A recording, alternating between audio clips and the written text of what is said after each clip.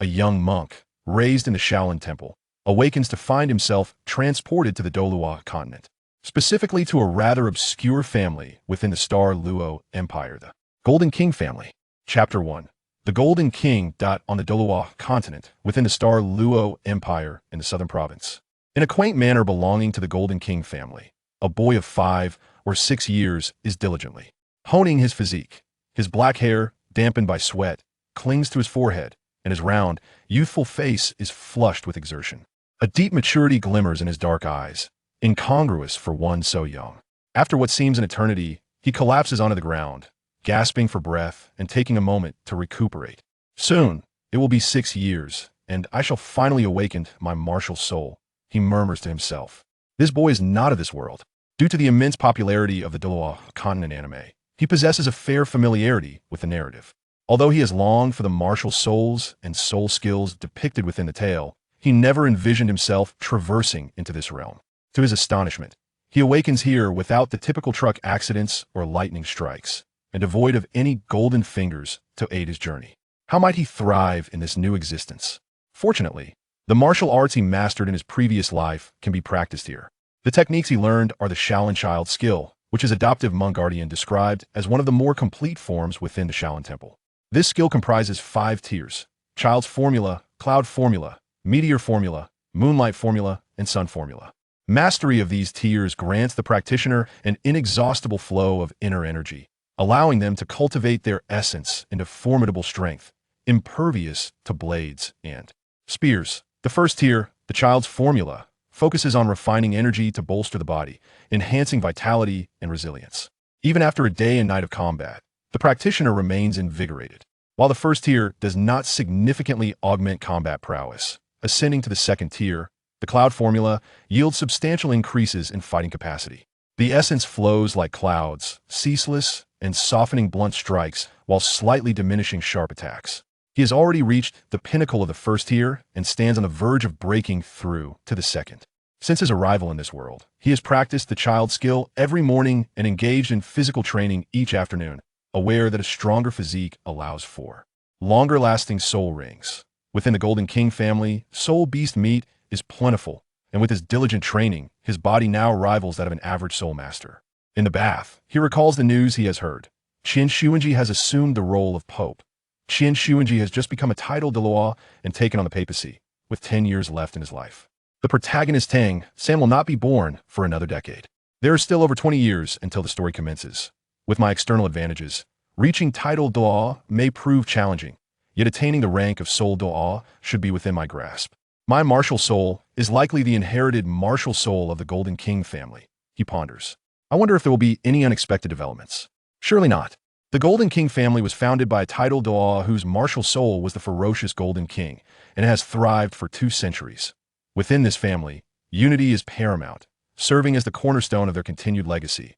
All elders guide their juniors, leaving behind their own cultivation manuals, which contain detailed records of the soul rings suitable for the family's martial spirits. This proves immensely beneficial for the younger generation in selecting their soul rings. Oh, very well. All right. Hurry and come to dinner. It's all your favorite food. In 2 days, you'll awaken your martial spirit. So do not wander off. That I understand, Mom. I won't stray. Enough. I believe Achin will not squander this most crucial time. Come to dinner. It will be unappetizing if it gets cold. He is currently at the pinnacle of the first layer of the boy skill. Once he breaks through to the second layer, his combat power will significantly increase. As he cycles through each circulation of his soul power, it continuously strengthens. In his room, Wang Chun is still in a meditative state. Suddenly, a mystical and formidable soul power emerges within him, enveloping him in a sensation akin to being immersed in ethereal clouds, bringing him an exquisite sense of lightness and freedom. At last, I have broken through to the second layer. A broad smile spreads across Wang Chen's face. He has attained the second layer of the boy skill, the white cloud technique. After arduous training, he has finally advanced to this new level. Although the quantity of his soul power has not increased, its quality has indeed undergone a significant transformation. With the breakthrough into the second layer, Wang Chun feels an invigorating alertness. He resumes circulating his soul power on the bed. Indeed, the pace is at least doubled compared to the first layer, indicating that his cultivation will become progressively swifter and stronger. With this thought, a smile brightens his face, and his heart swells with joy. After circulating a few more cycles of energy, he lies down on his bed to rest. Chapter 2. The family assembly within the confines of the meeting room of the King Kong family. The senior members, with the exception of those occupied by their duties, had gathered in full attendance. The primary agenda of this meeting was to deliberate on the recent developments across the continent, specifically concerning the ascension of Qian Xuanji as the new pope of the Spirit Hall and the implications this might hold for our esteemed King Kong family. The voice that resonated was that of an elderly gentleman with flowing white hair, yet his eyes sparkled with a keen vitality. This venerable figure was none other than Wang Gang, the patriarch of the King Kong family. Qian Xuanji's inauguration as pope is essentially aimed at achieving two objectives: to promote his own name and to solidify his position as pope, remarked an elder seated to Wang Gang's right. Indeed, what the elder has stated is correct. Regardless of who occupies the papal seat, they will undoubtedly undertake actions to enhance their reputation, potentially by eliminating a few individuals or hunting a soul beast to demonstrate their strength. Given our family's considerable distance from Spirit City and the absence of any conflict with the Spirit Hall, we are unlikely to be affected, interjected the fourth elder. Known for his impetuous nature, who habitually voiced his thoughts without hesitation during meetings. Enough, fourth elder. It is essential to listen to the perspectives of others, Wang Gang admonished. Understood, patriarch, the fourth elder replied. The transition of the pope at the Spirit Hall is quite a normal occurrence. The former pope was Qian Xuanji's father, and now that Qian Xuanji has attained the rank of title Douluo, his assumption of the papacy is entirely within the realm of expectation. Especially since the position has historically been held by the Qian family, the third elder articulated as he stood to address the assembly. Indeed, patriarch, instead of preoccupying ourselves with matters that bear little relevance to our family, it would be more prudent to focus on nurturing the talents among our younger generation. Recently, none of the new blood in our family has emerged as particularly gifted, chimed in the second elder, who oversees the training of the family's soul masters. The discussion among the members intensified. You cannot deny, the recent awakenings among the youngsters have been rather unimpressive, one remarked. Indeed, I've heard the highest among them has only reached the 6th level of soul power, another added. It appears he hails from a collateral branch, a voice noted. Yes, indeed, from the collateral line. His father made sacrifices for the family, and he was raised solely by his mother. However, he seems to be thriving. Thanks to the family's support, came the response. At this juncture, Wang Gang raised his voice, commanding attention. Enough of this ruckus. Let us proceed one by one. Wang Meng, are you prepared for the awakening ceremony for the younger generation tomorrow? I trust we will not encounter any mishaps. Rest assured, patriarch. This is not my first time facilitating the awakening of these youngsters. I am fully prepared, Wang Meng replied. Fifth elder, are there any issues with the Zhunnan Legion? Wang Gang inquired. Patriarch, everything is in order. The Zhunnan Legion is a force we have meticulously crafted, composed entirely of our kin. And there is no cause for concern, the fifth elder affirmed. Indeed, patriarch. The assembly echoed in unison. My dear, what arrangements have been made for this meeting? It has grown late, and Xiao Chun has already fallen asleep, Wei Shiyu inquired. The primary focus of this meeting is the new pope of the Spirit Hall. We have discussed the future development of the King Kong family, and it may necessitate an increase in training efforts for these young ones, Wang Gang concluded. Let us set aside trivial matters. The day after tomorrow, Xiao Chun is to awaken his martial soul. Have you spoken to him about it? I have already informed him. You tend to be preoccupied with family affairs, leaving little time for conversation and understanding him. Xiao Chun diligently practices his physical training, unlike other children who engage in play. He has his own plans. In a few years, I intend to relinquish my responsibilities within the family, allowing me to spend quality time with you all. Indeed, my dear. It is getting late. We should retire for the night. Very well, my wife. The following day, Wang Qin awoke to discover he had grown slightly taller. Indeed, in this world, as one's strength progresses, so too does the enhancement of one's physique. Rising early, Wang Chun took a deep breath and began to cultivate on his bed. His foundational skills had reached the 2nd level. Although the quantity of his soul power had not increased, its quality had seen significant improvement. Furthermore, the speed at which his soul power circulated had accelerated, leading him to believe his strength would continue to advance rapidly. After practicing his techniques for several cycles, he arose, proceeded to freshen up, and prepared to eat. Xiao Chun, come to breakfast. Do not wander about tomorrow, as you are to awaken your martial soul. I understand, mother. I will rest well today to ensure I am in good form for tomorrow's awakening. Come now, your father has already left. The family has been quite busy lately, so refrain from unnecessary excursions. After finishing his breakfast, Wang Chun made his way to the family's library, where he immersed himself in the notes of esteemed ancestors and the family's research on soul beasts. Besides cultivating, he dedicated his time to acquiring knowledge. and his understanding of soul beasts had considerably deepened. Father, I am to awaken my martial soul tomorrow. Will you accompany me? Yes, my son. I will be there with you. Now let us eat. Chapter 3. The Awakening of the Martial Soul. On the following morning, Wang Chun rose early. Filled with anticipation for the awakening of his martial soul, a moment he had awaited for so long. Soon, he dressed and exited his room, taking a deep breath in the courtyard. Just then, he heard his father's voice from behind. Xiao Chun, you are about to awaken your martial soul. Are you excited? Hurry and finish washing up. We must eat quickly so we can arrive at the awakening hall early for the ceremony. Do not be late. I understand, father. Wang Chun hastily completed his morning routine and rushed to the dining hall, devouring his meal before hurrying with his father towards the awakening hall. Upon their arrival, several pairs of fathers and sons were already gathered outside the hall. Wang Chun joined the other children in waiting while his father conversed with the adults. This child, Xiao Chun, has always been bright. I believe he will awaken an extraordinary martial soul. As they chatted, time slipped away unnoticed. After about half an hour, the number of children waiting outside the hall had grown to over a dozen. At that moment, a robust figure approached them.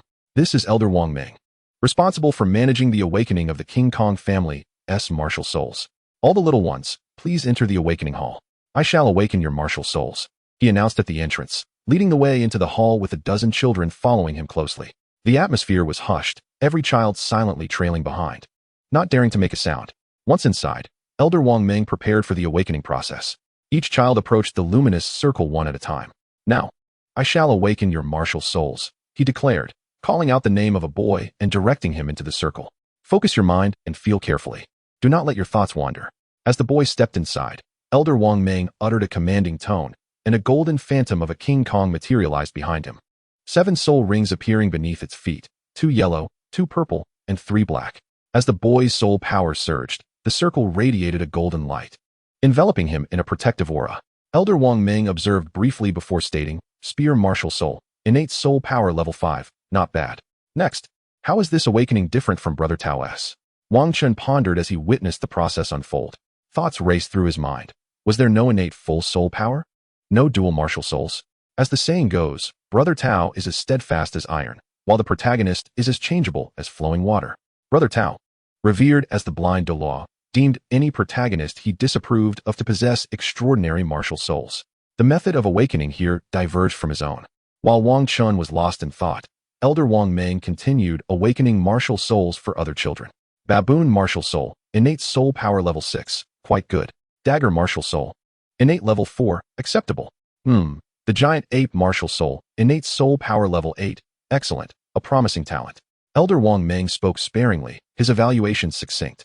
His expression remained largely unchanged, only breaking into a smile upon awakening the Giant Ape Martial Soul, offering a unique commendation.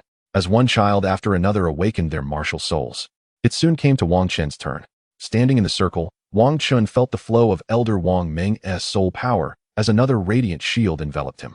Unlike the previous awakenings, an immense burst of golden light surrounded Wang Chun as the shield formed. Witnessing this spectacle, Elder Wang Ming's previously calm demeanor vanished, his eyes sparkling with intensity. He sensed a formidable martial soul was about to emerge. As the golden light faded, a powerful golden phantom appeared behind Wang Chun, exuding strength. Elder Wang Ming swiftly approached, producing a small blue orb, eagerly urging Wang Chun to touch it. The moment Wang Chun's hand made contact with the orb, it shimmered like crystal, emitting a dazzling blue glow. Elder Wang Ming, filled with excitement yet cautious not to startle Wang Chun, smiled warmly and said, You are Wang Chun, correct? Your martial soul is the Titan Great Ape, with full innate soul power. Come, let us meet the clan leader. My martial spirit is the Titan Giant Ape. Wang Chun expressed, his surprise evident. He had never encountered mention of such a spirit in the novels he had read before. Elder Wang Ming, assuming he had not heard correctly, reiterated, Indeed, the Titan Giant Ape is an exceptionally powerful top-tier martial spirit. The awakening of Wang Chun's Titan Giant Ape spirit, coupled with his innate full soul power, sent ripples of astonishment throughout the Golden family. Fortunately, Wang Chun was the last to awaken his martial spirit, and immediately after, Elder Wang Ming escorted him to meet the clan leader. As the young ones, having awakened their martial spirits, emerged from the hall, the parents waiting outside quickly learned that the Golden family had produced a top-tier martial spirit with innate full soul power. When Elder Wang Ming emerged alongside Wang Chun, all eyes turned towards the diminutive figure beside him, Wang Chun, the one who had awakened the Titan Giant Ape spirit. After concluding his remarks, Elder Wang Meng departed with Wang Chun and Wang Long. Chapter 4. The clan leader summons in a quaint garden within the Golden family. 6 elders engaged in conversation, each representing the pinnacle of authority and strength within the clan. They comprise the Golden Douluo and the 5 esteemed elders. I wonder if we will discover any promising talents this year, mused the 4th elder, pacing restlessly. The 1st elder frowned and admonished. Old 4th, must you always pace? Can you not exhibit a semblance of composure? After all, you are an elder. While you maintain your composure, I cannot. Our family has not produced any noteworthy talent in recent generations. At this rate, who will safeguard our lineage in the future? Even if you pace, it won't enhance the martial spirits awakened by the younger generation. It would be wiser to sit and await news from Wang Meng, the 1st elder advised. I simply cannot sit still. The family has been devoid of talent for generations. My impatience is understandable, the 4th elder retorted. But what good is impatience? Can it conjure forth 2 promising talents? Surely we cannot remain idle. At that moment, the clan leader, Wang Gang, intervened. Enough. Talent does not emerge overnight. Let us remain seated. We must keep a watchful eye on the outside world, particularly among the common folk, and strive to attract those young geniuses without clans to join our golden family. Not only will this enrich our talent pool, but it will also ensure the legacy of their martial spirits within our lineage. With the clan leader's directive, the 4th elder could only chuckle sheepishly and take his seat. Brilliant. Truly brilliant, clan leader, exclaimed the 3rd elder, seated beside the 2nd elder. This strategy not only fortifies our family's strength, but also diminishes that of our rivals. Indeed, a masterstroke. The clan leader is truly formidable, the 5th elder chimed in, showering praise upon Wang Gang. Enough with the flattery. Instead, let us channel our energies into devising ways to attract those young talents without families. Wang Gang instructed the elders who were eager to curry favor. At this moment, the elder spoke to them. For these individuals, our allure pales in comparison to that of the Spirit Hall. Our sole advantage lies in being the native force of the Diamond City. The Zhunnan Legion still possesses considerable appeal for the city. Furthermore, the establishment of the Diamond Spirit Master Academy, which offers a program allowing underprivileged children to study first and pay later, has garnered us a commendable reputation in Diamond City. Graduates from this junior academy typically join our Zhunnan Legion. However, most of them tend to withdraw after earning enough money to pursue studies at intermediate Spirit Master Academies. I believe that if our Diamond Clan were to establish an intermediate Spirit Master Academy, those individuals could transition directly from the junior academy to the intermediate one. Consequently, those capable of advancing to the advanced Spirit Master Academy could be integrated into our clan, while those unable to do so would be less likely to leave the Zhunnan Legion. Indeed, this is a sound strategy. After the elder concluded, the 2nd elder immediately chimed in. Just then, Wang Meng entered with Wang Chun and Wang Long, respectfully addressing them. Clan leader, elders, I present to you an exceptional talent from the Diamond Clan. This is Wang Chun, whom I have brought along. Wang Chun, upon seeing the esteemed elders, respectfully greeted them. Greetings. Clan leader, Elder 1, Elder 2, Elder 3, Elder 4, Elder 5. I am Wang Chun. Oh, young Meng, could it be that this young man possesses a twin martial spirit? Or perhaps an innate full spirit power? You've brought him here in such haste. Stop keeping us in suspense, just tell us. Elder 4 inquired directly. Elder 4, being Wang Meng's uncle, was the reason Wang Meng could assume the role of elder overseeing martial spirit awakenings. Otherwise, despite his capabilities, he would not have been able to manage the martial spirit awakening hall. Thus, in response to Elder 4's question, Wang Meng could only smile wryly and say, Uncle, please don't be so impatient. I shall explain shortly. Make it quick, don't dawdle, and keep us on edge. All right. Young Chun has awakened the Titan Great Ape martial spirit, and he possesses innate full spirit power. Aside from him, only Wang Hai has awakened the vast arm Great Ape martial spirit with an innate spirit power of level 8, which is quite commendable. The others are rather ordinary. As soon as Wang Meng finished speaking, several elders stood up and inquired of him. Is it true? Such an exceptional talent has emerged? Indeed, indeed. With diligent cultivation, reaching the rank of title Douluo is certainly within reach. Yes, yes.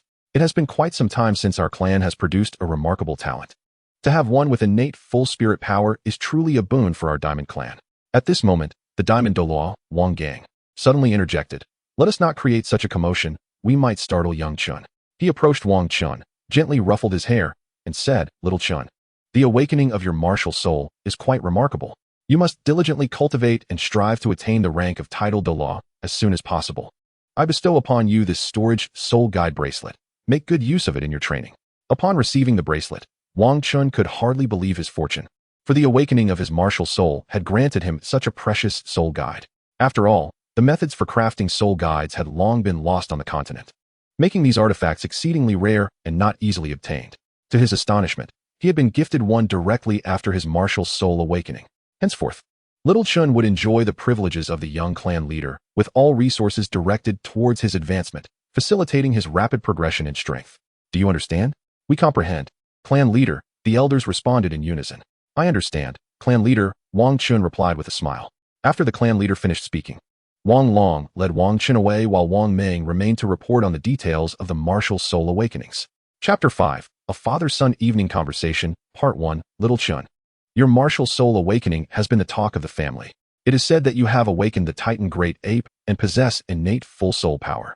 My son is indeed remarkable, Wei Shiyu said with a smile. At that moment, Wang Long also chimed in, addressing his wife. Indeed, my dear. Little Chun's martial soul awakening is exceptional. The clan leader just met with him and even gifted him a soul guide. He holds great promise. Wouldn't you agree? Little Chun? Yes, that is right. But let us eat first. I'm quite hungry. Little Chun, my dear, hurry and wash your hands. Then join us for dinner. The dishes today are all your favorites, his mother urged. Yes, dear, we will wash up immediately. After all, our little hero is famished. We must quickly satiate his appetite. All right, Dad, enough with the laughter. There is nothing funny about it. I hardly ate anything this morning before awakening my martial soul. In the afternoon, Wang Chun practiced alone in the courtyard. After being teased by his father at noon, he felt a bit embarrassed and sought solace in training. After all, he was soon to embark on the quest for soul rings, and additional practice would be beneficial. Even if his soul power level did not increase immediately, he knew that once he acquired a soul ring, his potential would surge, accelerating his growth. Thus, even when his previous cultivation methods had not yielded an increase in soul power, he continued to train, for strength is built step by step. At that moment, Wang Long addressed Wang Chun, saying, Little Chun, after dinner, come to my study. There are matters I wish to discuss with you. Now that you have awakened your martial soul and possess innate full soul power, you are entitled to learn some of the secrets of our Jingang family. Oh, I can learn these family secrets now? Wang Chun exclaimed in astonishment. After all, since his arrival in this world, although his parents had showered him with love, they had never engaged him in private discussions. The prospect of being informed about the Jingang family's secrets left him feeling somewhat perplexed. Therefore, he inquired of his father, Father, would you share our family's secrets with me? Is there any concern that the clan leader and elders would reproach you? Perhaps it is better to refrain from speaking freely. Upon hearing this, Wang Long merely chuckled heartily. Do you think I would disclose such matters in secrecy? These are the stipulations of our family. To learn these secrets, one must either become a soul saint of the 7 rings and ascend to the status of an elder within our clan, or be an exceptionally gifted child like you, who has awakened their martial soul. Generally, only those who awaken their martial soul at an innate level of 8 or above are deemed worthy. Just like your Uncle Fu's Little Hai, who awakened his martial soul at an innate level of 8, your Uncle Fu would certainly share such knowledge with him. So, do not let your imagination run wild. This secret has been passed down through our Jingang family for over 2 centuries and is said to have been discovered by the founder of our clan, the first Jingang Douluo. Amazing. Such a legacy has endured for over 200 years. What is this secret, Father? Please tell me. First, let us eat. After dinner, accompany me to the study, and then I shall reveal it to you. This is not something to be discussed casually. This secret possesses the potential to elevate your strength far beyond that of your peers in the realm of soul masters. Wang Chun swiftly lifted his bowl and devoured his meal with great haste, eager to finish dinner and uncover the family secret. He even neglected to select his favorite dishes, merely wishing to expedite the conclusion of the meal. Yet, oftentimes, haste begets errors. Cough, cough. Slow down. Have some water first. There is no need to rush. You've choked. His mother, concerned, handed him a glass of water and gently patted his back. I simply wished to surprise him, Wang Long defended himself. But I did not anticipate that this lad would possess so little patience. I cannot be entirely blamed. After all, Wang Chun usually comported himself like a little adult, unfazed by most matters. This was merely an opportunity to tease him. All right, Xiao Chun, take your time. You will learn these things eventually. There is no need to be so anxious, Wei Shiyu reassured him, patting his back. I understand, mother. I am fine now. You may continue your meal. I can manage on my own, Wang Chun replied, smiling as he ruffled his hair. Patience is a virtue. I can only eat slowly and await the moment when I shall uncover the grand secret of my family in the study. After dinner, Wang Chun followed his father to the study. Father, what is this family secret? Please tell me. All right. Do not be so impatient. I will tell you now. Over 200 years ago, when our first Jingang Douluo established the family, he left behind a monumental secret. It is said that our ancestor was a super Douluo with a 100,000-year spirit ring. Not only did he possess this extraordinary spirit ring, but he also held something that exists nowhere else on the continent. Do you know what it is? Wang Long queried. What does this ancestor possess that is unique to the entire continent? Why, that would be a 10,000-year spirit ring. What on earth is that? Isn't the 10,000-year spirit ring rather commonplace? What makes it so special? Wang Chun pondered in confusion, observing the bewildered expression on Wang Chen's face. Wang Long gently patted his head and remarked, if it were merely an ordinary 10,000-year spirit ring, what would be remarkable about it? It certainly wouldn't have been preserved as a family secret. However, this 10,000-year spirit ring is the fourth spirit ring, which makes it an entirely different matter, one that does not exist anywhere else on the continent. The fourth spirit ring is a 10,000-year spirit ring? How is that possible? Wang Chun exclaimed in astonishment. In the original narrative, only Tang Sen managed to achieve such a feat, and that was only after considerable external assistance, decades later. You mean to tell me that someone like this existed over 200 years ago? You must be jesting. Wang Chun was utterly stunned by this revelation, hardly able to believe it. Are you in shock? When I first learned this secret, I was just as incredulous as you are. However, after delving into it further, I began to accept the truth of this information. Would you like to know how that ancestor of the Jingang family absorbed the fourth spirit ring? Father, please tell me quickly. Don't keep me in suspense. Wang Chen urged eagerly. Goodness. A family as obscure as the Jingang family in the original tale possesses such a significant secret? This is something that was never mentioned in the narrative. The world of Douluo Continent is far more complex than it was portrayed. I fear the depths of this continent run deeper than one might imagine. I must tread carefully. Being too conspicuous could lead to dire consequences, Wang Chen contemplated. All right, I shall disclose it to you, Wang Long said with a mysterious smile at his son. Chapter 6, Father and Son's Midnight Conversation, Part 2. Over 200 years ago, when our ancestor reached the 40th level, he prepared to hunt for the fourth spirit ring. At that time, he was merely an ordinary spirit master of that level, lacking a fourth spirit ring. Without a family to assist him in obtaining the spirit ring, he had to resort to hiring a spirit hunting team with gold coins to aid him. However, complications arose during this hunt. They encountered a significant problem, which ultimately led him to acquire the 10,000-year spirit ring as his fourth spirit ring. Wang Long recounted slowly. What kind of problem was it? Wang Chen asked impatiently. At that time, the ancestor had hired a team led by a group of spirit masters. They were en route to the vast Stardo Forest, the largest forest on our continent, to procure the spirit ring. Aiming for a quality fourth spirit ring, they ventured into the mixed regions of the forest's center and periphery. While most of the area was home to 1,000-year spirit beasts, they were unprepared for the beast tide that erupted that day. All members of the hired spirit master team, except for the ancestor, perished in the onslaught. The ancestor was injured and found himself trapped within the Stardo Forest, Wang Long explained calmly. Initially, the ancestor planned to escape the Stardo Forest discreetly, but unexpectedly, just as he was about to leave, he stumbled upon a secret.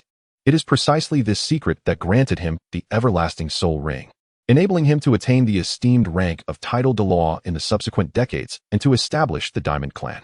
As Wang Long spoke, his mind involuntarily wandered, prompting him to pause.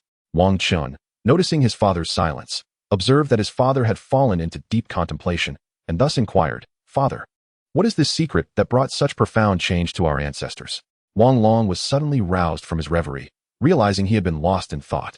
Shaking his head, he continued, At that time, our ancestor encountered a sudden beast tide. During his escape, he stumbled into a cave where he discovered the legendary Earth Heart Milk. This miraculous substance not only possesses the ability to heal injuries, but also to transform one's constitution, enhancing physical strength. It was precisely for this reason that he was later able to acquire the everlasting soul ring.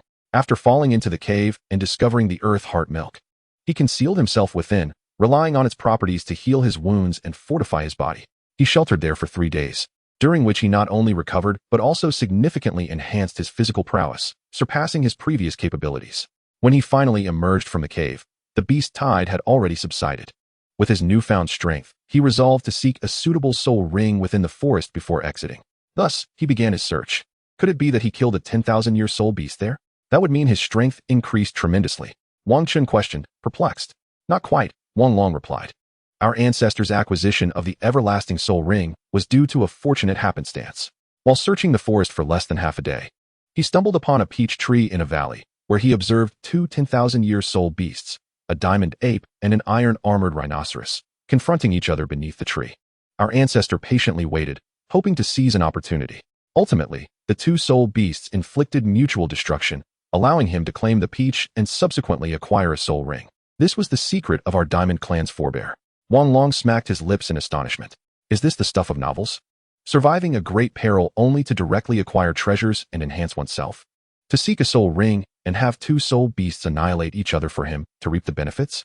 It sounds like the tale of a protagonist. Wait a moment. Father, you haven't explained why our ancestor absorbed the everlasting soul ring. At that time, no one else was absorbing 10,000-year soul rings. What prompted him to do so? And how did he succeed? Wang Chun queried, bewildered. Wang Long replied succinctly, I didn't mention it. Not mentioned. Such crucial information was not disclosed. How is that possible?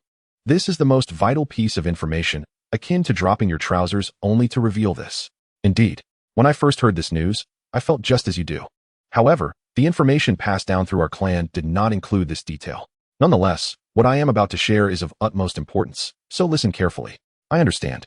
The secret passed down from generations includes the foundational principles established by our ancestor, which were subsequently summarized by the leaders and elders of the Diamond Clan, concerning the relationship between our physical strength and the age of soul rings. As long as the physical strength is greater, the age of the spirit ring will be higher. In other words, the stronger our bodies become, the higher the age of the spirit rings we can absorb, thereby allowing us to surpass other spirit masters in power. Wang Long spoke mysteriously to Wang Chun. Is that all there is to it? I had heard about this in Douluo Continent before and thought it was some monumental secret. But it turns out to be just this.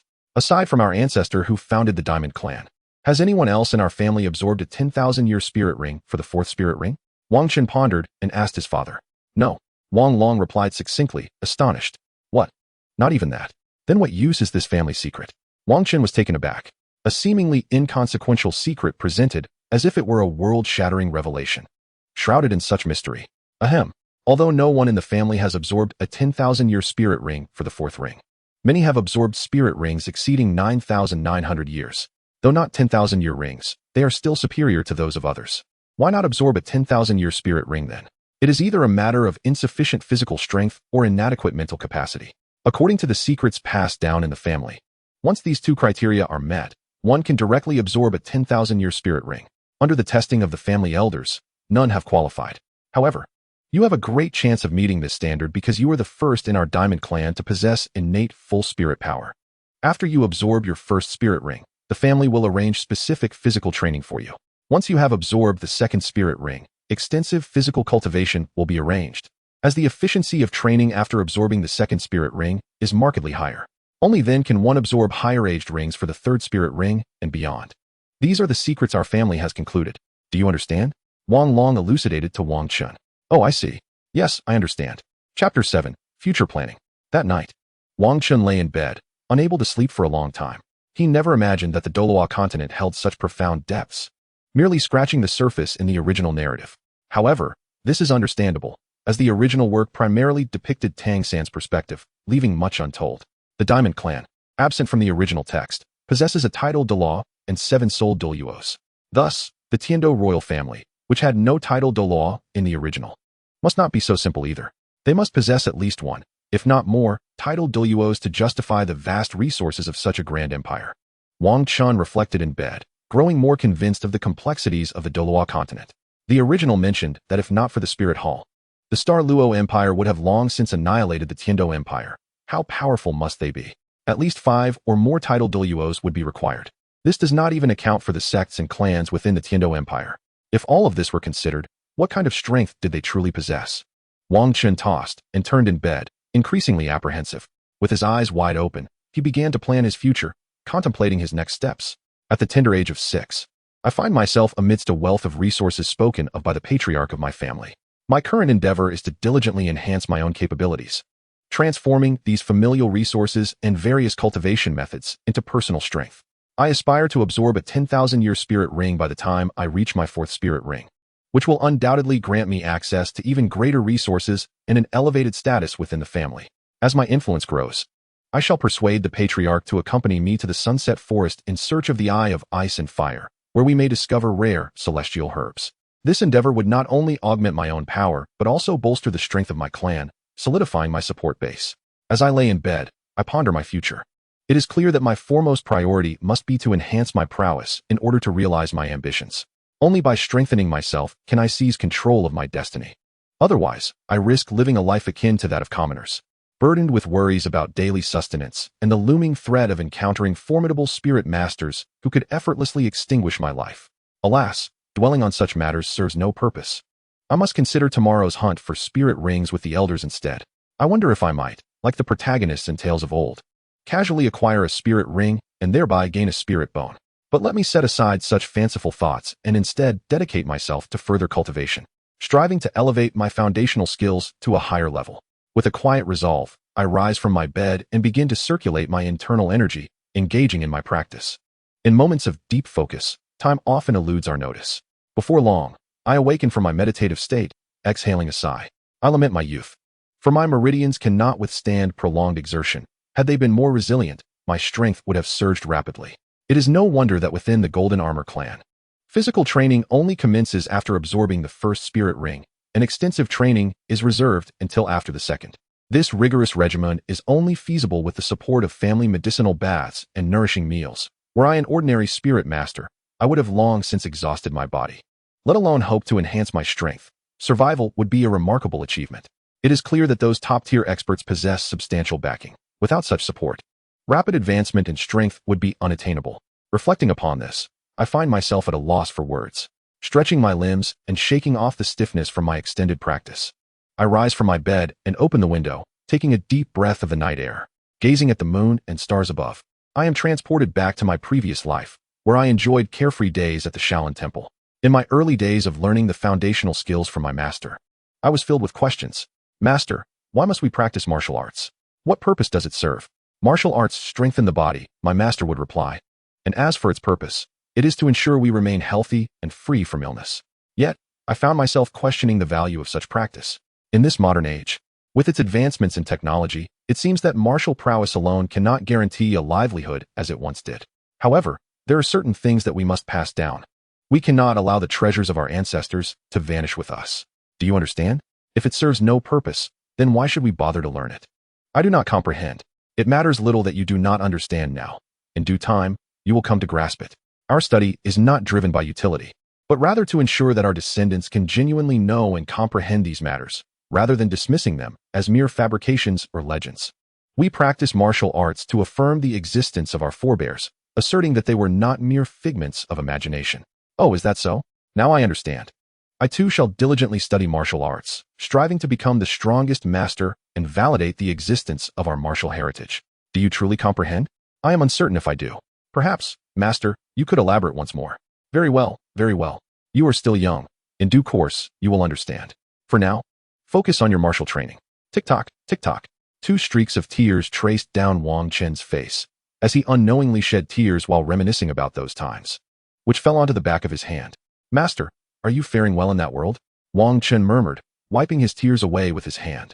He recollected his past life, the tranquil existence within that temple, and thought of the master who had nurtured him.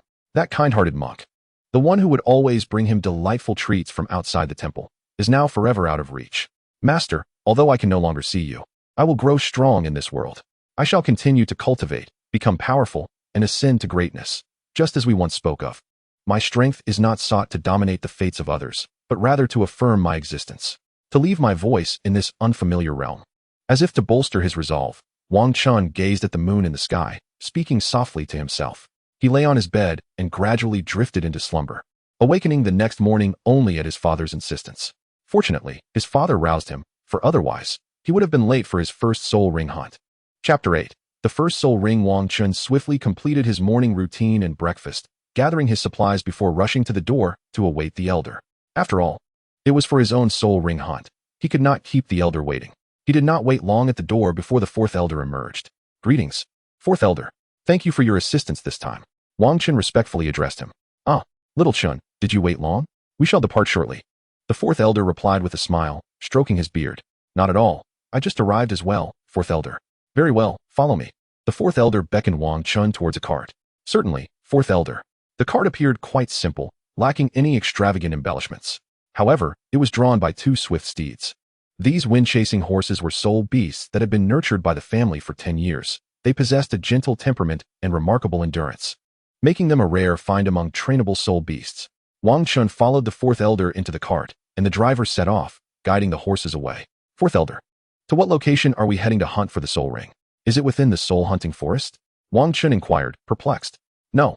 Our King Kong family generally does not venture into the soul-hunting forest to seek soul rings. For the soul beasts, they are domesticated and lack quality. Instead, we prefer the radiant forest to the south, where one can find not only numerous 100-year and 1,000-year soul beasts, but also a few 10,000-year ones. Before you prepare to hunt for a 10,000-year soul ring, you may search for soul rings there. Although the 10,000-year soul beasts are rare and not particularly strong, the abundance of 100-year and 1,000-year soul beasts is remarkable, both in quantity and variety. Perhaps the scarcity of advanced soul beasts accounts for the prevalence of lower-tier ones. The elder explained to Wang Chun. Now, I shall assess your physical strength to determine how much pressure from a soul ring you can withstand. I will begin to release my soul power. If it becomes unbearable, do let me know, and I will be cautious. Understood, elder. I shall commence. Speak up if it becomes too much. As soon as the elder's words fell, a surge of soul power enveloped Wang Chun, while the surrounding areas remained unaffected, demonstrating the elder's remarkable control over his soul power. As the elder intensified the output, Wang Chun gradually found it overwhelming, beads of sweat dotting his forehead. Currently, one can absorb a 600-year soul ring, and with great confidence, one can absorb a 1,000-year soul ring on the second attempt. At that point, you may become the strongest in our King Kong family's history, even surpassing our ancestors. However, this is merely a possibility. Without diligent cultivation, success will elude you. Therefore, you must train earnestly. Do you understand? I understand, elder. I shall dedicate myself to my training and become the strongest. As their conversation unfolded, time slipped by unnoticed, bringing them closer to their destination. Upon reaching their destination, Wang Chun swiftly dismounted from the carriage, inhaling deeply. Finally, we have arrived, elder. It has been quite a journey in the carriage, Wang Chun remarked, casting his gaze towards the small town. This is a relatively prosperous little town, situated close to the radiant forest. Many come here for supplies while hunting for soul rings, which has fostered a thriving commercial environment, albeit with elevated prices. Indeed, elder, the coachman promptly replied, guiding the carriage towards the town. Oh, I see now, elder. What type of soul beast should I seek for my first soul ring soul skill? Wang Chun inquired eagerly. According to our King Kong family's extensive research over the years, those of us with ape-like martial souls typically embody a strong offensive type of soul master, with only a few pursuing defensive or agile types, who often do not fare as well. The most suitable path for our King Kong family remains the offensive specialization. Typically, our first soul skill is a single target output skill, while the second skill usually depends on one's chosen path. If one opts for pure group output, they should seek a group attack soul skill. Conversely, if focusing on single target survival, they should pursue a skill that enhances defense. As for the third soul skill, regardless of the chosen path, it is generally a transformation or amplification skill. Naturally, depending on individual needs, there is also the option to select other soul skills. For no two soul masters are entirely alike. They come in various forms, the elder elucidated to Wang Chun.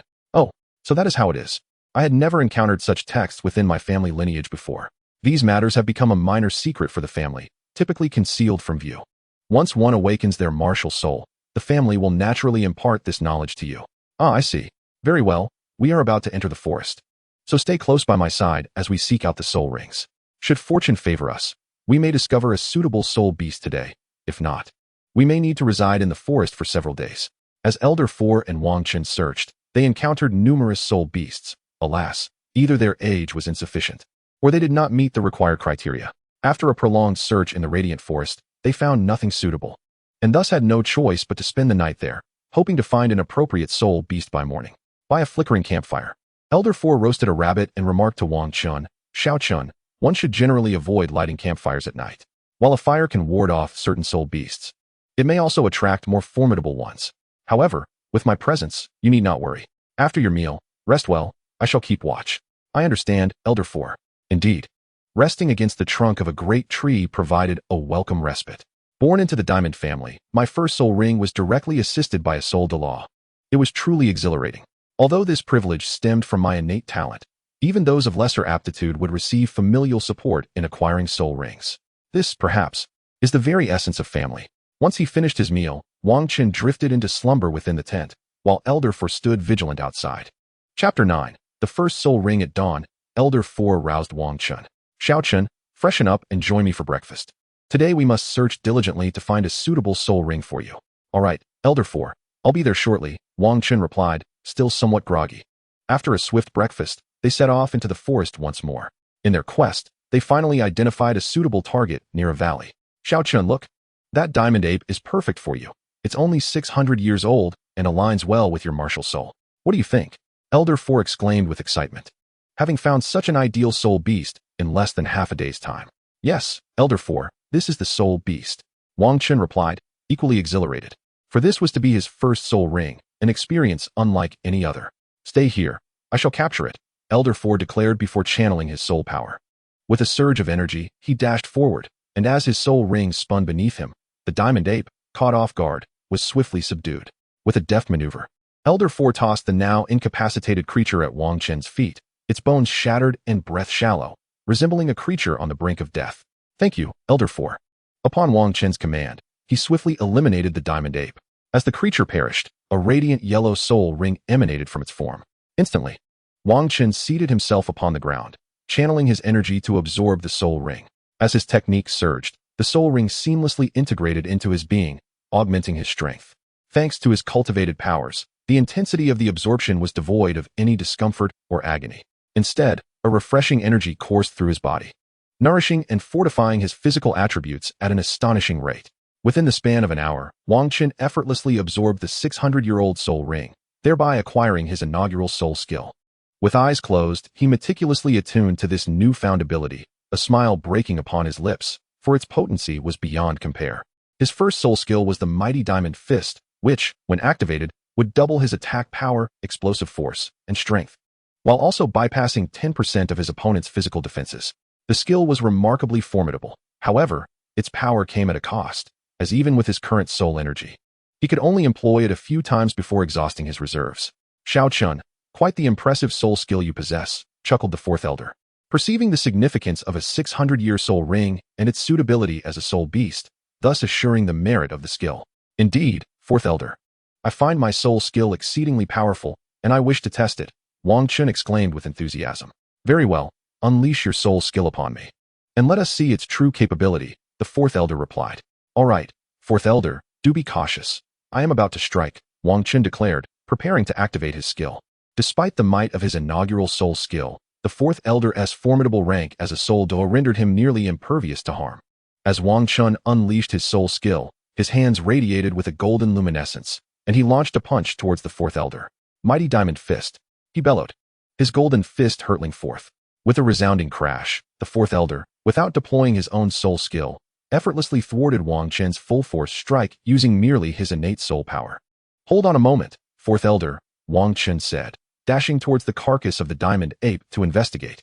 This cannot be right. How can the protagonist secure such an extraordinary first soul ring without receiving a soul bone? This defies all expectations, he muttered in discontent. Ha! Xiao Chun. Soul bones are exceedingly rare. Typically, they only manifest from 10,000-year soul beasts. The chances of a 100-year soul beast yielding a soul bone are practically infinitesimal. Let us be on our way. The fourth elder laughed heartily, empathizing with Wang Chun's disappointment. He too had once harbored dreams of effortlessly acquiring a soul bone. Yet after many years, he had only obtained one, a right arm bone, during the hunt for his 8th soul ring. Thus, they ventured out of the forest, preparing to rest in the town. By the time Wang Chun and his companions arrived at the town, dusk was approaching, and they headed towards the Yulai Inn to find respite. This inn was established by the Jingang family, as the 1st to 4th soul rings of the family were primarily obtained from the Yuhui forest, necessitating a resting place for the family's soul masters. Fourth elder, you have arrived. Please, ascend to the private room upstairs. I shall promptly instruct the kitchen to prepare your meal, and the family guest rooms are also ready, said a stout middle-aged man with respect. His name was Wang Yun, the innkeeper appointed by the Jingang family. Although his talent was modest, currently at just over level 20, he possessed an exceptional aptitude for management, successfully running the Yulai Inn in Yuhui town and opening several branches elsewhere. Though aided by the family, his own capabilities were essential for such growth. Very well, do proceed with your preparations, nodded the fourth elder. Soon after, Wang Chun and his companions were served their meal. After freshening up, they retired for the night, as it was Wang Chun's first experience spending a night outdoors, and he found himself somewhat unaccustomed to it. Thus he sought early rest. Chapter 10, The Return Journey. The following morning, Wang Chun awoke feeling invigorated. After stepping out of his room and enjoying breakfast, he expressed a desire to explore the town. Upon receiving the fourth elder's consent, He exited the inn and began to wander the streets. This was his first outing. Typically, he remained within the confines of the family, seldom socializing with others, often dedicating his time to solitary cultivation. It was this dedication that enabled him to reach the second level of his childhood training before awakening his martial soul. After breakfast, Wang Chun and the fourth elder made their way outside the inn, where the coachman had already brought the carriage to the entrance, awaiting their departure. Fourth elder, take your time, the innkeeper said as they prepared to board the carriage. Understood, the fourth elder acknowledged with a slight nod. Once Wang Chun and the fourth elder boarded the carriage, the coachman drove them away from the town towards the family estate.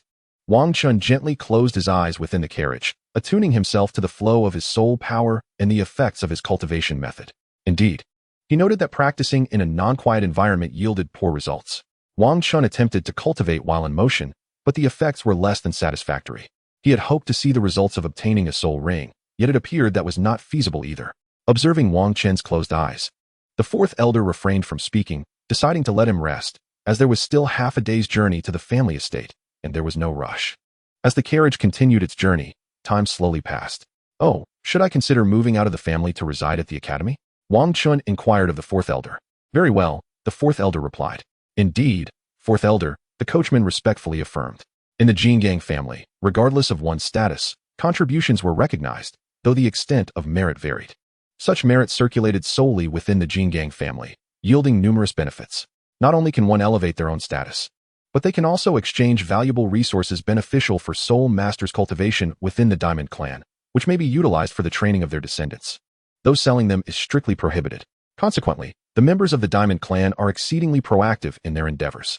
After Wang Chun expressed this, he proceeded homeward. Upon arriving, he encountered his mother and shared the family's arrangements, to which she responded with unwavering support. Xiao Chun, you must study diligently and not squander the family's nurturing, of course. Take care of your health as well. I have always regarded you as my pride, his mother said, affectionately ruffling his hair with a smile. After savoring the heartfelt lunch prepared by his mother, Wang Chun dedicated himself to his training. After all, strength is accumulated gradually. With your exceptional talent, the family will naturally provide you with resources to aid your swift development. You need only focus on your cultivation without overthinking, he reassured himself. So that's how it is. Having talent brings such advantages, Wang Chun remarked joyfully. Indeed, the family will supply abundant resources for those with such talent. Furthermore, when you attend the academy tomorrow, they will certainly assign a protector to safeguard you. Typically, this protector is dismissed once you reach the ranks of soul respect or soul sect, allowing you to mature more effectively. After all, a flower nurtured in a greenhouse cannot withstand storms. Only through trials can one truly flourish, Wang Long explained to Wang Chun. Oh, I see, Wang Chun responded thoughtfully. Not only is the status elevated, but the benefits are also unparalleled. After I reached level 50, I chose not to venture out and instead directly joined the family affairs. So even now, as a soul saint, I lack the qualification to join. If you aspire to ascend to a high-ranking position within the family, it is best to join there, for among the family, the patriarch and the 5 elders predominantly emerge from that circle. Those who come from this background possess significant advantages during the selection process for the patriarch and elder positions. This is also a family rule, ensuring that only those unafraid of hardship are prioritized for high-ranking roles, Wang Long meticulously elucidated to Wang Chun. All right, it is good that you understand. Now, rest early. You must rise early for the academy tomorrow, Wang Long concluded, urging Wang Chun to take his leave for the night. Chapter 11. The Diamond Junior Soul Master Academy. Early the next morning, Wang Chun awoke. After freshening up, he prepared to have breakfast. Upon arriving in the dining hall, he found his parents dining with a stranger, who beckoned him to join them. This is Soul Emperor Wang's son, the protector arranged by the family. Come over and introduce yourself, Wang Long said to Wang Chun. Hello, Uncle Wang Senator, I appreciate your assistance. I am Wang Chun. Wang Chun respectfully introduced himself, acknowledging the importance of respecting one who would ensure his safety. Greetings, Xiao Chun. I am Wang's son, a level 68 Soul Emperor. Until you reach level 40, I will be your protector, Wang Sun stated. After finishing breakfast, Wang Chun accompanied Wang's son to the Diamond Junior Soul Master Academy, located in Diamond City. This academy is specifically designed to cultivate the younger generation of the Diamond clan and the descendants of the Southern Army, while also enrolling common soul masters from Diamond City, resulting in a considerable number of students at the academy. Approximately 20 minutes later, Wang Chun arrived at the Soul Master Academy. The head of this institution belonged to the King Kong family, boasting a rank of over 50, and was of considerable age. With little room for further advancement, he had taken on the role of academy director. As Wang Chun had already reached the 13th rank, he was promptly assigned to the intermediate class, specifically Class 1. Within this academy, there were 3 distinct classes: the beginner class, the intermediate class, and the advanced class. The beginner class consisted of soul practitioners without any soul rings. The intermediate class comprised of first-ring soul masters, while the advanced class was reserved for those who had obtained their second soul ring. Those above this rank had already graduated. Upon entering the classroom, which was already in session, Wang Chun noticed a teacher lecturing at the front. He knocked gently on the door and stepped inside. The teacher glanced at him, offering a warm smile, and said, "You must be Wang Chun. The director has informed me of your arrival. Please find a seat. Make sure to come early tomorrow." "Thank you, teacher, I understand," Wang Chun replied with a smile. He then took his seat and listened attentively to the lesson. As the class drew to a close, the teacher announced, "All right, class, that concludes today's lecture. You may take a short break." Unbeknownst to them, the day's lesson had swiftly come to an end, allowing the students to manage their time as they wished. Wang Chun took the opportunity to familiarize himself with his classmates, most of whom hailed from King Kong City. Afterward, he exited the classroom and made his way towards the King Kong family estate, eager to observe the family's specialized training programs. Upon arriving with Wang's son at the family estate, they proceeded directly to a training facility. Wang's son then stated, "From now on, I will be responsible for your physical training. Just follow my lead. You will train for an hour each day, and afterward, you can arrange your own practice." Wang Chun had not anticipated that his physical training would be directly overseen by Wang's senator. However, it made sense. After all, having a soul emperor serve merely as a bodyguard would be a misallocation of talent within the family. Subsequently, Wang's son introduced Wang Chun to a set of training methods, a series of physical movements designed to enhance overall bodily strength. Initially, he could only learn the first 3 movements, as the remaining 6 required the absorption of a second soul ring before they could be mastered. For now, he needed to establish a solid foundation. Regarding the concept of physical strength, it was essential to first train one's stamina. The structure of stamina resembles that of a pyramid, characterized by a broad and robust base that supports a high and stable peak. Therefore, while striving for a solid and substantial foundation, the theoretical underpinnings of stamina training became exceedingly important. Wang's son elucidated the various training methods he would impart to Wang Chun. In the King Kong family, the fundamental training for youngsters encompasses 3 key elements. The first is speed and agility, the second is muscular explosiveness, and the third, perhaps the most crucial, is physical endurance. Speed pertains to the ability of the human body to move at varying rates, influenced by factors such as physique, age, gender, weight, fatigue, muscle length, explosive strength, and temperature. Consequently, training must be tailored to the individual to be effective. Agility refers to the capacity to swiftly and accurately change the direction of the body or parts thereof, embodying a combination of strength, reaction time, movement speed, power, and coordination. If a soul master lacks speed, it is not a significant issue. However, if their agility is deficient, they will be unable to swiftly respond to the soul techniques of adversarial soul masters, leaving them with no option but to await their demise. Survival in this realm becomes impossible. The term muscle explosiveness refers to the maximum force generated by a particular muscle or group of muscles when opposing resistance, essentially indicating the potential for foundational attack power. Should this foundational attack power be inadequate, even with enhancements from soul techniques, the resultant attack power will remain disappointingly low. Therefore, it is imperative to augment one's explosiveness to bolster one's chances of survival in the outside world. Ultimately, endurance emerges as the most crucial element. Those with poor endurance will inevitably possess inadequate muscular endurance, and those with deficient muscular endurance will lack strength. Consequently, those with diminished strength will exhibit poor explosiveness, leading to reduced speed, which in turn adversely affects overall athletic capability. Endurance stands at the core of one's strength, determining one's true prowess. Thus, it is a focal point of training within the King Kong family. The family has developed the cultivation method I am now imparting to you.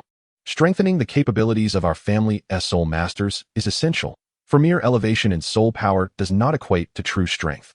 One may not fully harness their potential. Wang's son elucidated the family's training secrets to Wang Chun. Upon hearing this, Wang Chun reflected that previous novels he had read failed to capture the essence of this world. However, this was understandable, as such narratives typically centered around protagonists, whereas his current existence in this realm was undeniably real, populated by flesh and blood individuals, not merely characters confined to the pages of a book. The presence of numerous secrets is to be expected, for few would reveal all their hidden cards. Those who do are unlikely to thrive for long. Understood, Uncle Wang's son. Wang Chun replied, "Very well, you must now engage in this family's physical cultivation technique daily. However, do not overextend. Practice it twice each day, followed by soul power cultivation. Immediately after completing your physical training, commence soul power practice, as this will not only enhance your physical strength, but also accelerate the cultivation of your soul power. Each day at noon, you will partake of the medicinal cuisine provided by the family. After dining, engage in physical cultivation to better absorb the medicinal properties and fortify your body. Additionally, the medicinal bath will take place weekly, and I will accompany you then. For now, become thoroughly acquainted with the techniques I have taught you, and tomorrow we shall officially commence training. Once you achieve proficiency, I will provide covert protection. Should you have any uncertainties, feel free to inquire, and I shall elucidate. With that, Wang's son vanished. I understand, Uncle Wang's son, Wang Chun responded, not surprised. Given that he was a high-ranking soul emperor capable of challenging soul saints, and even soul Douluos, it was improbable he would remain constantly by his side. Covert protection, alongside his own cultivation, was indeed the judicious arrangement, as the family could not afford to squander the talents of a high-level soul master. Chapter 12, Formal Training. Wang Chun was diligently practicing the family's physical cultivation techniques in the training grounds. As a novice, Wang's son was present to correct him, urging him to amend any mistakes. Wang Chun executed the family's cultivation technique, which necessitated performing complex movements akin to yoga from his previous life on Earth, albeit with a heightened level of difficulty. In this world, where the enigmatic force of soul power exists, one can enhance physical strength through challenging movements that would have otherwise led to one's demise on Earth. Wang Chun executed the first movement. Enduring for several minutes while employing the breathing technique imparted by Wang's senator, he sensed an energy from the heavens and the earth entering his body, fortifying him.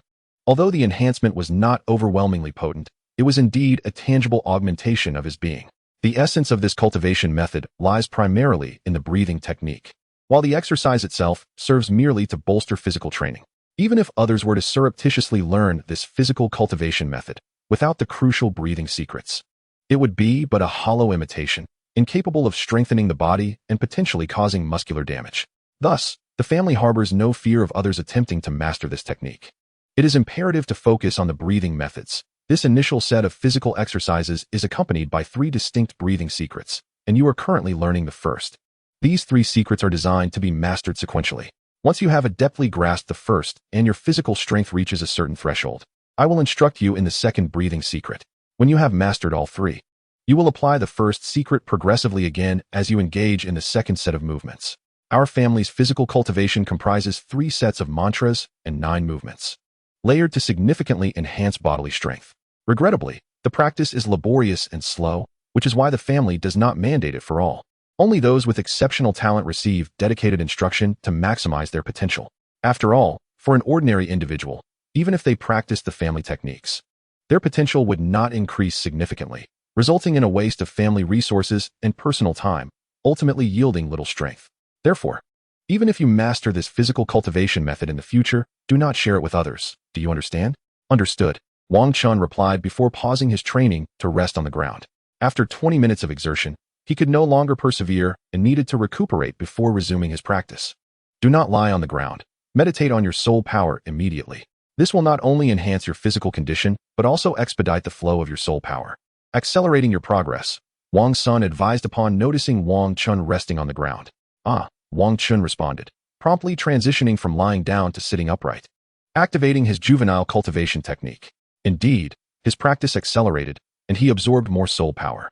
It was no wonder that many within the family experienced rapid increases in strength.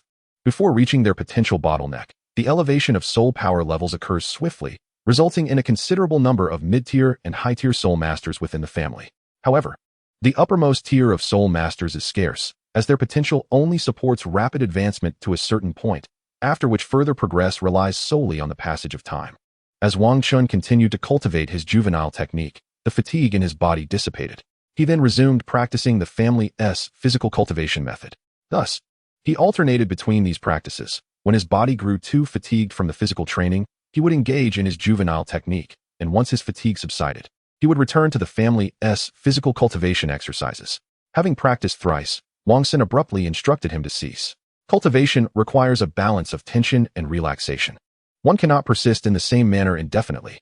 The medicinal concoction you consume today has nearly been depleted. Continuing further would only deplete your physical reserves, adversely affecting your potential. If you persist, not only will you fail to grow stronger, but you may also become weaker. Upon hearing Wang Sen's words, Wang Chun complied and halted. After all, he understood this issue. It was merely the novelty of practicing this physical cultivation technique that had led him to overlook it. With Wang Sen's reminder, he naturally stopped. Wang Chun patted his backside and headed home, reflecting on the fact that he had been transported to this realm for 6 years. Encountering the cultivation techniques of this world for the first time filled him with excitement. Indeed, it is advantageous to be sheltered by a grand tree. Having traversed into such a family, not only does he have access to cultivation methods and resources, but he is also spared the concern of soul rings. As the family has arranged everything for him, all he needs to do is cultivate. This is certainly a far cry from Tang San, who not only had to cook for himself and care for his drunken father, but also lacked cultivation resources. If he couldn't surpass that, it would be better to simply find a block of tofu and end it all. All right, I shall take my leave for a bath. Wang Chun replied to his mother before departing. After finishing his bath, he retreated to his bedroom to rest, feeling quite fatigued. Although the prospect of growing stronger exhilarated him, the weariness of both body and mind does not simply vanish.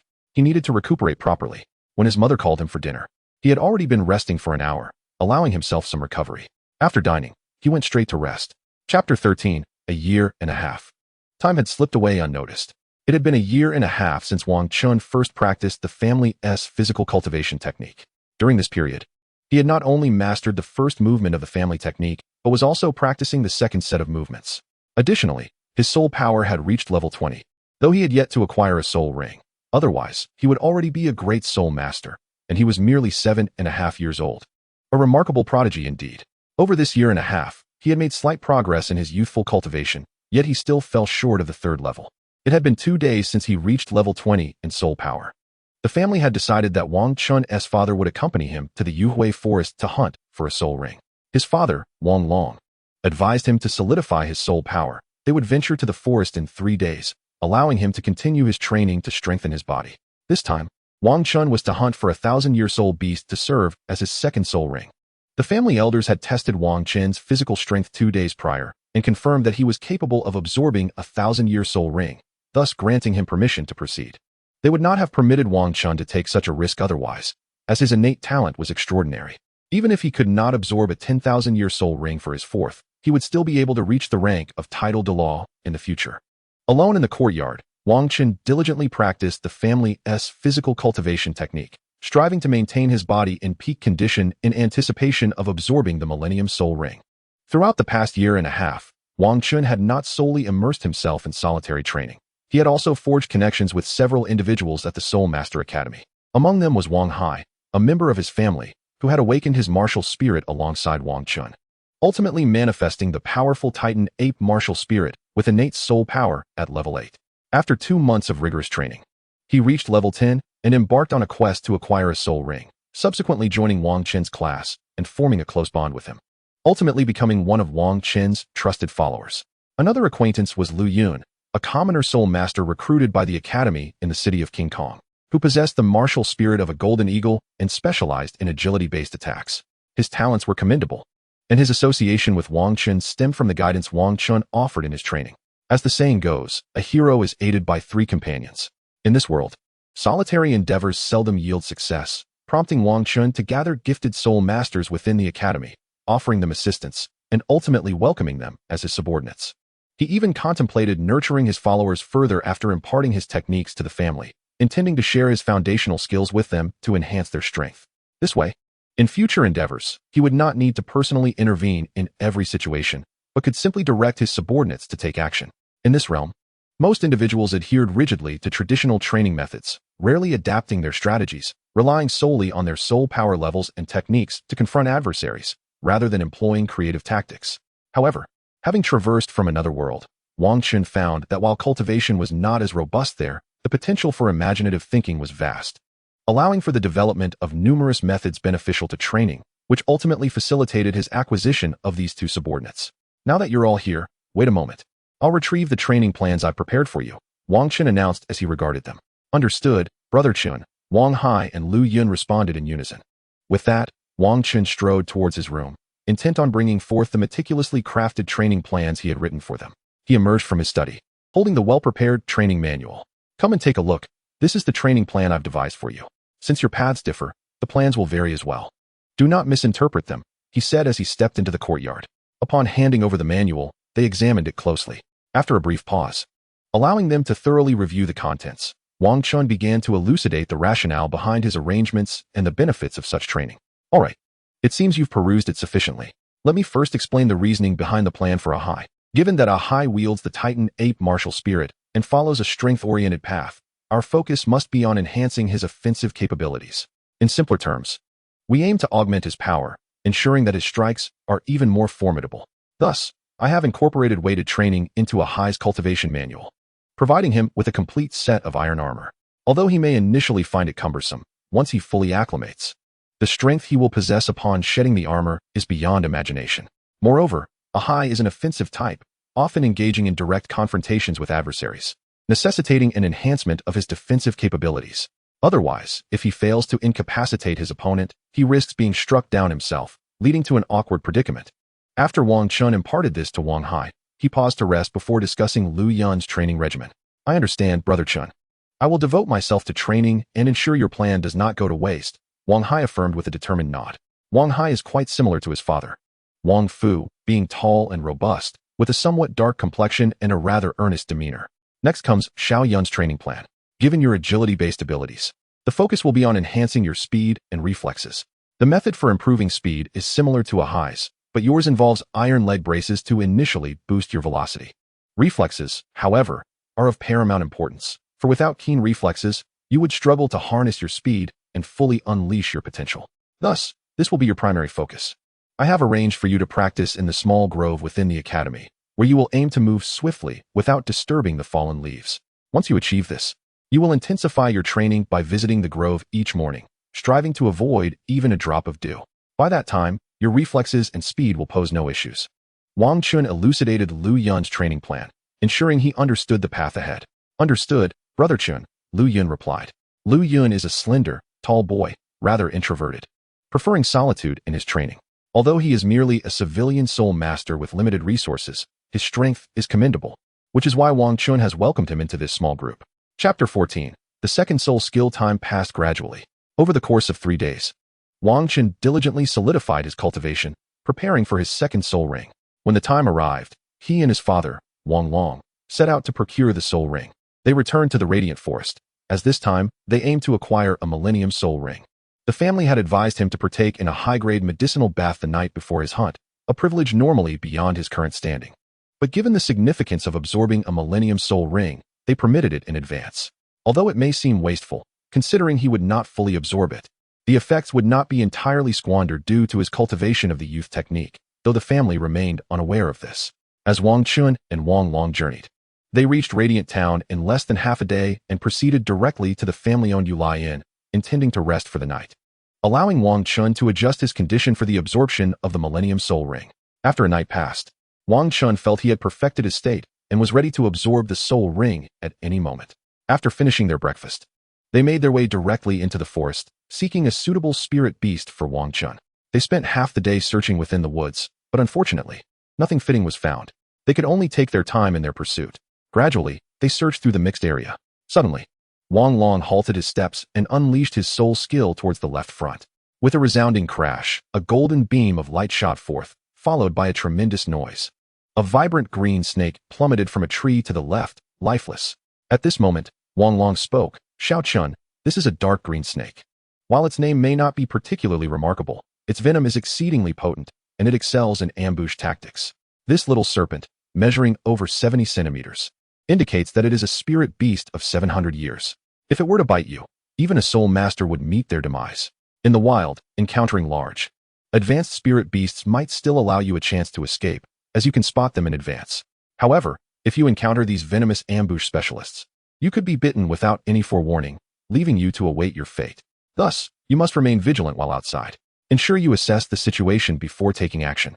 These are my words of wisdom, and you must, without fail, remember them. Understood, Father, Wang Chun replied, somewhat astonished, as this was his first encounter with such a scenario. The last time he sought a spirit ring, he had the assistance of an elder from the spirit Douluo, and with a stroke of luck, he swiftly found a suitable spirit ring, thus missing out on this experience. This time, he was indeed gaining valuable insight. After Wang Long's admonition, they continued their quest for the spirit ring. With no suitable spirit beasts found in the mixed area, They ventured deeper into the forest. They traversed the depths for over an hour when suddenly, Wang Long heard a beastly roar. This sound exhilarated him, as he recognized it to be that of a large spirit beast, typically more suited to the King Kong family. He swiftly grabbed Wang Chun and hurried towards the source of the roar. As they raced through the forest, Wang Long, a soul sage, was able to move swiftly. Otherwise, individuals with lesser strength would easily fall prey to ambushing venomous spirit beasts. It was only due to his formidable soul power that he could traverse the woods in such a manner. However, his soul pressure only extended about a meter around him, as any greater distance might scare off the spirit beasts. Before long, they arrived at their destination. Wang Long carried Wang Chun up a tree, allowing them to observe from a distance. Before them lay an open area where a golden rhinoceros spirit beast stood, towering over 3 meters with its massive horn, exuding an air of grandeur and power. Yet, it was now emitting roars to intimidate the black spirit beast before it. At this juncture, Wang Long addressed Wang Chun. "Shao Chun, behold that golden soul beast.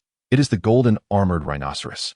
This particular soul beast is exceptionally unique, for its exterior differs greatly from that of other rhinoceros soul beasts, which are encased in thick hides. The golden armored rhinoceros, in contrast, is adorned with golden scales that provide formidable defensive capabilities, making it an ideal choice for your second soul ring. Furthermore, it is merely over 1,000 years old, rendering it a perfect candidate. The black leopard soul beast nearby is the ink cloud leopard, known for its swiftness and skill in ambush. Allow me to handle them. Prepare yourself to absorb the soul ring shortly." Upon concluding his words, Wang Long immediately summoned his martial spirit, unleashing his soul technique upon the 2 beasts below. The creatures, sensing imminent peril, were startled. However, awareness of danger does not equate to evasion. With a thunderous crash, Wang Long's soul technique struck down, inflicting severe injuries upon both soul beasts, bringing them to the brink of death. He had intentionally moderated his attack, as he required their soul rings for later use. Swiftly, he dispatched the ink cloud leopard and summoned Wang Chun to prepare for the absorption of the 1,000-year soul ring. Wang Chun then took action, slaying the golden armored rhinoceros, from which a purple soul ring ascended. Sitting on the ground, he inhaled deeply, focusing his mind in preparation for the absorption. He activated his soul power, drawing the purple soul ring toward him. As the ring descended upon his head, an overwhelming pressure enveloped him, the burden of a 1,000-year soul beast, akin to a colossal stone cast into serene waters, creating tumultuous waves that buffeted Wang Chun's body and spirit. Wang Chun channeled his soul power, allowing his martial spirit to absorb the soul ring. Yet at that moment, he felt an inexhaustible energy surging through him. His body resembled a fragile boat adrift in a torrential flood, swaying amidst the onslaught. Each collision with the soul power threatened to overwhelm him. Yet he continually regained his composure, akin to the forging of iron. This relentless process expelled impurities, rendering his physique stronger. With each impact, not only did his physical prowess augment, but his defenses also significantly improved. As time elapsed, over an hour passed, and Wang Chun finally completed the absorption of the soul ring, awakening from the experience. Rising to his feet, he sensed the transformation within his body and soul techniques. Feeling a profound surge of strength, his physical attributes had enhanced remarkably, and his soul techniques had become extraordinarily potent. As expected from a 1,000-year soul beast serving as a second soul ring, bestowing him with an exceptionally formidable ability. "How do you fare, Shao Chun? What is the nature of your soul technique?" Wang Long inquired anxiously upon witnessing his son's completion of the soul ring absorption. His concern was palpable, given that absorbing a 1,000-year soul beast as a second soul ring defied conventional wisdom. Were it not for prior research conducted within their family, he would never have permitted his son to undertake such a risk.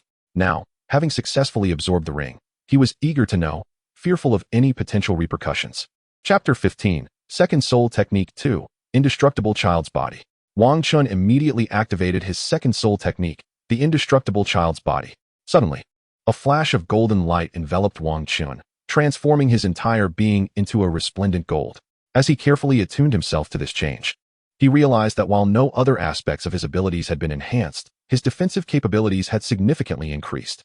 "Father, my second soul skill is called the Indestructible Body of the Diamond Child, which can augment my defense by 200% and reduce damage by 20%. Furthermore, with each additional soul ring I absorb, my defenses will continue to grow. For every soul ring added, my defense will increase by 20%, and damage reduction will rise by 5%. Wang Chun excitedly elucidated his newfound power to his father. This soul skill is truly remarkable, almost divine. Wang Long marveled at Wang Chun's explanation. "Father, I wish to find a soul beast to test my second soul skill. Wang Chun expressed his eagerness to put his abilities to the test. Very well, Wang Long replied, not resisting his son's desire.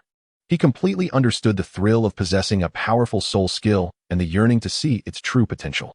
Moreover, within this forest, there were no formidable 10,000-year soul beasts, and he could assure Wang Chen's safety. Under Wang Long's keen mental perception, they soon located a suitable target, a 100-year-old shadow leopard, a worthy adversary in this forest.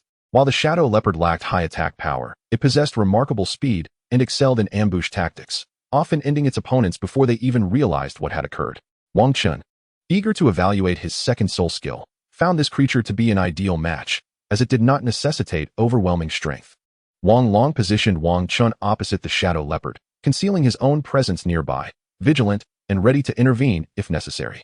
Upon spotting the creature, Wang Chun summoned his martial soul.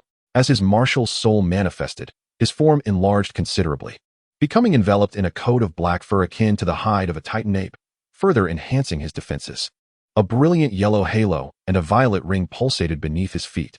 The shadow leopard did not recklessly launch an attack. Instead, it circled around Wang Chun, searching for a weakness to exploit for a decisive strike. This was the survival instinct of the agile shadow leopard. Wasting energy could jeopardize its ability to handle unforeseen circumstances. After completing its reconnaissance, the leopard, having found no discernible flaws, decided to test the waters. It tensed its powerful hind legs and lunged toward Wang Chun with ferocious speed. In response, Wang Chun felt a surge of exhilaration rather than fear. His second soul skill, while astonishing in its defensive prowess, did not enhance his speed. He knew that without engaging the beast, he could not truly comprehend the limits of his skill. Lowering himself slightly, he assumed a horse stance, shifting his center of gravity downward to prevent being thrown off balance. With a firm shout, he activated his second soul skill, the indestructible body of the Diamond Child. Wang Chen's body radiated a dazzling golden light, swelling further in size. As the shadow leopard lunged towards him, he remained calm, positioning his hands in front of him and slightly bending at the waist, ready to test his skill. The approaching shadow leopard, with its sharp claws poised to strike, aimed to breach Wang Chen's defenses and savor its anticipated feast. Regrettably, the beauty of imagination starkly contrasts with the harshness of reality.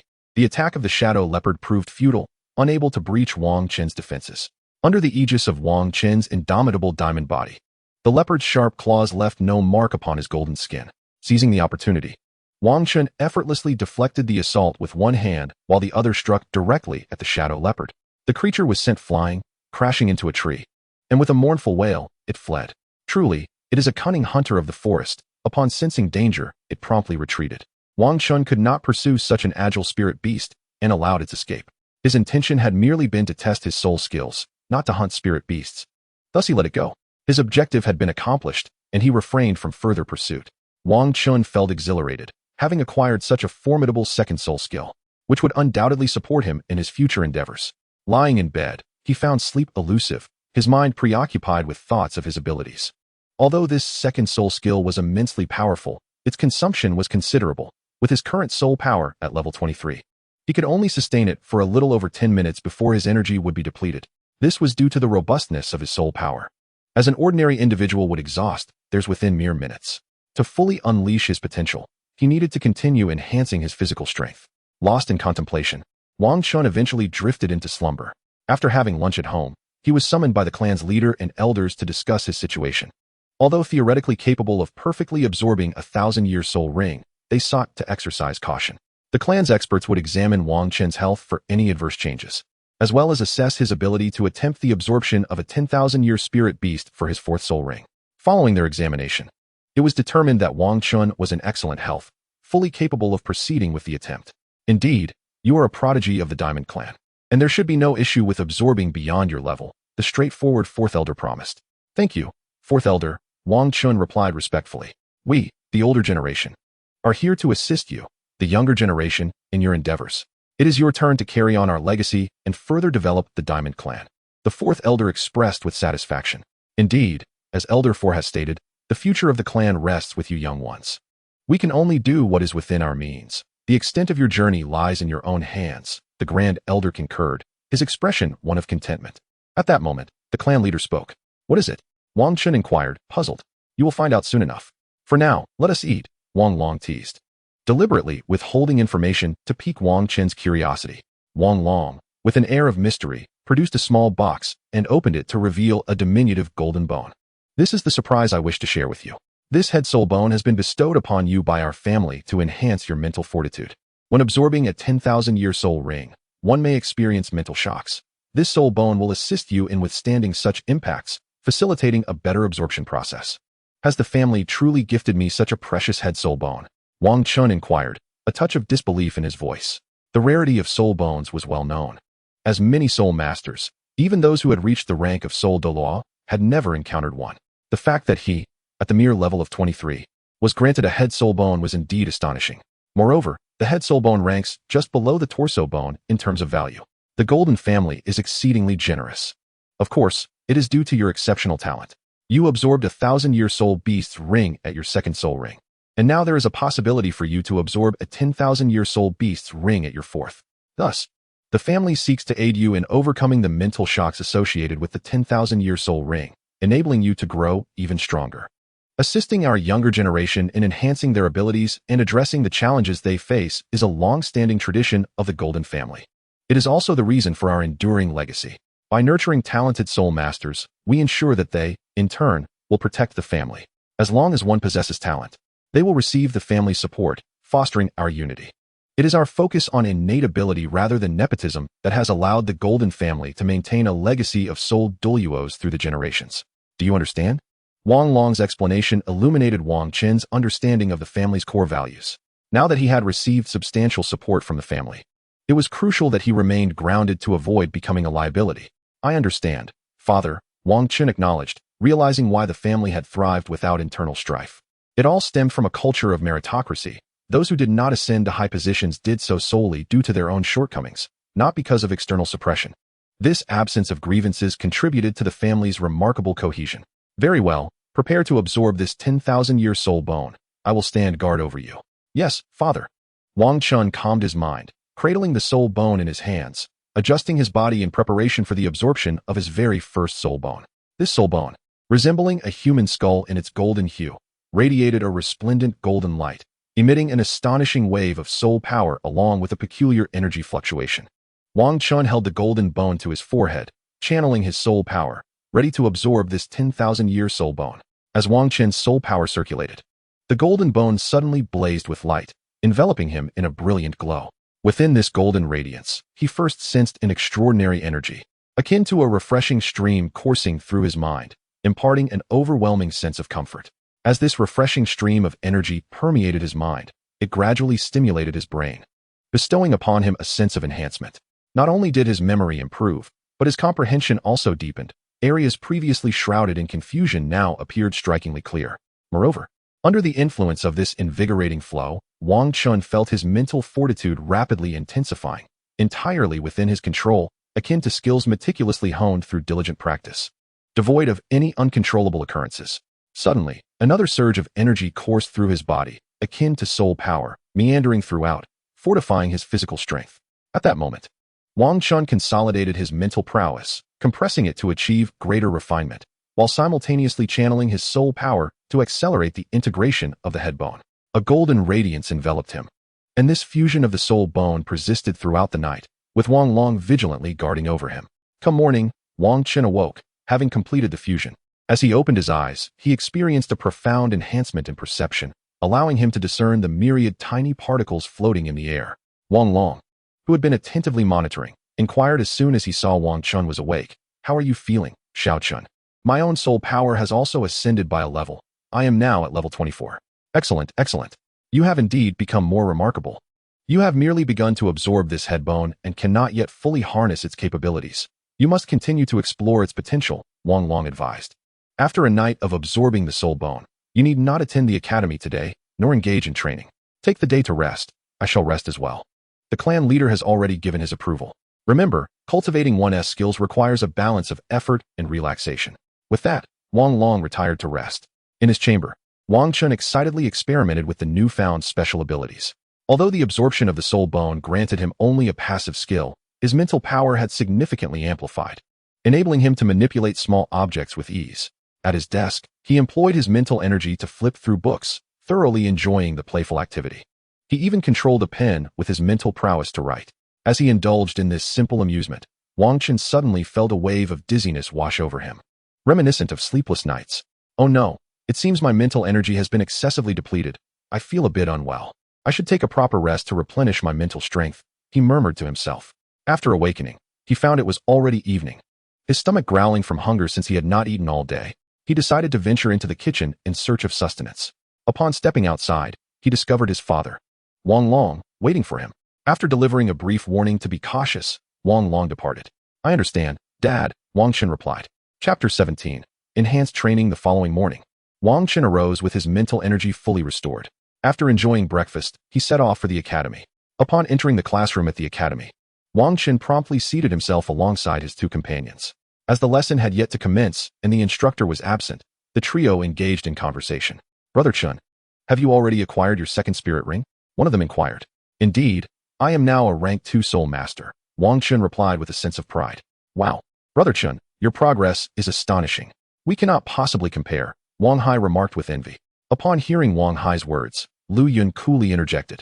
Brother Chen possesses innate, full soul power. Naturally, you cannot measure up. You.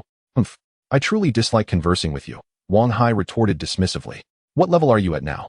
Brother Chen? Wang Hai asked, puzzled. I have reached the 24th level, Wang Chen announced. Wow, how have you progressed so swiftly? 24 already. Did you not just acquire your spirit ring? Because I absorbed a millennium spirit ring, I have gained so many levels, Wang Chen explained, omitting the fact that he had also absorbed a spirit bone. This was not a matter of trust. Rather, he perceived no benefit in divulging such information.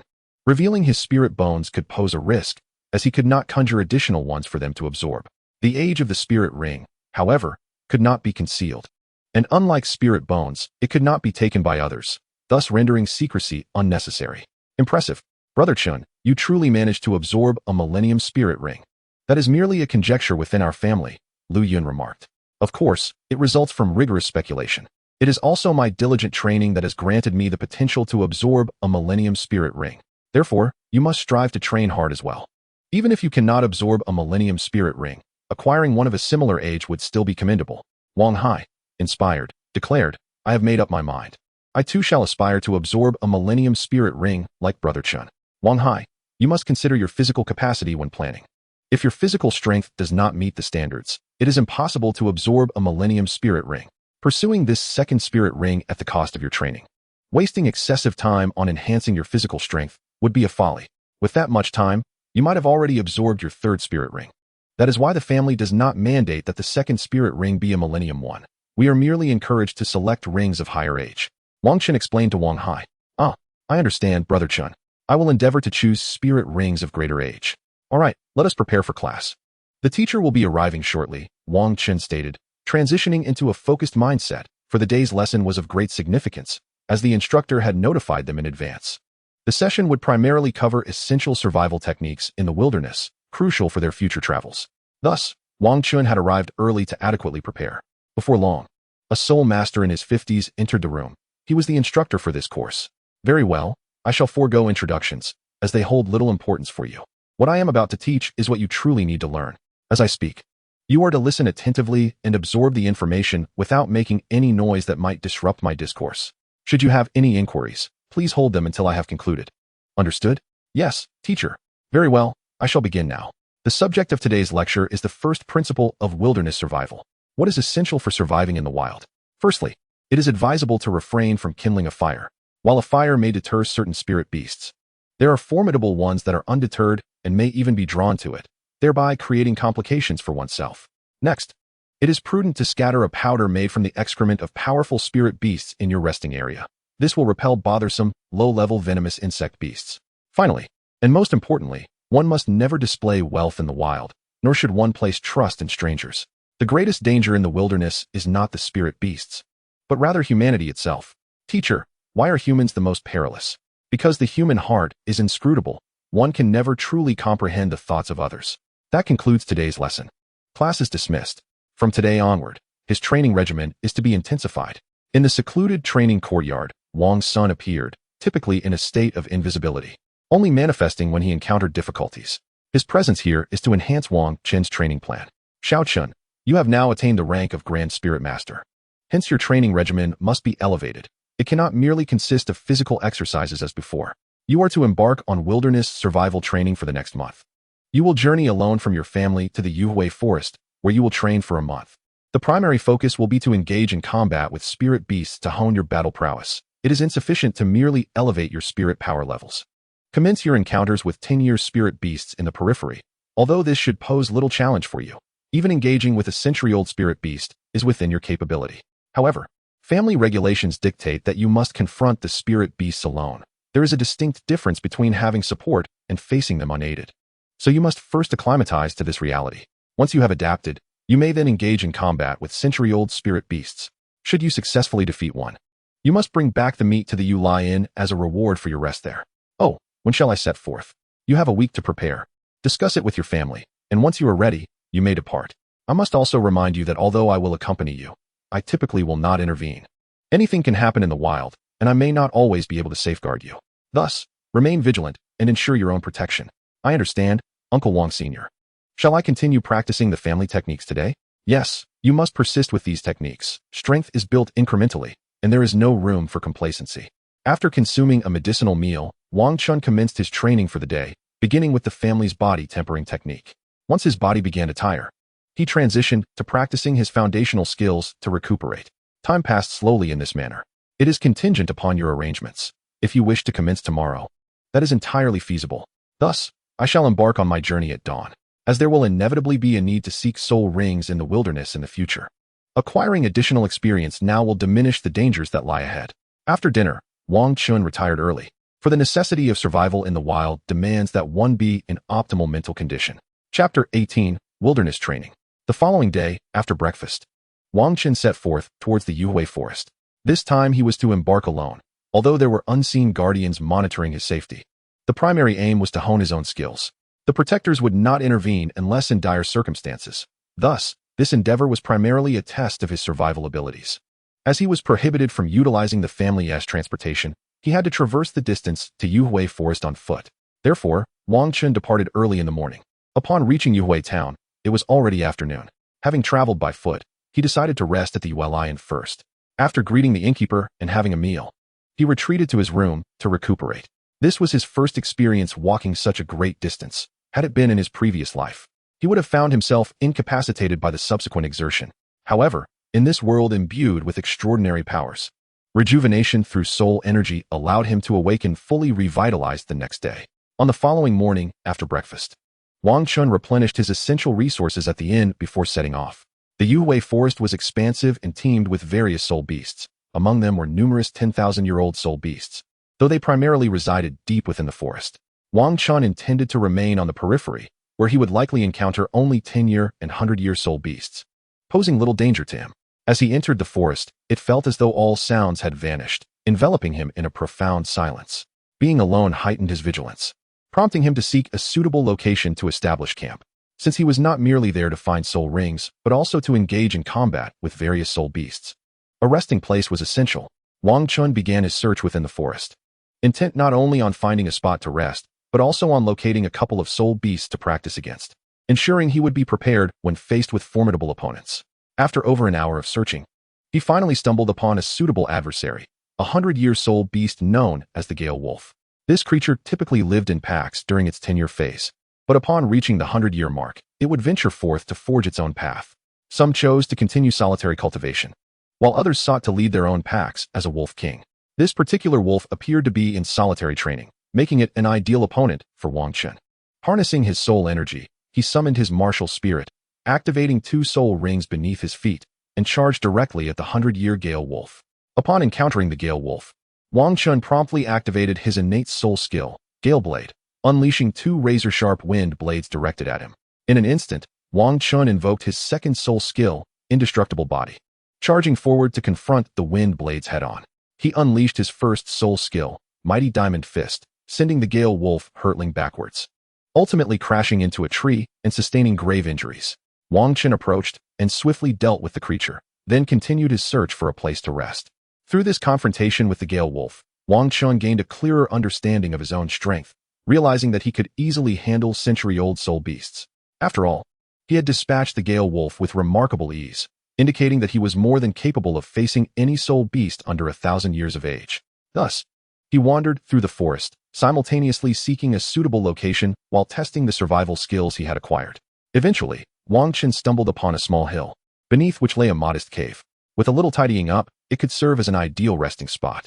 After preparing the cave, he scattered some medicinal powder around and collected dry firewood nearby, intending to cook a meal, having spent considerable time searching and battling a century-old soul beast. It was essential to replenish his energy. Wang Chun retrieved a small iron pot from his storage soul guide and took out some air-dried soul beast meat prepared by his family, concocting a savory soup. After enjoying his meal, he cleaned his utensils and prepared to venture out in search of a suitable soul beast to train against, aiming to stock up on food while also scouting for a water source in the forest.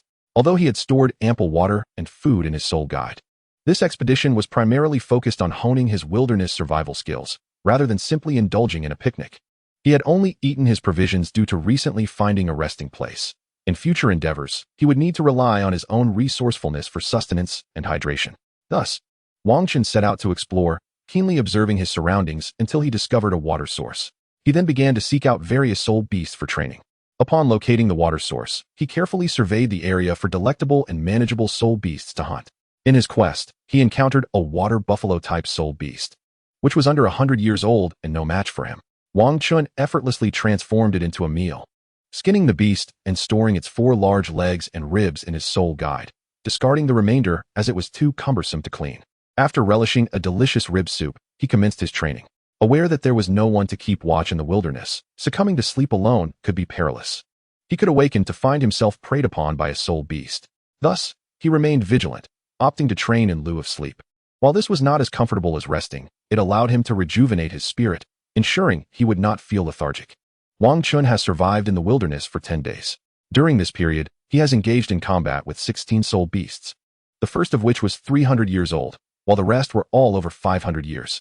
Wang Chen's current strength allows him to effortlessly deal with soul beasts under 500 years, often dispatching them in an instant.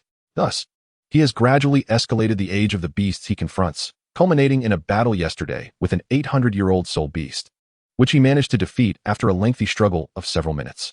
Due to the nature of the wilderness, Wang Chun aims for swift resolutions in his encounters. Otherwise, the noise may attract other soul beasts, posing a danger to him.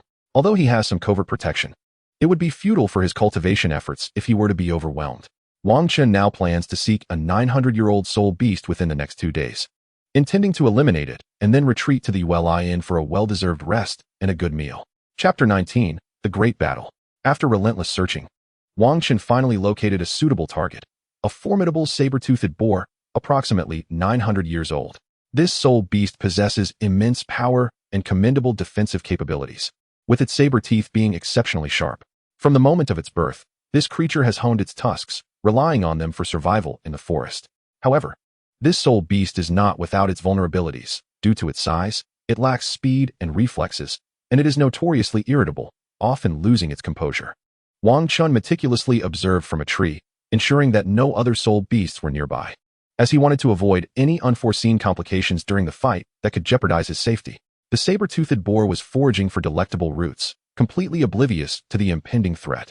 Upon confirming that it was the only soul beast in sight, Wang Chun resolved to make it his target and extract it from the forest for the Douluo Inn. After 10 days of training, Wang Chun is no longer the brash novice who relied solely on frontal assaults. He has learned to exploit weaknesses and execute ambushes, allowing for quicker resolutions to battles without wasting time on brute force. This strategy enables him to achieve maximum results with minimal effort, conserving enough soul power to handle various unexpected situations. As the soul beast continued to munch on its roots, Wang Chun activated his martial soul, unleashing his first soul skill and charging from the boar's flank with astonishing speed. The saber-toothed boar had no time to react before Wang Chun struck, sending it hurtling into the forest, where it collided with a tree and crashed to the ground, creating a significant impact crater. Although the saber-toothed boar sustained considerable injury, it did not lose its fighting spirit.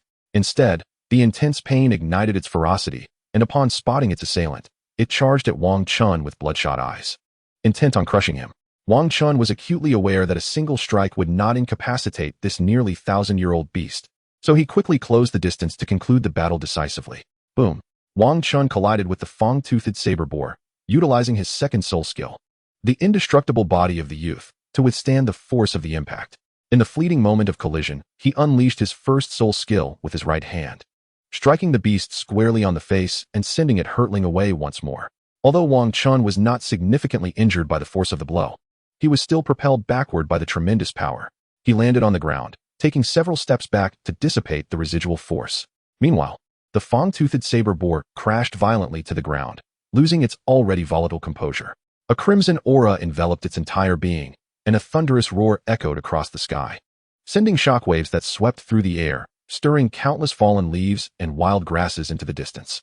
At the center of this chaos, the fang-toothed saber boar emanated an astounding aura, resembling a descending demon. The red waves of energy surrounded it, while its tusks appeared stained with blood. Exuding an aura of terror, Wang Chun, empowered by his martial soul, had his soul energy operating at its zenith. The golden light radiating from his body shimmering brilliantly as he charged forward. The fang-toothed saber boar, in a frenzied state, rushed at him without a hint of rationality. There were no elaborate soul skills employed. It relied solely on brute strength, surging forward like an imposing mountain. Bring it on. Wang Chun grinned, equally exhilarated. Feeling his adrenaline surge, the collision between Wang Chun, fortified by the indestructible body of the youth, and the fang-toothed saber boar was akin to a clap of thunder, generating a fierce shockwave that caused the leaves of nearby trees to tremble. At the epicenter of the clash, the earth itself was disrupted by the force of their confrontation. With a furious roar, the fang-toothed saber boar pivoted, using its massive tusks to charge at Wang Chun, intent on eliminating the human who had wounded it. Wang Chun, undeterred, unleashed his formidable soul skill, delivering a powerful blow with his right hand directly onto the tusk.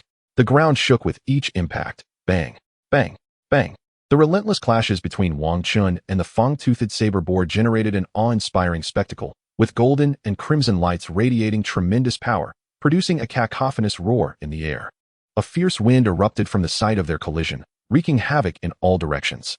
After several intense minutes of combat, the fang-toothed saber boar began to falter, the strength derived from its fleeting rationality waning. With its natural defense compromised against Wang Chun's formidable soul skill, it was only a matter of time before it succumbed to exhaustion. Recognizing this glaring weakness, Wang Chun seized the opportunity, deftly sidestepping the boar's charge and unleashing his mighty golden fist upon its throat, causing it to collapse to the ground, incapacitated. The family provided an exceptional soul tool, a storage soul tool measuring 3 meters by 3 meters by 3 meters, encompassing a volume of 27 cubic meters. After accommodating the saber-toothed boar within, there was scarcely any room left, aside from his own prepared resources. Upon arriving in the town, he first visited the Yulai Inn, greeting the innkeeper. He entrusted the saber-toothed boar to the inn, requesting them to manage it, as Wang Chun desired a sumptuous meal that evening. Any leftovers would serve as a gift to the inn. Wang Chun retreated to his room to indulge in a thorough bath, a luxury absent in the wilderness. And thus he took great care to cleanse himself. After his refreshing wash, he began to reflect on his recent experience of training in the wild, particularly focusing on the confrontation with the saber-toothed boar. He realized that he could have employed a strategy of ambush and kite the creature to gradually wear it down. However, in the heat of the moment, he had charged head-on, which, while effective in resolving the battle, proved to be significantly more perilous. Yet, such direct confrontations accelerated his growth and strength. Through this encounter, Wang Chun had reached the threshold of level 25. It seemed that elevation to that level was imminent. Deep in thought, he grappled with the realization that he must maintain rationality and not let fervor push him into reckless battles. Yet, once the adrenaline surged, contemplation often faded, leaving him in a state of internal conflict. Ultimately, he decided to embrace the flow of events, dismissing overthinking, and stepped out of his room, eager for a delightful meal and a good rest, planning to explore the town the following day. Chapter 20. Strolling in the town, Wang Chun exited his room and made his way to the dining hall, ready for dinner. The innkeeper had already arranged the meal, awaiting Wang Chun's arrival. Upon seeing him emerge, the innkeeper promptly called for the waiter to bring forth the prepared soul beast dishes. The next morning, after enjoying breakfast, Wang Chun ventured out. All right, Xiao Chun. He exited the inn and headed towards the plaza. This quaint town was structured around a central square, expanding outward with numerous buildings and shops. Many were engaged in commerce, with a cacophony of calls echoing through the streets. Hunting century-old power-type soul beasts. Join now for 20 gold soul coins. Professional hunting of century-old soul rings. Those interested may come for a private chat. Forming groups to hunt soul beasts. Anyone interested in joining? Wang Chun, indifferent to these proclamations, primarily sought local delicacies and hoped to uncover any hidden treasures within the town. Reminiscent of protagonists in novels who often discover extraordinary artifacts in unassuming places. He set his sights on the street renowned for its distinctive snacks, eager to sample the culinary offerings of the Douluo Continent. As he meticulously searched the snack street for culinary delights, he suddenly stumbled upon a small shop displaying a sign that suggested it might be quite appetizing. Intrigued, he stepped inside, ready to savor the flavors. "Greetings, esteemed guest. What would you like to order?" The enthusiastic waiter warmly welcomed him upon his entrance.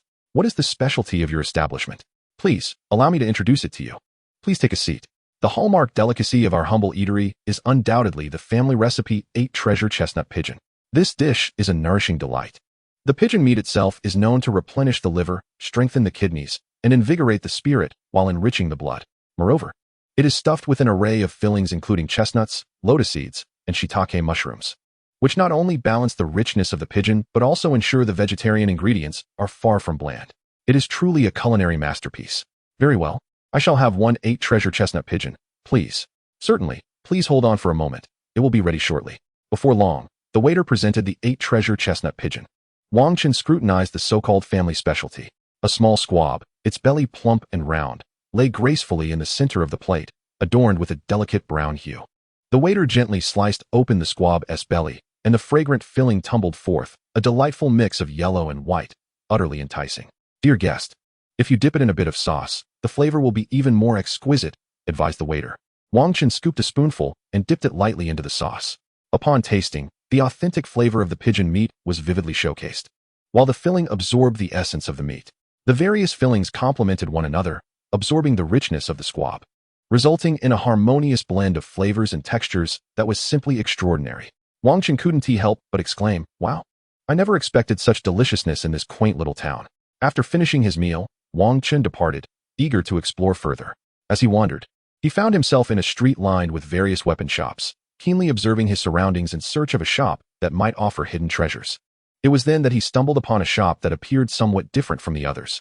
This establishment was rather modest and slightly worn down, perfectly fitting the narrative of a place where the protagonist might uncover hidden gems. Wang Chen stepped inside.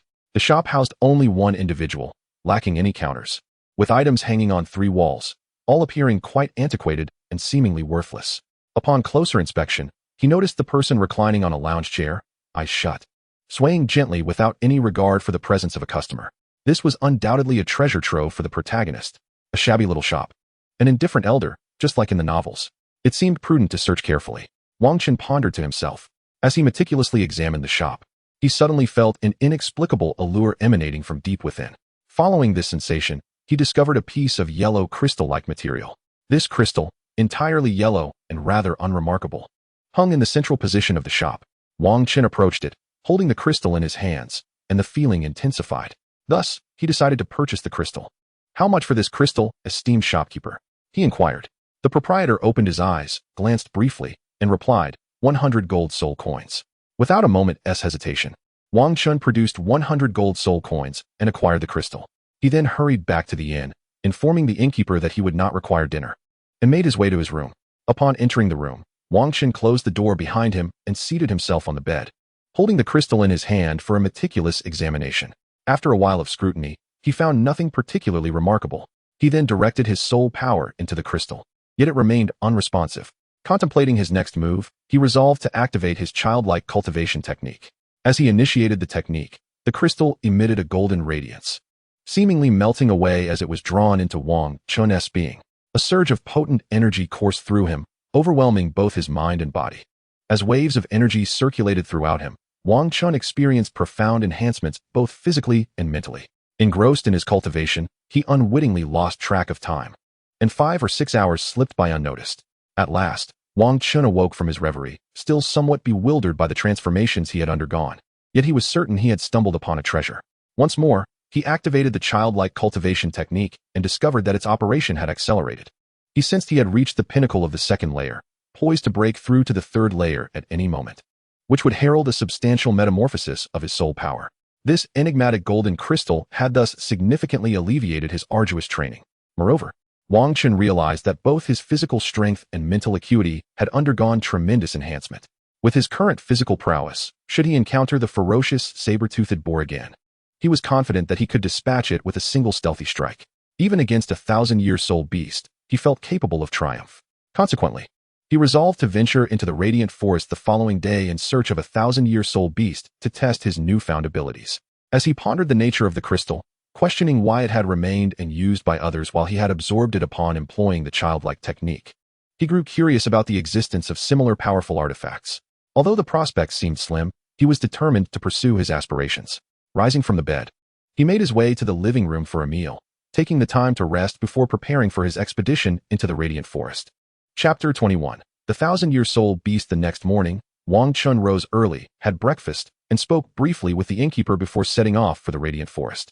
Upon returning to his resting camp, he began preparing dinner, opting for the previous meal of beef complemented by a white radish simmering over the fire. He mused that he must venture into the mixed zone, as finding a suitable 1,000-year-soul beast to test his strength in the outskirts appeared improbable. An hour passed, and just as the beef and radish stew was nearing completion, a sudden howl of a wolf echoed from outside. Wang Chen's body quivered with excitement. He recognized the sound as a wolf's howl. In the wilds of the Radiant Forest, such a bold proclamation could only signify a formidable creature, perhaps a fitting soul beast. Deciding to investigate, Wang Chen ventured outside to discern which soul beast was making such a ruckus. Wang Chen stepped out of the resting camp, hastening towards the source of the sound. Soon, he arrived at his destination and discovered a millennium-old shadow wolf. Unlike its counterparts, which typically hunted in packs, this solitary creature roamed alone, even nurturing its young to independence before resuming its solitary existence.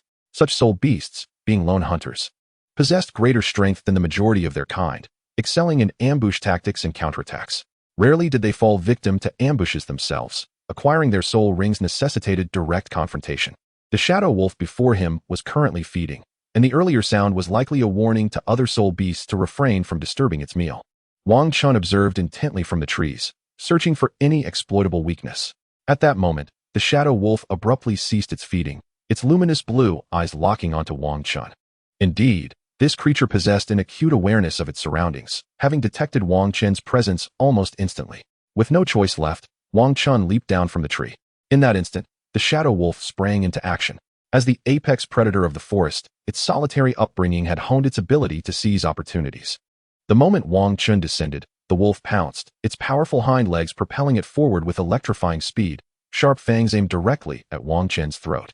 Wang Chun felt a rush of wind accompanied by a foul stench as the shadow wolf lunged toward him. In that split second of impending danger, he firmly planted his feet, tilted his body, raised his left hand as a shield, and transformed his right arm into a spear, thrusting it fiercely toward the wolf's skull. With a resounding crash, his elbow struck the wolf's nose, and he imagined he heard a crack, as if he had shattered the creature's nasal bone. The shadow wolf howled in agony, yet with a swift motion of its right paw, it lashed out. The sharp claws raked across Wang Chen's left forearm, tearing through his skin and leaving 3 deep gashes. Steadying himself on the ground, Wang Chun immediately summoned his martial spirit, activating his second soul skill, the indestructible body of the Diamond Child, which significantly bolstered his defenses and temporarily halted the bleeding from his wounded arm. This time, Wang Chun had been careless, neglecting to activate his martial spirit and second soul skill beforehand, resulting in his first injury in this confrontation with a millennium-old soul beast. The shadow wolf, after being struck, regained its footing and fixed its gaze on Wang Chun, poised to exploit any weakness and launch another attack. Rather than retreating in fear from the injury to its nose, the wolf's ferocity was ignited, intent on killing Wang Chun.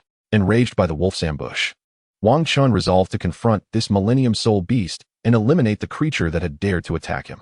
Thus, Wang Chun and the shadow wolf gazed at each other for a while. The shadow wolf found no flaws in Wang Chun, while Wang Chun, lacking the shadow wolf's remarkable speed, could only await its attack, hoping to seize an opportunity for a decisive strike. Eventually, the shadow wolf, no longer willing to wait, lunged at Wang Chun once more, harnessing its soul power to enhance its speed and sharpen its claws.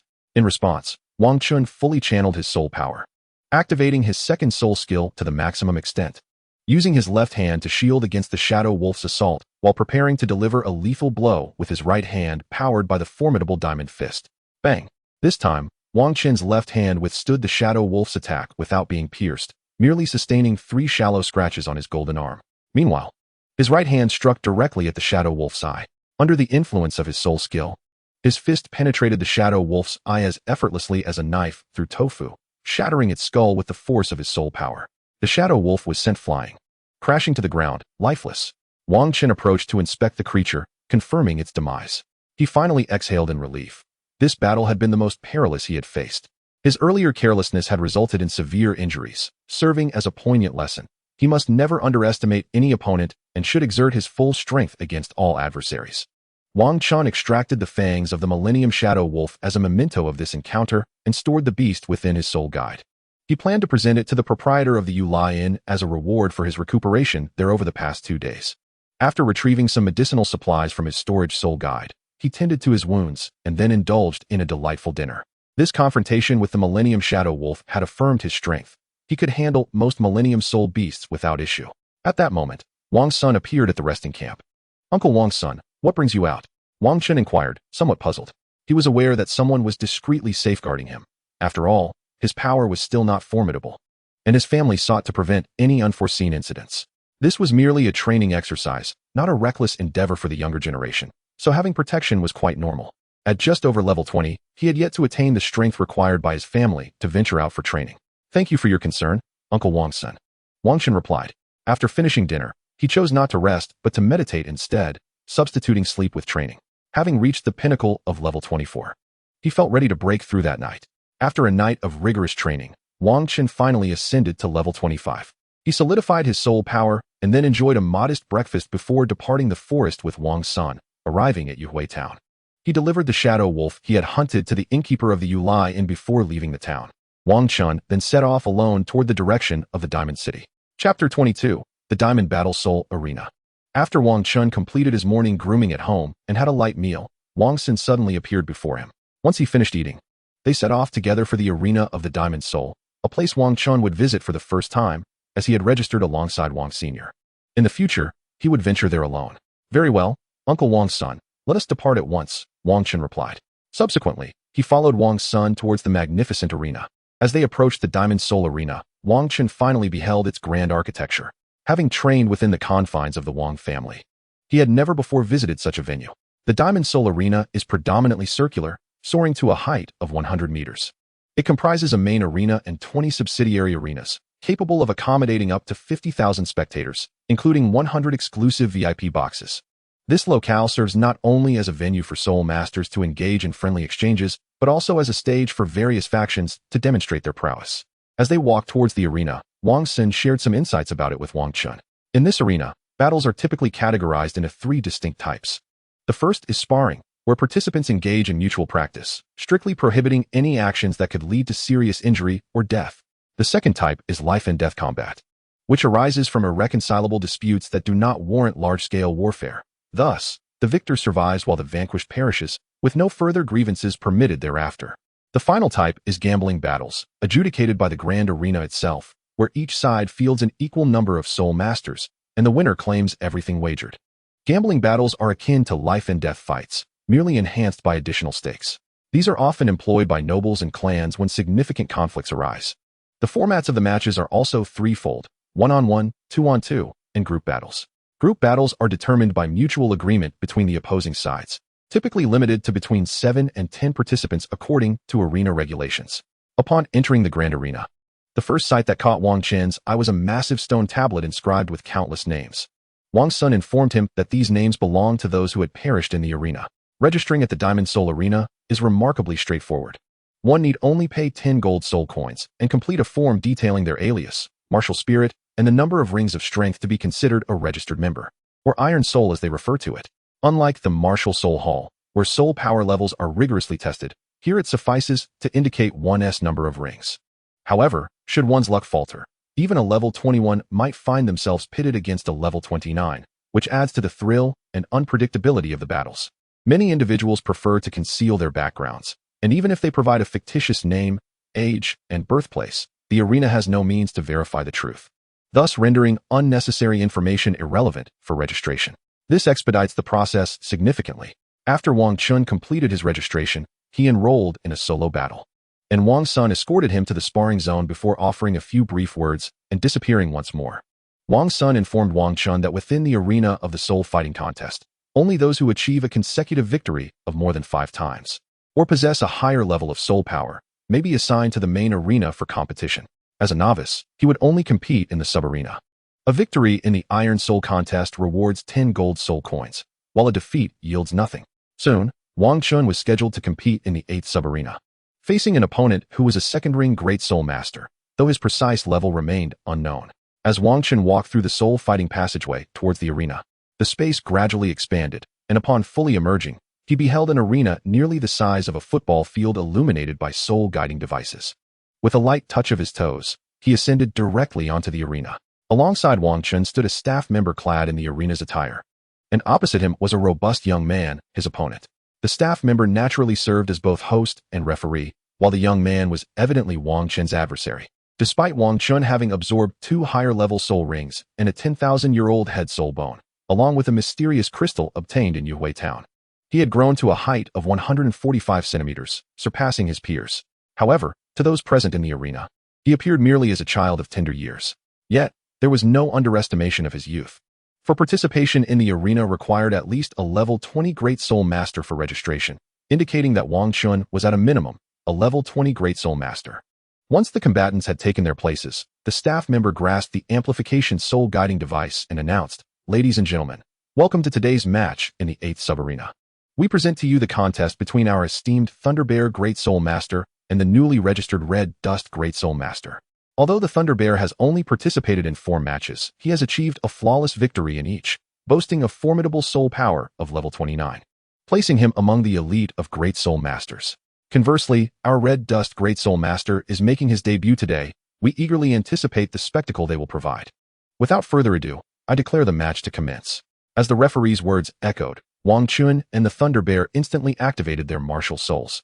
The roars of the bear and the howls of the ape ignited the atmosphere, with golden and purple soul power illuminating the arena, as if cleaving it in two.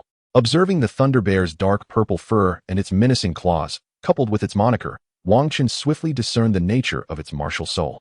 The Thunder Bear, albeit absent in the original narrative, was recognized by Wang Chun as a high-level martial soul capable of wielding thunder and lightning. Not only was it formidable in defense and strength, but its control over electrical forces rendered its offensive capabilities astonishing. Beneath the Thunder Bear, 2 yellow soul rings materialized. Yet upon witnessing the appearance of 1 yellow and 1 purple soul ring beneath Wang Chun, the Thunder Bear froze in astonishment. Not only was he stunned, but also the referee and the spectators present were taken aback. Those witnessing the match within the arena of the King Kong Soul Arena were certainly familiar with the illustrious Purple Millennium Soul Ring. However, the appearance of such a ring as the second soul ring was beyond their expectations. Yet, this was indicative of their lower status.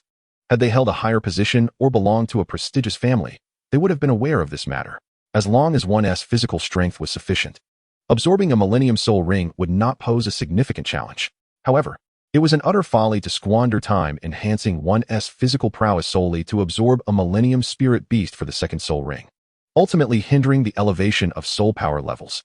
Just as depicted in the original text with Feng Xiaotian, the mutated 2-headed Gale Demon Wolf, coupled with innate full soul power, wasted time developing the Gale Slash and consequently delayed the increase of his soul power level, resulting in a mere 40 levels by the age of 20. This exemplifies the inefficacy of such an approach.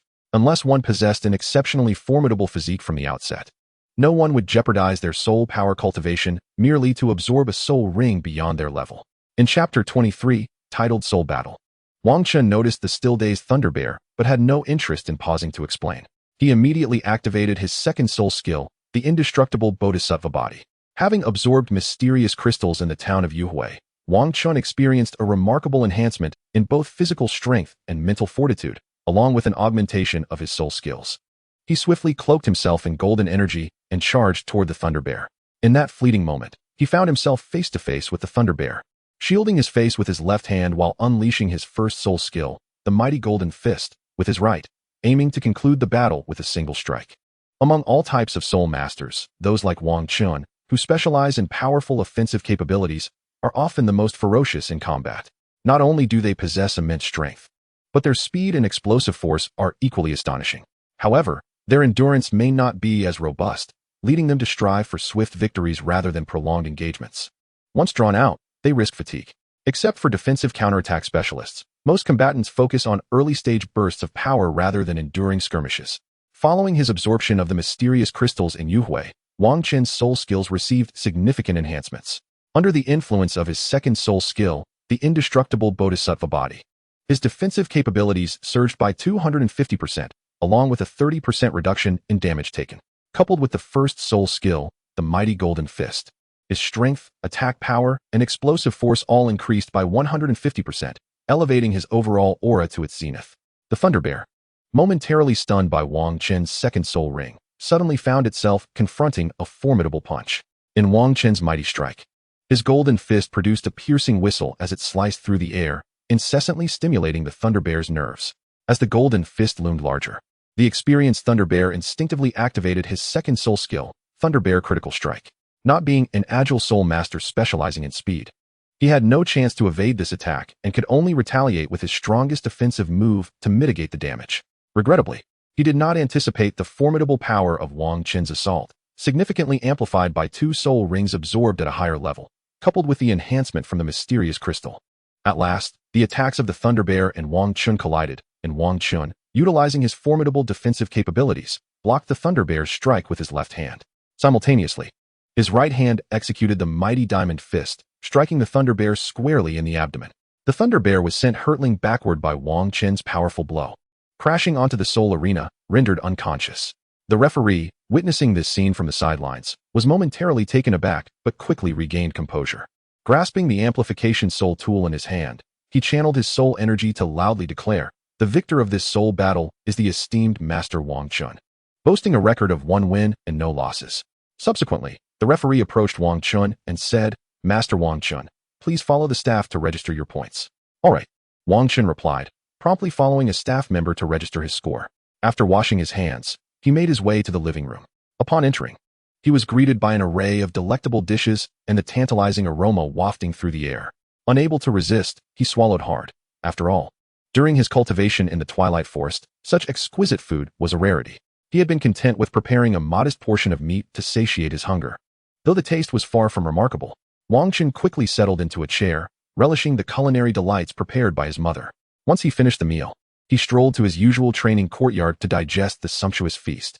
That night, he decided against further cultivation, opting instead for a good night's sleep. After all, relentless training without respite would not yield optimal results.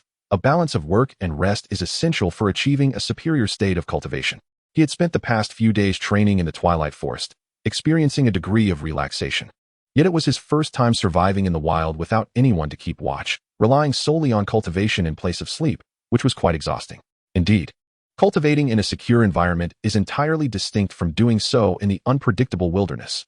Wang Chun retired early to relax his mind. The following morning, he awoke at dawn, a routine he had maintained since awakening his martial spirit. Although he had aimed to unwind the previous evening, he found himself rising early once more to cultivate. After all, the path of cultivation resembles rowing upstream. One either progresses or regresses. Every ounce of strength is accumulated gradually. After breakfast, Wang Chun headed directly to the Junior Diamond Soul Master Academy. He had previously refrained from attending due to his training in the Twilight Forest.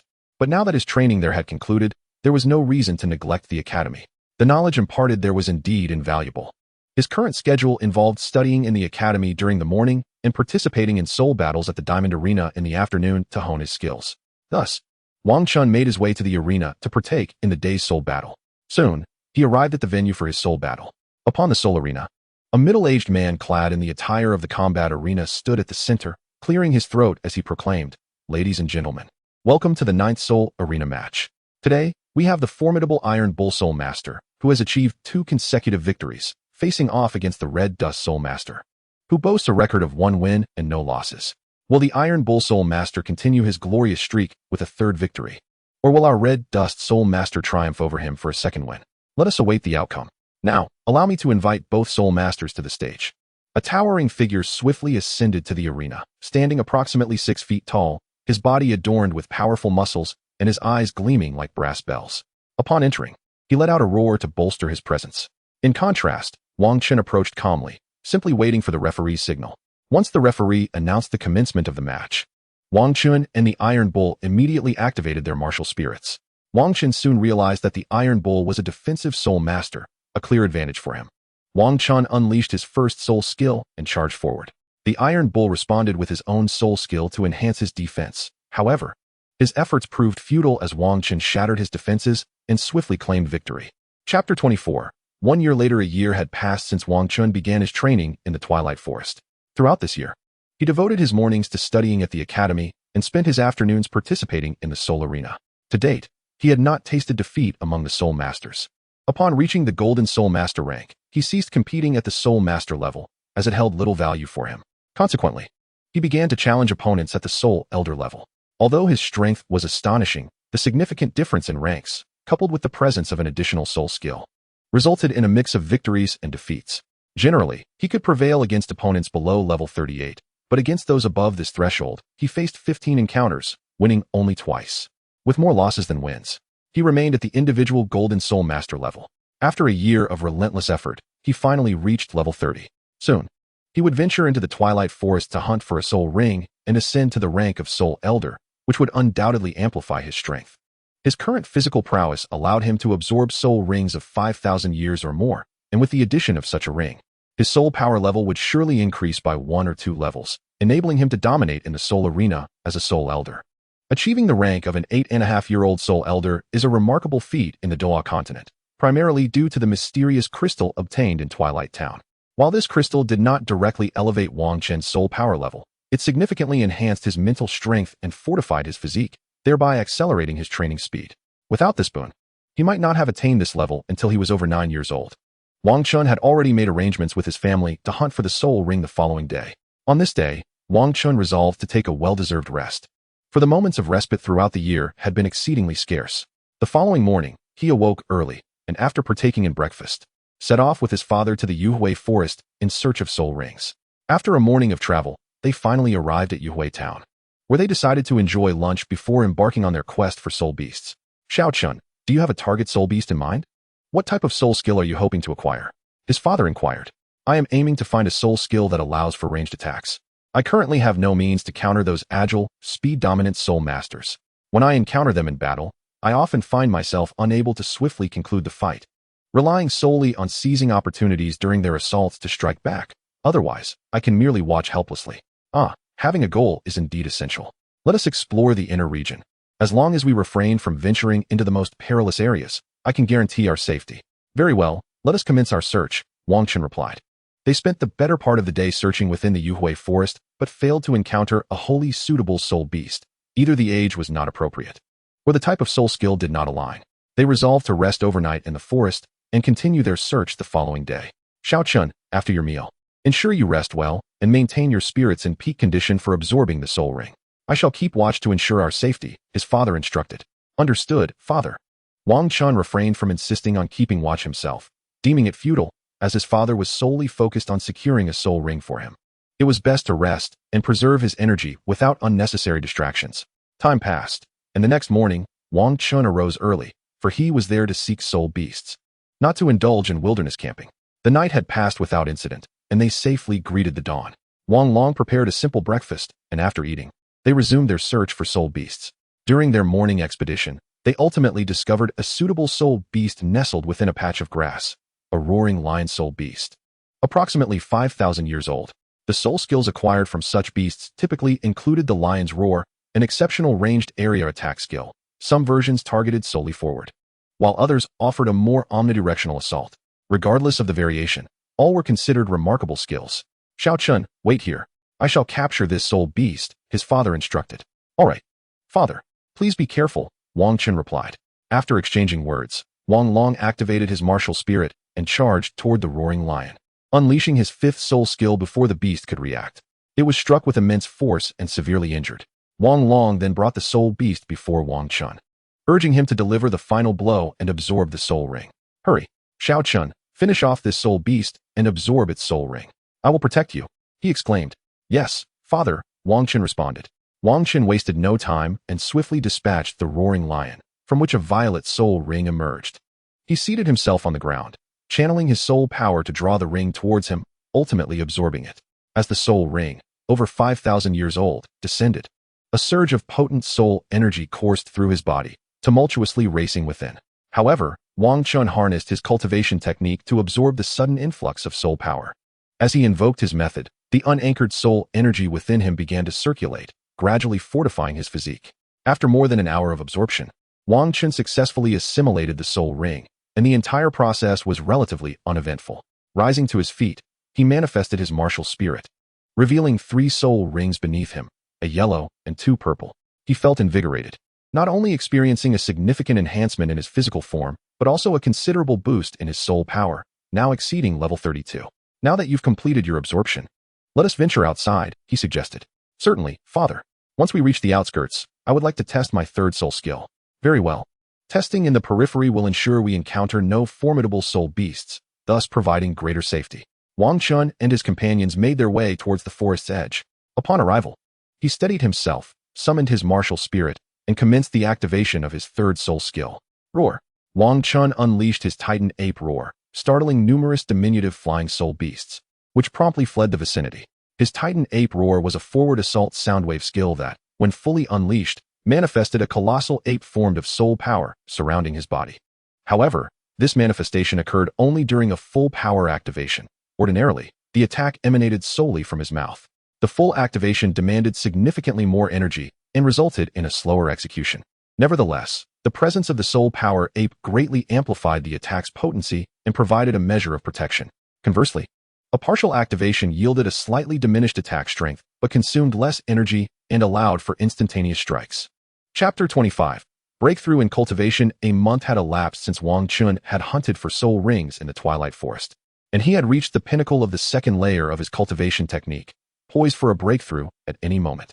He intended to devote the upcoming days to refining his technique, aspiring for an early advancement, as the 3rd layer of the meteor technique would confer a substantial enhancement to his abilities. However, to transition to the 3rd layer, he believed that practicing during the night would yield a higher probability of success. Thus, Wang Chun resolved to wait until evening to engage in earnest training. At present, he planned to locate his 2 younger brothers.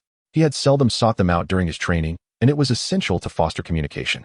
After all, trust cannot be built with a leader who remains distant. Genuine camaraderie is cultivated through interaction.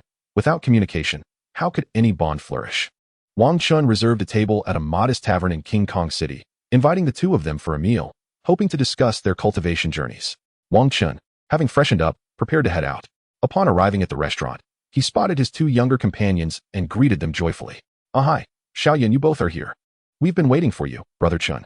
Let us head to the private room," they replied. Wang Chun then entered the reserved chamber with them, where he encouraged them to order their favorite dishes. Eventually, they commenced their discussion for the day. "Xiao, have you noticed any changes following my training regimen?" Wang Chun inquired.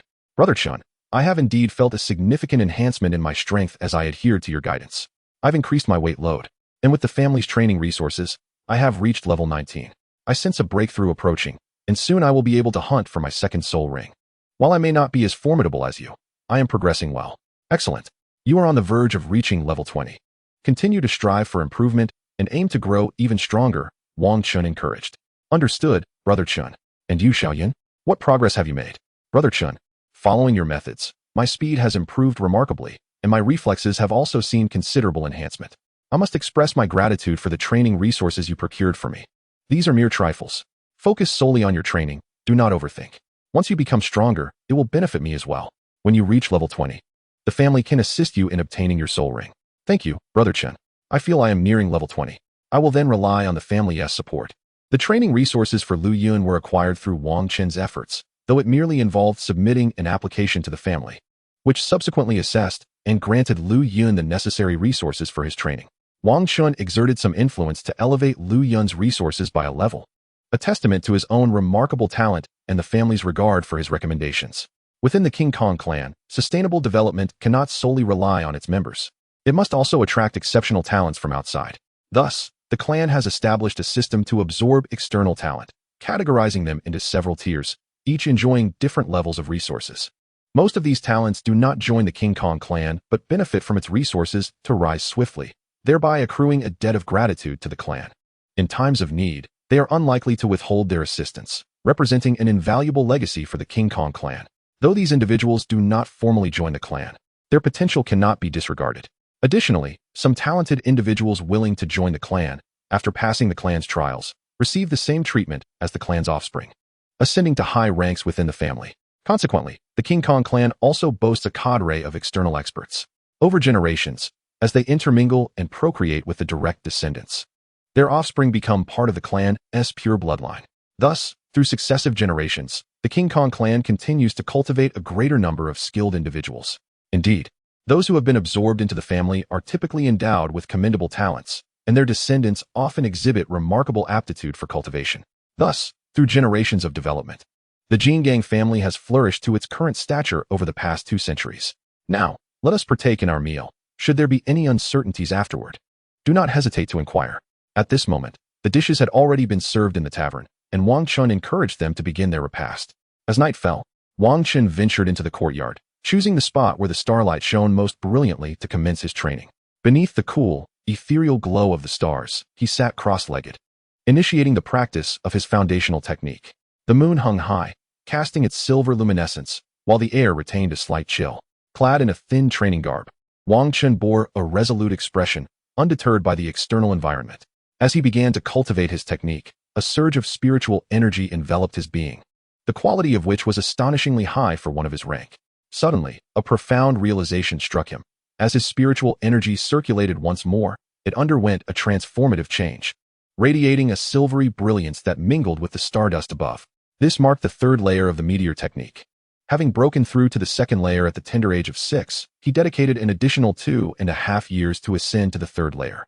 The foundational technique comprises 5 distinct realms, each presenting significant disparities. Mastery of the final layer, the Red Sun technique, is said to enable the practitioner to refine their essence and enhance their innate qualities. Even an individual of modest talent can transform into an extraordinary genius through this practice. Reaching the 3rd layer signifies an extraordinary leap from the previous 2, illuminating the remarkable nature of this technique. It emphasizes the principle of accumulating strength over time. The initial layers lay a solid groundwork, while the practitioner now stands at the precipice of explosive growth. The first 2 layers primarily enhance defensive capabilities, whereas the 3rd layer substantially amplifies offensive prowess. Is this the meteor technique? Wang Chun extended his right hand, channeling his spiritual energy to form a luminous silver aura around it, dazzling like a shooting star and imbued with an edge of sharpness. With a swift motion, he drew his hand across a nearby tree, producing a sound akin to a cleaving strike. Without visible exertion, the silver energy enveloping his hand proved as sharp as a blade, leaving a pronounced mark upon the trunk. The meteor technique. At this level, Wang Chun's spiritual energy manifested with an innate brilliance, capable of coalescing into a silver light akin to a meteor, sharp enough to slice through gold and sever iron without effort. The foundational technique emphasizes the accumulation of strength over time, although the subsequent stages grow increasingly arduous and time-consuming. The higher the level attained, the swifter the cultivation progresses. Thus, this technique grows more formidable with each advancement, while the time spent in training does not significantly increase. A radiant smile unfurled across Wang Chun's face. The initial tears of his childlike mastery did not significantly enhance his offensive capabilities. Thus, despite his formidable strength obtained through the extraordinary absorption of soul rings, his attack power remains somewhat modest. However, upon reaching the celestial level of the meteor technique, his soul force transformed into a resplendent silver light, sharp as a blade and indomitable, thereby amplifying his offensive prowess immensely. Chapter 26. A Duel Once More.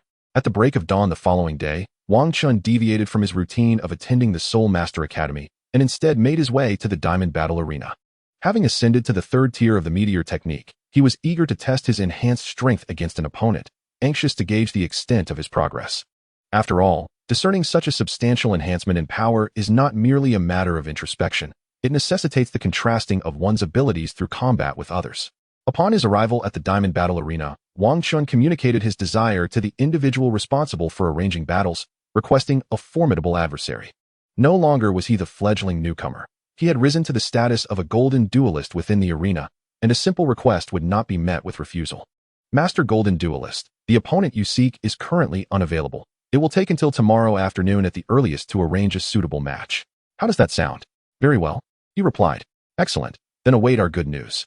Wang Chun understood the necessity of the delay in arranging an opponent, for he was no longer an obscure novice. As the youngest golden duelist in the arena, and the only one to have successfully challenged and triumphed over foes beyond his rank, each of his duel matches attracted considerable attention and promised substantial profit for the arena. They could not afford to arrange a match without proper promotion, as maximizing their gains was paramount. They required time to generate anticipation, which was entirely reasonable. However, in their pursuit of profit. It was imperative that the opponent scheduled for him tomorrow was not unduly weak, for otherwise, the event would yield negligible benefit and tarnish their reputation. Yet for Wang Chun, this situation presented an advantageous opportunity. He had come to the arena precisely to seek a worthy opponent to validate his burgeoning prowess. With a lull in his schedule, Wang Chun decided to observe the duel matches of others within the arena. However, after watching a few bouts, he departed, finding little allure in their contests. Now a sole sovereign himself, the matches involving those of lesser rank offered him no valuable insights. Observing battles of those ranked above sole sovereign was also a rarity. Such high-level combatants seldom participated without prior promotion, as the arena needed to ensure sufficient profit, much like Wang Chun's own matches, which required a day's notice for advertisement. Other experts would undoubtedly necessitate even more time before agreeing to participate. Failing to thoroughly familiarize oneself with one's spiritual power could lead to a comedic inability to fully exhibit one's capabilities during the competition. Thus, Wang Chun devoted an entire day to honing his skills at home, achieving a complete understanding of his prowess. Although his strength was cultivated progressively, this recent breakthrough to the third tier of the youth skill, the meteoric technique, significantly enhanced his abilities, making it understandable that he might struggle to exert complete control over his newfound power. After a day of arduous training, he mastered his capabilities. Wang Chun enjoyed a restful night, refraining from further practice in preparation for the upcoming competition, opting instead for a full night's sleep to rejuvenate his mind and attain optimal condition. On the afternoon of the competition, upon arriving at the Diamond Fighting Soul Arena, the organizer summoned him to discuss his opponent for the day. As per your request, we have arranged a 40-level Cold Bear Golden Fighting Soul for you, who is yet to acquire a soul ring. His strength undoubtedly meets your requirements. If there are no objections, please prepare yourself. The competition will commence at 3 o'clock. Yes, that sounds fine. I have no issues, Wang Chun replied. Very well. Please take the time to rest. Should you need anything, do not hesitate to call upon the staff. With that, Wang Chun gained insight into his opponent for the day, a civilian soul master of reasonable talent, wielding a mutated ice giant bear spirit. This spirit was quite formidable, possessing substantial offensive and defensive capabilities, along with the ability to manipulate ice, thus granting him a degree of control as well. The ice not only fortified his defenses, but also enhanced his counterattack potential. Despite having reached level 40, he had not yet sought a soul ring, highlighting the disparity between civilian soul masters without connections and those from influential families. Upon reaching the requisite strength to procure a soul ring, Wang Chun could directly enlist his family's assistance in locating a suitable one, bypassing any waiting period. In contrast, the unconnected civilian soul masters were compelled to find their own soul rings, either chasing suboptimal ones or paying others to assist in the hunt. It was likely that the Cold Bear's participation in this competition was motivated by the need to raise funds for acquiring a soul ring, otherwise, he would not be competing. After over an hour of anticipation, the moment of Wang Chun's battle arrived. In the main arena of the Diamond Fighting Soul venue, a host addressed the audience. Ladies and gentlemen, welcome to today's competition. We present to you the Red Dust Golden Fighting Soul versus the Cold Bear Golden Fighting Soul. The Red Dust Golden Fighting Soul is the sole competitor in our arena to have participated in battles beyond his level and emerged victorious. He has now attained the rank of Soul Master. Let us await with bated breath to see what performance he delivers today. On the other hand, the Cold Bear Golden Fighting Soul is the only one to have registered for battle at the Soul Master level and boasts an unblemished record. Among these two singular competitors, who will prove to be the stronger? Let us witness the outcome. Now, let us invite the two protagonists of today, the Golden Soul of the Mortal Realm and the Cold Bear Golden Soul. Upon hearing this, Wang Chun stepped into the Soul Arena and ascended to the main battle platform, where he faced a man in his 20s. Wang Chun scrutinized his opponent, an exceptionally robust individual, towering over 2 meters with broad shoulders and a muscular physique. His bronze skin, somber expression, and piercing eyes, complemented by a neatly cropped hairstyle, suggested he was no ordinary adversary. Are both Golden Souls prepared? The host inquired. Yes, no problem, Wang Chun and the Cold Bear responded in unison. Upon hearing their affirmation, the host promptly seized his amplification soul device and proclaimed, the soul battle competition officially commences. As the host concluded his declaration, Wang Chun and the Cold Bear simultaneously activated their martial souls, their golden and blue soul energies illuminating the arena and creating a stark division. The Cold Bear, adorned in a coat of azure fur, exuded an astonishing chill, causing ice to coalesce around him, thus crafting an advantageous combat environment to enhance his strength. Chapter 27. The Soul Battle. Wang Chun also activated his martial soul and immediately unleashed his second soul skill, augmenting his defensive capabilities to prevent any further lapses that could lead to unexpected strikes. The golden and blue energies clashed, each claiming their respective territory. Without delay, the cold bear charged towards Wang Chun at an incredible speed, reaching him in the blink of an eye, leaving a trail of frigid air in his wake. Wang Chun, aware of the impending assault, raised his left hand to confront it head-on. First soul skill, Ice Palm. The cold bear bellowed, initiating his first soul skill, which would enhance his attack by 50%, along with a similar boost to his ice attribute attacks. This skill provided a significant augmentation for the cold bear, an ice attribute soul master. As he activated Ice Palm, a layer of frost enveloped his hands, substantially fortifying both his offensive and defensive capabilities. The Ice Palm sliced through the air, a blue stream of energy hurtling towards Wang Chun. With a determined shout and a glint of resolve in his eyes, Wang Chun discerned the rapid approach of the attack. Indestructible, he utilized his left hand to block the cold bear's Ice Palm, benefiting from the effects of the indestructible diamond body, thus sustaining minimal damage. Seizing the moment, he unleashed his right hand, activating his first soul skill, the mighty diamond fist, targeting the cold bear's chest with a powerful upward strike. At this critical juncture, a flicker of astonishment crossed the cold bear's eyes as he failed to comprehend why his first soul skill had not elicited a response from Wang Chun. Yet, his extensive battle experience kicked in. Just before Wang Chun's mighty diamond fist could connect, his second soul ring flared to life, triggering his second soul skill, Ice Armor.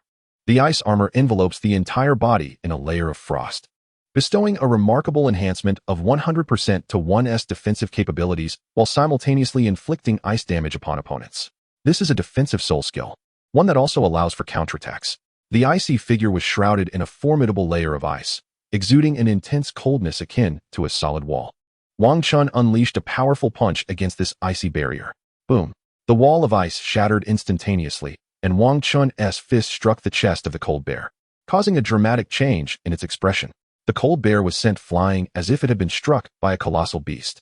However, thanks to his second soul skill, Wang Chun suffered no significant ice damage. The audience gasped in astonishment at this turn of events, unable to believe their eyes. After all, they were familiar with Wang Chun, who had recently attained the rank of Soul Master. Effortlessly sending a level 40, three-ring Soul Master hurtling through the air was simply unbelievable. The cold bear, propelled by Wang Chun's punch, managed to mitigate the damage using its own second soul skill, thus avoiding severe injury. It promptly activated its third soul skill. Suddenly, the third purple soul ring on the cold bear glowed brightly. The third soul skill, Cold Bear Transformation. This skill was derived from the spirit of the Ice Bear Soul Beast. The Ice Bear is considered a formidable attribute soul beast among thousand-year soul beasts. They possess immense physical strength and formidable ice attribute attacks, excelling in power, speed, explosiveness, attack, and defense, ranking as one of the top among bear-type soul beasts. An ice bear aged 8 or 9,000 years could even slay a 10,000-year-old soul beast. Moreover, the cold bear's martial spirit perfectly complements this soul ring, allowing it to fully unleash its power. Upon activation of the cold bear transformation, all of the cold bear's attributes receive a tremendous boost. Its attack, defense, explosiveness, speed, and ice attribute attacks are all enhanced by 100%. Although the duration is a mere 3 minutes, the increase in strength is monumental, representing a complete enhancement of all attributes. 3 minutes is considered exceedingly brief in the context of a soul master battle, qualifying as an ultra-high burst soul skill. This extraordinary soul skill enables the cold bear to engage in battles beyond its level, which is the reason it has remained undefeated in its soul master competition. A glint of sharpness flashed in the cold bear's eyes as its hands became enveloped in ice. This third soul skill not only provided a significant augmentation, but also greatly enhanced its control over ice attributes. It was evident that Wang Chun's attack had instilled a sense of wariness in the cold bear, recognizing him as a formidable opponent. Wang Chun, taken aback, had not anticipated such a powerful soul skill from the cold bear. Without a moment's hesitation, the cold bear charged toward Wang Chun once more. Fully aware that its third soul skill would only last for a brief 3 minutes, it could not afford to waste time. Wang Chun, not one to remain passive, surged forward with renewed vigor, bolstered by the enhancement of his second soul skill, rushing headlong at the cold bear. From a distance, they appeared as two streaks of light, one golden, the other azure. The golden figure was Wang Chun, while the blue figure represented Han Xiong. The two collided directly, creating a gust of air that surged outward from the point of impact. Subsequently, two silhouettes emerged from the center of the whirlwind, Han Xiong and Wang Chun. At this moment, Han Xiong, empowered by his third soul skill, experienced a significant enhancement in his attributes. Though fleeting, the boost was undeniably formidable.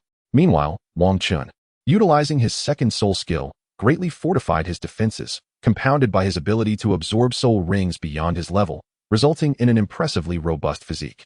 Presently, Han Xiong, bolstered by the augmentation from his third soul skill, matched Wang Chun's physical prowess, rendering their clash a stalemate. Han Xiong charged once more, delivering a series of punches at Wang Chun. With each strike, explosive gusts erupted into the air. After a minute of relentless exchanges, the two combatants momentarily separated. Wang Chun discerned the strength of Han Xiong. Relying solely on his first two soul skills would likely lead to defeat. However, he had access to a third soul skill. As they clashed again, Wang Chun raised his hands to defend against Han Xiong's onslaught. This time, however, he initiated his third soul skill, the Titan Gorilla Roar. He did not unleash its full power, and thus a colossal spirit did not manifest behind him. Yet, this subtlety allowed for a swifter and more unexpected attack. Catching Han Xiong off guard and striking him head-on with the soul skill. The impact left Han Xiong somewhat dazed, his mind in a haze. Seizing the moment, Wang Chun unleashed his first soul skill, the Mighty Diamond Fist. His right fist struck Han Xiong's chest, while his left landed squarely on his head, sending him hurtling through the air. Han Xiong crashed to the ground, rendered motionless. The audience, who had been captivated by the fierce duel, fell into an astonished silence, unable to believe that one combatant had so suddenly been vanquished. The referee, now fully aware of the situation, proclaimed loudly, "Congratulations to our red dust golden Douluo for winning today's duel." Wang Chun glanced back before following the staff to register his victory, while Han Xiong was escorted off the arena by the tournament personnel. Chapter 28, The New Acquaintance, Xiongda. After completing his registration at the duel arena, Wang Chun made his way toward Han Xiong. He perceived Han Xiong as a remarkable talent, and recruiting such individuals was a pursuit Wang Chun relished. The more talents one could gather, the more formidable the faction would become. Only those who were recruited and nurtured from the outset could truly be considered loyal confidants. In contrast, those who were enlisted later, despite their immense power, lacked the same loyalty and trustworthiness that came from having been cultivated from the ground up. Every faction, apart from the initial phase of its establishment when it may recruit individuals capable of occupying high positions, primarily cultivates talent from the grassroots level for such roles. Those who join later typically find themselves relegated to positions lacking authority. While these roles may be held in high regard, they do not grant access to the decision-making echelons of the faction. It resembles an exchange where the faction provides resources and various statuses, while the recruited individuals contribute their efforts. Only when a talent flourishes within the faction can their descendants be considered legitimate heirs, endowed with the opportunity to strive for elevated ranks. When Wang Chun approached Han Xiong, the latter had already awakened. In a world imbued with soul power, individuals generally possess robust physical attributes, particularly those who have attained the rank of a level 40 soul master. "Greetings, I am Han Chun," Wang Chun said upon seeing Han Xiong, offering a friendly salutation. "Hello, I am Han Xiong," he replied, momentarily taken aback that the one who had bested him would wish to become acquainted. In his 20-plus years of life, Han Xiong had seldom engaged with strangers. Originally a student at a Soul Master Academy, he had been considered of moderate talent. His taciturn demeanor was often misinterpreted as arrogance, leading to a falling out with a noble, resulting in his expulsion from the academy. Since then, he had wandered the continent, participating in various soul battles to earn a living, portioning his earnings for sustenance, and saving the remainder to fund his future endeavors in hunting soul rings by hiring soul hunting teams. Thus, he had survived without rejoining any academies or sects, as genuine factions willing to nurture him were exceedingly rare. Most factions merely assigned him menial tasks, prompting his continued wandering. Moreover, during the absorption of his third soul ring, the compatibility between his soul beast and martial spirit was extraordinary, akin to an evolution of his martial spirit, enhancing his cultivation speed. Approaching the age of 21, he had already reached level 40. Had he possessed a supportive background to assist in acquiring soul rings, he would have already advanced to the rank of a soul sect master, showcasing considerable talent. "I would like to have a private conversation with you, if you would permit," Wang Chun suggested with a smile, intending to invite him to a tranquil locale for a deeper discussion to discern the true nature of Han Xiong. Notably, it was evident that Han Xiong had not sought out soul rings but had opted instead to participate in soul battles, indicating a lack of backing. Otherwise, he would have pursued the acquisition of soul rings and attained the status of a 4-ring soul sect master. "Very well," Han Xiong replied. They arrived at a modest tavern, secured a private room, and commenced their dialogue. Seated across from one another, Wang Chun initiated the conversation. "Greetings, allow me to formally introduce myself. I am Wang Chun. a 32-level soul venerable from the Jingang family. I am Xiongda, a level 40 soul venerable, without a family, Han Xiong responded. Wang Chun and Han Xiong briefly introduced themselves. Wang Chun was taken aback by the peculiar name and was tempted to inquire if he had a brother named Xiong Er. However, he restrained himself from posing such an impolite question. Why haven't you gone to hunt for a soul ring? Wang Chun decided to broach the topic here, albeit somewhat awkwardly, as it would highlight the advantages of belonging to a family. Well, because I lack assistance.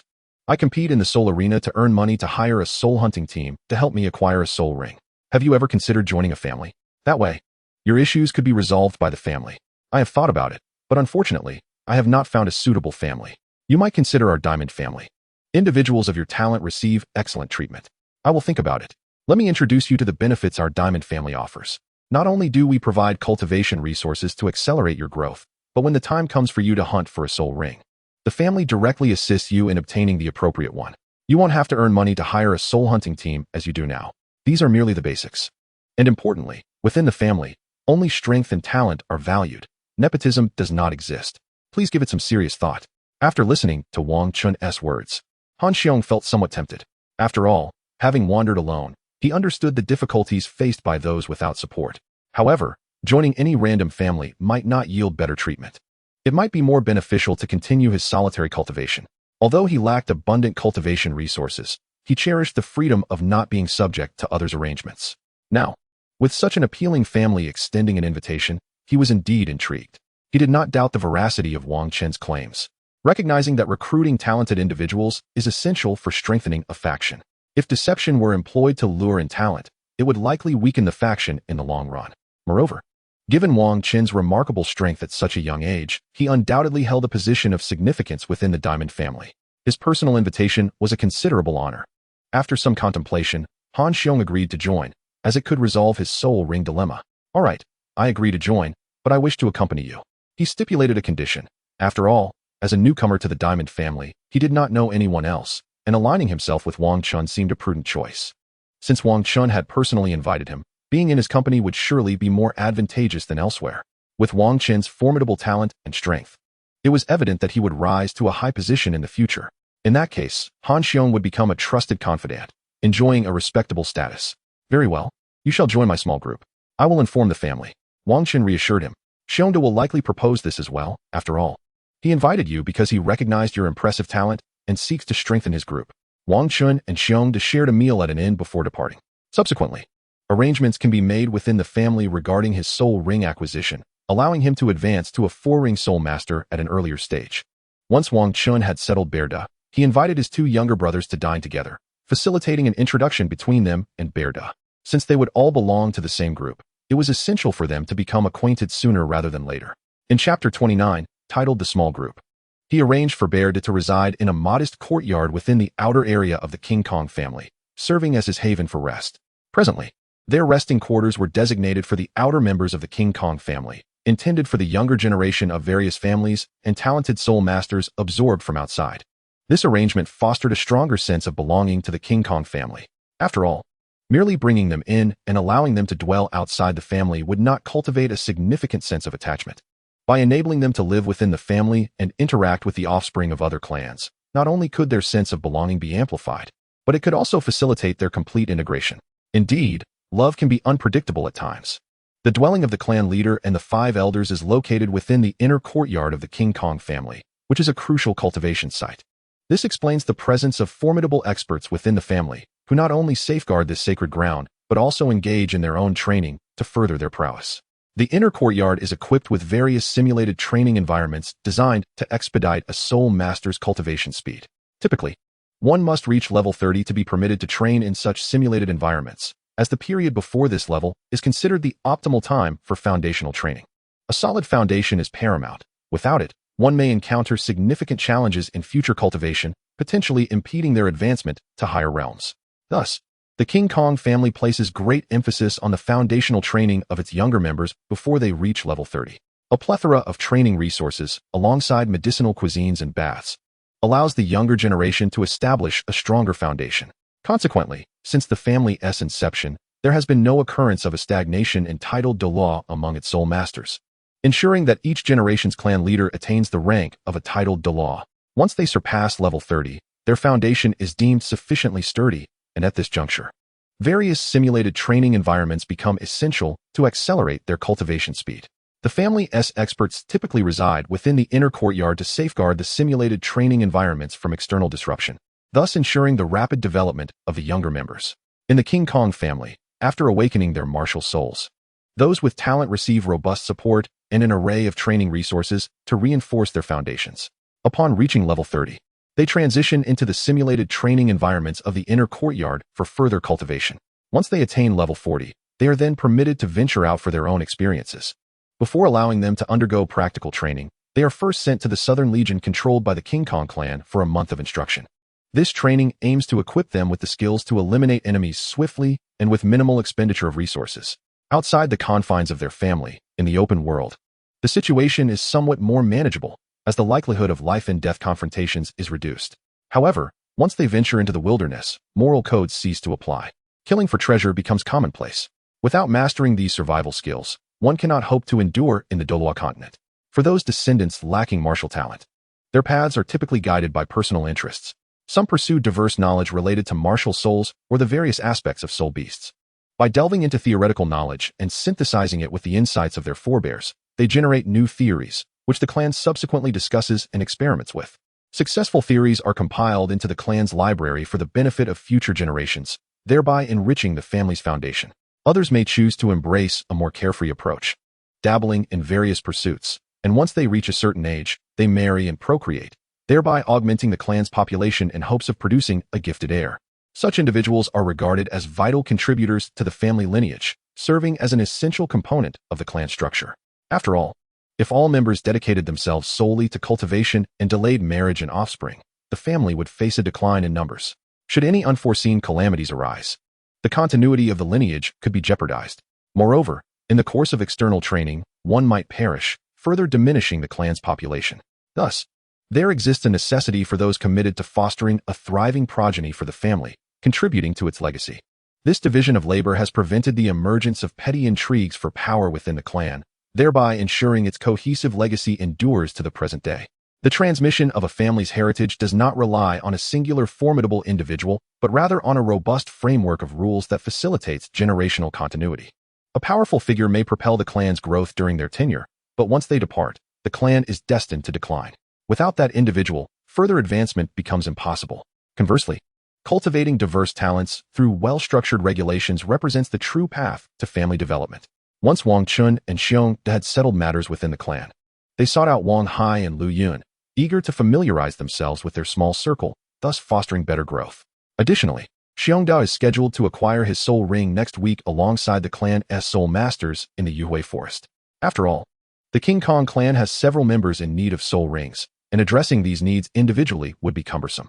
Typically, such expeditions occur once a month, gathering all soul masters requiring rings for a singular, comprehensive solution. Only exceptionally talented individuals receive special arrangements for their soul ring hunts. Wang Chun then met with his two subordinates before heading to an inn, where he reserved a private room to facilitate introductions and deepen their connections. After all, such matters cannot be casually discussed in any place, as it would convey a lack of respect for others. Wang Chun would never overlook such trivialities. After all, only genuine sincerity can beget true sincerity. His ability to win over Wang Hai and Lu Yun was rooted in his heartfelt intentions. By providing them with various forms of assistance, he earned their sincere loyalty. Otherwise, he could not have possibly gained these two subordinates. This is not a tale where one merely exudes an imposing aura and the minions immediately bow in submission. Such scenarios are far from reality. In the private room, Wang Chun looked at his three subordinates and began to speak. This is Xiongda, who has just joined our small group today. Hello, Brother Xiong, I am Wang Hai. Hello, Brother Xiong, I am Lu Yun. Upon hearing Wang Chen's introduction, Wang Hai and Lu Yun also introduced themselves, allowing Xiongda to become acquainted with them. Greetings, brothers Wang Hai and Lu Yun. I am Xiongda, and I have just joined this group today. If I falter in any way, I hope you will be understanding. I am not very eloquent, but I have one thing to say. If you ever need anything, do not hesitate to ask. Seeing that they had roughly introduced themselves, Wang Chen addressed them. From now on, we are all brothers within the same group.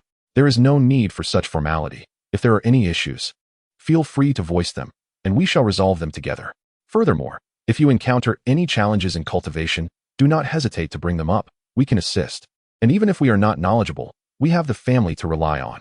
We are all brothers now. Age is irrelevant. Only strength matters, so as to maintain harmony. Today, let us enjoy our meal thoroughly, for in the future, we must focus on our cultivation. I will also be going to the simulated training environment in the inner courtyard for my practice. Opportunities to gather like this will become scarce. Let us cherish this time together. Understood, boss.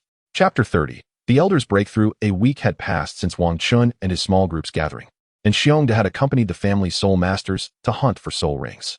Meanwhile, Wang Chun had begun his training in the simulated environment of the inner courtyard. Within this vast peach orchard, Wang Chun felt his spirits lift. Is this truly the simulated training environment?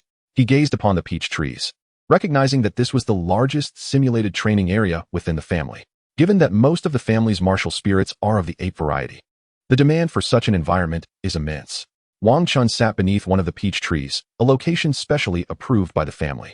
This particular tree was not ordinary. It was a rare century-old soul beast, surrounded by common trees. Beneath this century-old plant soul beast, the cultivation of their family's ape martial spirits would receive a significant boost. Furthermore, it is said that at the center of the family's simulated training environment, there exists a millennium-old peach tree soul beast, which was personally transplanted by the first generation of the family's founding Douluo during the establishment of the family. The family has provided a secure environment for her cultivation, and in return, she allows the members of the family to train in her presence. Moreover, she possessed her own peach, a treasure in its own right, which would typically bestow a member of the King Kong family with immense soul power every decade. This peach is imbued with a significant amount of soul energy, primarily reserved for those whose innate talent has reached the Soul Emperor level but find themselves unable to transcend to Soul Sage on their own. Utilizing this external force for breakthrough may result in a maximum cultivation level of 79, rendering it nearly impossible to ascend to the status of a Soul Douluo. Thus, while this treasure's utility may seem modest, it holds considerable value. Despite its drawbacks, aiding a Soul Emperor in their elevation to Soul Sage represents a qualitative leap, not merely adding another soul ring, but also facilitating the manifestation of their martial spirit in its true form. Consequently, the importance of a Soul Sage surpasses that of 10 Soul Emperors. This fundamentally explains the harmonious coexistence between the family and the ancient spirit beasts. Seated beneath the peach tree, Wang Chun embarked on his cultivation. Upon entering the simulated cultivation environment, he felt his martial spirit stirring with eagerness, as if it were inherently linked to this place. As he began to channel his energy into cultivating his soul power, he comprehended why the family insisted that the younger generation establish a solid foundation before entering this simulated environment at level 30. The abundance of soul energy available here is overwhelming. Had he ventured into this realm without a strong foundation, his physical meridians would have been incapable of withstanding such an influx of soul power, potentially leading to catastrophic consequences. Now, leveraging his robust meridians, Wang Chun swiftly absorbed the soul energy, fortifying his strength. He surmised that with continued practice in this realm, he would likely reach level 40 within 2 years. Time slipped away unnoticed as he immersed himself in his cultivation. Suddenly, he noticed a colossal vortex of soul energy forming above the center of the simulated environment, rapidly drawing in the surrounding soul power of the peach grove, which, painted by the sunset, transformed into a silvery hue. What is this? Wang Chun exclaimed in astonishment. At the heart of the simulated environment, the patriarch of the King Kong family and 4 elders observed from the periphery. Is the Grand Elder about to break through to title Douluo? The 4th elder inquired of the patriarch. The other 3 elders turned their gaze to the patriarch, echoing the 4th elder's question. Our King Kong family is about to gain another title Douluo. What a joyous occasion. Indeed, the addition of another title Douluo to our family is truly splendid. The 4 elders engaged in lively discussion, while the patriarch remained focused on the Grand Elder's meditative space. Sensing the impending breakthrough to title Douluo, the patriarch and the 4 elders were present to ensure his practice remained undisturbed by external distractions. Although the patriarch was confident in the Grand Elder's potential for success, a tinge of concern lingered in his heart. Thus, they awaited the Grand Elder's breakthrough, their eyes fixed on the swirling vortex of soul energy. After half an hour, the vortex finally dissipated. At that moment, the Grand Elder emerged from within. Eagerly, the 4th elder inquired, Elder, have you succeeded in your breakthrough? Chief, esteemed elders, I have achieved a breakthrough to level 90. With the acquisition of a soul ring, I shall attain the title of a titled Douluo. The Grand Elder, filled with joy, conveyed this to them. Upon hearing the Grand Elder's words, the chief and the 4 elders breathed a sigh of relief. They had suspected the Grand Elder might have made a breakthrough, yet it remained mere conjecture until now. With this certainty, they felt at ease. Shall we proceed to hunt for the soul ring now? Or would it be prudent to wait a day or two for you to consolidate your strength? Inquired the fourth elder. Very well, 2 days hence. We shall embark on the quest for the soul ring. At that time, I, along with the second and third elders, will accompany the grand elder into the Douluo forest to seek a suitable soul ring, he replied. The fourth and fifth elders would remain within the clan, overseeing its operations and serving as its guardians. The chief then made arrangements regarding clan affairs and urged the grand elder to focus on consolidating his cultivation. After all, they too aspired to achieve the rank of titled Douluo, and they possessed the requisite potential. 2 days later, unbeknownst to the Jingang clan, the chief and 3 elders ventured directly into the Douluo forest, leaving the fourth and fifth elders to support the clan. Typically, clan matters were managed by designated elders, with only issues beyond their purview being escalated to the highest decision-making body, comprising the 5 senior elders and the chief. Although 3 elders and the chief were absent, the operational affairs of the clan remained unaffected. This is a testament to the strength of the Jingang clan.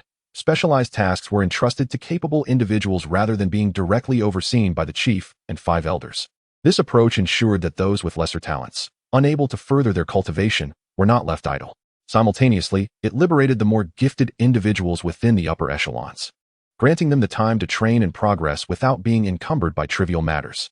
Consequently, within the Jingang clan, individuals who lacked the potential for further cultivation were typically assigned to various managerial elder positions. In contrast, those with the potential to advance were not burdened with such responsibilities, allowing them to focus solely on their training. In the Douluo Continent, strength reigns supreme. To squander the time of talented individuals on mundane tasks, detracting from their cultivation, would be a grave misstep. The well-structured clan regulations ensured that each talent was placed in the appropriate role, maximizing their contributions. This is the reason the Jingang clan has endured for so many years. Without these regulations to correctly allocate talent, the Jingang clan might have long since vanished and would not have been able to sustain its legacy. Chapter 31. The Douluo Forest. After all, the clan's strongest forces were predominantly outside. Any unforeseen events could yield catastrophic consequences for the clan. Thus, after 5 days of travel, the group arrived at the small town bordering the Douluo forest, intending to take a well-deserved rest here. After several days of arduous travel, it is essential to adjust one's condition. Once they venture into the Douluo forest, there will be no opportunity for respite, as the quest for a suitable soul ring will undoubtedly demand a fierce battle. This quaint town is of considerable size, bustling with a myriad of shops, most engaged in commerce related to soul masters. After all, at the outskirts of the Douluo forest, it is predominantly soul masters who frequent such places, pausing to replenish their resources before embarking on their quest for soul rings within the forest. Who, after all, would visit such a locale without purpose? In the Douluo Continent, good individuals do not necessarily perish, nor do the wicked. However, foolish ones are destined for demise, as the short-sighted may offend powerful soul masters and meet their end without hesitation. Wang Gang and his companions, with their imposing physiques exuding an aura of strength, naturally deter any potential troublemakers. The quartet arrived at a modest inn, securing 4 rooms and indulging in a delightful meal. For once they enter the Douluo forest, they would only have the provisions they brought along. After resting through the night, they set off early the next morning toward the Douluo forest. Upon leaving the town, Wang Gang and his companions quickened their pace, as they were now in close proximity to the forest. Soon enough, they stood before the vast expanse of greenery. Having visited the Douluo forest before, they were not awestruck by its boundless beauty. The trees within the forest were remarkably lush, with heights exceeding 20 meters, far more vibrant than the Yuhui forest. Among the 4, there was a tidal Douluo at level 95, a quasi-tidal Douluo at level 90, and 2 soul Douluos at level 89. Thus, they had no need to linger at the periphery. They proceeded with caution directly toward the core of the Douluo forest. Their mission was to seek the 9th soul ring for the Grand Elder, necessitating their arrival at the heart of the forest. As they advanced swiftly, they soon reached the inner circle of the Douluo forest. Here, they ceased their rapid pace, beginning a careful search, with the Grand Elder leading the way. The second and third elders flanked him, while the clan leader brought up the rear, forming a formation to methodically explore the area. To avoid startling or disturbing other soul beasts, the 4 subdued their auras. After a day of searching without success in locating a suitable soul ring, they remained unfazed. This was not their first endeavor in the Douluo forest. Having agreed upon a night watch rotation, the other 3 closed their eyes to rest. For when they eventually encountered an appropriate soul beast, a battle would inevitably ensue, and they must be prepared to maintain their strength at its peak. Although they could endure several days without rest without significant issues, a slight impact would still be felt. Namely, their abilities would not remain at their optimum state. To avert minor errors that could jeopardize the soul ring acquisition endeavor, it was imperative to designate one individual to keep watch, allowing the other three to preserve their strength. Furthermore, since this undertaking was aimed at enabling the Grand Elder to absorb a soul ring and ascend to the rank of titled Douluo, he was not assigned to guard duty. Instead, the watch was arranged in shifts by the other three. They were uncertain how long they would need to search within the Douluo forest to find a suitable soul ring. As the night passed, no unforeseen incidents occurred. The following day, they resumed their quest for the soul rings, directing their efforts toward the core region. For they had not found an appropriate soul ring in the inner circle, and thus needed to venture deeper in search of a suitable soul beast. As the quartet delved further into the heart of the Douluo forest, the surroundings grew increasingly tranquil, transforming the area from a habitat for soul beasts into a breathtaking earthly paradise. This tranquility arose from the fact that the deeper they traversed into the forest, the more formidable the soul beasts became, claiming larger territories, resulting in a diminished number of weaker beasts. Consequently, the challenge of locating soul beasts intensified. Yet the likelihood of encountering powerful ones increased as well, for only the most robust soul beasts could thrive in such depths. At last, in a relatively humid locale, they stumbled upon an exceedingly suitable soul beast. A grove of peach trees sheltered a silverback gorilla, whose spirit was precisely that of the Grand Elder. This 9,000-year-old silverback gorilla was ideally suited to serve as the Grand Elder's 9th soul ring. "I shall take the lead in the attack. The three of you will assist," declared the clan leader. With him as the principal assailant, the three elders would support him in delivering a decisive blow to the silverback gorilla. This strategy would facilitate a swift resolution to the encounter, as prolonged combat could easily attract other soul beasts, complicating the absorption of the soul ring. Thus, before the silverback gorilla could react, the four of them launched a coordinated assault, severely wounding it and rendering it incapable of retaliation. "Grand Elder, swiftly eliminate it and commence the absorption. We will provide you with protection." "Indeed, the sooner we conclude this, the sooner we can depart." "Very well. I shall dispose of it immediately." After the Grand Elder uttered these words, he swiftly vanquished the 9,000-year-old silverback gorilla and began the absorption of the soul ring. The black and red soul ring emerged from the corpse of the silverback gorilla, descending upon the Grand Elder. He activated his soul power, initiating the absorption of this 9,000-year-old soul ring. However, as it was a soul ring of such great age, the absorption was not a rapid process. Although the members of the Diamond Clan were nurtured from a young age to possess exceptional physical capabilities, it still took the Grand Elder an entire night to fully absorb the soul ring. At dawn, a soul ring of black interspersed with red emerged beneath the feet of the Grand Elder, pulsating in harmony with the other 8 soul rings. This moment signified the Grand Elder's official ascension to the coveted title Douluo realm, a dream cherished by all soul masters across the continent. At that moment, the aura surrounding the Grand Elder underwent a profound transformation. "Thank you, clan leader and esteemed elders." The Grand Elder expressed his gratitude immediately after completing his absorption. "There is no need for excessive formality. We are all part of the same family. From now on, we must support one another," the clan leader replied. "Very well. Let us not linger here for too long. We should check for soul bones," he continued. "Agreed," the Grand Elder responded, making his way toward the corpse of the silverback gorilla. Upon a thorough examination, he discovered a right arm bone. "I have found a right arm bone," the Grand Elder announced. "Absorb it. It perfectly matches the soul ring you possess, enhancing its efficacy," the clan leader advised. "Indeed, this will yield better results." Both elders concurred with the clan leader's decision. Eventually, the four departed from the Douluo forest, heading toward the Jingang family. Chapter 32. Rapid Enhancement. Thus, more than half a month passed, and the members of the Jingang family remained unaware of the Grand Elder's breakthrough into the titled Douluo realm. Naturally, the clan leader and elders refrained from publicizing the Grand Elder's advancement, for no family would willingly reveal their full strength. Every clan must retain some hidden cards, otherwise, they risk being defenseless against adversaries who might exploit their vulnerabilities. Once your hidden cards are fully revealed, enemies will no longer fear you. It is only the uncertainty of an unpredictable strength that deters foes from acting rashly. Within the confines of the inner courtyard, the focus remains solely on cultivation. Free from worries about other matters, the family provides meals, resting quarters, and all necessary resources for training.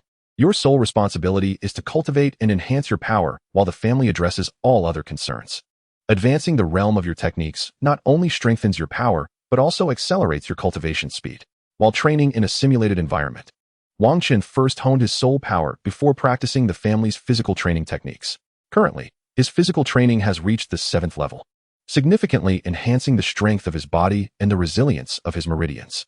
His rapid progress in physical training is attributed to his practice of the child technique, which not only accelerated his soul power cultivation, but also fortified his physical strength. Moreover, the enigmatic golden crystal he acquired in the town of Yuhui has further augmented his physical prowess. It is precisely due to these factors that his family's body cultivation techniques have ascended to this remarkable level. Such a multitude of reasons has fortified his physical constitution to an extraordinary degree, enabling him to swiftly absorb soul power within the simulated training environment, thereby rapidly enhancing his abilities. After diligently cultivating for half a month, he experienced a significant augmentation in strength. Within this simulated training setting, Wang Chen's soul power level has reached the pinnacle of 32, and he senses that a breakthrough to level 33 is imminent. Should he continue to train within his family's simulated environment, he believes it is feasible to attain level 40 before the age of 11. One fateful day, Wang Chen arrived at the simulated training environment at dawn, confident that he would achieve a breakthrough to level 33. He settled beneath a century-old peach tree and commenced his training. As he channeled his energy, he rapidly absorbed soul power, refining it with haste, all while persistently assaulting the bottleneck of level 33. Piece by piece, he endeavored to breach this threshold. At last, he succeeded, feeling his soul power circulate with newfound swiftness. He vividly recalls that prior to absorbing the mysterious crystal from Yuhui town, he could only discern a marked acceleration in the flow of his soul power during significant breakthroughs in his cultivation. Typically, such awareness did not accompany the elevation of soul power levels. However, since absorbing that enigmatic crystal, he has been able to unmistakably perceive the enhancement of his soul power's velocity with each breakthrough. It is precisely this phenomenon that has facilitated his rapid advancement in cultivation. Otherwise, as his soul power level increased, the requisite energy for breakthroughs would likewise escalate, inevitably slowing his training pace. Following his breakthrough, Wang Chen found his practice to be even more fluid than before. He could distinctly feel the lingering effects of the mysterious crystal absorbed in Yuhui town, subtly enhancing his physique. Although the changes were not immediately apparent, he would undoubtedly notice a significant difference upon further breakthroughs, resulting in a noticeably accelerated training speed compared to prior to his advancement. In subsequent searches of Yuhui town, he regrettably could not locate another crystal. He later inquired at the local shop, but the proprietor was unaware of its nature, indicating that it was merely the one Wang Chen had found. He has come to understand why. Despite sensing a profound energy while absorbing that mysterious crystal, his soul power level did not experience a substantial increase. The energy contained within that crystal was not intended for elevating soul power levels. Rather, it served to enhance and transform his physical body. This energy continually refines his innate potential, thereby accelerating his cultivation speed. Had it not been for the absorption of this enigmatic crystal, even with his innate full soul power and the addition of the child cultivation technique, he would not have been able to reach his current level at such a tender age. Thus, he diligently pursued his cultivation, gradually solidifying his prowess. As time elapsed, the sun dipped below the horizon, ushering in the twilight hour. Although Wang Chen remained engrossed in his training, he was still attuned to the changes in his surroundings. After allowing his soul power to circulate within his body for a complete cycle, he ceased his practice. Slowly, he opened his eyes, exhaled a breath, and reined in his aura. Rising steadily from the ground, he made his way towards his resting courtyard. The simulated training environment was not solely occupied by Wang Chen. Naturally, those present were considerably older than him. However, anyone permitted to train in the family's simulated cultivation arena was, at the very least, a soul master of the respected rank. The family strictly prohibited those below the rank of soul master from accessing this space, as the accelerated training it offered could lead to instability in their foundations. Such instability would hinder their abilities in future cultivation and adversely affect their breakthroughs, preventing them from ascending to higher ranks. Consequently, within the King Kong family, all soul masters below level 30 were deprived of any potions designed to hasten their cultivation. Instead, they were provided with foundational strengthening elixirs, which would not jeopardize their future training. By establishing a robust foundation in their youth, the soul masters of the King Kong family would possess greater strength and higher innate talent, thereby facilitating their ascension to elevated levels. Moreover, once a solid foundation had been laid, introducing various potions to accelerate training would allow for more effective utilization of the family's resources. Those gifted individuals capable of reaching level 30 by the age of 20, without relying on external aids, were undoubtedly deemed talented. Allocating resources to such promising family soul masters was seen as a prudent investment. This threshold served to distinguish the cultivation potential of the soul masters. The talented would receive ample support to bolster their strength, ultimately benefiting the family, while those lacking talent would not have resources squandered on them. They would be inclined to choose paths of theoretical research or to serve as prolific progenitors for the family's lineage. Producing a gifted offspring was considered a great honor, often accompanied by familial rewards. Chapter 33, Rapid Enhancement. Chapter 2, those family soul masters who managed to break through to the rank of soul master before the age of 20 were regarded as the backbone of the family. As long as they encountered no unforeseen circumstances, they were destined to become soul kings or stronger. The passage leading to the training ground was filled with the sounds of soul masters conversing, adding a touch of vitality to the otherwise serene simulated cultivation environment. After a journey of over 10 minutes, Wang Chen finally arrived at his resting courtyard, having celebrated a breakthrough that day. Feeling quite elated, he resolved to reward himself with a well-deserved rest this evening. After finishing dinner, he refrained from his usual training and promptly retired for the night. This marked the first occasion since his arrival here that he chose to forego training in favor of rest. The following day, Wang Chun resumed his disciplined routine. However, he occasionally ventured into the city of King Kong to seek out his disciples and engage in discussions about their cultivation progress. Due to the lack of a conducive ice attribute cultivation environment within his family, Xiongda only practiced around a frigid pond, which, albeit modest, slightly accelerated his training. Typically, he would spend half a day there before proceeding to the Soul Arena in King Kong City to participate in battles, thereby honing his skills.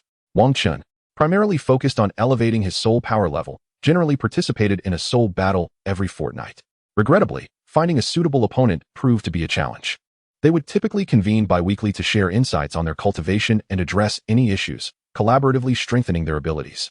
Thus, after over a month of training in the family's simulated cultivation environment, Wang Chun experienced the exhilarating sensation of rapidly advancing his soul power level. The external cultivation environment profoundly influences a soul master's training, allowing those practicing in a simulated setting to easily overpower their counterparts without such advantages. This disparity elucidates why inheriting soul masters tend to surpass those without lineage. Wang Chun believed that with another month of training in this environment, he could potentially break through to level 34. Achieving such advancement in just 2 months was no trivial feat, especially for a soul master of his caliber.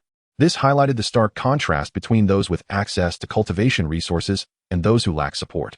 Time slipped away unnoticeably, and after another month in the simulated training environment, Wang Chun finally attained level 34. However, this rapid elevation in soul power also depleted much of his foundational energy.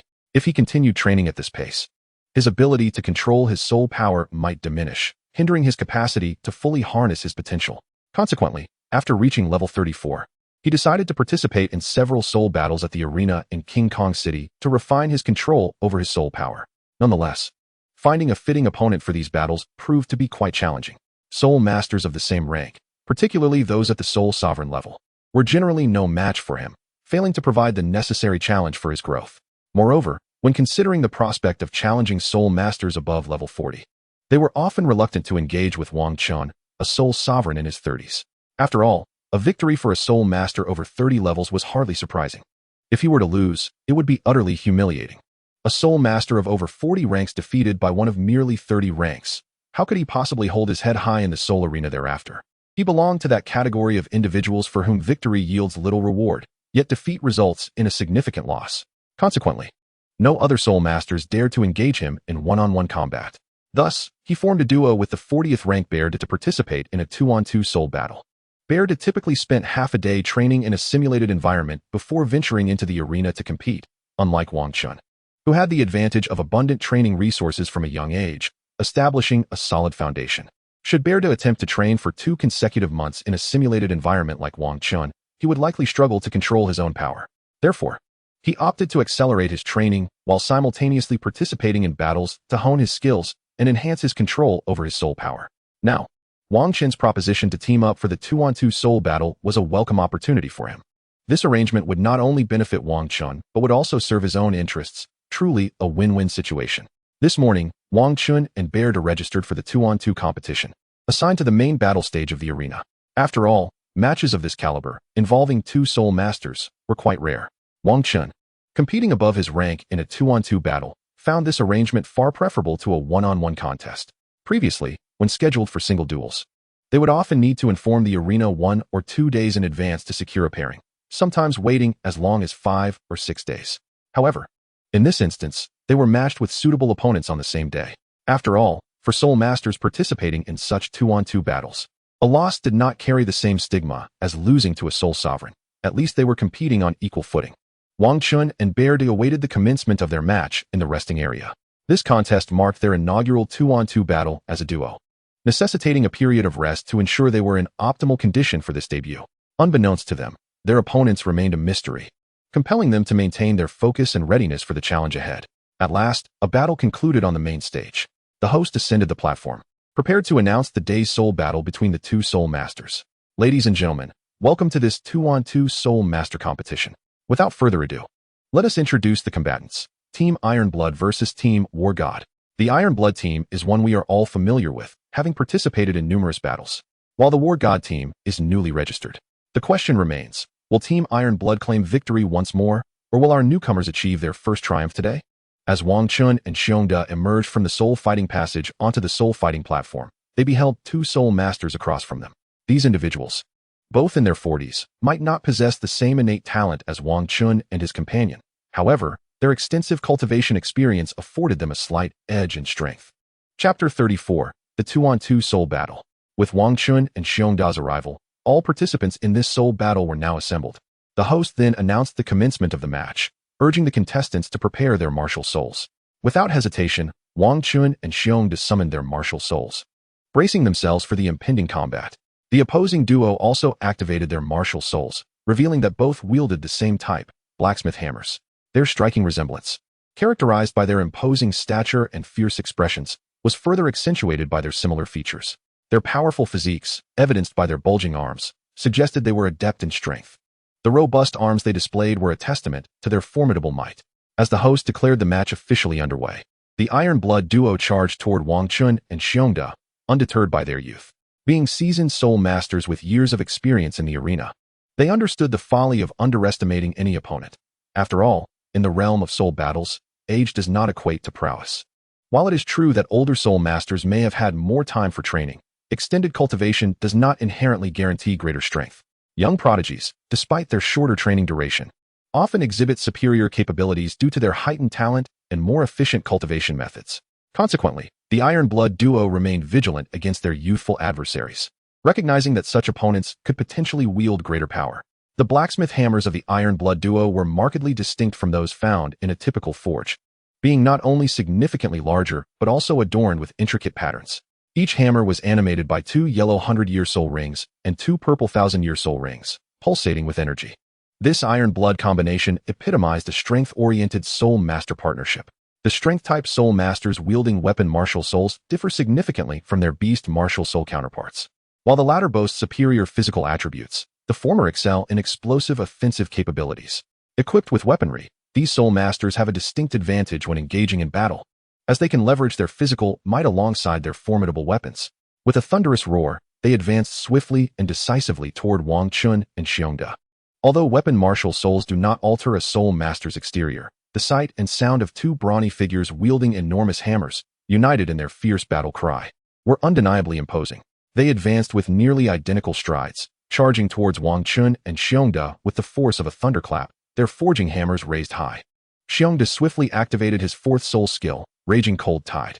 This skill, acquired with the assistance of the King Kong family, was a perfect fit for him. True to its name, Raging Cold Tide allowed him to unleash a controlled surge of frigid air, which suppressed the strength of any enemy caught within its icy grasp. Once ensnared by the cold current, adversaries would find their limbs sluggish and their speed drastically diminished, effectively weakening them. This soul skill was akin to a diminished domain. As the elders of his family had remarked, should Xiongda ascend to the rank of a titled Douluo, his 4th soul skill might even evolve into an ice domain. Thus, it was rightly deemed a flawless match for his abilities. Upon the activation of Xiongda's 4th soul skill, Wang Chun unleashed his 2nd soul skill, preparing to withstand the initial onslaught from their opponents. After Xiongda executed his skill, he took refuge behind Wang Chun, intending to seize the opportune moment to ambush their foes once Wang Chun had deflected their attack. Although this was their first time teaming up for a 2-on-2 soul battle, their synergy was commendable, as they were well acquainted with each other's soul skills and strategies. The azure cold current surged toward the Iron Blood duo, Given the minimal disparity in their levels, being struck by such a cold wave would undoubtedly diminish their power. This exemplified the potency of domain-like soul skills. However, the Iron Blood duo remained composed, seasoned from years of experience in the soul arena. As they faced the impending blue stream, they deftly wielded their forging hammers, creating a barrier that effectively mitigated most of the cold wave's onslaught. Yet, a portion of the cold current penetrated their defenses, and they felt its chilling effect take hold, their movements becoming somewhat sluggish and their soul power flow hindered. With a collective roar, they activated their soul skills, their first soul rings illuminating simultaneously.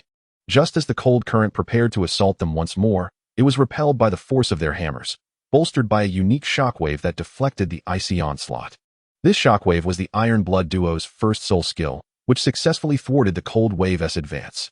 With one positioned on the left and the other on the right, they swung their forging hammers, closely guarding their bodies while rapidly closing the distance to Wang Chun and Xiongda.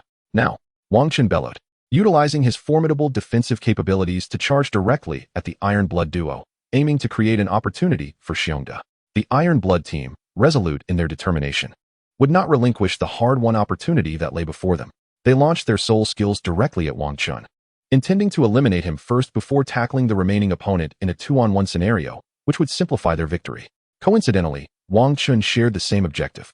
He too sought to dispose of one adversary first, prompting him to confront them head-on in order to create an opening for Xiongda to deliver a crippling blow to an enemy. In the blink of an eye, Wang Chun activated his indestructible child body, colliding with the Iron Blood team's assault. The impact resonated with a thunderous crash as Wang Chun's formidable defense absorbed the brunt of the attack, though he was still pushed back several steps by the force of their strike. Nonetheless, his aim had been achieved. He successfully thwarted the Iron Blood team's soul skill attack, creating a defensive gap. At that moment, Xiongda, positioned behind Wang Chun, seized the opportunity crafted for him. He surged forth from Wang Chun's right side, unleashing his ice palm with tremendous force upon the leader of the Iron Blood team, sending him hurtling away. Leader, the second-in-command of the Iron Blood team, cried out as he witnessed his superior being launched into the air. Without hesitation, he activated his third soul skill, Super Impact, slamming it into the ground before him.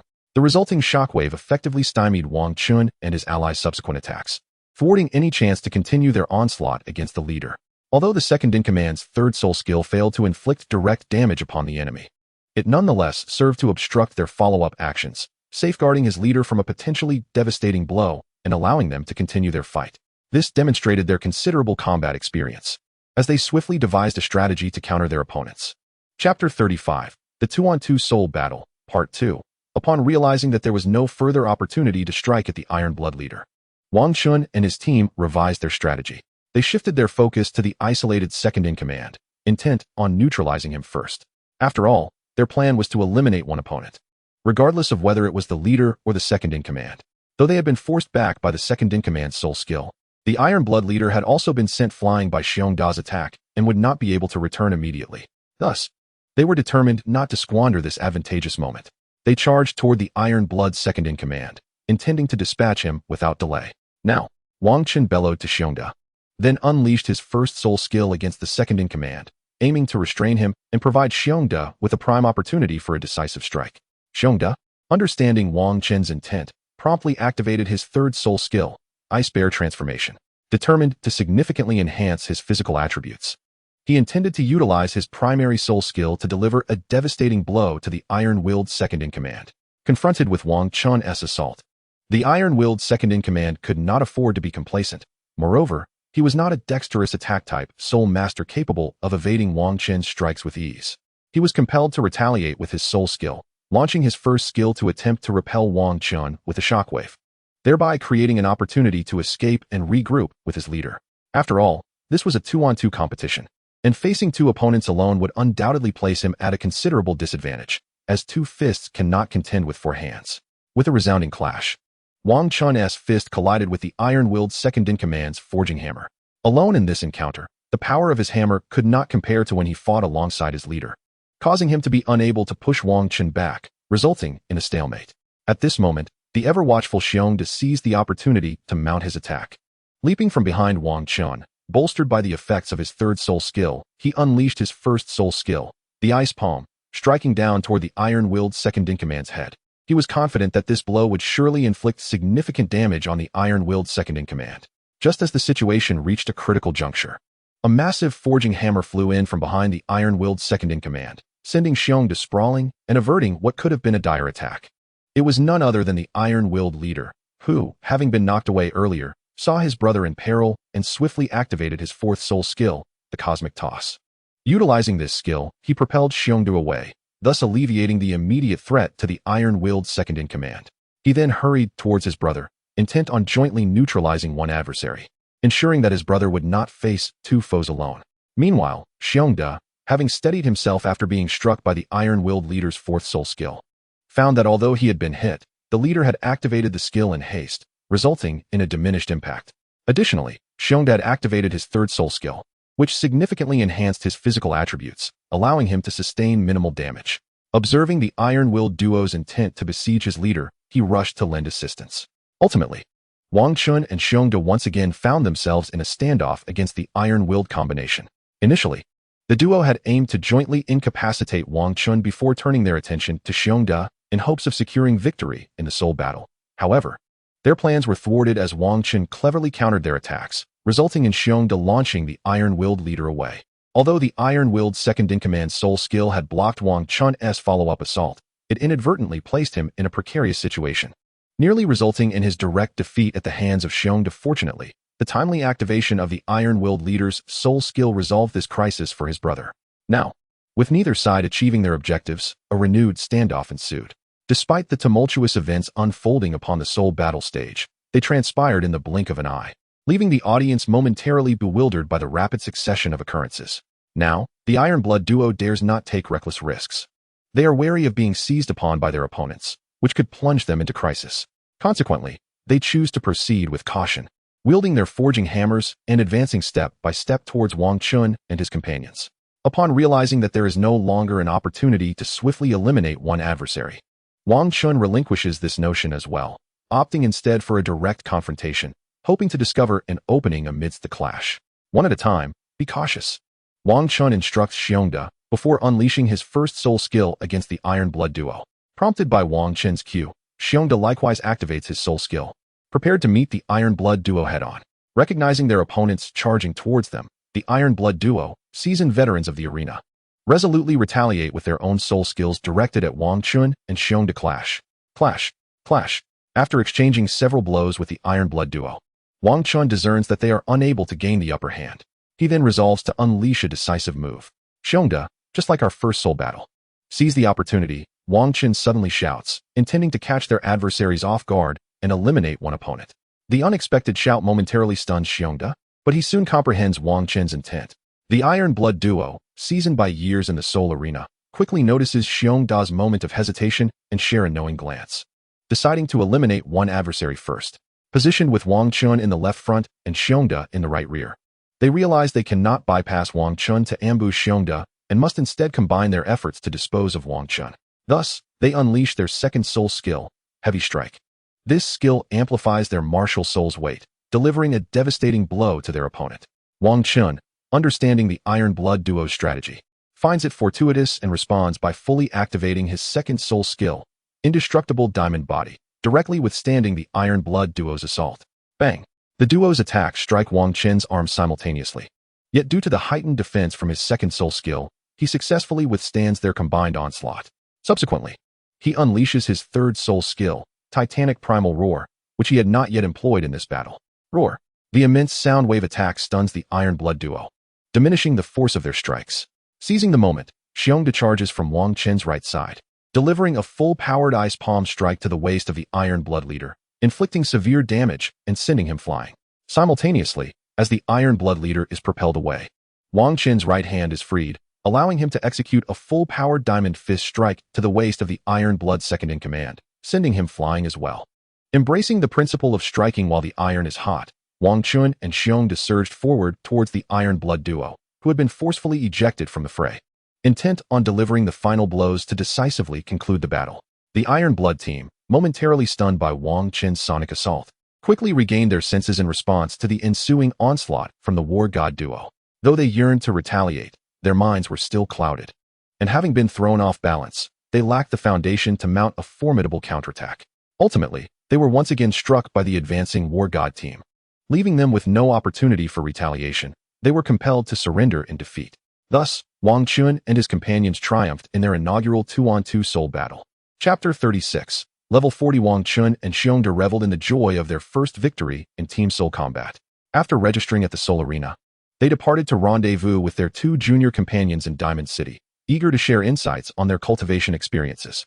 They returned to the familiar little tavern, occupying the same private room, where Wang Chun and his three subordinates exchanged thoughts on their training. This 2-on-2 soul battle had imparted a wealth of experience, distinct from the singular confrontations of the past. In one-on-one duels, one need only focus on a single opponent without the burden of overthinking. However, in a 2-on-2 scenario, vigilance must extend beyond mere adversaries to encompass their coordination. One cannot simply engage in solo play, for doing so invites exploitation by the opponents. Moreover, it is essential to create opportunities for teammates to strike, while also providing protection to prevent them from being overwhelmed by their foes. This was an entirely novel experience. Wang Chun resolved to thoughtfully compile his reflections on the soul battles, serving as a summary of his combat endeavors. After all, his participation in the soul arena was motivated by a desire for rigorous training, enhancing his mastery over his own abilities, ensuring that rapid ascension in soul power would not diminish his control over it. With his insights articulated, he sought rest. For the day soul battles had consumed considerable mental energy. Although the skirmishes lasted mere minutes, the myriad shifts in circumstances had proven to be quite taxing.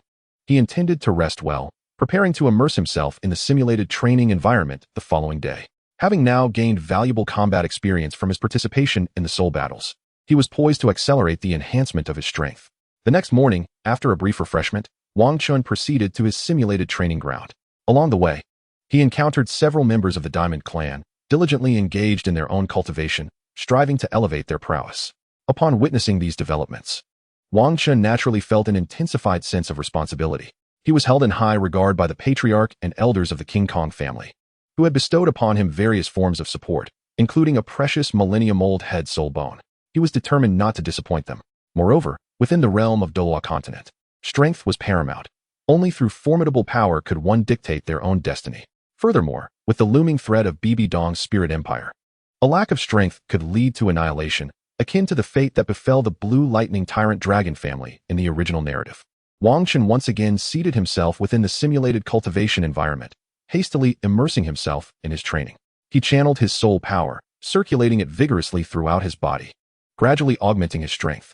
This sensation of enhancement brought him immense joy. It was no wonder some individuals could persist in their training indefinitely. The thrill of incremental growth was undeniably exhilarating. Now at the 34th level, Wang Chun sensed a palpable increase in his strength, thanks to the several enhancements to his cultivation speed within this simulated environment. He found solace in the fact that he could continue to train here without succumbing to feelings of loneliness, despite being alone. Thus, during the day, Wang Chun practiced soul power and the family's physical training techniques in the simulated environment, and at night, he retreated to his resting quarters to refine his foundational skills, ensuring he also received ample rest. Every fortnight, he and Xiongde would participate in a duo soul battle competition, honing their physical control to prevent their rapidly escalating soul power from becoming uncontrollable. This was not their first foray into the duo soul battle format. Their combat style and various soul techniques had become well known, making it impossible to catch opponents off guard as they had in their initial encounters. They were left to rely solely on their strength to secure victories. However, Wang Chun, being merely a soul sovereign, despite his remarkable prowess that rivaled many soul masters, was at a disadvantage due to lacking one soul ability. This limitation meant that his combat versatility was significantly reduced, making him more susceptible to being targeted after a few bouts. Thus, in their 6th duo soul battle, they experienced their first defeat against two formidable 49th level soul masters. A loss that was understandable given the disparity in strength, particularly since Wang Chun's soul power was only in the 30s.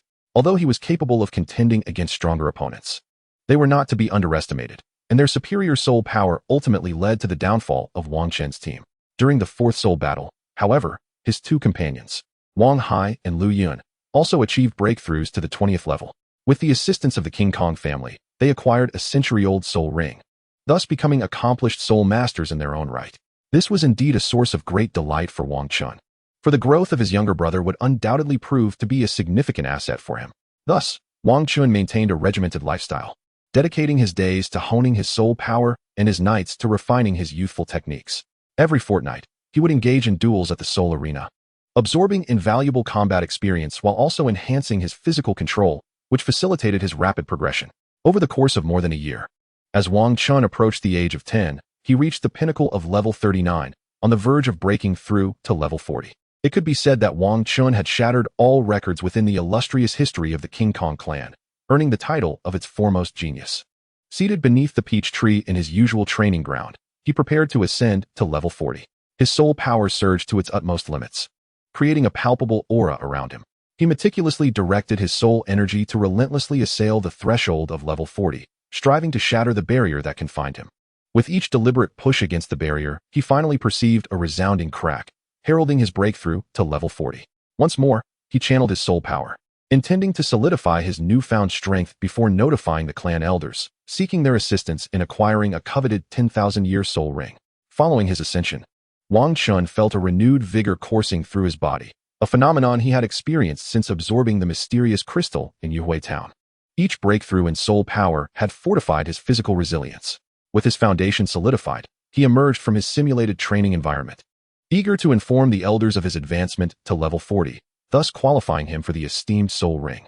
His physical prowess was now more than sufficient to absorb a soul ring of up to 20,000 years, having mastered the clan's physical training technique to its highest tier, the 9th level. Perhaps due to the synergy between his youthful techniques and the mysterious crystal, his progress in the clan's training method had been remarkably swift, further augmenting his physical capabilities. Chapter 37. Arrangements for Soul Ring Acquisition. Wang Chun was filled with joy, for achieving level 40 at nearly 10 years of age was indeed a monumental accomplishment. After a brief refreshment in the courtyard, he set off to seek out the clan elders. His exceptional talent afforded him the privilege of direct access to the elders, a feat that would be unattainable for a mere level 40 junior among those of level 80 or 90. In the inner courtyard of the King Kong clan, within the elders' lounge, Wang Chun entered to find the 4th elder resting there. Each day, it is imperative for an elder to be on duty here, primarily due to concerns that, in times of need, the decision-makers may not be readily available. Thus, the family has instituted a system whereby one elder remains on duty for a month. This arrangement permits the other 4 elders to engage in their cultivation or other pursuits without the obligation to remain present. The designated elder must remain here for the entire month, whether for cultivation or rest, ensuring their availability when others seek their counsel. This month, it is the turn of the 4th elder to stand watch, which is how Wang Chun encountered him. "Greetings, 4th elder," Wang Chun exclaimed. "Oh, it is young Chun. Do you require assistance?" the elder inquired. "Yes, I wish to hunt for a soul ring, and thus need the family's aid," Wang Chun replied. "Ah, you seek to procure a soul ring. Have you attained level 40? The elder asked, astonished. "Indeed, I have reached level 40, which is why I seek your help in acquiring a soul ring," Wang Chun affirmed. The 4th elder was taken aback. Wang Chun was remarkably young. Although the family speculated he might reach level 40 before the age of 12, no one anticipated he would achieve it before turning 10. Upon inspecting Wang Chun closely, the elder confirmed his level and wasted no time in notifying the patriarch and the other 4 elders, summoning them for a conference. The patriarch and the other elders arrived swiftly, as it is uncommon for the elder on duty to issue a summons unless a significant matter arises. Upon their arrival, the eldest elder inquired, "4th elder, what has transpired that necessitates this summons?" "This matter pertains to our family's prodigy.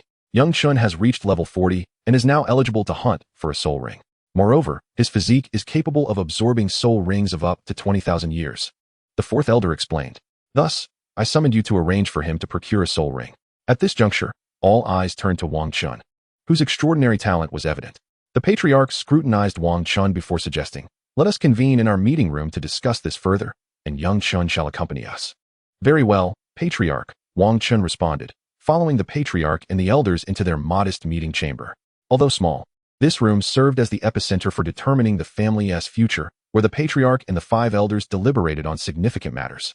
Wang Chun was fortunate to gain entry due to his remarkable talent. Otherwise, such access would have been unattainable for him at this stage. As the patriarch and 5 elders settled into their respective seats, it became apparent that the room was designated solely for their discussions, leaving no space for Wang Chun. At that moment, the 4th elder beckoned, "Young Chun, come and sit with me." The seating arrangement at this meeting was quite spacious, allowing Wang Chun to sit comfortably alongside Elder C. "Very well, Elder C." Once everyone was settled, clan leader Wang Gang commenced the discussion. "Now that Xiao Chun is present, I shall speak plainly. His innate talent is truly remarkable, and thus, we cannot afford to delay in securing an exceptional soul beast for him to enhance his abilities. Indeed. The clan leader speaks wisely. I share the same sentiment, Elder C concurred. Other elders voiced their agreement as well, affirming the clan leader's words. We must ensure that everything proceeds without a hitch. We cannot allow the younger generation to procure the soul rings for him. It must be us who undertake this task. The clan leader reiterated. Who shall go then? Elder C inquired once more. To guarantee absolute certainty, it would be prudent to dispatch a titled Douluo. However, I cannot easily leave the clan, and since the Grand Elder has also attained titled Douluo status, I propose that he accompany Wang Chun to procure the soul ring. The clan leader suggested. Very well. Prepare yourself. Tomorrow you shall venture into the Star Do Great Forest with Xiao Chun to hunt for the soul ring. The clan's decisions were made with remarkable efficiency, unlike other factions that often deliberated for extended periods. Following this, the clan leader and 4 other elders departed, while Elder C remained to oversee matters. Understood, Elder C. After all, once Wang Chun acquires his 4th soul ring, he would leave the clan to undergo trials on the Douluo Continent. Opportunities for such unguarded rest would become scarce. In the realm of survival, one must harbor no ill will toward others, yet one must always remain vigilant against potential threats. Should he venture into the Douluo Continent and continue to rest without caution, he might meet an untimely demise. Thus, Wang Chun must cherish this carefree existence, ensuring that every moment of respite is utilized wisely. Today, he chose not to practice his cultivation techniques, but instead opted for a well-deserved rest. Knowing that tomorrow he would embark on a journey with the Grand Elder to hunt for his soul ring, leaving little time for relaxation thereafter. On the following morning, Wang Chun arose early, freshened up, and enjoyed breakfast prepared by his mother before heading outside the clan to await the Grand Elder. Chapter 38, The Millennium Soul Ring. Wang Chun did not wait long outside the clan before the Grand Elder arrived. This time, unlike the previous occasion when the Grand Elder had sought a soul ring amidst a gathering of clan experts, most of whom had ventured out to avoid drawing attention, they had to proceed quietly on foot. However, this situation was different, due to the considerable distance to the Star Do Great Forest. A carriage drawn by a century-old soul beast had been arranged for their journey. Thus, Wang Chun and the Grand Elder traveled in a carriage towards the Star Do Forest. During their journey, Wang Chun took the opportunity to further consolidate his cultivation, as he needed to be in peak form to absorb the 10,000-year spirit ring. After nearly 10 days of travel, they finally arrived at a small town on the outskirts of the Star Do Forest. Let us rest here for the night, Xiao Chun, the Grand Elder suggested. Tomorrow, we shall venture into the Star Do Forest to assist you in acquiring your spirit ring. Understood, Grand Elder, Wang Chun replied. They proceeded to a tavern, intending to enjoy a hearty meal and rest. For the conditions would not be as favorable once they entered the forest in search of spirit rings. As he stood amidst the lush greenery of the forest, Wang Chun marveled at the vibrant life force that permeated the area. This was his first visit to the Star Do Forest, and he was awestruck by its rich vitality. The Grand Elder swiftly led Wang Chun toward the mixed inner circle as they sought a powerful 10,000-year spirit ring. It was only within this inner circle that they could hope to find a suitable spirit ring, for the formidable spirit beasts resided deeper within the forest, while the outer regions were typically inhabited by spirit beasts of lesser ages, which would not meet Wang Chun's needs. Thus, the Grand Elder hurriedly guided Wang Chun deeper into the inner circle, recognizing that Wang Chun's speed could not compare to that of a titled Douluo. Within 2 hours, thanks to the Grand Elder's formidable prowess, they reached the mixed inner circle, where they intended to begin their search for an appropriate spirit beast. Xiao Chun, do not stray too far from me, the Grand Elder cautioned. The spirit beasts here are either exceedingly powerful or highly venomous, and straying too far could lead to unforeseen dangers. Understood, Grand Elder, Wang Chun acknowledged, drawing closer. He was not the type to disregard wise counsel, knowing well that prudence would serve him better. Thus, Wang Chun followed closely behind the Grand Elder as they embarked on their quest for the spirit ring. They had been within the Star Do Forest for a considerable part of the day, encountering a fair number of spirit beasts. Unfortunately, most were merely 1,000-year spirit beasts, with only a handful of 10,000-year spirit beasts failing to meet the necessary criteria. Given that they were searching for a 10,000-year spirit ring, it was imperative that they find one that was truly worthy. After all, Wang Chun was the most gifted descendant of the Golden Steel family in history, and they could not afford to falter in their selection of spirit rings. After a further search within the mixed inner circle yielded no suitable spirit beasts, the Grand Elder suggested, let us rest for now and continue our search tomorrow. Wang Chun, upon hearing this, came to a halt as well. Finding a suitable soul ring is not a trivial endeavor. It can take some individuals over a month of searching. Consequently, Wang Chun and his companions spent a day in pursuit of an appropriate soul beast without succumbing to impatience, deciding instead to rest and regroup before continuing their quest. Thanks to their spatial storage soul guide and Wang Chen's prior preparations, their resources remained abundant. Quickly utilizing the tools he had prepared, Wang Chun erected a tent. For this was not his first experience surviving in the wild. Unlike his time in the Radiant Forest, where survival was prolonged and aimed at honing his combat abilities, he needed to establish a sturdy, permanent camp. In contrast, their current expedition into the Douluo Forest was focused on locating soul rings, necessitating mobility rather than permanence, thus allowing for a simpler, temporary camp. Once he completed the campsite, Wang Chun scattered a special powder around the vicinity, which not only deterred certain soul beasts but also prevented incursions by snakes, insects, and rodents. After setting everything in order, he joined the elder for dinner, which had been prepared. After their meal, the elder instructed, "Xiao Chun, you should rest now. I will take the night watch. Tomorrow morning, we shall resume our search for soul beasts." "Understood, elder," Wang Chun replied, refraining from any objections about the elder taking the night watch. He recognized his limitations. Given his abilities, it would be unwise for him to guard against the formidable soul beasts of the Douluo Forest. The creatures that thrived here possessed considerable prowess, as only the capable could survive in such an environment. Particularly at night, the strength of soul beasts surged, while that of human soul masters diminished. Moreover, the mightiest soul beasts typically hunted under the cover of darkness. Should Wang Chun attempt to stand guard, he might fall victim to an ambush before even spotting a soul beast. With the elder's title Douluo strength, the area was quite secure, allowing Wang Chun to rest soundly without concern for unforeseen dangers. After a restful night, he awoke to find that the elder had prepared breakfast. "Xiao Chun, come and have breakfast. After we eat, we shall continue our search for suitable soul beasts," the elder called. "Yes, elder. I will freshen up and join you shortly," Wang Chun responded, retrieving a bottle of water from his spatial storage soul guide for a simple wash before heading to the elder for breakfast. "Today, we will continue our search in this mixed inner circle. If we still cannot find an appropriate soul beast, we shall venture into the inner circle, where there are more ancient soul beasts, albeit with some risks. We will assess the situation when the time comes." "Understood, elder." Wang Chun and the Grand Elder swiftly concluded their breakfast, promptly dismantled the camp, and resumed their quest for soul beasts. Chapter 39, The 10,000-Year Soul Ring, Part 2. They continued their search within the mixed inner circle for suitable soul beasts, marking the commencement of their second day of exploration. Wang Chun closely trailed the Grand Elder, diligently seeking soul beasts with utmost caution.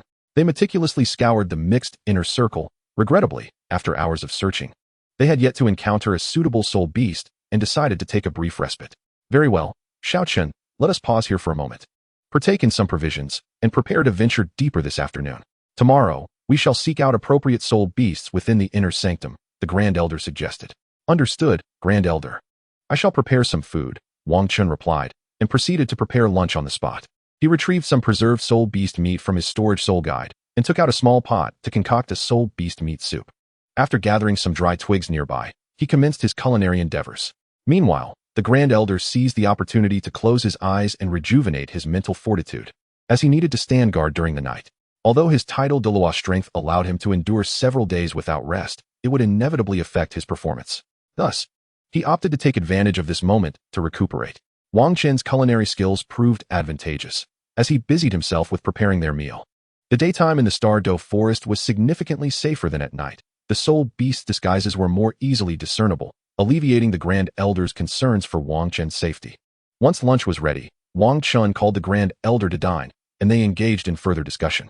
After their meal, they did not linger any longer and set off towards the depths of the forest. As they journeyed inward, they remained vigilant for any suitable soul beasts along the way. Should they find an appropriate one, they could avoid the perils of venturing deeper. However, despite their efforts throughout the afternoon, they were still unsuccessful in their search. As dusk approached, Wang Chun and the Grand Elder prepared to camp at the juncture between the inner circle and the mixed area, intending to rest for the night. For the forest grew increasingly perilous after dark. While the Grand Elder felt untroubled on his own, he was naturally concerned for Wang Chen's safety. As before, Wang Chun took charge of setting up the camp and applying medicinal powder, while the Grand Elder prepared dinner. Once Wang Chun had established the campsite, they were ready to eat. After their meal, Wang Chun retired for the night, while the Grand Elder remained vigilant. In the dead of night, a sudden roar and piercing screams erupted not far from their camp. Startled by the commotion, Wang Chun awoke and emerged to find the Grand Elder in a state of heightened awareness. Upon noticing Wang Chun's arrival, the Grand Elder addressed him. "Xiao Chun, let us take a moment to observe the soul beasts. Perhaps one of them might be the ideal fit for you. After all, The creatures that engage in battle here under the cloak of night are certainly no ordinary soul beasts. Very well. Wang Chun, accompanied by the Grand Elder, swiftly arrived at the site of the soul beast confrontation. The Grand Elder concealed himself and Wang Chun nearby, meticulously observing the unfolding battle until the principal combatants came into view. Before them was a blood demon bat and a dark moon mad ape locked in fierce combat. Do you see that, Shaochen? That is a 10,000-year-old dark moon mad ape, perfectly suited for your fourth soul ring. Upon closer inspection, 2 strands of silver fur adorned the top of its head. A soul beast of this kind grows a single silver strand every 10,000 years, and the second strand is notably smaller than the first, indicating it has yet to reach 20,000 years, making it an ideal candidate for your soul ring. Moreover, it is engaged in a struggle over the moon shadow flower with the blood demon bat, presenting an opportune moment for me to eliminate them. Furthermore, the moon shadow flower enhances mental fortitude, and consuming it before absorbing the soul ring will significantly increase your chances of successful absorption. Thank you, Grand Elder. Stay hidden here. I shall deal with the soul ring. With that, the Grand Elder charged directly towards the 2 formidable soul beasts. Although 10,000-year soul beasts possess considerable strength, they pale in comparison to a titled Douluo. The Grand Elder manifested his martial soul, swiftly dispatching the blood demon bat and severely injuring the dark moon mad ape, before returning to guide Wang Chun to confront the ape and prepare for the absorption of the soul ring. Wang Chun took the moon shadow flower harvested by the Grand Elder and consumed it whole, then proceeded to slay the dark moon mad ape, ready to absorb the fourth soul ring. Upon ingesting the moon shadow flower, he felt a refreshing surge of energy coursing through him, invigorating his spirit and enhancing his mental prowess once more. As he absorbed the 10,000-year soul ring, an overwhelming force surged into his body. The moment this colossal energy penetrated him, Wang Chun sensed it assaulting his consciousness, as if his mental strength were a fragile vessel adrift on a turbulent river. Fortunately, his mental fortitude had been fortified through numerous enhancements, bolstered by a head spirit bone and the prior consumption of the moon shadow flower, which augmented his mental capabilities. Thus, he was able to withstand the onslaught of this psychic impact. However, the immense energy of the 10,000-year soul ring flooded every corner of Wang Chun's body, seeking him out with relentless determination. The dark moon mad ape's soul power was inherently ferocious, stemming from its bloodline of frenzy. Under the moonlight, it could unleash even greater strength. Surrounded by this wild energy, Wang Chun swiftly activated his inner cultivation techniques to absorb and tame the chaotic energy within him, preparing for the perfect assimilation of the 10,000-year soul ring. In the midst of this tumultuous surge of energy, Wang Chun could only maintain his mental focus to withstand the onslaught. The 3 soul rings on his body pulsated rapidly, enveloping him in a cocoon of yellow and purple hues. This attempt at absorbing a soul ring of a higher grade was unlike any previous experiences. Past endeavors had been effortless, while this occasion inundated Wang Chun with an overwhelming force. The disparity between a soul ring exceeding 10,000 years and those below it was stark. Despite his meticulous preparations to enhance both his physical and mental fortitude for this absorption, the reality of the process diverged significantly from his expectations. Wang Chun swiftly activated his unique cultivation technique, channeling the immense energy within his body. As time progressed, the mental strain gradually subsided, and he realized he had successfully withstood the psychic assault. Now, all that remained was to absorb the vast energy coursing through him, ensuring a flawless integration of this 10,000-year soul ring. With the cessation of the mental impact, Wang Chun's pace in absorbing the energy accelerated considerably. Dark energy continuously surged from the ancient black soul ring, eagerly drawn into him. The brilliance of his 3 soul rings dimmed, replaced by an enveloping current of black energy. This energy infiltrated every meridian within his body. Soon, Wang Chun discerned a peculiar phenomenon. Whenever this turbulent black energy traversed his already unblocked yang and yin channels, as well as the yang and yin vessels, its ferocity seemed to wane, while simultaneously fortifying his meridians. He began to grasp that the pathways he had opened possessed a unique advantage for assimilating this foreign energy. With the 4 meridians he had unlocked, the absorption of this 10,000-year soul ring became increasingly manageable. At this juncture, Wang Chun also directed his cultivation technique to circulate the potent and violent energy throughout his body, enhancing his physical attributes. Gradually, he felt a harmonious equilibrium with the formidable energy, although he was rapidly absorbing this immense force. The black 10,000-year soul ring continued to pour energy into him unceasingly. He understood that by maintaining this state, once the external energy was fully absorbed, he would naturally succeed in integrating the 10,000-year soul ring. As he continued, every meridian in his body tingled reminiscent of ants scuttling across his skin. Wang Chun realized this sensation was indicative of the fortification of his meridians. The black energy, upon passing through, would expand his channels without causing rupture. Rather, it reinforced their resilience, rendering them broader and more robust. The power of this 10,000-year soul beast's ring ultimately had its limits, and as the energy influx reached completion, the subsequent flow would cease. At this moment, Wang Chun's meridians had undergone significant fortification, and the sensation of expansion began to gradually dissipate. Not only had the 4 meridians he had opened been enhanced, but the other normal meridians within him also started to absorb this external energy as the childlike cultivation method circulated, merging it with his soul power. The energy within the soul ring could be assimilated by soul masters because, upon becoming a soul ring, the energy released by soul beasts divides into 2 parts. One part, after filtration, is pure energy that soul masters can directly absorb, facilitating their breakthrough to the next level. The other part inherits most of the characteristics of the soul beast, and this alien energy coalesces into the soul ring, forming the soul skills of the master. As the sensation of swelling gradually faded, Wang Chun realized that he was on the verge of successfully absorbing the soul ring. Therefore, he could not afford to relax. Otherwise, it would be a great pity to fail at this crucial moment. With this in mind, Wang Chun maintained his focus and continued to absorb the energy outside his body. In addition to the original yellow and 2 purple soul rings, a black soul ring began to materialize from a state of intangibility to tangibility. After several hours, just before dawn, Wang Chun finally completed the absorption of the 10,000-year soul ring. Taking a deep breath, he carefully sensed the changes within himself. Upon absorbing this soul ring, his physical attributes had been greatly enhanced, and he had successfully reached the 42nd level, thanks to the energy he had absorbed during the operation of his childlike cultivation method, which fortified his meridians. Otherwise, he might have even reached the 43rd level. The elder, seeing Wang Chun awaken, inquired with concern, "Xiao Chun, how are you? Are there any issues?" Although Wang Chun's absorption of the 10,000-year soul ring had been theorized by the family, the actual circumstances remained uncertain. As the most gifted descendant of the King Kong family in history, he naturally felt a degree of worry. "I'm fine, elder. I feel exceptionally well now." "Oh, that's good to hear. What soul skill did you acquire from absorbing this 10,000-year soul ring?" "My 4th soul skill is the Berserk Ape King transformation. Under normal circumstances, it can amplify all my attributes by 300%, and under the moonlight, it can enhance them by an additional 100%.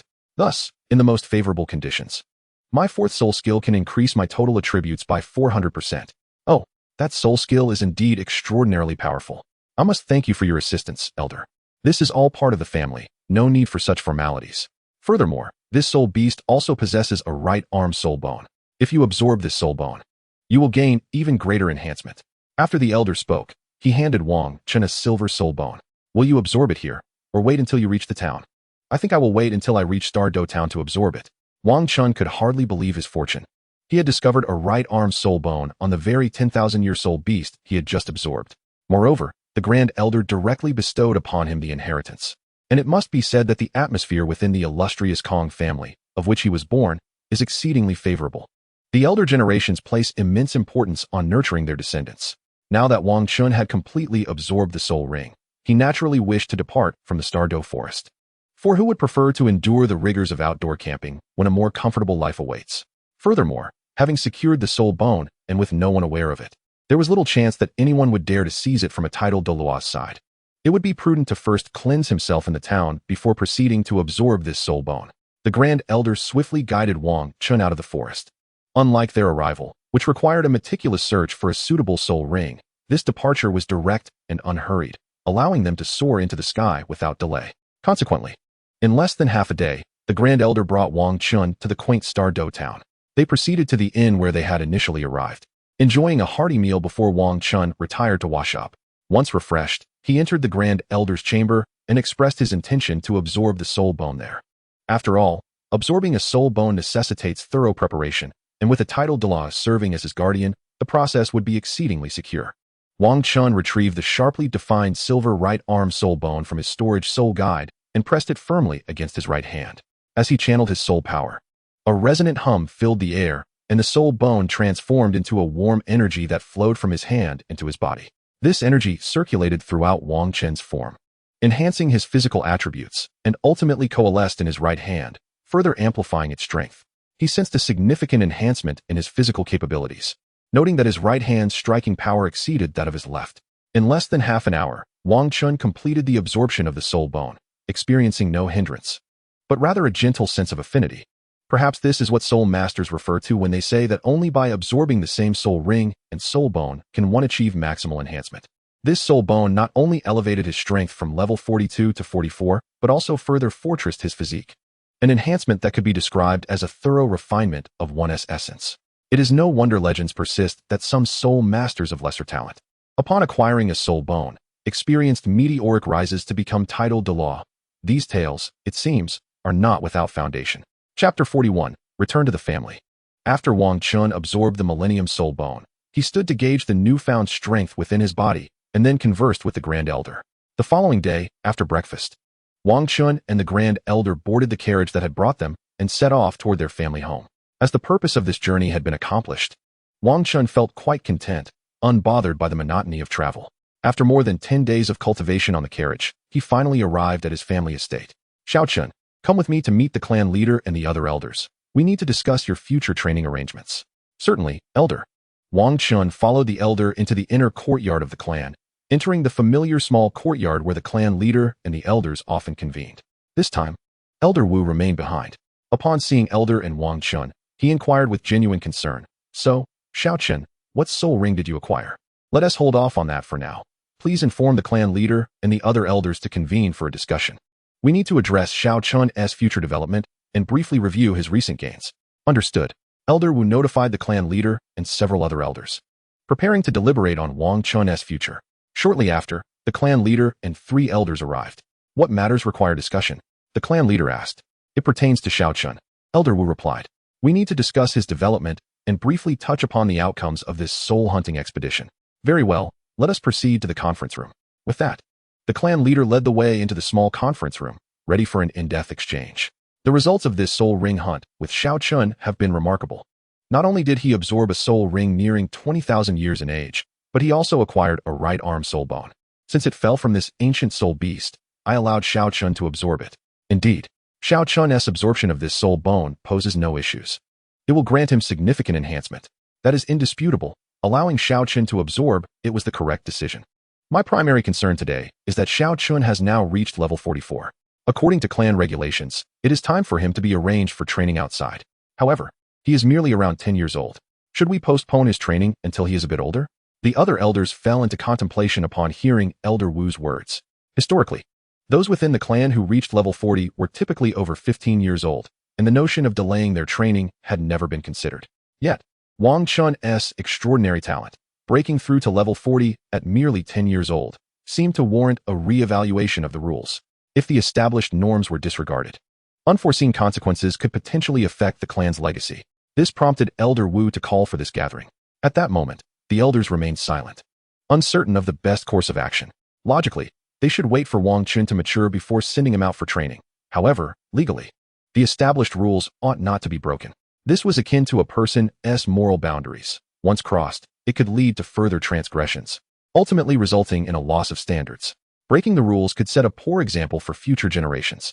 Eventually, the clan leader spoke. The rules must not be broken. Xiao Chun should proceed with his training, but prior to that, he should spend 6 months learning with the Southern Town Army. Understood, clan leader. After Wang Chun's departure, the elders of the family still harbored some doubts and continued their discussions. Chief, young Chun is still quite immature. Although he has reached the 44th level, I believe it is premature for him to venture out for training, one elder remarked. Indeed, Chief. Young Chun is arguably the most gifted member of our Diamond Clan, and permitting him to set out for training at this stage seems rather perilous. Well, the customs of our clan must be upheld. If we disregard these traditions, could our Diamond Clan have flourished to its current stature? Breaking these customs would set a poor precedent for the younger generation, providing them with excuses to avoid training. When the time comes for them to assume leadership, will they be capable of advancing our clan effectively? The other elders found themselves speechless in the face of the chief's inquiries.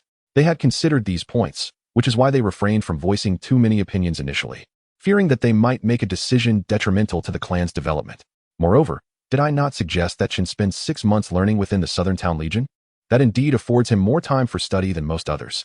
At this moment, the elders realized that typically, clan members only train in the Southern Town Legion for a month, whereas Wang Chun would receive an additional 5 months, which could be viewed as a compromise.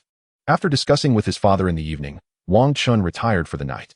He planned to gather with his younger brothers the following day, as he would soon embark on his training journey, leaving little time for further reunions. The next day, at their usual tavern, Wang Chun convened with his 3 younger brothers in a private room. In a month, I will be departing for the Southern Town Legion to study. Following that, I will commence my training, and opportunities for us to gather will become scarce. Thus, I have called you all here for one last meaningful meeting. Boss, have you reached the 40th level now? One inquired. Yes, indeed. Then, please be cautious when you leave, another urged. I understand. And you all should maintain close communication while I'm away. Discuss any issues that arise, Wang Chun replied. We will, boss. Feel free to share any concerns you may have. I will see if I can assist you. Chapter 42. In 1 month, Wang Chun would be departing from the Diamond Clan. After living here for a decade, he found himself feeling a twinge of reluctance at the thought of leaving. As he wandered through the bustling Diamond City, observing the shops and patrons, it struck him that this was the first time he had leisurely strolled through the city. Previously, he had either been occupied with studies at the academy or cultivating within the Diamond Clan, leaving no time for such indulgent exploration. This occasion served as a small remedy for his lingering regrets. Diamond City was incredibly vibrant, teeming with people, necessitating a considerable presence of patrolling soldiers to maintain order. Most of these soldiers and officers were veterans from the Southern Town Legion, reassigned to the Patrol Corps, a testament to the Diamond Clan's commitment to safeguarding those who had served in the Southern Town Legion. To alleviate the concerns of soldiers regarding their post-retirement life, ensuring their security is a pivotal reason for the enduring influence of the King Kong family over the Southern Legion. After all, who would follow a leader whose own golden years are not assured? The King Kong family has adeptly utilized this advantage, not only to win the loyalty of their Southern Legion, but also to infiltrate the city guards of King Kong City with these retired soldiers. Consequently, the family has effectively monopolized the authority of the city guards, significantly bolstering their power in the region. Wang Chun meandered through the streets, seeking unique establishments that might offer something extraordinary. Before long, he stumbled upon an exquisitely distinctive tavern. This establishment boasted 5 stories, a considerable scale, and was adorned in a delicate azure hue, reminiscent of a bamboo grove that captured the eye. The name, Bamboo Elegance, exuded a sense of refinement. Upon entering, Wang Chun was immediately embraced by the refreshing fragrance of bamboo, a scent imbued with a natural essence that invigorated the spirit. The interior decor adhered solely to the azure theme, creating a fresh and elegant atmosphere that evoked a sense of refined culture, contrasting with the more rugged aesthetic typical of Douluo Continent. It was precisely this unique style that attracted a loyal clientele. Approaching the counter, Wang Chun requested a private room. The attendant, attentive to his inquiry, promptly asked, Sir, are you a member? Do you have a reservation? Is there a significant difference? Wang Chun inquired. The attendant explained. If you have a reservation, you may proceed directly to your designated room. Without one, and if you are not a member, your dining options are limited to the main hall or the second-floor rooms. Access to the 3rd floor and above requires membership. Interesting. Please arrange for me a room on the 2nd floor, Wang Chun replied. Certainly, sir. Please follow Miss Tao to your room. Should you require anything, feel free to inform her, the attendant responded. A lovely server soon arrived to escort Wang Chun to the 2nd-floor room, where he ordered a selection of signature dishes. Savoring the unique ambience of this remarkable tavern, much of their conversation revolved around his father's past experiences during his own training, imparting valuable lessons. He also advised Wang Chun on the dynamics within the Southern Legion, emphasizing the importance of diplomacy. By speaking favorably, one might gain the favor of the instructors, who could potentially share their exclusive techniques. These techniques, forged through countless trials and tribulations, were invaluable for survival in critical moments. Conversely, should one fail to impress them, they would only impart mainstream skills, which, while formidable, would be less effective due to the family's need for reform and simplification in learning, resulting in diminished efficacy. The exclusive techniques, being proprietary to the instructors, could not be coerced from them, lest the family risk losing their trust. Thus, only those deemed worthy would be privy to such knowledge. Wang Chun comprehended the thoughts of these individuals, as the insights he had painstakingly garnered through countless trials could not simply be imparted at will. After all, these skills were honed through experience and carried inherent risks. For those techniques that proved futile were inevitably discarded in the crucible of practice. Naturally, the exceptional skills they had painstakingly acquired would be entrusted to someone deemed worthy. Thus, time slipped away, and only 2 days remained before Wang Chun's departure for the Southern Army Corps. Over the past month, aside from his leisurely strolls within the confines of the Diamond City on the first day, he had primarily spent his time at home, engaging in conversations with his parents. He occasionally participated in soul battles at the Diamond Soul Arena to refine his combat prowess, where he would train his soul power within the family's simulated cultivation environment, striving to elevate his soul power level. Furthermore, he would visit the family's library, which housed a wealth of knowledge, encompassing theoretical insights compiled by the family as well as diverse information from across the continent. The library also contained treasures akin to the ice and fire eyes mentioned in the original text, alongside extensive knowledge of various medicinal herbs, such as the extraordinary Tongtian chrysanthemum and 8-petal immortal orchid, complete with explanations of their consumption and effects. However, this information remained concealed within the family, inaccessible to outsiders. Without the family's ancestral records, one would find it impossible to utilize these treasures, much like the poisoned Douluo in the original tale, who, despite having access to such wealth, remained oblivious to their potential. This exemplified the drawbacks of lacking a legacy. The family inheritance was not merely about teaching the art of cultivation or assisting in the acquisition of soul rings. Its most significant aspect lay in these hidden legacies that ensured one would not leave a treasure trove empty-handed. Prior to his departure, Wang Chun resolved to gather his 3 close companions for one final reunion, knowing that once he left, opportunities for such gatherings would be scarce. They returned to their familiar little tavern, occupying the same private room as before. On this occasion, their conversation would not revolve around cultivation, but instead focus on savoring a hearty meal and nurturing their bonds, deliberately avoiding discussions of their training. Brothers, after this gathering, I shall be departing. From here on, it will be just the 3 of you. I urge you to remain united and supportive of one another. This time, let us set aside all matters and simply share our camaraderie. All right, boss, they replied, a tinge of reluctance evident in their voices, for they were uncertain when they might next reconvene. This sentiment was entirely natural. True joy often resides in the innocence of childhood. In those carefree days, they bore no worries or responsibilities. However, as one matures, thoughts of future endeavors and the weight of various responsibilities inevitably encroach upon one's happiness, rendering it impossible to recapture the bliss of youth. Chapter 43, The Southern Army Corps. 2 days later, Wang Chun prepared to embark on his journey to the Southern Army Corps. This time, he was escorted by the 4th Elder, who would introduce him to the commander of the Southern Army Corps, a final gesture of favor extended to the prodigy of the Diamond Clan. The Southern Army Corps was stationed to the south of Diamond City, in proximity to the Yuhui Forest. The Jinan Legion was initially established to confront the soul beast tides within the Yuhui Forest.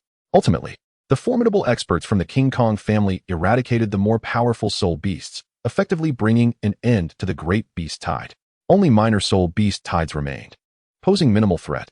Thus, the Jinan Legion transformed into a force dedicated to maintaining stability in the Yuhui Forest, shedding its former responsibilities. However, since the King Kong family did not completely eliminate the beast tides, the minor occurrences that transpired approximately every 6 months, though harmless, provided the Empire with no justification to disband the Legion. The Jinan Legion, now wholly under the control of the King Kong family, became a vital training ground for the family's aspiring talents. Here, the lessons learned in combat were distinct from mere family sparring or competitions in the soul arena. In this environment, the stakes were life and death, and one could not afford to hold back. Otherwise, the consequences could be dire.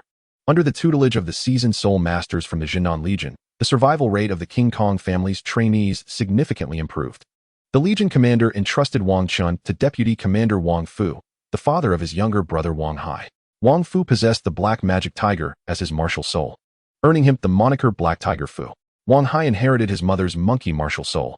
Wang Fu, robust and rugged in appearance, bore the countenance of a trustworthy and honest man, suggesting a mature and composed demeanor. Yet, as the saying goes, one should not judge by appearances, nor should one attempt to measure the sea with a pint. Uncle Fu, where are we heading now? First, to our quarters. Then I will introduce you to your future instructors. All right. Wang Chun followed him to their accommodation, set up his bedding, and then accompanied Wang Fu to meet the instructors. In a clearing at the Jinan Legion's base, 2 individuals were engaged in a sparring match without the use of soul power, while several others observed. Commander Fu, what brings you here today? Here for a spar? Commander Fu, I was just hoping to experience your crow's flight technique once more. Actually, I came to bring this child for some learning. We can discuss sparring later. Oh, but aren't the children usually assigned to the Soul King squad leaders for instruction? Why bring him here? This situation is different. The child's talent is exceptional, which is why he is here. Very well, let me introduce you. This child is Wang Chun, a genius from our family. He will be studying with the Jinan Legion for 6 months. You are to impart to him the knowledge of survival on the continent, as well as experiences of life and death combat. There is no need to teach him anything else. Little Chun, allow me to introduce you. These 6 individuals are our squad leaders in the Jinan Legion. The most robust one is Wang Chong, the darkest is Xiong Jin, the slimmest is Lu Ha, and the 2 who resemble each other are brothers, Li Fei and Li Yun. Lastly, we have Lu Fu. You may address them as uncles. Uncle Wang, Uncle Xiong, greetings. I look forward to your guidance. Having completed the introduction, Wang Fu stated that Xiao Chun would join them for learning the following day. He then took Wang Chun to familiarize him with the environment. It appears that an extraordinary individual has arrived. Naturally, if he were an ordinary person, would the formidable He Hua Fu bring him to seek our guidance? Enough of such musings. Let us continue our training, and when the time comes, we shall impart our knowledge adequately. After all, it is merely a matter of 6 months. This initial day serves merely as an adaptation period for him. Early the next morning, Wang Chun returned to the place from the previous day, eagerly awaiting the arrival of the 6 captains in order to learn about aspects he had yet to comprehend. Shortly thereafter, the 6 individuals arrived, and the slender Lu Ho approached him. You must be Xiao Chun. For now, accompany me. I shall impart some theoretical knowledge to you. Once you grasp these concepts, we shall proceed to practical application. Ah, understood, Wang Chun replied. Lu Ho led him into a room, where he seated Wang Chun and presented him with a manual. This manual has been compiled by the Jingang family. It is imperative that you memorize its contents, as it outlines critical vulnerabilities of the human body that can lead to rapid incapacitation. I shall explain it to you. Pay close attention. The manual detailed the 14 vital points of the human body. Among these, the eyes are one of the most crucial areas, as they can dictate a person's actions. An assault on the eyes results in a loss of vision, rendering one unable to retaliate. Methods of attack. One may utilize a finger jab to target this area. Alternatively, simultaneous strikes from both fists can be employed. The jaw is particularly susceptible to strikes, and an impact can lead to cranial base fractures or intracranial hemorrhaging, causing excruciating pain or even unconsciousness. Due to the presence of the trachea, carotid artery, and vagus nerve at the Adam's apple, a strike with the outer edge of the palm or a choke from behind using the forearm can prove fatal. Additionally, one may apply pressure with fingers to the Adam's apple to induce asphyxiation from oxygen deprivation, potentially leading to death. Methods of attack. Direct strikes or elbow chokes may be utilized. The face houses significant sensory organs, including those for vision, smell, and taste. This region is rich in nerves and blood vessels, rendering it highly sensitive to pain. An impact here can incapacitate an individual entirely. Chapter 44, The Southern Legion, Part 2. Methods of attack. The most effective means of striking this area is through kicks, as foot strikes possess considerable penetrative force. Methods of attack. One may employ kicks or knee strikes for lethal assaults. Methods of attack. Kicking is advisable, but at close range, one may opt for knee thrusts. Methods of attack. Striking this area can be accomplished with the outer side of the foot or by sweeping with the instep. Methods of attack. One may stomp down forcefully with the heel or grind against the opponent's foot. Key pressure points in the body include the elbow, wrist, web of the hand, and the back of the hand. However, these are less conspicuous and thus more challenging to target accurately, hence not highly recommended. What I have just shared are methods capable of incapacitating an adversary even in the absence of soul power. Under the enhancement of soul power, the lethality becomes exponentially greater, and vital points can also be combined in attacks. It is not limited to a singular strike. For instance, one could first stomp on the foot, followed by a kick to the groin, then an eye jab, and ultimately target the throat or temple, potentially leading to a swift demise. I urge you to remember these methods of lethal combat, which have been distilled through countless reflections. You must not only comprehend my teachings, but also study that manual diligently, memorizing the general locations of vital points. For today, focus on these lessons, and once you have mastered them, I shall impart further knowledge. Understood, Uncle Lu.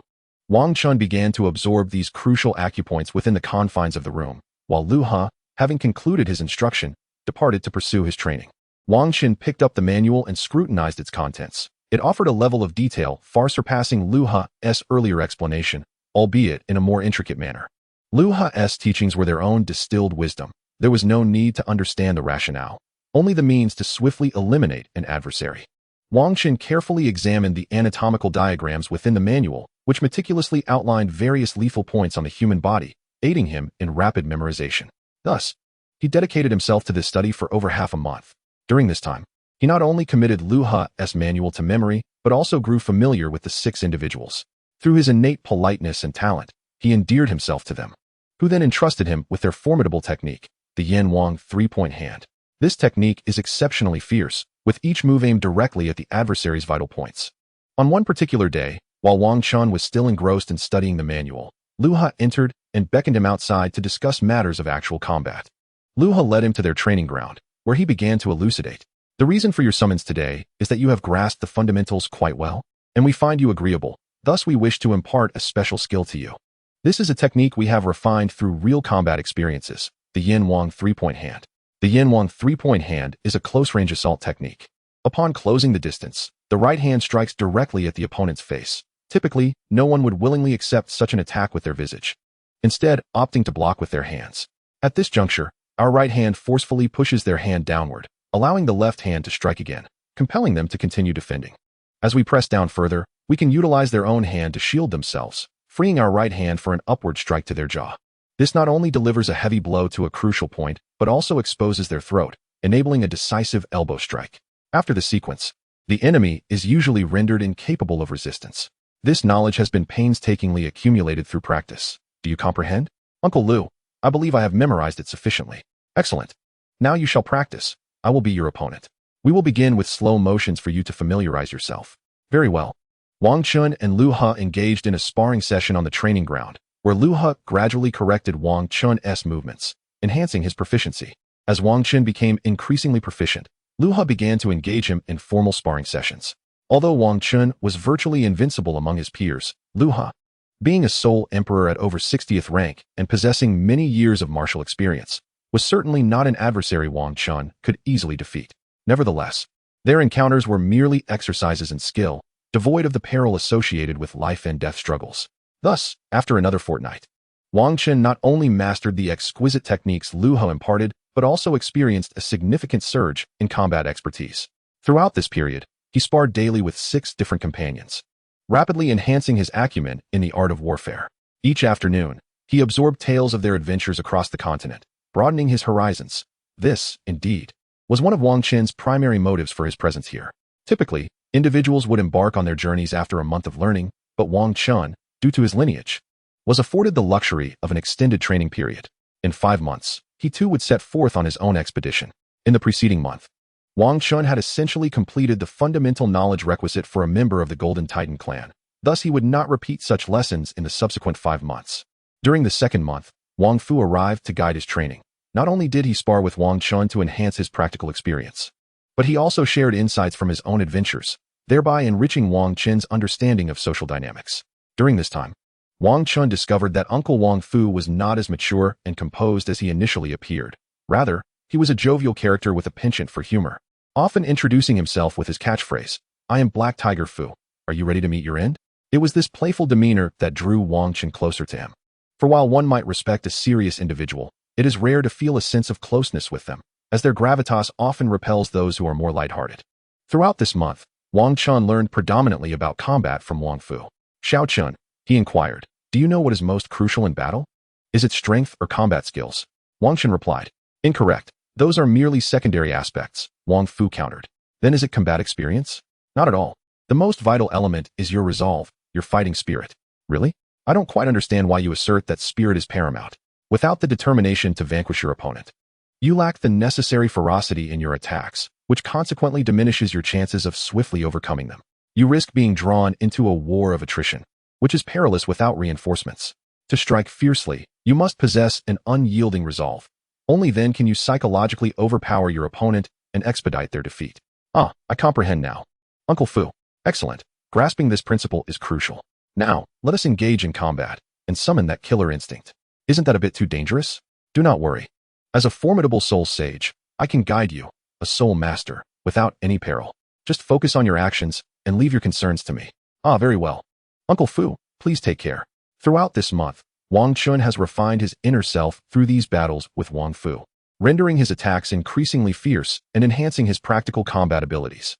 The 6 uncles from last month did not provide such detailed explanations. They merely touched upon the vital points of the human body and taught Wang Chun a unique skill. This was akin to teaching combat techniques without elucidating the rationale behind them. Wang Fu, however, elucidated the reasoning for such combat, highlighting their differing teaching styles, with each imparting knowledge within their own areas of expertise. In the 3rd month, Wang Chun no longer remained at the Zhennin Legion's camp. Instead, he was taken by Wang Fu to the Yuhui Forest, where he engaged in hands-on learning to grasp the essential knowledge of wilderness survival. contrasting sharply with the theoretical instruction received at the Diamond Soul Master Academy. As night fell within the Yuhui Forest, in the outskirts of the soul beast habitat, the creatures residing there are primarily century-old and decade-old soul beasts. Wang Fu intended to begin with these foundational concepts. While Wang Chun might have studied these topics before, the divergence between practice and theory is profound. No amount of theoretical learning can rival the depth of practical experience. Xiao Chun, I shall now impart to you the crucial experiences of wilderness survival. You may have read books or listened to lectures, but practice and theory will never be entirely synonymous. Although you have previously visited the Yuhui Forest, your purpose then was not to acquire survival skills, but rather to hone your combat prowess against soul beasts. Thus, pay close attention to my teachings. Firstly, when selecting a campsite in the wild, avoid proximity to water sources. For many soul beasts venture there at night to quench their thirst. Being too close significantly heightens the risk of an attack. Secondly, when setting up camp, it is imperative to scatter medicinal powder around the site. This not only masks your scent, but also repels venomous insects. Do not underestimate these pests, as they may bite you unbeknownst to you, and without a healing soul master or appropriate medicine, it could cost you your life. Thirdly, it is advisable to refrain from lighting a fire at night, especially in perilous forests. While a fire may scare away weaker soul beasts, it is far more likely to attract formidable ones. Should such powerful beasts arrive, your life may be at stake. Fourthly, and most importantly, if you encounter others in the wilderness, maintain your distance and swiftly retreat. Never allow strangers to approach you in the wild. Remember these lessons well, for they are derived from the experiences of those who have lost their lives. Understood, Uncle Fu. I shall remember these points. Now, rest for the evening. I will continue to impart further knowledge to you tomorrow. A night has passed without incident, and after finishing his meal, Wang Chun followed Wang Fu deeper into the Yuhui Forest. As they walked, Wang Fu elaborated on the knowledge of soul beasts they encountered along the way. By noon, they paused in a clearing to prepare their lunch. During this time, Wang Fu continued to impart further knowledge. Little Chun, let me share with you some insights about soul beasts. Throughout today's journey, I have already provided you with considerable information, and now I will summarize it for you. Firstly, we categorize soul beasts into two types: animal soul beasts and plant soul beasts. You have visited our family's simulated training environment, where you have encountered the peach tree soul beasts. They are generally immobile. As long as you do not enter their attack range, you are mostly safe. However, how can one discern them? Simply remember this. If you come across a peculiar plant in a location devoid of similar flora surrounding it, exercise caution, for this could be perilous. High-level soul beasts possess territorial instincts and will not permit any creature that poses a threat to exist nearby. Most importantly, if you detect any unusual scent in the wild, be vigilant, as such odors are often emitted by unique soul beasts to lure prey. These special gases could potentially induce poisoning or hallucinations, and if ensnared, survival becomes highly unlikely. Animal soul beasts are relatively easier to identify, the more distinctive their appearance, the more dangerous they tend to be. Upon spotting a unique soul beast, it is prudent to retreat and avoid being detected. In the wilderness, those possessing unusual traits are typically formidable. If they are not powerful, they have likely perished, unable to reproduce. Additionally, be wary of small creatures with vibrant colors, as they often carry potent toxins. These are merely fundamental yet practical insights regarding soul beasts, and I urge you to commit them to memory. Understood? Thank you, Uncle Fu. Chapter 46. The Southern Garrison, Part 4. After lunch, Wang Chun continued to accompany Wang Fu, aiming to acquire further knowledge about soul beasts and survival skills in the wild, ensuring his future well-being. Little Chun, do you see that? That is the exceedingly dangerous bloodthirsty ghost Sephora. Wang Fu pointed to a distant crimson Sephora tree, towering at over 20 meters in height. This bloodthirsty ghost Sephora is a particularly perilous plant soul beast found within the Yuhui Forest. Its height exceeds 20 meters, and the blood-red branches indicate that it is over 2,000 years old. Moreover, this soul beast emits a unique fragrance that can induce hallucinations, luring both humans and soul beasts unwittingly into its attack range, making them its prey. Therefore, upon encountering such a soul beast, exercise utmost caution and retreat immediately upon detecting any unusual scent. The higher the tree with red branches, the greater the danger. Conversely, if it has green branches, the shorter it is, the more perilous it becomes. Plants of this kind, akin to spirit beasts, share similar characteristics. In the face of unusual circumstances, the wisest course of action is to maintain a safe distance. Yet, one might ponder the possibility of missing a fortuitous encounter. Your thoughts are commendable. However, consider the improbability of stumbling upon a serendipitous event precisely upon your arrival. If such an occurrence were indeed fated, the spirit beast that came before you would have already seized the opportunity, rather than waiting for your presence. Thus, in such scenarios, danger is the predominant factor, often of a particularly perilous nature. For if it were not exceedingly hazardous, it would have long been eradicated by other spirit beasts. Ah, I see, Uncle Fu. Well, now that you grasp this situation, let us continue to explore other unique spirit beasts. Xiaochun, do you see that patch of barren land? The one devoid of plant life? Oh, I see it. One must also steer clear of such areas in the wild. Beneath that desolate ground lurks a highly toxic spirit beast. Only creatures of that dangerous caliber could transform their territory into such a noxious black expanse. It is precisely due to this toxicity that not a single blade of grass can thrive in that vicinity. These are the various insights we have gleaned from our experiences in the field. You must remember them well. Very well, Uncle Fu. Thus, during this month, Wang Chun accompanied Wang Fu to various locales within the Yuhui forest, absorbing a wealth of knowledge. Through first-hand observation, coupled with Wang Fu's elucidations, Wang Chun gained a more profound understanding of the myriad dangers present in the wilderness. Over this month, he felt that his survival skills in the wild had expanded more significantly than in the previous years, a testament to the advantages of experiential learning and the rationale behind the family's establishment of such educational endeavors. During this time, Wang Chun not only learned about the habits of venomous creatures and ferocious beasts, but also came to comprehend the habitats of various spirit beasts, laying a solid foundation for future identification. Xiaochun, you shall rest at the camp for a day. Tomorrow, you will venture into the Yuhui forest for survival training, and we will continue your instruction. What will I be training in? You will be honing your wilderness survival skills. You will understand in due course. Oh, very well. In the 4th month, Wang Chun entered the Yuhui forest to survive in the wild. On his first night of survival outdoors, he was ambushed. Having already spent nights in the Yuhui forest before, and with his current strength far surpassing his previous self, he naturally let down his guard. He set up camp in a relatively safe clearing, dined, and then retreated into his tent for a light rest. Although this method of rest does not restore one's spirit as effectively as deep sleep, it offers some recovery and allows for awareness of the surroundings, unlike complete slumber. This shallow sleep enables one to perceive external circumstances. Though not as vigilant as keeping watch, it remains quite effective. Generally, in situations where one is alone, this approach is employed to ensure one's basic combat readiness. However, Wang Chun was ambushed by Lu Ha and his companions. Wang Chun's strength was already inferior to theirs, and his lack of experience only exacerbated the situation. Caught off guard, he was swiftly subdued. Xiaochun, your vigilance in the wilderness is exceedingly poor. Typically, one does not rest as you do unless in dire circumstances. One would remain vigilant instead. While such rest might diminish one's strength, it does not do so overnight. It is only in the face of danger, particularly after engaging in combat, that one resorts to such superficial slumber to preserve basic combat readiness.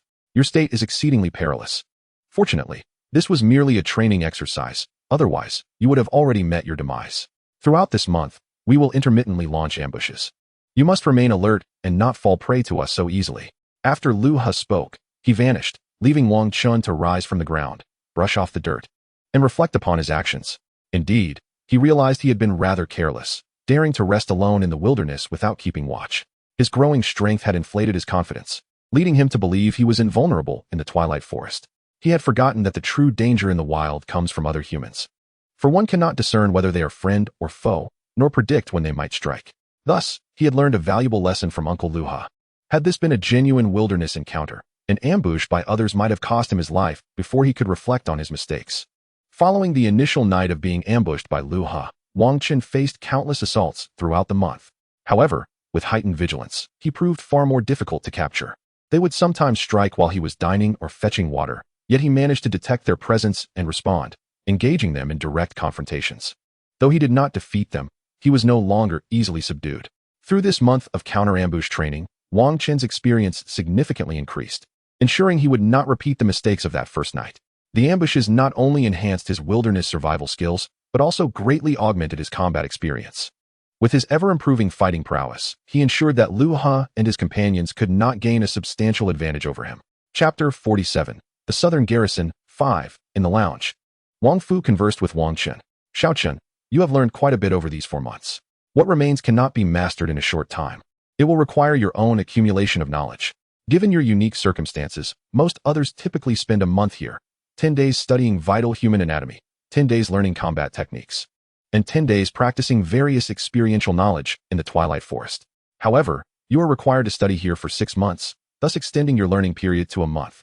We have nearly completed all that is necessary to teach you. Uncle Fu, what should I do in the next 2 months? Well, in the forthcoming 2 months, you shall engage in practical combat within the Southern Town Legion, battling various types of soul masters to enhance your combat experience against different soul masters. Oh, very well.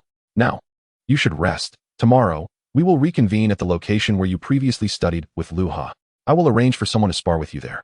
Remember to rise early and do not keep others waiting, as they are coming to assist you, and it would be inconsiderate to cause them any inconvenience. Understood, Uncle Fu. I am aware of this, and there is no need for further reminders. Very well, I shall take my leave now. Do keep this in mind. All right then. Indeed. The longer one spends time with Uncle Fu, the more he reveals his loquacious nature, reiterating every matter as if fearing that others might forget. The following day, Wang Chun arrived early at the training ground. As no one else was present, he took the opportunity to close his eyes and meditate. After all, his experience in combat as a soul master was rather limited, despite participating in numerous battles at the Diamond Soul Arena. He had primarily encountered soul masters wielding beast martial spirits, predominantly those of the assault and agility types, with very few control-type soul masters. In fact, he had yet to face a pure control-type soul master, which left him lacking experience in combat against them. Moreover, within the Diamond Clan, the majority were also beast martial spirits, with scarcely any control-type soul masters. Thus, there had been no arrangements made for Wang Chun to practice against such opponents. In contrast, the Southern Town Legion comprised a diverse array of soul masters drawn from various sources, each possessing an assortment of martial spirits, including the control-type soul masters Wang Chun sought to challenge. The previous day, Wang Chun had requested Uncle Fu to arrange for a pure control-type soul master to come and help him gain experience. After a short wait, Lu Ha and his 5 companions arrived, not only to observe Wang Chun's battle, but also to serve as referees. Should the situation escalate, they would intervene to mitigate any potential risks, as it would be unfortunate if anyone were to sustain injuries. After waiting a little longer, a middle-aged man in his 40s appeared, greeting Lu Ha and the others before glancing at Wang Chun and nodding in acknowledgement. Wang Chun studied the man intently. He appeared slender and did not possess the robust physique typical of those with assault beast martial spirits.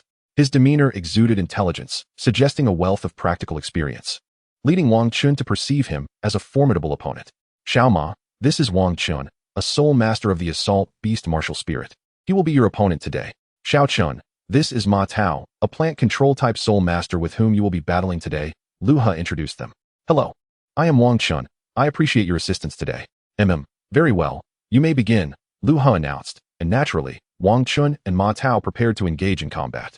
Wang Chun, a 35th level assault type soul master, and Ma Tao, a 55th level control type soul master, shouted in unison, signaling the commencement of their battle. Wang Chun immediately manifested his martial soul, significantly enhancing his physique. His robust arms and formidable muscles radiated an overwhelming aura of sheer power. Beneath him, 4 soul rings, 1 yellow, 2 purple, and 1 black, pulsated rhythmically, instilling an air of intimidation. Conversely, Ma Tao summoned his martial soul without any noticeable alteration to his form. His own configuration of 2 yellow, 2 purple, and 1 black soul rings also throbbed in harmony. Dark purple vines slithered along the ground, resembling serpents in their graceful movement, encircling a 20-meter radius around Ma Tao and securing any potential ambush points. With an air of composure, Ma Tao regarded Wang Chun, unfazed despite the impending clash. Although he noted a flicker of surprise at Wang Chun's soul ring arrangement, he remained confident that the disparity in their abilities could not be bridged by mere soul rings, especially since he possessed a 10,000-year soul ring himself. As a control-type soul master, he excelled in one-on-one confrontations, leaving him unperturbed by Wang Chun's presence. Activating his ghost vine martial soul, Ma Tao directed the vines towards Wang Chun. In response, Wang Chun did not remain passive. He sprang into action, propelled by a series of phantasmal images, charging directly at Ma Tao. As he entered the domain of the ghost vines, they rose simultaneously, forming an immense cage that enveloped both combatants. In that moment, both Wang Chun and Ma Tao unleashed their soul skills. Ma Tao initiated his first soul skill, Entangle, commanding the ghost vines to surge toward Wang Chun. Meanwhile, Wang Chun activated his Mighty King Fist, a radiant burst of golden light emanating from his right hand as he struck forward with tremendous force. A resounding explosion echoed as Wang Chun's fist shattered the advance of the ghost vines, propelling him closer to Ma Tao. However, as Ma Tao glimpsed the approaching golden fist, he deftly sidestepped, evading the blow. He then summoned his martial soul again, augmenting the number of ghost vines within his vicinity. Once Wang Chun closed the distance, he launched another Mighty King Fist toward Ma Tao. In a precarious moment, Ma Tao utilized the ghost vines to propel himself off the ground, deftly avoiding Wang Chen's assault. Simultaneously, he manipulated the vines to ensnare Wang Chen, subsequently activating his soul skill, Absorb, which siphoned the soul power from any soul master ensnared by his vines, augmenting his own martial soul. I have one, haven't I? Ma Tao declared to Lu He and the others. His confidence stemming from the knowledge that soul masters of equal rank rarely escaped his grasp, let alone a soul master of merely over 40 levels. Unfortunately for him, events unfolded contrary to his expectations. With a thunderous roar, Wang Chun unleashed his rampaging ape transformation, rapidly enhancing his physical prowess and breaking free from Ma Tao's grasp. In a swift motion, he delivered a powerful punch that sent Ma Tao flying. Ma Tao fell heavily to the ground, sustaining significant injuries. As a control-type soul master, he lacked the resilience of a defensive beast martial soul master, making it entirely plausible that he was harmed by a punch amplified by Wang Chun. All right, that's enough sparring. Lu He interjected upon witnessing the state of the battle. Xiaoma, you have been rather careless. One must never lower their guard without fully assessing their opponent. Your fight should not have concluded so swiftly, but due to your negligence, you were severely injured, thus ending the match. Xiao Chun, your performance was commendable. Be sure to absorb this experience and strive for further improvement. Now, you may all return to your respective tasks. Today's combat session has concluded. Chapter 48, The Southern Army Corps, Part 6. Since the spar between Wang Chun and Ma Tao, a Soul King level master has challenged Wang Chun daily. Despite lacking an additional soul ring and possessing a slightly lower rank, Wang Chun consistently emerged victorious due to the overwhelming strength of his fourth soul skill, allowing him to triumph over adversaries of greater levels. After Wang Chun had battled with various Soul Kings, Lu He and the others also joined the fray. The reason for this was that the others posed minimal pressure on Wang Chun, necessitating their direct involvement. Once Lu He and his companions entered the arena, the intensity of the challenges increased for Wang Chun. After all, the disparity of two soul rings meant that while Wang Chun was virtually unrivaled among peers of his rank, it remained impossible for him to conquer opponents 2 major levels above him. Nevertheless, despite not securing victory in every encounter, Wang Chun's practical experience grew substantially. Thus, a month passed amidst these battles, marking the final month of Wang Chun's tenure with the Southern Army Corps. Soon, he would embark on his journey of exploration, where the skies would be vast for birds to soar and the seas wide for fish to leap. On the first day of this final month, Wang Fu visited Wang Chun's quarters. Xiao Chun, you have nearly mastered everything we aim to teach.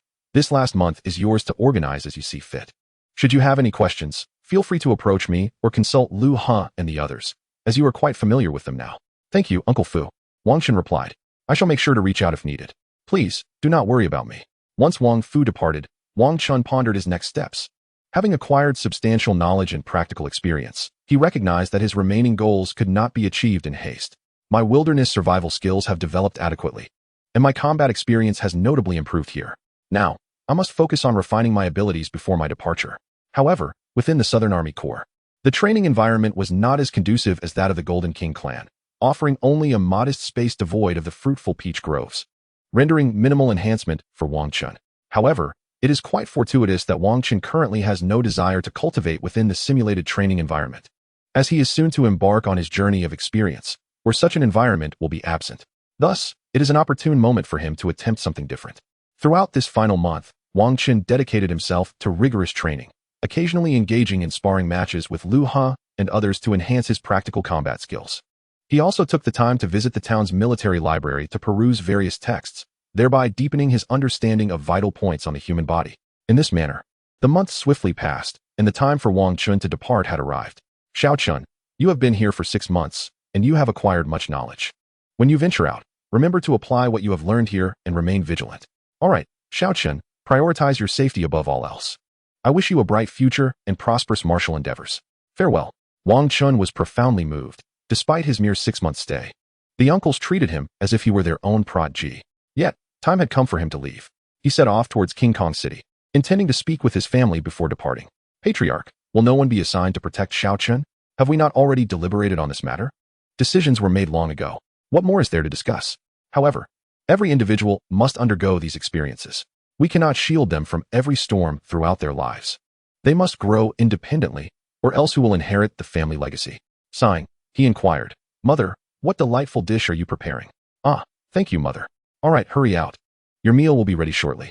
The next day, Wang Chun awoke early, having arranged to meet his 3 younger brothers for one final gathering before his departure. After this gathering, it would be exceedingly difficult for them to reunite.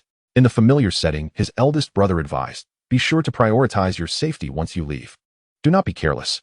When my time for training arrives, I shall seek you out. Indeed, I will wait for you. We shall strive together in the outside world." Upon returning home, Wang Chun meticulously inspected his storage soul guide, ensuring he had all necessary provisions before indulging in a restful sleep. The following day, after finishing his meal, he set out. Once outside King Kong City, Wang Chun felt an exhilarating sense of freedom, as if the vastness of the world was his to explore.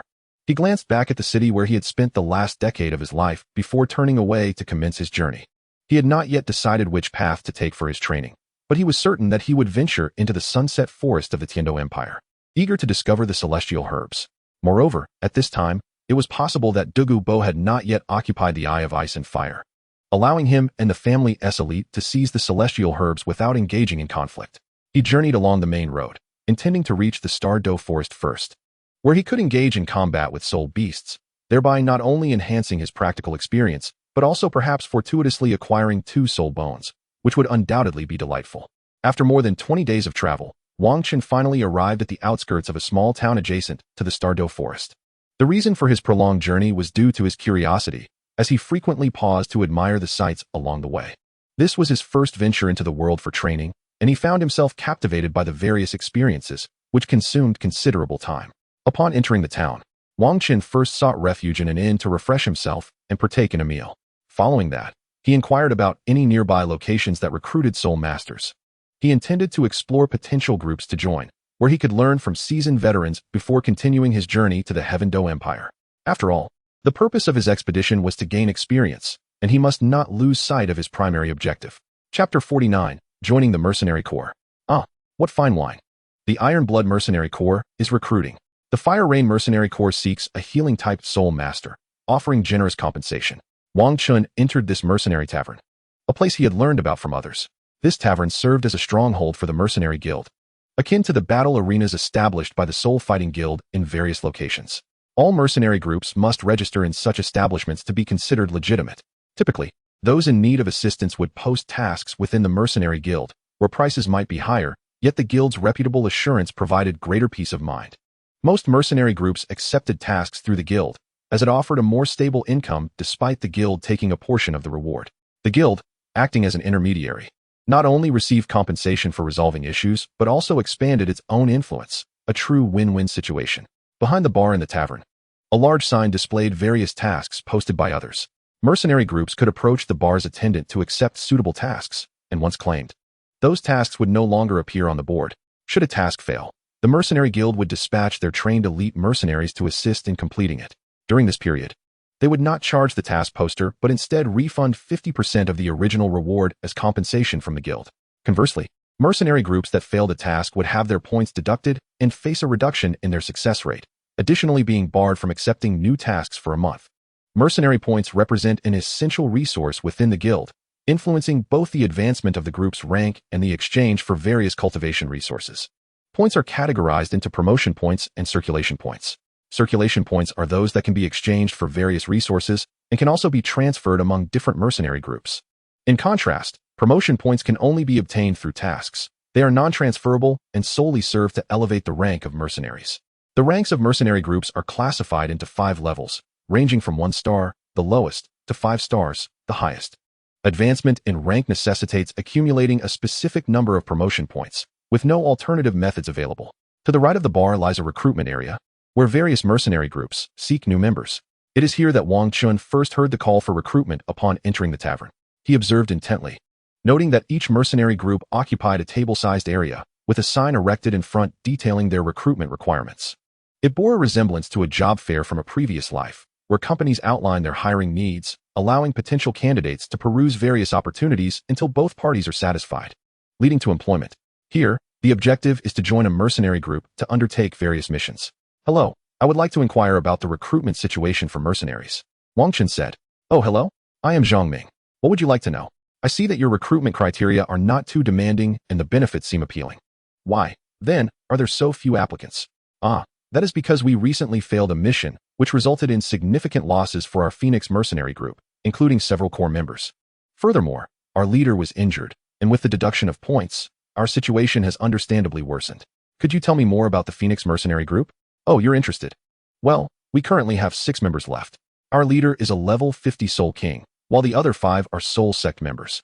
I am a strength-focused Soul Sect member, and I go by Sun Wukong. May I join? Of course. Let us proceed with the formalities. Please wait here for a moment. I will take young brother Sun to complete the joining procedures. Before long, Wang Chun had completed the necessary paperwork. Zhang Ming informed him to take the day to rest, as he had arranged a welcome dinner for him that evening. He had already notified the others, who would all be present to introduce him to the members of the mercenary group. Wang Chun chose to join the Phoenix Mercenary Group precisely because it had just endured a setback, resulting in a significant reduction of its members. By joining now, he would undoubtedly have the opportunity to learn much more. After all, they would need to undertake many missions to rebuild the group, and the more experiences one encounters, the more one learns.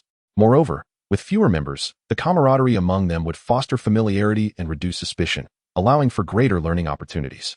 That evening, within a tavern in the small town, the Phoenix Mercenary Group hosted a welcome banquet for Wang Chun.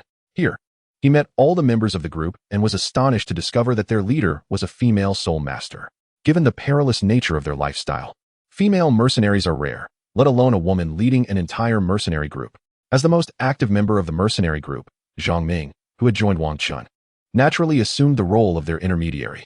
Brother Sun, allow me to introduce you to our beautiful leader, whose martial spirit is the Fire Eagle, an esteemed level 59 Assault Spirit Master.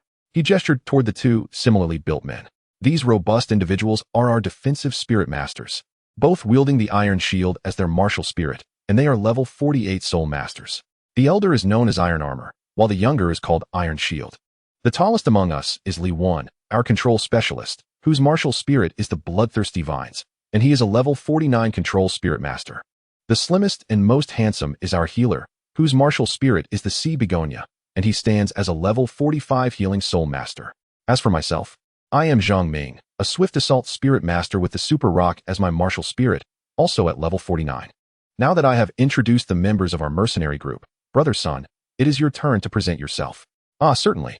I am Sun Wukong, with the martial spirit of the giant ape, standing as a level 45 Assault Spirit Master. I am delighted to join the Phoenix Mercenary Group and hope to foster harmonious relations with everyone. Oh, that is no concern, leader. I had already heard about this from Brother Zhang, and I came here well informed, so you need not worry about me.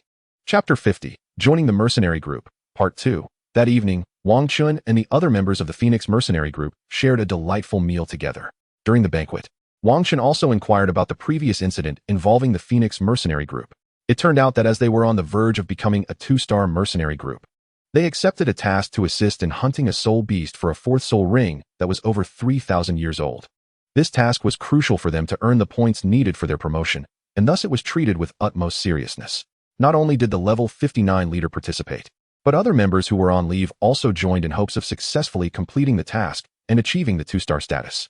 However, while hunting for the soul beast, they encountered a formidable soul beast of 30,000 years, resulting in a disastrous failure of the mission. The mercenary group suffered severe losses, with more than half of their members incapacitated, and even the leader sustained significant injuries. Ultimately, they not only failed to achieve their promotion, but also faced a reduction in their mercenary points. Over a month has passed since then, and most of the injured members had recovered, necessitating the recruitment of new members to undertake tasks to regain their mercenary points. This aligned perfectly with Wang Chun's intentions, as he sought to accumulate experience through more missions. Although the rewards might be lesser, he was not primarily motivated by monetary gain. Due to the substantial loss of personnel, the Phoenix Mercenary Group had developed a structural vulnerability, lacking a close combat assault spirit master, particularly one with melee capabilities. Now, with Wang Chun, a close combat assault spirit master with the giant ape martial spirit, they were ready to embark on new missions. However, in light of their previous failure and diminished reputation, the Phoenix Mercenary Group could only accept tasks that offered relatively lower rewards.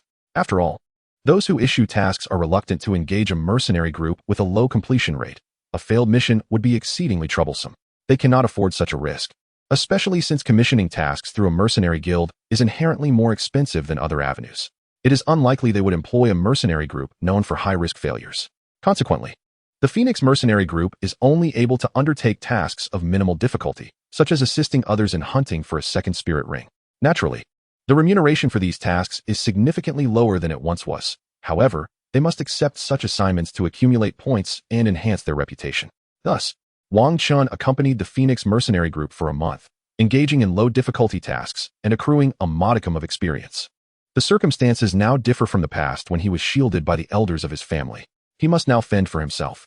No longer able to rely on his elders to keep watch while he rested. Now, they take turns to recuperate. Within the outskirts of the Douluo Forest, Wang Chun has gained considerable experience, having survived here for the past month.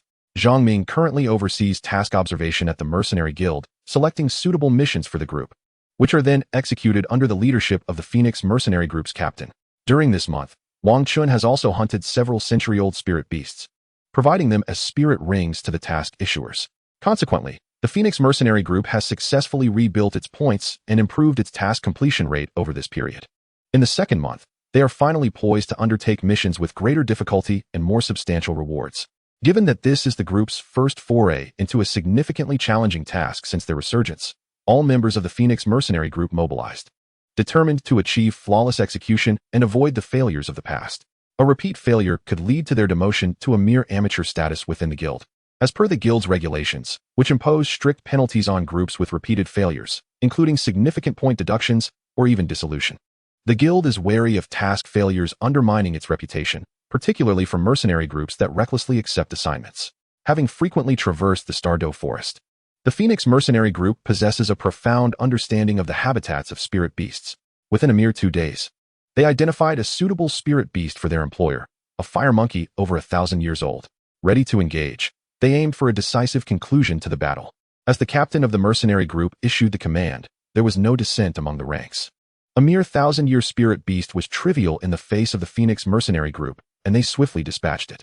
The successful completion of this task, their first undertaking of moderate difficulty since their revival, held significant commemorative value. "Captain, shall we now pursue tasks akin to those we previously undertook?" one member inquired. "Indeed. Our strength and reputation have been elevated, allowing us to accept more challenging assignments.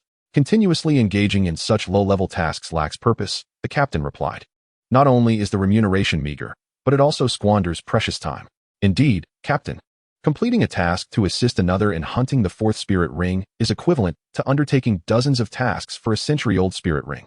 Furthermore, we have always engaged in such fourth spirit ring tasks in the past, which not only offered substantial rewards, but also allowed us to hone our own skills.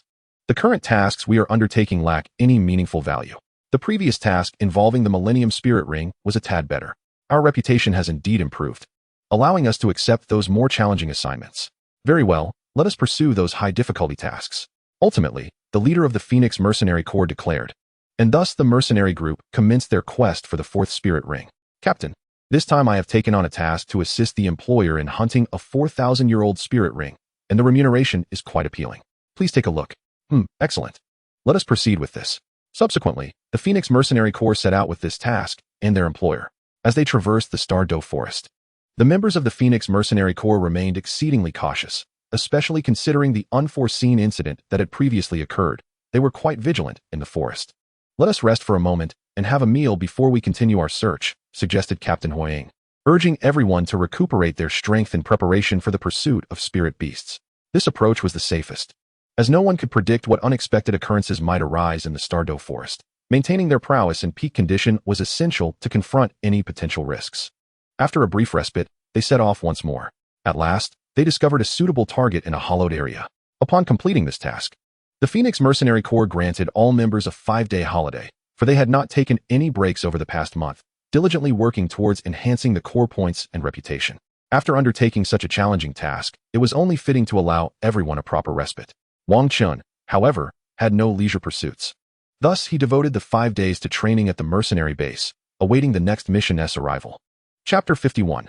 Soulbones. It had been a month since Wang Chun and the others had their holiday, during which they had completed numerous tasks, amassing considerable points and drawing ever closer to the Phoenix Mercenary Corps achieving a 2-star rank.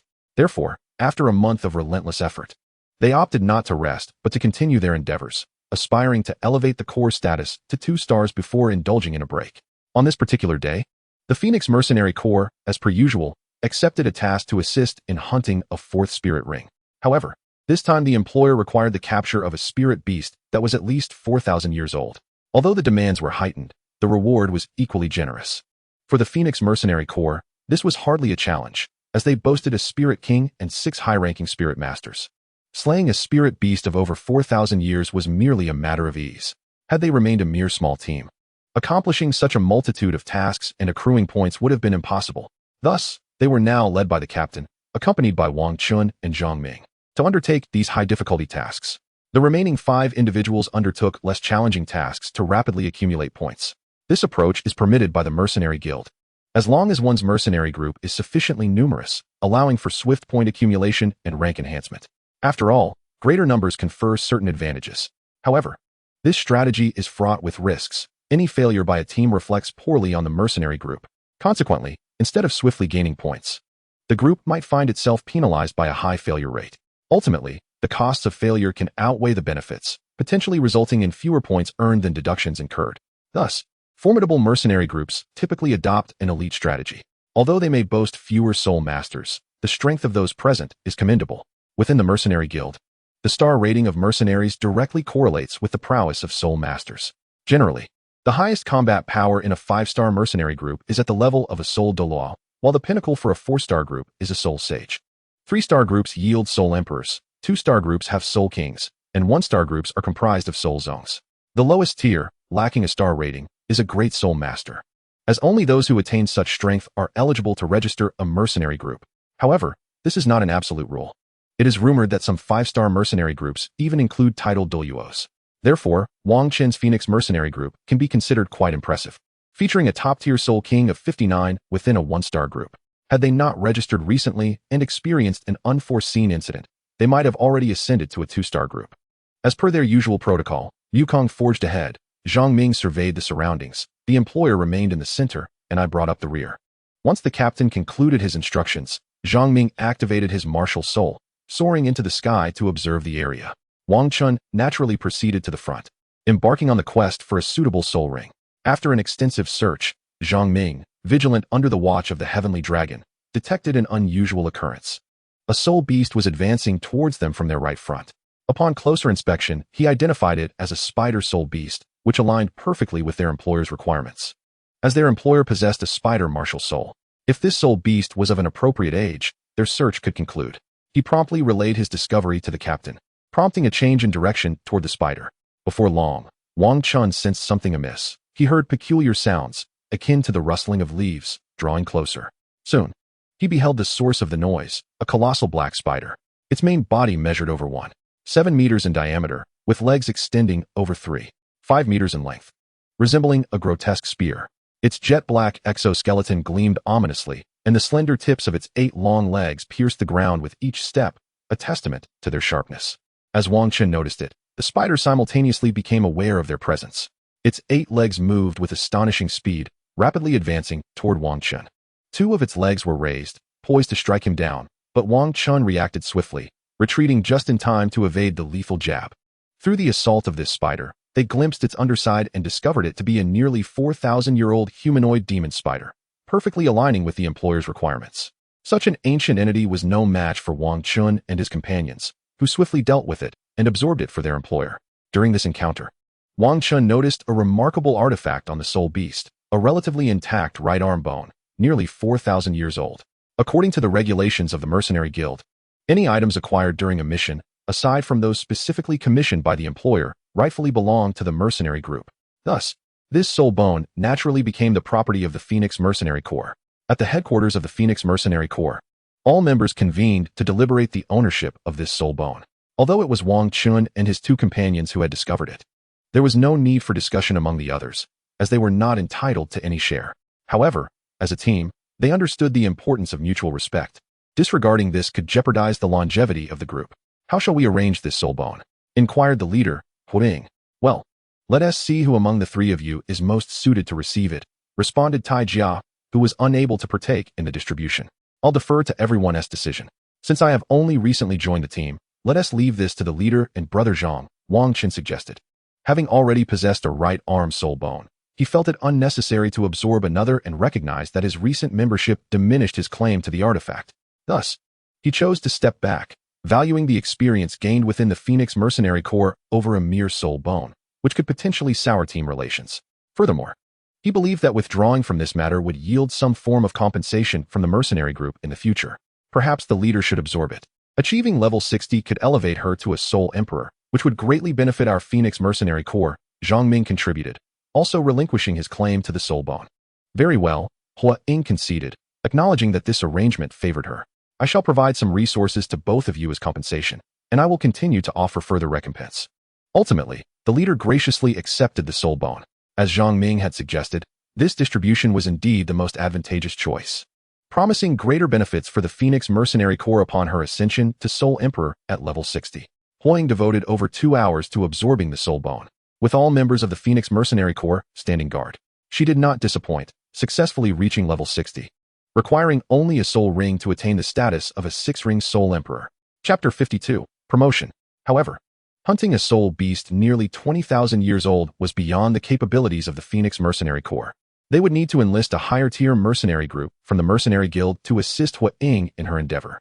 They hired a 4-star mercenary group from the Mercenary Guild to assist in hunting soul beasts, with the commission being exceedingly costly, nearly exhausting the savings of the Phoenix Mercenary Group. It was only after this expenditure that they managed to enlist a soul sage to lead the expedition into the Douluo Forest to aid the Fire Shadow in acquiring the 6th soul ring. Despite the substantial depletion of their resources, no objections were raised, as the captain's ascension to Soul Emperor would undoubtedly benefit the Phoenix Mercenary Group.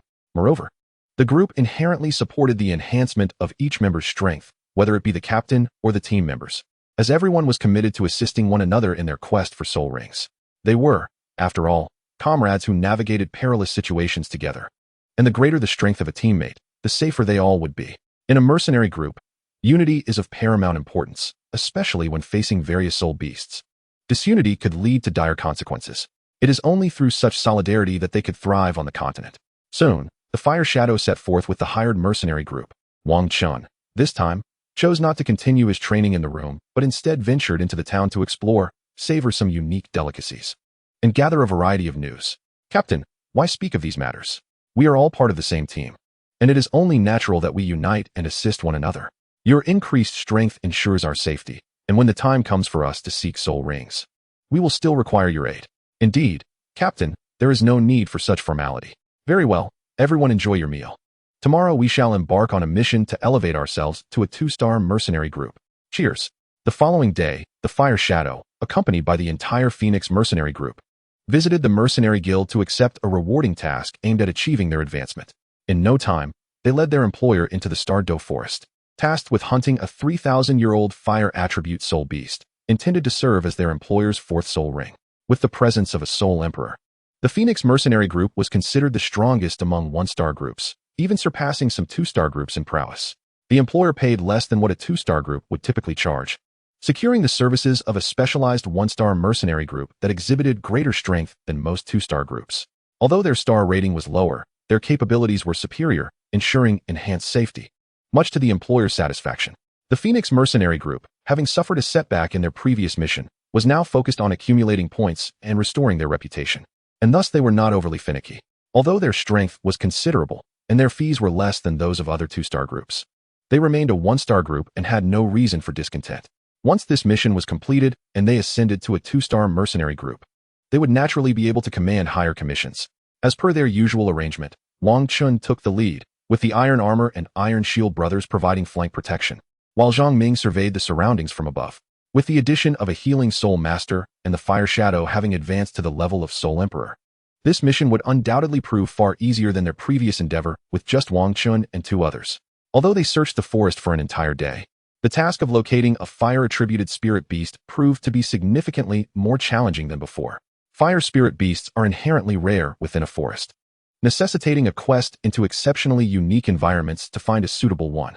They decided to establish camp and rest, planning to resume their search for an appropriate spirit beast the following day.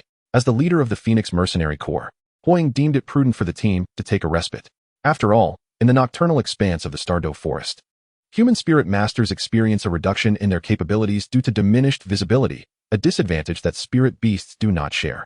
Thus, continuing the pursuit of spirit beasts at night within such a perilous forest is exceedingly dangerous. As a mercenary group seasoned in countless missions within the Douluo Forest, they were not prone to such errors. Moreover, their employer was not a fool, as often depicted in novels. and would not compel the mercenaries to seek spirit beasts under the cover of darkness, opting instead to rest at the camp. Being the employer, he was exempt from setting up camp or keeping watch at night. His only task was to heed the arrangements made by the experienced mercenaries and rest well at the camp. By maintaining his condition, he could later absorb the spirit rings acquired by the mercenary group, thus fulfilling his obligations as an employer.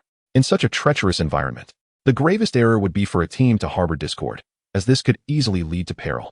Hua Ying, the leader, busied himself with food preparation. While the Tai brothers set up tents for the resting camp, Zhang Ming scattered medicinal powder around the camp's perimeter, and each member diligently fulfilled their roles. Swiftly establishing the camp, after their meal, they organized a watch schedule, allowing the others to retire for the night. In the dead of night, while resting at the camp, Wang Chun was abruptly awakened by a loud shout. Alert! A spirit beast! Startled, he dashed out of the tent to find Zhang Ming facing off against a spirit beast. At that moment, the entire camp emerged. As they exited, the beast unleashed a torrent of fire from its tail, aimed directly at Zhang Ming. Naturally, Zhang Ming would not remain passive. He activated his martial spirit and, utilizing his exceptional agility, evaded the fiery assault before retaliating with a powerful strike, sending the beast reeling. He refrained from pursuing it further, recognizing that he was not alone and that it was unnecessary to take unnecessary risks. Once all members of the Phoenix Mercenary Corps converged, they could easily subdue the spirit beast together. At this juncture, Wang Chun discerned the identity of the spirit beast. It was a king of the earth's spirit beast. This particular scorpion, known as the king of the earth, was exceedingly domineering and possessed a penchant for violence. Although it lacked the lethal venom that instilled fear in spirit beasts like the man-faced demon spider, few spirit beasts of the same rank dared to provoke it, making it a formidable fire-type spirit beast. Therefore, Wang Chun was determined not to let it escape so easily. He promptly addressed the leader of the Phoenix Mercenary Corps. Captain, this majestic king of the earth is exceedingly suitable for our target. We cannot allow it to escape. Very well. Upon finishing his words, the fire shadow immediately summoned his martial spirit. The formidable fire eagle spirit propelled him directly toward the king of the earth. Although the king of the earth is a powerful soul beast, boasting over 3,500 years of strength, it pales in comparison to the six-ringed soul emperor. Fire shadow. As the beast observed an individual charging toward it, its primal instinct was not to flee, but to unleash a column of fire from its tail hook, aiming directly at the approaching target. Unfortunately, even Zhang Ming, a soul master of over level 40, could evade such an attack, and thus, it was futile against the six-ringed soul emperor. Effortlessly, she dodged the fiery assault, her flaming wings shimmering with crimson light as she swiftly closed the distance to the king of the earth. Soul beasts possess acute sensory perceptions, and the higher their cultivation, the more refined their senses become. Upon seeing the fire shadow's fiery wings, the 3,500-year-old king of the earth sensed impending danger. Yet, the pride inherent in its savage nature prevented it from fleeing without a fight. As the enormous wings approached, the beast realized that escape was no longer an option. It had only one chance to battle for survival. In an instant, the king of the earth erupted in a brilliant red glow, warping the air within a several-meter radius around its massive form. The ground beneath it cracked violently as its enormous pincers slammed against the earth, generating a powerful shockwave that even the six-ringed soul emperor, Fire Shadow, found momentarily disruptive, causing her to pause midair. At that moment, with a thunderous roar, the ground beneath the beast erupted, launching a crimson pillar of fire skyward. The pillar, 2 meters in diameter, perfectly encompassed the center of the distorted air. This was the precise moment when Fire Shadow was momentarily immobilized in midair. This ability, known as the Magma Quake Strike, was a unique skill of the King of the Earth, the most formidable of its talents, growing stronger with its cultivation. What made this skill particularly terrifying was not merely the fierce attack power, but the semicircular distortion of light that preceded its release. Within the radius of the turbulent air, enemies could be rendered dizzy, with the duration of disorientation dependent on the disparity between the King of the Earth and its opponent. Once an adversary was incapacitated, the next moment would see a scorching pillar of fire, akin to molten lava, delivering a fatal blow. Just as he intended to convey further warnings about this soul beast to Fire Shadow, she, driven by the thrill of imminent victory, lacked the patience to heed his words and charged forth recklessly. By the time he wished to caution her, it was already too late, for she had plunged into the King of the Earth's attack range. As Wang Qin anticipated that the Hokage might sustain injuries, the wings behind her had already expanded, enveloping her entirely. At that moment, the Earth King's assault reached the Hokage. However, a miraculous event transpired. Rather than being sent flying by the Earth King's formidable strike, The Hokage's wings grew even more luminous and resplendent. The Earth King's massive form boasted surprisingly small eyes, and had one been able to decipher the emotions reflected within them, one would undoubtedly perceive a sense of terror. In the next instant, the Hokage descended from the heavens, her fiery red wings sweeping downwards, delivering a blow that sent the Earth King crashing to the ground, grievously wounded. As the employer began to absorb the soul ring, several members of the Phoenix Mercenary Corps approached, expressing their concern. "Captain, you truly startled me just now. I thought you were going to get hurt." "Indeed. Thank goodness you emerged unscathed. However, that maneuver was truly spectacular. Was that your sixth soul skill?" "Indeed, it was my newly acquired sixth soul skill, Phoenix Wing Shockwave. Not only does it envelop me with my enormous wings, thereby reducing damage from attacks, but it also absorbs external fire assaults to enhance the potency of this skill. Thus, I sustained no injuries during the Earth King's counterattack." All members of the Phoenix Mercenary Corps proceeded to the Mercenary Guild, as their accumulated points were now sufficient for promotion to a 2-star mercenary group. They wasted no time and headed directly to advance. Upon arriving at the registration desk of the guild, the staff member responsible for registrations was quite familiar with the Hokage, given that she was one of the few female mercenary leaders, making her easily recognizable. "Ah, Captain Hokage, are you here to register for your promotion?" "Yes, indeed. I would appreciate your assistance in this matter." The staff member reviewed the points from their recent mission alongside their previous accumulations, confirming that they had indeed qualified for promotion to a 2-star mercenary group. "Congratulations, Captain Hokage and esteemed members of the Phoenix Mercenary Corps. You have successfully attained the status of a 2-star mercenary group." "Thank you very much." "No need for thanks. It is my duty, and you have met the criteria. Otherwise, I could not have facilitated your promotion." After exchanging pleasantries with the staff member, Wang Chun and his companions exited the Mercenary Guild and made their way to their usual gathering spot. Naturally, the successful promotion to a 2-star mercenary group called for a celebration. Chapter 54, Expansion of Scale. This time, instead of celebrating at a tavern, Wang Chun and his companions organized a bonfire party at the Phoenix Mercenary Corps base to commemorate their ascent to a 2-star mercenary group. The night sky was brilliantly illuminated with stars, and the atmosphere within the camp was filled with joy and festivity. Though the gathering was small, the camaraderie among the familiar faces fostered a cheerful exchange. As everyone began to prepare for the meal, the leader of the Phoenix Mercenary Corps, Hokage, stepped forward to say a few words. "Brothers, today our Phoenix Mercenary Corps has ascended to a 2-star mercenary group. This achievement is inseparable from the unwavering support of each of you, and, more importantly, from the sacrifices made by those comrades who have suffered injuries or lost their lives during missions. This first toast is dedicated to the brothers who have departed." At this moment, all members of the Phoenix Mercenary Corps raised their glasses in silent tribute to those who have left us. Now, we must look forward. Our departed brothers have moved on, and those of us still here must strive to strengthen and expand our Phoenix Mercenary Corps, providing solace to those who have gone. Today is a day of joy, so let us all enjoy our food and drink. After the leader, Hua Ying, concluded his speech, the atmosphere turned festive as everyone began to celebrate.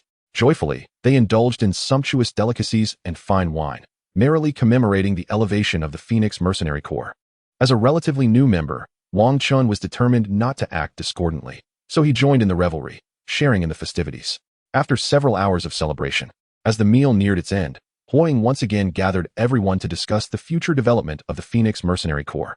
"Having successfully achieved the rank of a 2-star mercenary group, our reputation has improved, and I intend to seize this opportunity to expand our ranks and recruit skilled individuals."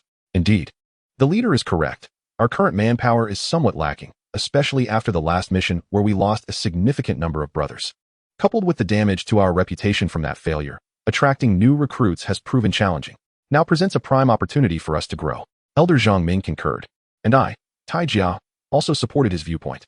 At a time when the Phoenix Mercenary Corps was at its lowest in strength and reputation, we could barely recruit even a single brother, like Sun Wukong. Now, with our leader having reached the 6th-stage Soul Emperor level and our elevation to a 2-star mercenary group, we have gained both strength and prestige. Soon, it will be us choosing our recruits rather than them judging us. Everyone, including Wang Chun, agreed with Hua Ying's perspective. After all, this is indeed an excellent moment for the Phoenix Mercenary Corps to expand. As seasoned mercenaries in the Douluo Continent, they would not let such a golden opportunity slip away. Wang Chun, however, had no intention of remaining here indefinitely, so he did not oppose the proposal to enhance the strength of the Phoenix Mercenary Corps. His purpose in leaving the King Kong family was to gain experience and grow, and he certainly could not remain in one place for too long. Otherwise, he might as well have stayed within the safety of the King Kong family. Seeing that everyone was in agreement, Huaying was filled with joy, as she had founded the Phoenix Mercenary Corps with the hope of seeing it thrive, and she certainly did not wish to miss this opportunity. However, the mercenary group was not solely under her control.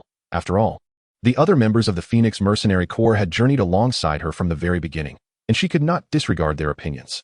Now that there was a unanimous agreement among them, it was indeed the most favorable outcome. With everyone in accord, we shall proceed to the Mercenary Guild tomorrow to recruit additional personnel, allowing us to rest in the town for the next few days without the burden of missions. Meanwhile, far from the town, a small meeting was taking place within the confines of the King Kong family. In the meeting room situated in the inner courtyard, the patriarch of the King Kong family was engaged in conversation with 50 elders. It was indeed a commendable opportunity, as it not only allowed one to learn how to interact with others, but also to undertake missions that broadened one's horizons. As long as Xiaochen faced no issues, it was reassuring, for he was the most talented descendant of the King Kong family. Were there any recent developments from that side? Certainly not. After the discussion concerning Wang Chun, the elder inquired further, Patriarch, have there been any updates from the senior elders of the previous generation? Sighing, the patriarch replied, indeed. If it were that simple to find a breakthrough, the continent would not have so few titled Douluo. Where is the fifth elder currently? He happens to be in the Stardow Forest, not far from Xiaochen. I have sent word regarding Xiaochen's circumstances, and he shall keep a watchful eye on him. Ah, that is fortuitous. Xiaochen's safety is thus better assured. Indeed, the patriarch affirmed. Following this exchange, they continued to deliberate on other matters. The next day, in Tiannan Town, at the Phoenix Mercenary Corps headquarters, all members rose early. Despite the late-night celebration, being soul masters, they were not deterred by such trivialities from attending to the day's duties.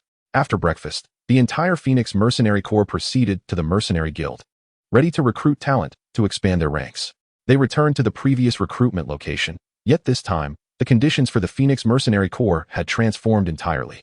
Previously, during their lowest ebb, there had been little to no inquiries regarding recruitment. However, having shed the negative repercussions of their last mission failure, they had elevated to a 2-star mercenary corps, attracting a significantly larger number of mercenaries seeking information. Upon meticulously reviewing the credentials of the applicants, the Phoenix Mercenary Corps successfully recruited 3 commendable individual mercenaries, each possessing a solid reputation and strength. Many of these mercenaries had emerged after the dissolution of their former groups, now seeking a new team to join, as operating solo proved to be quite challenging. Thus, they were drawn to the Phoenix Mercenary Corps in search of opportunity. Ultimately, the Phoenix Mercenary Corps welcomed 3 impressive male mercenaries, including Zhao Fei, a formidable 34th-level assault-type soul master wielding a spear, Zhang Tian, a level 47 agile attack spirit master with an owl spirit, and Ma Jun, a level 45 formidable attack spirit master with a fiery steed spirit, have joined the ranks of the Phoenix Mercenary Corps, significantly enhancing both its size and strength. Chapter 55, Harmonization. After recruiting these 3 capable spirit masters, the Phoenix Mercenary Corps chose to forego immediate missions, instead dedicating their time to synergistic training at their base. Unlike when Wang Chun joined, which only added a single member, this time 3 newcomers were integrated, necessitating a period of adjustment to avoid the perils of uncoordinated action, especially in the treacherous Stardow Forest. A team comprised of unfamiliar individuals struggles to achieve seamless cooperation. Any encounter with danger could lead to disastrous consequences due to a lack of coordination. Thus, they wisely opted to train in a secure environment first. Now, let us practice, commanded Captain Huaying, initiating a cooperative drill for all members of the Phoenix Mercenary Corps. Sun Wukong took the lead, while Zhao Fei and Little Sun forged the path ahead. Ironclad and Iron Shield flanked them, providing support, with Zhang Ming and Zhang Tian maintaining aerial vigilance. Hua Manlu positioned himself centrally, while the others formed a rear guard. Upon hearing Huaying's instructions, everyone began to move in unison, adhering to her guidance. Excellent. Just like this, cooperation is key, Huaying observed with delight as the team executed their maneuvers harmoniously. Thus, Wang Chun and his companions trained diligently for 2 days, achieving commendable coordination. Subsequently, Captain Huaying deemed them ready to undertake a simpler mission to further test their newfound synergy. Only through practical experience could they truly ascertain their capabilities. Soon after, the Phoenix Mercenary Corps accepted a prestigious task, assisting someone in acquiring a Millennium Soul Ring. As a 2-star mercenary group boasting a Soul Emperor, this undertaking was well within their reach. However, to evaluate the core cooperative abilities, they selected a low-risk mission. Undertaking a challenging task without proper coordination could lead to unforeseen calamities. Thus, they opted for a straightforward assignment, assisting in the capture of a defensive Millennium Soul Beast. The Phoenix Mercenary Corps, accompanied by their employer, ventured into the Star Do Forest in search of a suitable soul beast. Having operated in this region for an extended period, they possessed a general awareness of the types of soul beasts found in various directions and confidently proceeded toward the area they were familiar with. Before long, they identified an appropriate target, a Millennium ironclad rhinoceros. This soul beast, renowned for its formidable strength and astonishing defense, was a prize target for power-oriented and defensive spirit masters alike. Upon discovering the Phoenix Mercenary Corps and their employer, it was evident that escape would not be permitted. This time, I shall refrain from intervening. Instead, you shall collaborate in the operation, exercising precise control over your strength to avoid squandering this spirit beast. The leader, Huaying, promptly commenced organizing everyone for coordinated combat. Although this millennium-old ironclad rhino could hardly pose a challenge to the Phoenix Mercenary Corps, even in Huaying's absence, it was no match for the others. However, this endeavor aimed to enhance the teamwork of the Phoenix Mercenary Corps. Thus, they could not simply eliminate the spirit beast with ease. They were required to regulate their attacking force and engage in cooperative combat to subdue the beast. The rationale behind honing the Phoenix Mercenary Corps collaborative skills on this relatively weaker spirit beast was that, even if their coordination faltered, they could avoid severe harm. Conversely, should they engage in cooperative combat against formidable spirit beasts, any mistake could cost them their lives. Hence, they undertook such straightforward tasks to refine their synergy. Initially, the Ironclad brothers activated their martial spirits to obstruct the spirit beast's escape route. Meanwhile, Zhang Ming and Zhang Tian provided aerial interference, while Li Wan, a control-type spirit master, ensnared the beast with his martial spirit. At this juncture, the assault-type members began their offensive against the immobilized Ironclad rhino. To thoroughly assess everyone's collaboration, they refrained from employing their formidable third and fourth soul skills, relying solely on their first two, unless faced with dire circumstances. They were determined to vanquish the millennium-old ironclad rhino utilizing only these two abilities. Although the members of the Phoenix Mercenary Corps opted against deploying their powerful soul skills, their exceptional prowess allowed them to engage the ironclad rhino effectively, showcasing their improved coordination throughout the battle. Eventually, through their commendable synergy and inherent strength, they inflicted significant wounds upon the ironclad rhino, enabling their employer to deliver the final blow and absorb the soul ring. It had been 5 days since the Phoenix Mercenary Corps last collaborated in hunting spirit beasts. During this interval, they undertook 2 additional missions, successfully slaying 2 spirit beasts over 4,000 years old, which greatly enhanced their cooperative capabilities. Consequently, the Phoenix Mercenary Corps resolved to continue hunting spirit beasts aged 7 to 8,000 years to further refine their teamwork, leading them to accept tasks aiding others in hunting 10,000-year-old spirit beasts. After all, members of their corps were nearing the threshold of level 50, and familiarizing themselves with these missions would prepare them for direct engagements with spirit beasts. After another fortnight, the Phoenix Mercenary Corps had repeatedly collaborated to hunt several formidable millennium-old spirit beasts, significantly strengthening their coordination. Thus, Huaying resolved to attempt hunting 10,000-year-old spirit beasts. However, such missions were scarce. Therefore, they planned to persist in hunting millennium-old spirit beasts while remaining vigilant for any opportunities that might arise. If there truly were no tasks at hand, they would continue their pursuit of 1,000-year soul beasts for 2 months, after which they would directly hunt a 10,000-year soul beast, considering it a refinement of their own capabilities and a rehearsal for when the Phoenix Mercenary Corps would require a 10,000-year soul ring in the future. Thus, 2 months passed, and Wang Chun and his companions had successfully hunted numerous soul beasts within the Star Do Forest. Yet the elusive task requiring a 10,000-year soul ring remained absent. However, during this period, Li Wan, a control-type soul master who had reached level 49, broke through to level 50, necessitating a 10,000-year soul ring. Consequently, all members of the Phoenix Mercenary Corps prepared to venture into the Star Do Forest in search of a suitable 10,000-year soul beast for him. Soon, the members of the Phoenix Mercenary Corps gathered the necessary supplies and set forth into the Star Do Forest. As a mercenary group that had thrived in this region for an extended duration, they were well acquainted with evading unnecessary soul beasts, and thus they made their way directly toward the habitat of the 10,000-year soul beasts. Chapter 56. The Hunt for the 10,000-year soul beast. Wang Chun and his companions scoured the Star Do Forest for a suitable 10,000-year soul beast. After 5 days of searching, they finally encountered a fitting candidate, the bloodthirsty bamboo. This soul beast manifested in 3 distinct colors. The white variant represented a 100-year soul beast, with each additional meter in height corresponding to a century of cultivation. Upon reaching 1,000 years of age, it would revert to a height of 1 meter, its color changing to a bluish green. where each meter then symbolized 1,000 years of cultivation. When it matured to 10,000 years, it again returned to a height of 1 meter, its hue transforming to a deep crimson, with each meter denoting 10,000 years of cultivation. Moreover, this soul beast was exceedingly ferocious and bloodthirsty, mercilessly slaying any soul beasts that encroached upon its territory to absorb their essence, thereby swiftly enhancing its own cultivation level. Due to this trait, the bloodthirsty bamboo ranked among the apex predators within the Star Doe forest, seldom provoked by other soul beasts, which allowed it to flourish unchallenged. The Phoenix Mercenary Corps felt elated upon encountering such a formidable soul beast, as the more powerful the creature, the greater the enhancement for the soul master who absorbed its essence, thereby ensuring the safety of the Corps. Let us not rush into action just yet. First, we must restore our strength, said Huiying, the strongest leader of the Phoenix Mercenary Corps, as he began to organize the others in preparation for the hunt. Knowing that this soul beast was a plant-type creature, which did not possess the mobility of animal-type soul beasts, they decided to first stabilize their own condition before confronting this beast that could not escape. Understood, Zhang Ming and Zhang Tian responded, immediately activating their martial spirits and beginning to survey the surroundings for any potential threats. After all, they are not the main force for the upcoming battle. Thus, they do not need to rest and recuperate like others. Their sole responsibility will be to maintain vigilance around the Phoenix Mercenary Corps, especially since they are facing a stationary, ancient soul beast resembling a plant. As sensitive attack-type soul masters, they are inherently at a disadvantage, so their participation in the assault is unnecessary. Captain, there are no other formidable soul beasts nearby. We can commence the hunt for this soul beast at any moment, and we will ensure the perimeter is secure. One of the members reported. Excellent. You have all worked hard, the captain responded.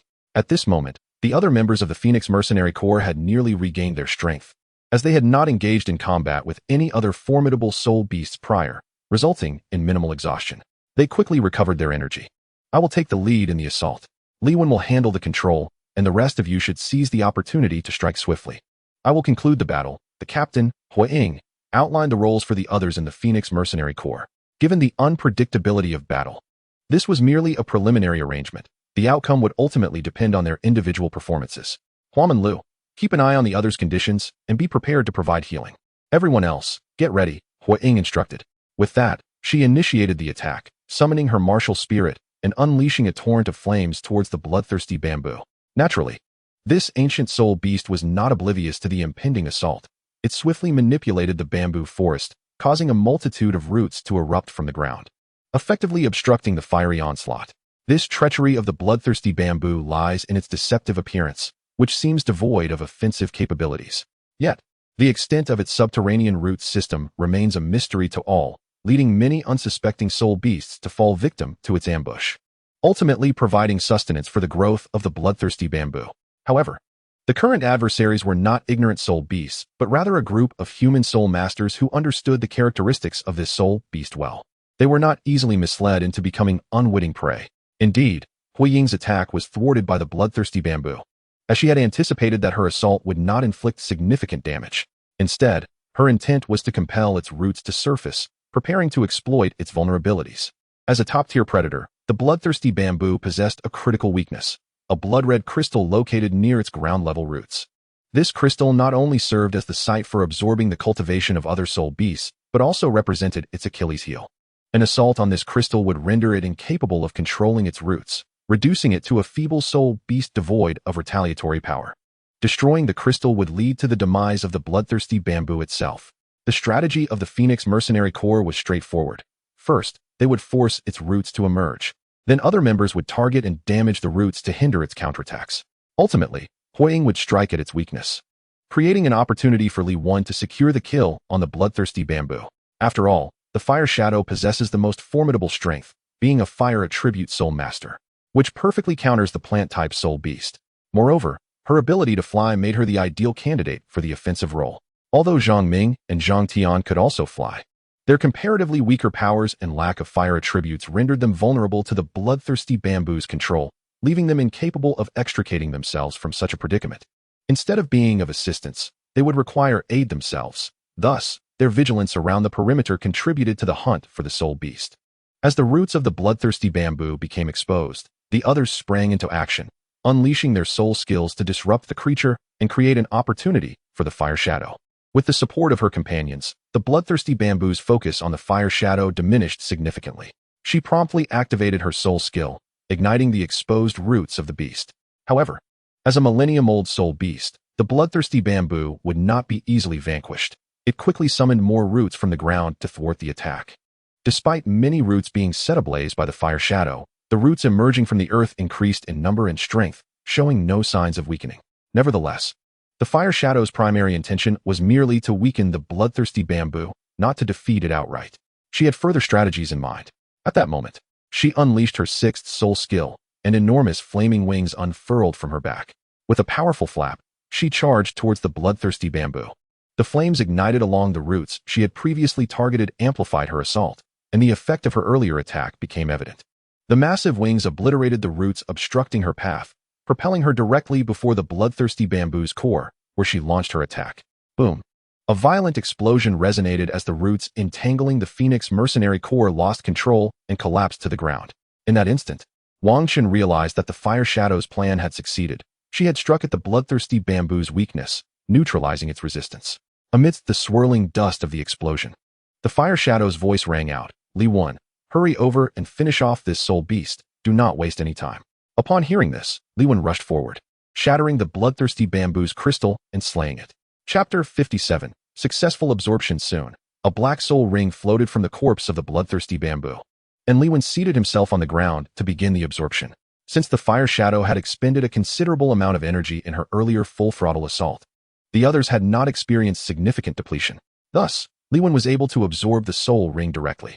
Meanwhile, Zhang Ming and Zhang Tian remained vigilant around the perimeter, striving to ensure that no unforeseen events occurred during Li Wen's absorption process. At the same time, the fire shadow, as the leader, was quietly recovering the soul power she had just expended. The other members of the Phoenix Mercenary Corps formed a vigilant perimeter around Li Wen, who was in the process of absorbing the soul ring.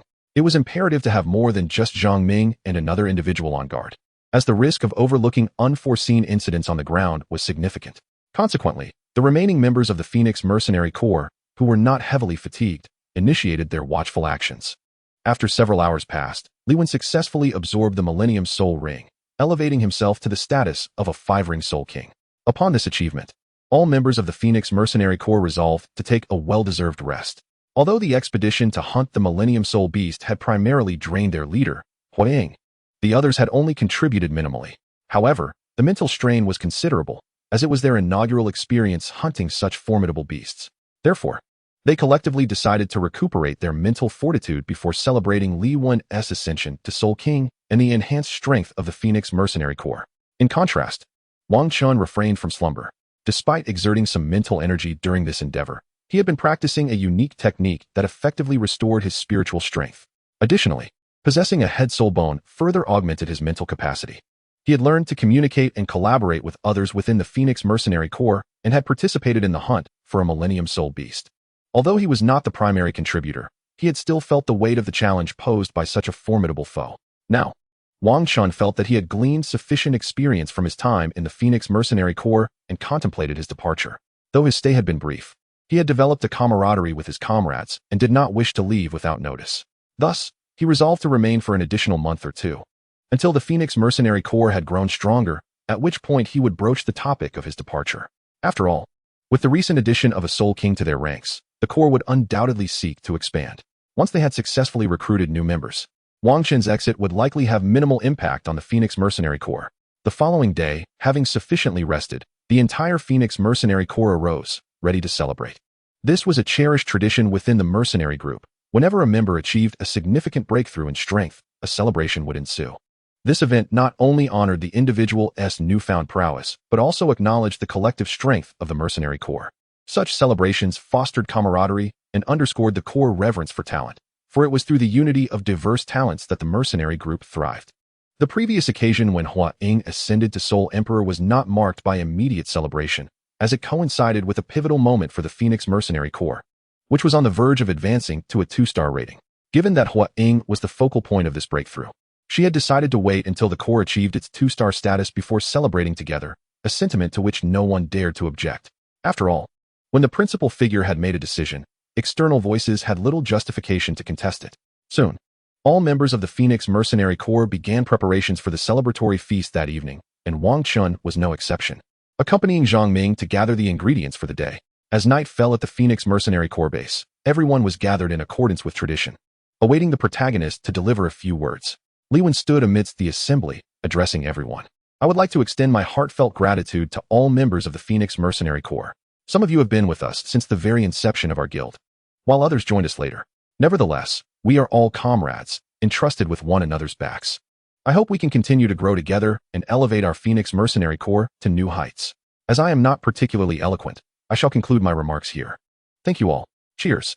Upon hearing Li Wen's speech, the others raised their glasses in unison, celebrating together. They intended to discuss the future development of the Phoenix Mercenary Corps, especially now that they had acquired a Soul King and recruited several Soul Sect members, significantly enhancing their strength. At this opportune moment, Hokage spoke, inviting silence as everyone prepared to hear his thoughts. Now that our Phoenix Mercenary Corps has grown in number, it seems imprudent to continue operating as a single small team. Thus, I propose to expand the Corps into 2 teams, one that I will lead, tasked with more challenging missions, and the other led by Li Wen, focused on simpler tasks. When necessary, both teams can collaborate on missions. This arrangement not only broadens the scale of our Phoenix Mercenary Corps, but also allows us to utilize our strengths more effectively. After reflecting on this proposal, the members found it a commendable plan and unanimously agreed. Now, let us first celebrate Li Wen's promotion to Soul King. We shall address the allocation of personnel tomorrow. With that, the festivities commenced as everyone indulged in food and drink, joyously celebrating. The following day, as the team allocation was to begin, everyone rose early. They gathered in the training ground, where Hokage laid out the distribution plan. The first team will undertake the more challenging missions, necessitating individuals with considerable strength and experience. Allow me to present the allocation plan. I shall serve as the captain of the first team. Zhang Ming will act as the agile scout. The Iron Brothers will provide defense. Hua Manlu will serve as the healer. And finally, Sun Wukong and Ma Jun will take on the role of attackers. These members will constitute the first team. As for the second team, Li Wen will be the captain, with the remaining members joining him. You will also continue to recruit additional personnel from the Mercenary Guild to bolster the second team. Thus, the first team will serve as the main force of the Phoenix Mercenary Corps, while the second team will act as a supporting unit, representing a well-considered distribution plan. Others, upon hearing the allocation plan from the Hokage, found it quite agreeable and readily consented. Thus, the second team set about recruiting personnel, while the first team went to assess available tasks, eager to find a worthy mission that would allow them to hone their skills further. In Chapter 58, the final mission, Wang Chun and his companions discovered an excellent task within the Mercenary Guild to assist in hunting an 8,000-year-old soul beast. This mission not only presented a suitable challenge for the first team of the Phoenix Mercenary Corps, but also offered a commendable reward. Soon enough, the first team successfully completed the task, while the second team managed to recruit additional members and commence their own mission. Captain, I wish to discuss something with you. Wang Chun stated. Oh, what is it? I intend to withdraw from the Phoenix Mercenary Corps. Hokage fell silent for a moment upon hearing Wang Chun's words. Have you made your decision? I have given it considerable thought. Very well. In truth, I suspected you would not remain here for long. After all, with your youth and prowess, you are destined to explore the continent. I shall not impede your journey. When do you plan to leave? I plan to depart in a month, once the Phoenix Mercenary Corps has sufficiently adjusted to its new dynamics. By then, my departure will not adversely affect the team's strength.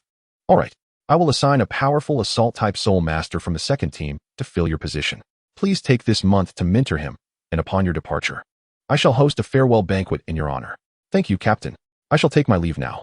The following day, Hokage selected a robust assault-type soul master from the second team to join the first, with Wang Chun providing guidance and facilitating cooperative training. Thus, they embarked on their integration exercises, and after a month, the newly recruited assault-type soul master had adeptly synchronized with the first team. Before Wang Chun prepared to depart, Hokage approached him.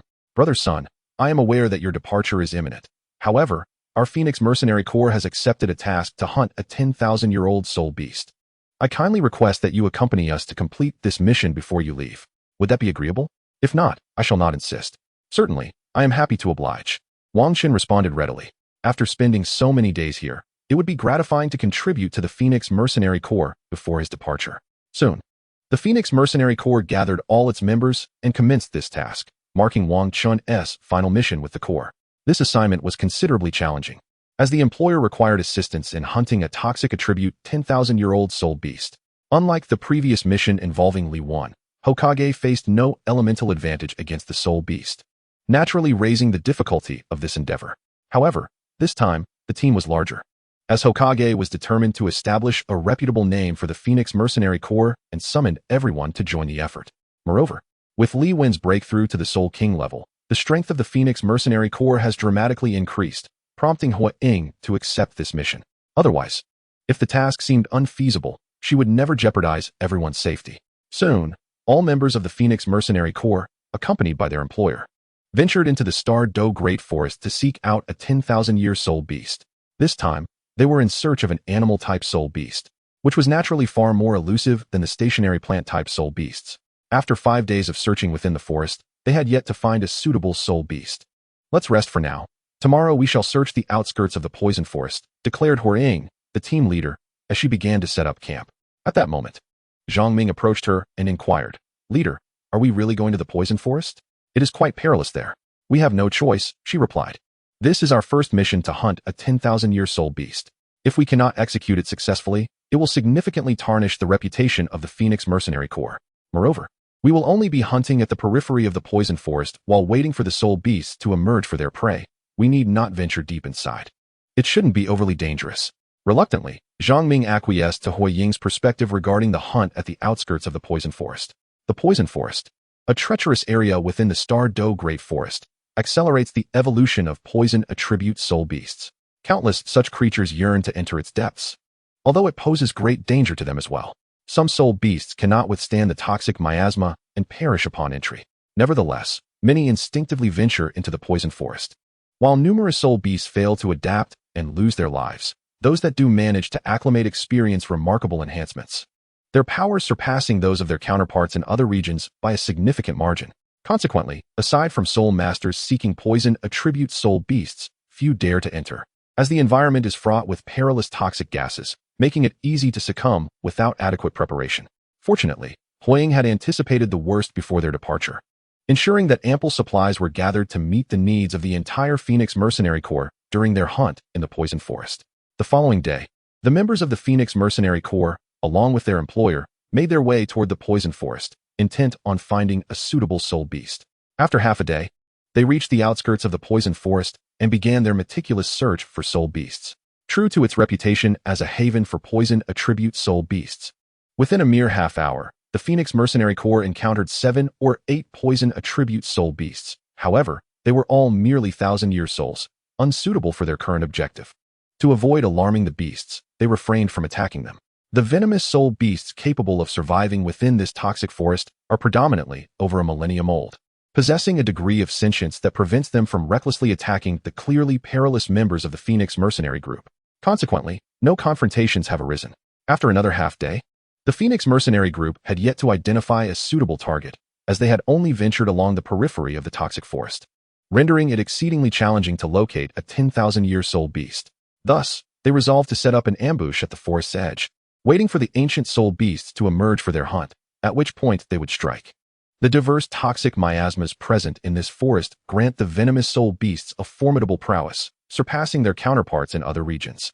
However, due to these noxious vapors, the soul beasts within have undergone mutations from absorbing the toxins, rendering them largely inedible. As a result, these formidable creatures must venture outside the toxic forest to hunt for sustenance. The Phoenix Mercenary Group, therefore, decided to wait at the forest's periphery for the ancient soul beasts to emerge for feeding. As night fell, some soul beasts in need of nourishment began to venture out from the forest. Wang Chun and his companions concealed themselves among the trees on the outskirts, meticulously observing the creatures to identify any suitable 10,000-year soul beasts. After an hour of observation, nearly 10 venomous soul beasts emerged from the toxic forest. Yet they were predominantly millennial-old, unsuitable for Wang Chen's group's objectives. However, they soon spotted a fitting candidate, a 10,000-year hundred-eyed centipede. This remarkable soul beast is characterized by the presence of 98 additional eyes on its body, alongside the 2 on its head, totaling 100 eyes, hence its name. What is particularly intriguing about this creature is that the 2 eyes atop its head are black during its first century of existence, and its body length increases by 1 meter for every 100 years of cultivation. Upon reaching a millennium, it condenses back to a length of 1 meter. But its eyes turn white. At the 10,000-year mark, it once again returns to a meter in length, its eyes transforming to a golden hue. with each meter representing 10,000 years of cultivation. The 100-eyed centipede discovered by the Phoenix mercenary group perfectly aligns with their target, a 1-meter-long soul beast with golden eyes. Thus, the entire group began to stealthily follow the 100-eyed centipede, intending to strike after it exited the toxic forest. Engaging it at the forest's edge would likely provoke an assault from the other soul beasts within, posing a significant threat to the Phoenix mercenary group. Therefore, they aimed to retreat to a safer location before commencing their hunt. In this manner, the Phoenix mercenary group trailed the 100-eyed centipede for a considerable distance, moving far from the toxic forest. As they prepared to make their move, Zhang Ming and Zhang Tian were instructed to take to the skies for vigilance, remaining alert to external dangers and observing for any opportunities for ambush, while also being cautious of the centipede's numerous eyes. Understood, Zhang Ming replied. Li Wen, maintain control. As others prepared to strike, they aimed to deny it the opportunity for retaliation. Caution was paramount. One must avoid the blinding light emanating from its myriad eyes. When it commenced its feeding, that would be the moment for a collective assault. Indeed, as a venomous creature, the most perilous aspect of the 100-eyed centipede was not merely its poison, but rather the luminous eyes that adorned its body. These eyes could emit radiant beams, not only impairing the vision of adversaries, but also inducing a state of paralysis upon those struck by the light. The weaker the foe, the longer the duration of incapacitation. Once ensnared in its paralyzing gaze, escape from its maw became nearly impossible. Particularly daunting were the two eyes atop its head, capable of both blinding attacks and mental assaults, rendering it almost invulnerable. However, in stark contrast to its formidable offensive capabilities, its defenses were astonishingly frail. Even a single strike from a Soul King could pose a lethal threat. It was precisely due to these evident vulnerabilities that the Phoenix Mercenary Corps resolved to hunt this ancient soul beast. Had its weaknesses not been so glaring, they would not have risked their lives in pursuit of it. After all, its offensive might was overwhelming, and had its defensive strength matched, the Phoenix Mercenary Corps would have stood no chance of vanquishing such a creature. Soon, the 100-eyed centipede began to feast upon its captured prey, presenting an opportune moment of vulnerability. Now came the hushed command from the leader. At once, every member of the Phoenix Mercenary Corps unleashed their attacks upon the centipede, aiming to eliminate the beast swiftly and deny it any chance for counterattack. Thus, they committed themselves wholeheartedly to the endeavor. Before the centipede could react, Li Wen's vines ensnared it, immobilizing it entirely. Subsequently, the other members' assaults rained down upon the creature, leaving it no window to unleash its blinding light in defense. Boom, boom, boom. A multitude of strikes battered the 100-eyed centipede, and with its relatively weak defenses, it was swiftly incapacitated, collapsing to the ground, devoid of any capacity to resist. At this juncture, it fell to the employer to dispatch the centipede and commence the absorption of its soul ring. Meanwhile, the other members of the Phoenix Mercenary Corps remained vigilant, ensuring no unforeseen events transpired. In this moment, Wang Chun reflected on his journey. It had been some time since he departed from his family, and several months had passed since he joined the Phoenix Mercenary Corps in this small town of Tiannan. He had entered the group amidst a period of turmoil, working alongside his comrades to elevate the Corps to a 2-star status, a source of considerable pride for him. Yet, his purpose for venturing out into the world was to seek experiences. He could not remain indefinitely as a mere mercenary here. Thus, once the Phoenix Mercenary Corps had solidified its growth, he planned to depart. After several hours, the employer successfully absorbed the 1,000-year soul ring from the 100-eyed centipede. Together, they then exited the starry forest. Certainly, before departing, the members of the Phoenix Mercenary Corps inspected the corpse of the 100-eyed centipede, but regrettably did not discover any soul bones. This was to be expected, as soul bones are exceedingly rare. The last one they found was indeed a stroke of immense fortune. Upon returning to the base of the Phoenix Mercenary Corps, the atmosphere was subdued. Although they had accomplished a rather challenging task, one of their comrades was preparing to leave the mercenary group. Despite the somber mood, no one uttered words of entreaty to retain him. For what reason could one have to hinder a brave and intrepid adventurer from embarking on his journey across the continent? Everyone offered encouragement and blessings, hosting a farewell banquet for Wang Chun at the base of the Phoenix Mercenary Corps. Brother Sun, do take care during your adventures across the continent. Should the day come when you tire of exploring, remember that here you have a group of friends who once shared life and death. Indeed, replied Brother Zhongming. The farewell banquet lasted over an hour. Naturally, the sentiments were not as jubilant as those found at other celebrations. Consequently, it did not extend for long. As the guest of honor, Wang Chun felt compelled to say a few words. First and foremost, I am grateful to have joined this collective, and together we have elevated the Phoenix Mercenary Corps to new heights, which fills me with a profound sense of accomplishment. However, due to certain circumstances, I must now depart from this collective. From here on, it will be up to all of you to nurture and expand this group. I apologize for my departure. I will be leaving early tomorrow morning, so I will not take the time to bid farewell to each of you once more. I raise my glass to all of you. Cheers. The following morning, Wang Chen stepped out of his room, intending to leave quietly. He was not fond of the emotional scenes typical of farewells, so he chose not to inform anyone. Thus, he slipped away unnoticed. As he exited the base of the Phoenix Mercenary Corps, the others emerged from their rooms as well. They too disliked the spectacle of farewells and chose to remain inside, silently bidding him farewell. Has he left? Yes, he has. Chapter 60, Encirclement. Upon leaving the base of the Phoenix Mercenary Corps, Wang Chun headed northeast toward the small town, planning to circumvent the central area of the Stardo Forest and enter the Tiando Empire from its periphery. He intended to hone his skills in the Tiando Empire before venturing into the Sunset Forest to seek out the Eye of Ice and Fire, at which point he would summon skilled members from his family to procure the documented celestial herbs. After 2 days of travel, Wang Chun had distanced himself considerably from the southern town. During this time, he arrived at a small town and decided to rest, enjoy a meal, and continue toward his goal the following day. After finishing his meal, he strolled around the town, but unfortunately found no unexpected treasures. Reality, after all, is not akin to a novel, and he did not encounter any fortuitous events or serendipitous discoveries like those often experienced by protagonists in stories. He was eager to locate the Eye of Ice and Fire and obtain the celestial herbs. After all, the sooner one consumes this miraculous herb, the more beneficial its effects will be. Hence, he certainly does not wish to delay for too long. Indeed, following his emergence and subsequent training within the Phoenix Mercenary Corps, he has garnered considerable experience, allowing him to momentarily set aside the need for further training. Securing the herb takes precedence. Moreover, his travels thus far can also be regarded as a form of training, liberating him from the necessity of lingering in one place for an extended period. First, he intends to consume the herb and elevate himself to level 50, subsequently absorbing a millennium-old soul ring. Thereafter, he can wander freely across the continent, perhaps even venturing to Sea God Island to partake in the Sea God trials. Due to the high demand for soul rings harvested from the Stardo Forest, numerous small towns have sprung up along its periphery, as commerce thrives where there is demand. Many merchants conduct their business within these towns, resulting in bustling centers of activity. Observing the travelers coming and going in the tavern, he cannot help but marvel at the prosperity of this small town. Wang Chun regards a familiar face, unable to recall where he may have encountered the individual before. After a moment of contemplation, he concludes that he indeed has no recollection. At that moment, the man finishes his meal and departs from the inn. With the man's exit, Wang Chun dismisses the thought as the waiter arrives with his ordered meal. Thus, he begins to eat, putting the earlier matter out of his mind.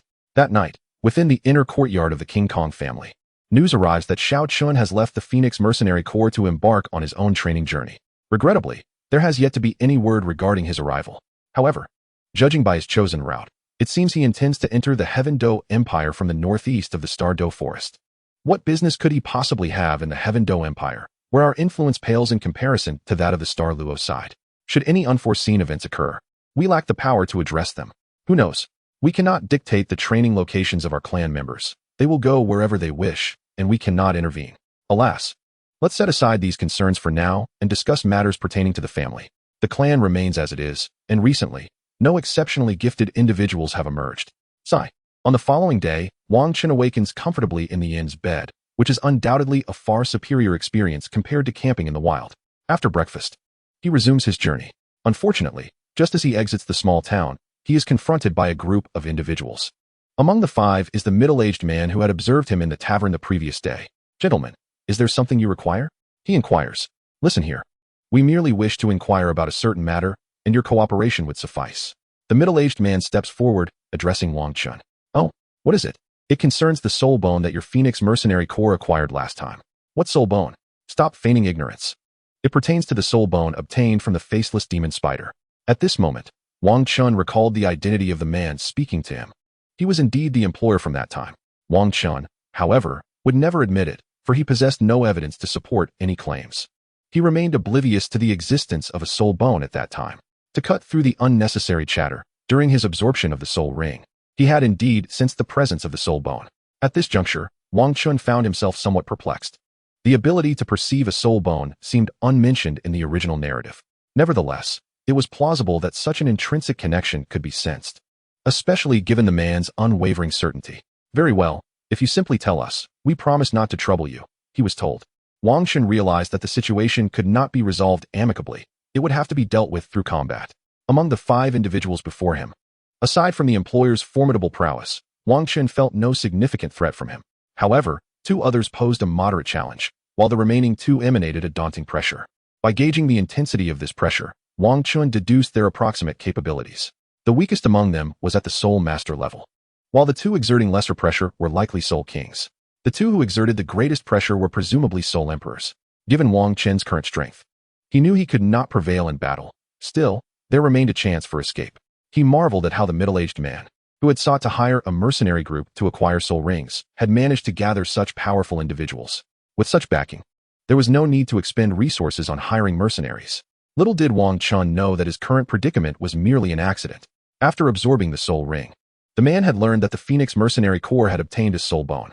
However, according to the Mercenary Guild's regulations, that soul bone rightfully belonged to the Phoenix Mercenary Corps. Being weaker, he was powerless to resist, and thus had to accept the situation. Through this experience, he came to understand the disparity between having connections and lacking them. Had his own backing assisted him in obtaining the soul ring, he might not have secured the soul bone, but he would have certainly received other benefits, unlike his current state of having nothing. Consequently, he resolved to seek membership in a family. However, with his abilities merely at the Soul Master level and his age advancing, his potential was likely reaching its limits. Joining a very small family might afford him some power, yet it would ultimately be meaningless.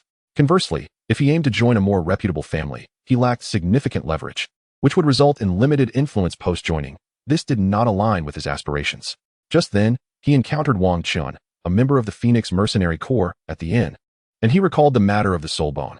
Although it was not an actual soul bone, merely information about one, it could serve as a substantial bargaining chip to secure considerable privileges within a family. Thus, the plan to corner Wang Chun was set in motion. Chapter 61, Escape. Wang Chun certainly would not divulge any information to them, for he possessed a tangible means of escape. Although he was no match for the 2 Soul Emperors, should he choose to flee, they would be incapable of detaining him.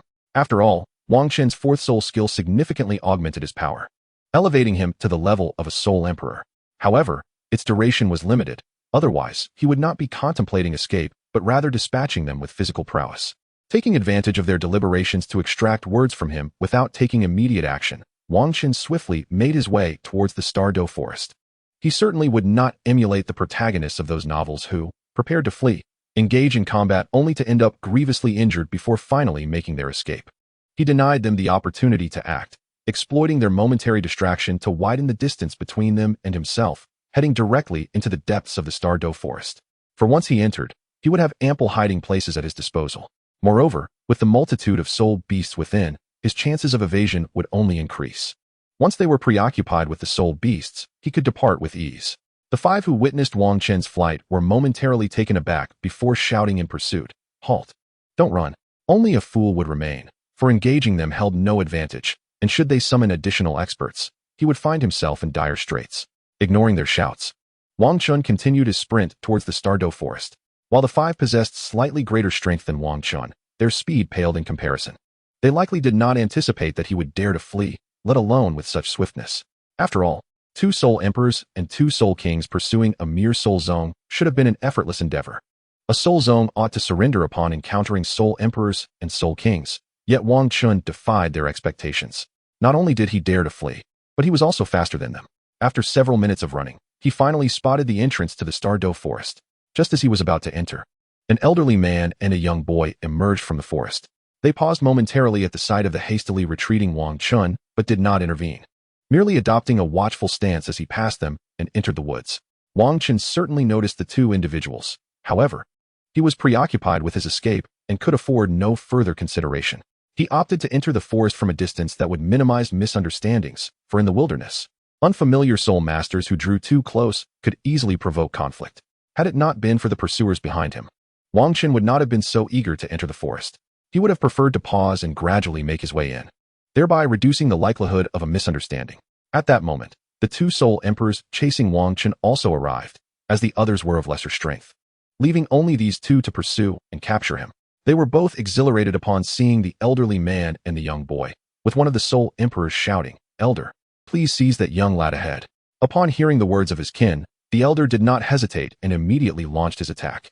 The Soul Emperor's loud cry certainly reached Wang Chun, who could hardly believe his misfortune, just as he was about to enter the Stardo forest. He encountered reinforcements for his pursuers right at the entrance. As soon as the elder made his move, Wang Chun felt an overwhelming sense of danger. Unlike his previous encounters with the two Soul Emperors, he could not afford to ignore the elder's assault. He had no choice but to halt and unleash his fourth and second spirit abilities to withstand the impending attack. With his back turned to the elder, evasion was not an option against this Soul Sage's onslaught. Thus, he maximized his defenses to shield himself. Boom! The Soul Sage's strike landed squarely on Wang Chun's back, sending him hurtling through the air. He suffered considerable injury, yet the force of the attack propelled him deeper into the Stardo forest. Despite his severe wounds, he dared not linger, continuing to sprint into the depths of the forest.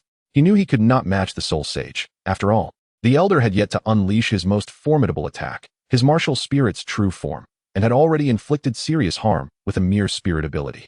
If he were to be caught, there would be no chance of escape. The elder, taken aback by the fact that the injured boy could still flee, felt a twinge of embarrassment. Nonetheless, he feigned nonchalance and addressed the two Soul Emperors, stating, "Report to the Grand Elder, the boy possesses a soul bone. We merely wish to inquire about it." Yet he fled so swiftly. Had it not been for the Grand Elder, we might not have even laid eyes on him. After speaking, he activated his martial spirit's true form and pursued Wang Chun. Although there would be a brief period of vulnerability following this transformation, the prospect of acquiring information about a soul bone was well worth it. Furthermore, having severely injured the boy, he was confident that he would not be able to escape far, allowing the elder to gather the desired information in relative safety. As Wang Chun fled ahead, he felt a faint allure drawing him in.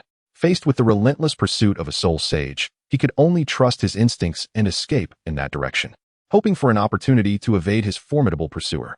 Despite exerting every ounce of effort, Wang Chun's speed was still somewhat lacking compared to that of the Soul Sage, and the distance between them was steadily diminishing. Had it not been for the elder's earlier exchange with the two Soul Emperors, he might have already been captured. Wang Chun dashed forward, disregarding the soul beasts lurking within the Stardo forest. He knew that such reckless speed could lead to ambush and potential demise. However, without a swift escape, one would undoubtedly lose their life upon being caught. Faced with this dilemma, Wang Chun would certainly prioritize the most immediate threat to his existence. Thus, heedless of his own exhaustion, he sprinted for nearly 10 minutes, approaching the limits of his endurance. Nevertheless, the allure within him grew stronger and more vivid. Just ahead lay the mountain, yet at that moment, the Soul Saint had closed the distance to a point where he could launch an attack on Wang Chun. Originally intent on capturing Wang Chun alive, the Soul Saint, now incensed by the latter's flight, abandoned that plan. Even incapacitating him would yield valuable information. Consequently, he unleashed a golden beam of energy aimed directly at Wang Chun. At that instant, Wang Chun arrived at the peak that had drawn him in, where he felt an extraordinary force envelop him, causing him to lose consciousness. Chapter 62 God? As Wang Chun reached the summit, the Soul Saint's attack struck the ground at his location with a thunderous crash, sending up a cloud of dust. When the Soul Saint approached, he was astonished to find that Wang Chun had vanished. He scoured the area in vain, unable to locate Wang Chun, and due to having summoned his martial spirit, his power was no longer at its peak. Thus, he had no choice but to retreat and gather his clan to conduct a search. Meanwhile, a spy from the Jingang family, who had witnessed Wang Chun being pursued, promptly reported the situation back to his clan. Given his own limited strength, this was the extent of his capabilities. The urgency of the information ensured swift transmission. Upon receiving the report, his superior acted without delay, forwarding the information to the Jingang family, and then contacting the esteemed Elder Wu for assistance. Elder Wu, upon receiving the intel, wasted no time and hastened towards Wang Chun's direction. By evening, the patriarch and elders of the Jingang family had been apprised of the situation. How dare that family act so recklessly? Do they not wish to preserve their lineage? Fumed the impatient fourth elder. Now is not the time for such discussions. We must first locate Shao Chun, the most rational first elder stated, focusing on the immediate task at hand. Indeed, our priority is to find Shao Chun. That reckless family shall be eradicated. It seems our inactivity has led them to underestimate our strength. This time, we must teach them a lesson. Elder Wu had already set off, and the first elder insisted on joining the effort to ensure total annihilation without leaving any survivors. The patriarch echoed his anger, initially contemplating a direct assault to eliminate that foolhardy family. However, they all bear responsibility. The family cannot afford to dispatch so many high-level warriors at once, for this would render their defensive capabilities utterly vulnerable. Thus, only the Grand Elder, who stands second in strength only to the clan leader, was sent forth. The Grand Elder wasted no time. Once the clan leader made the necessary arrangements, he set off immediately under the cover of night. Meanwhile, within the confines of the peculiar space, Wang Chun remained oblivious to the events unfolding outside due to his presence. After an indeterminate period, Wang Chun finally regained consciousness. As he opened his eyes, he surveyed his surroundings, noticing that the area was relatively well lit. However, beyond a distance of 10 meters, his vision became obscured. Taking a moment to assess his physical condition, he realized not only had his strength been fully restored, but his injuries had also healed completely. "You are awake." The sudden voice that materialized beside Wang Chun startled him, prompting an involuntary exclamation. Turning his head, he beheld a man composed of light unexpectedly standing before him. "Oh, esteemed senior, greetings. I am unaware of how I came to be here. If I have inadvertently caused any offense, I sincerely hope for your understanding." Uncertain of the current circumstances, Wang Chun felt compelled to speak diplomatically, wary of offending this enigmatic figure, especially as he sought to glean information on how to exit this strange realm. "You were directly transported here by the sensing mechanism of the teleportation array, and your injuries were healed in this place. Thank you, senior. Might I inquire how I can leave this location? Exiting is quite simple. However, before you do so, I believe it is prudent for you to comprehend the reasons behind your arrival in this place. To be honest, I am not particularly curious about that. I merely wish to understand how to depart from here." Wang Chun indeed held no genuine interest in the reasons for his transportation. After all, the circumstances that facilitated his arrival in such a mystical realm must be anything but trivial. Following the conventions of narrative, curiosity often leads to the emergence of formidable adversaries, and he had no desire to attract powerful foes merely due to his inquisitiveness. He simply wished to take advantage of his ignorance and depart swiftly. Otherwise, once this mysterious figure divulged the reason, he might find himself burdened with formidable enemies. "Oh, you fear that knowing the reason may lead to trouble, do you? Oh, esteemed senior, please do not misunderstand. I am simply not curious. Do not fret about the potential troubles that may arise from knowing this, for you have already found yourself ensnared in this web of complications." Wang Chun gazed at this mysterious figure, or perhaps a deity of sorts, with a look of confusion. Indeed, through a series of observations, coupled with the changes within himself, it became evident that only a divine being could achieve such a feat, transporting Wang Chun to this extraordinary place while also fully healing his wounds. Moreover, from Wang Chun's observations, it seems that this enigmatic figure is not akin to the deities in the original narrative who left behind their legacies in the divine realm. Instead, he resembles a defeated wild god who has chosen to establish a legacy here in order to cultivate a successor for the purpose of vengeance. Thus, Wang Chun is reluctant to hear the reasons for his presence in this place. He wishes to avoid direct confrontation with those divine beings, lest he forfeit the opportunities presented in the original tale. The mere fact that you can be perceived and summoned here suggests that you possess a degree of authority. Authority? How shall I elucidate this? Have you ever heard of gods? Your reaction indicates that you have indeed heard of them. Yes, I am aware of such beings. For instance, the angelic deities.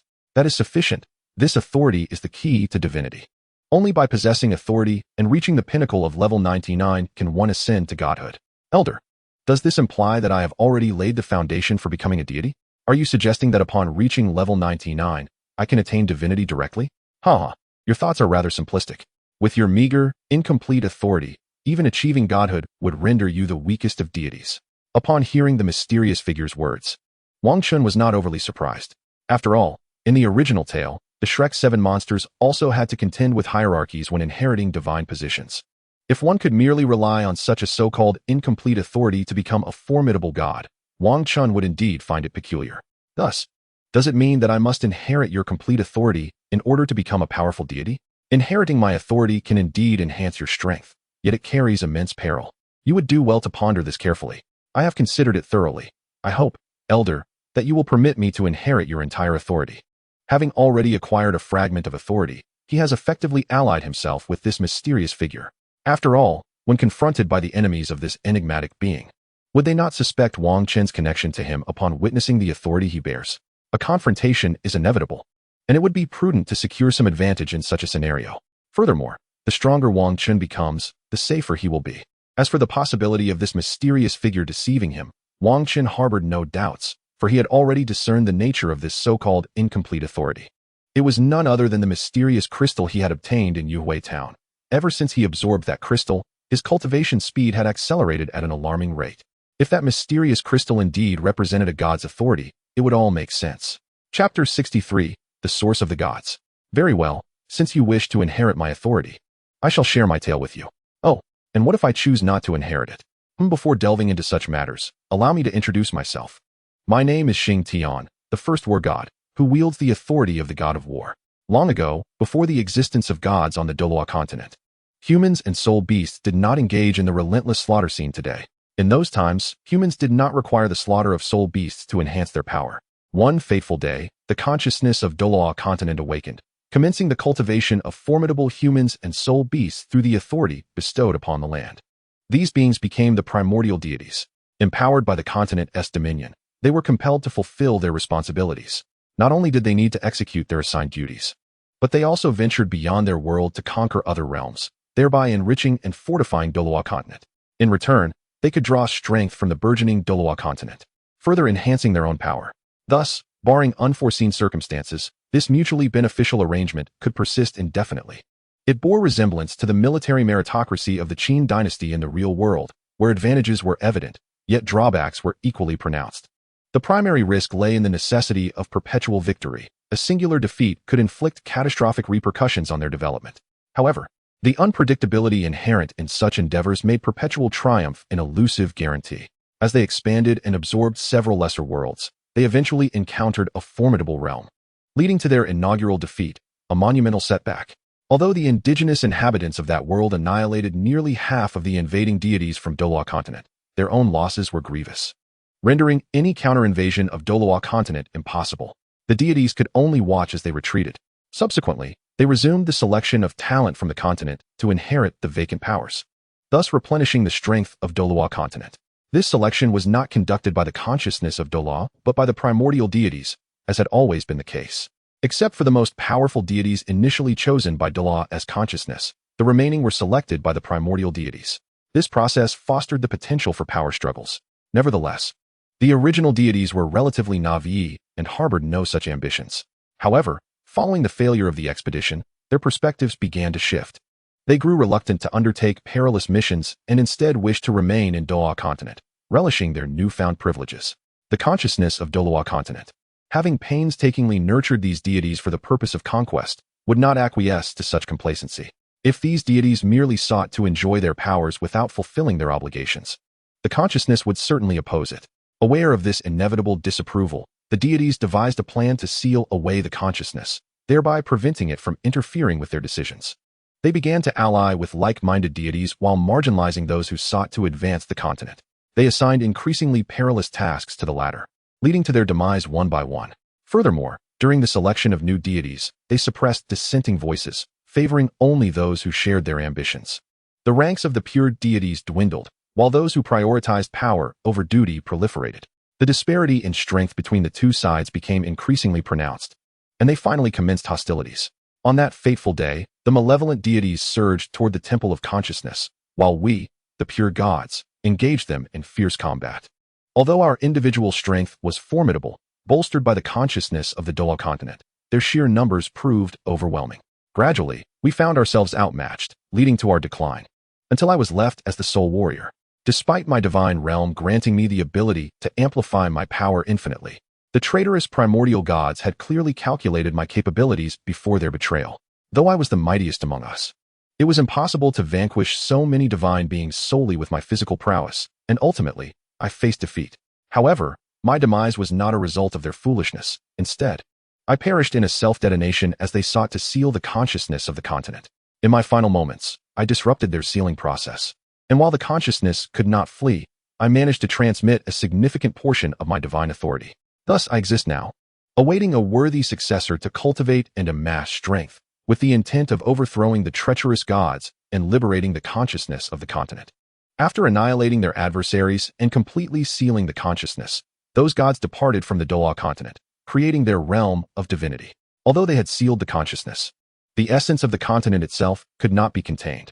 Naturally, they could not leave the sealed consciousness on the Douluo Continent, lest the inherent depth of the land breach the seal. Consequently, they were compelled to transport it away. Furthermore, the devastation wrought by the divine conflict had obliterated their original abodes, making the creation of their divine realm a suitable refuge for both living and containing the continent's consciousness. Stripped of consciousness, The essence of the continent could only nurture talent through instinct. Moreover, as this essence could only be manipulated by the consciousness of the Douluo Continent, the gods feared that it might inherently cultivate formidable deities to challenge them. Thus, they wielded their divine power to alter the cultivation rules of the Douluo Continent. The martial souls were no longer a fusion of an individual's spiritual will and inherent strength. Instead, they became reliant on heredity, devoid of the capacity for evolution through breakthroughs of power or spirit. Additionally, it was mandated that every 10 levels, one must absorb a soul ring, or else they would be unable to advance.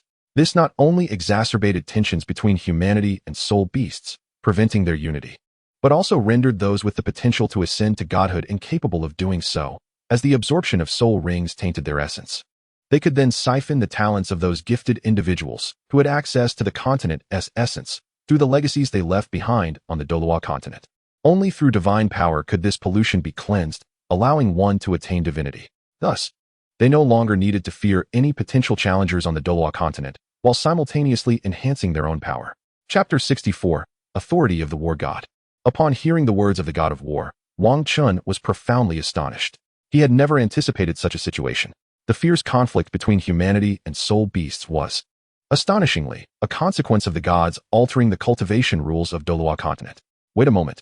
You just mentioned that the gods were concerned about the inhabitants of Douluo Continent attaining divinity due to the continent's profound heritage, thus leading to changes in the cultivation rules. However, does attaining divinity not require authority? With the Douluo consciousness sealed, from where could such authority originate? Indeed, it is beyond their reach.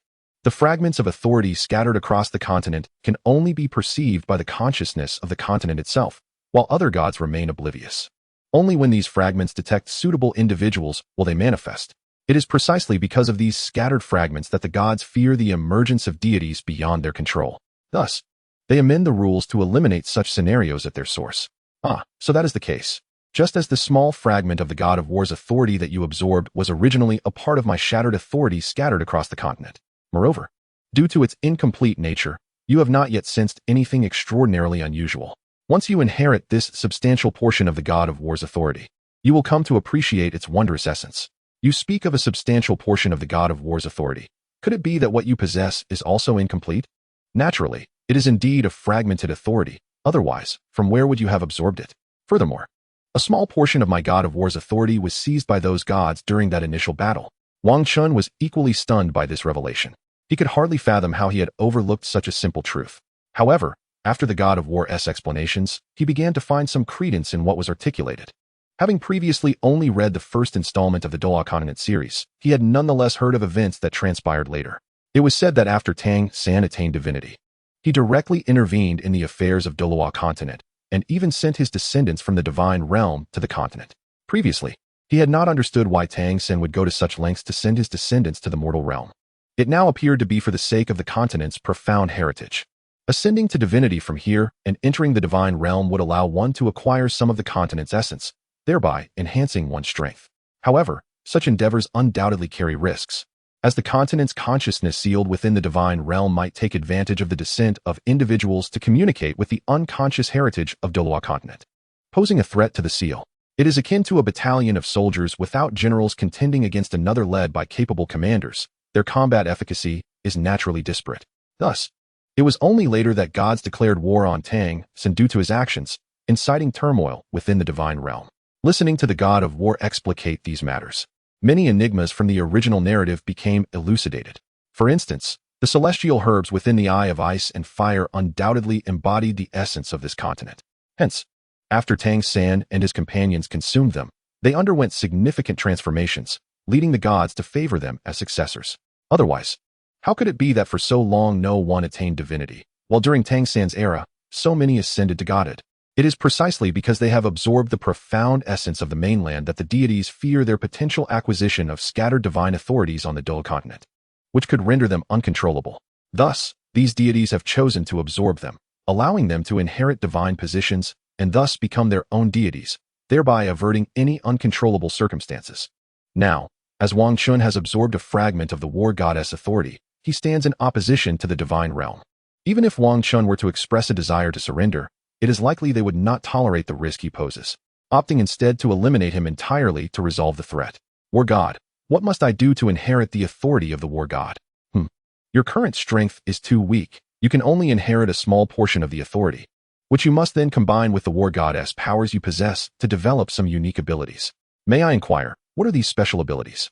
They involve the fundamental capacity to absorb other unique powers to strengthen yourself, allowing you to control your abilities autonomously rather than passively enhancing yourself as you do now. Can I inherit the war goddess authority now? Yes, but before we proceed, I must advise you not to venture into the realms of divine inheritance. Otherwise, you may attract their attention, which could place you in grave danger. I understand, esteemed one.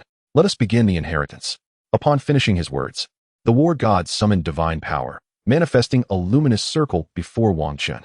Upon stepping inside, he beheld a magnificent three-tiered golden temple and entered the first level. In the center of the first level stood a cylindrical golden pillar, radiating a beam of golden light that permeated the temple. Following the war god's instructions, he placed his hand upon the pillar. Suddenly, the golden light enveloped Wang Chun, and his consciousness seemed to transcend into a unique realm. Kill, kill, kill, fight to the death, fight to the death, fight to the death. With both armies comprising approximately 1,000 soldiers, Wang Chun, as one commander, realized that this must be the trial for inheriting the war god's authority. Victory would grant him a portion of that power. Defeat would render that impossible. Determined not to falter, he issued commands to his troops to charge forth. He joined the fray, and with the officer leading the charge, the soldiers' morale soared. Charge! Thanks to Wang Chun's leadership, their spirits were elevated, and with the advantage of the first strike, he ultimately emerged victorious from the battle. Boom! Furthermore, the golden light completely enveloped him, marking the commencement of the inheritance of the war god's authority. He felt waves of unique energy flowing into his body, incrementally enhancing his physical form. Not only did this amplify his strength, but it also significantly fortified his roots and accelerated his cultivation speed. Moreover, at that moment, a unique space materialized within his mind. This, I fear, is precisely the divine space spoken of by the war god, capable of absorbing unique energies and martial intent, transforming them into the divine power of the war god to enhance oneself. Time passed gradually, and Wang Chun's inheritance was nearing its conclusion. As the golden radiance dissipated, Wang Chun completed this phase of his inheritance. He proceeded toward the second level, hoping to continue his legacy. Alas, entry was denied. Thus, he had no choice but to exit the war god's temple. Upon stepping through the grand entrance, he found himself back at the original location where he first encountered the war god. Senior, I have inherited a portion of the war god's authority. Can you assist in my departure? Indeed, that is possible. However, I must caution you once more. Do not venture into the realms of the god's inheritance, for peril surely awaits you there. Furthermore, once you reach level 70, you must return to inherit a greater portion of the war god's authority.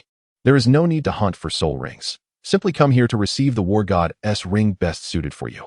Remember, the war god's ring at level 70 will be of immense benefit to your future. Do not mistake this. I understand, Senior. Chapter 65, Departure. As Wang Chun left the war god, he found himself in the very place where he had once been pursued. With the augmentation of the authority inherited in the war god's hall, his strength had increased significantly since his entry. Not only had the quality of his soul power been enhanced, but his physical prowess had also seen considerable improvement, although his soul power level remained unchanged.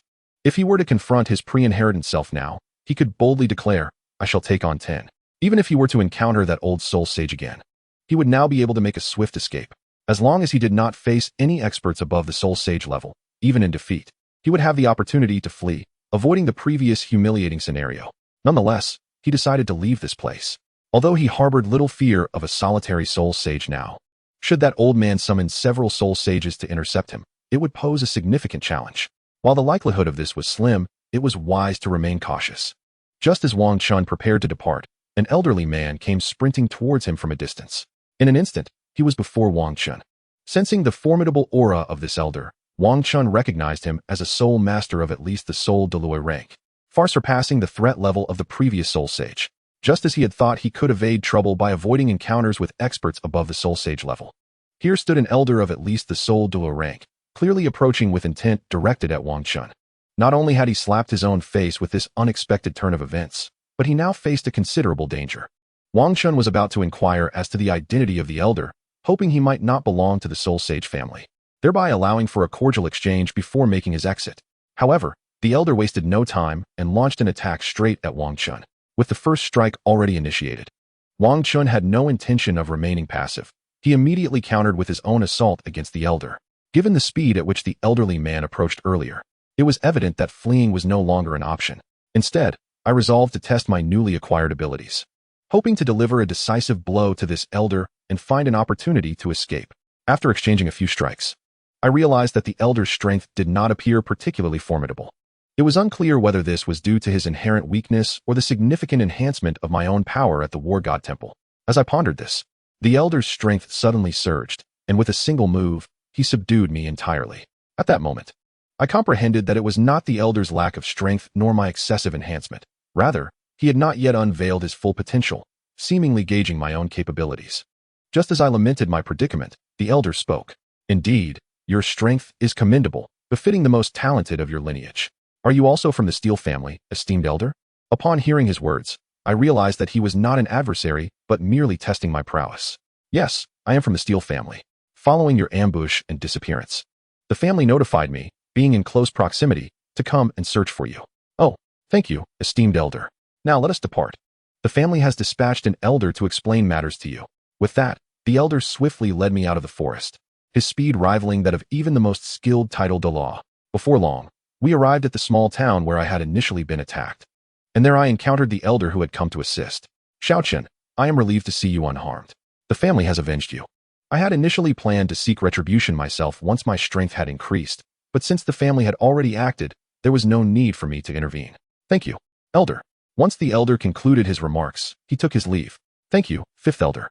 I hastily expressed my gratitude to him as well.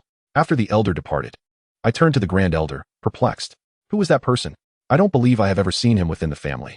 It is not unusual for you to be unaware. He departed from the family long before your birth. Oh, but why did he leave? Normally, I shouldn't disclose such matters, but given your circumstances, I shall provide you with an explanation. The Steel family places great emphasis on heritage. To prevent corruption and the monopolization of power by the elders and the family head, each leader is limited to a tenure of 30 years, without the possibility of re-election. Thus, following each transition of power, the previous generation of family heads and elders departs to avert conflicts over authority. Additionally, these elders remain within the family during their tenure to safeguard its interests, rather than seeking opportunities externally.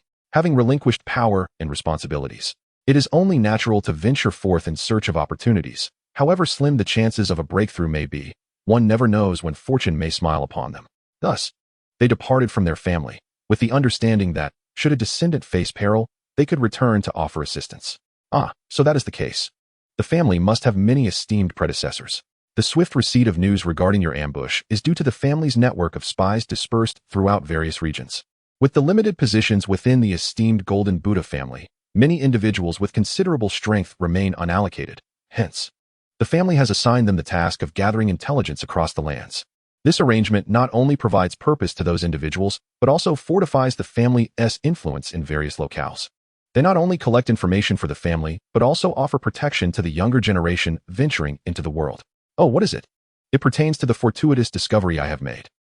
Splendid. Do the elders not inquire about the nature of my discovery? The family does not question its members about personal fortunes. Such matters are inherently private. Only if one chooses to share with the family will we seek to understand. Oh, Wang Chun procured paper and ink, diligently transcribing his unique cultivation method. He had intended to do so and now saw an opportune moment to provide it with a provenance. Before long, he had completed the transcription. Elder, this is my fortuitous discovery. This method not only accelerates the cultivation process, but also imbues the soul power with a unique attribute. However, there exists a limitation. Only those of a youthful physique may cultivate it to its utmost level. Otherwise, one can only reach the second tier. Nonetheless, apart from this limitation, the results are commendable. Chapter 66, Continued Trials. The Grand Elder departed with the cultivation method provided by Wang Chun, while Wang Chun prepared to continue his own trials. Now aware that the family offers protection to the younger generation venturing out, Wang Chun felt a renewed sense of ease. This is only fitting. It would be unreasonable for the Golden Buddha family to lack such safeguards. With the imminent threats mitigated, Wang Chun pressed forward towards his aspirations. After more than a month of travel, he finally arrived at the province bordering the Tiando Empire. He exited the province and entered the Balik Kingdom of the Tiando Empire. The Balik Kingdom, situated to the south of the Tiando Empire and bordering the Fasnu province, is, despite being termed a kingdom, only 3/4 the size of the Fasnu province. It is one of the 4 major kingdoms within the Tiando Empire. To the south of the Baloch Kingdom lies the Douluo Empire, rendering it the most formidable military power among the four kingdoms of the Tian-Do Empire, effectively serving as the gateway to the empire.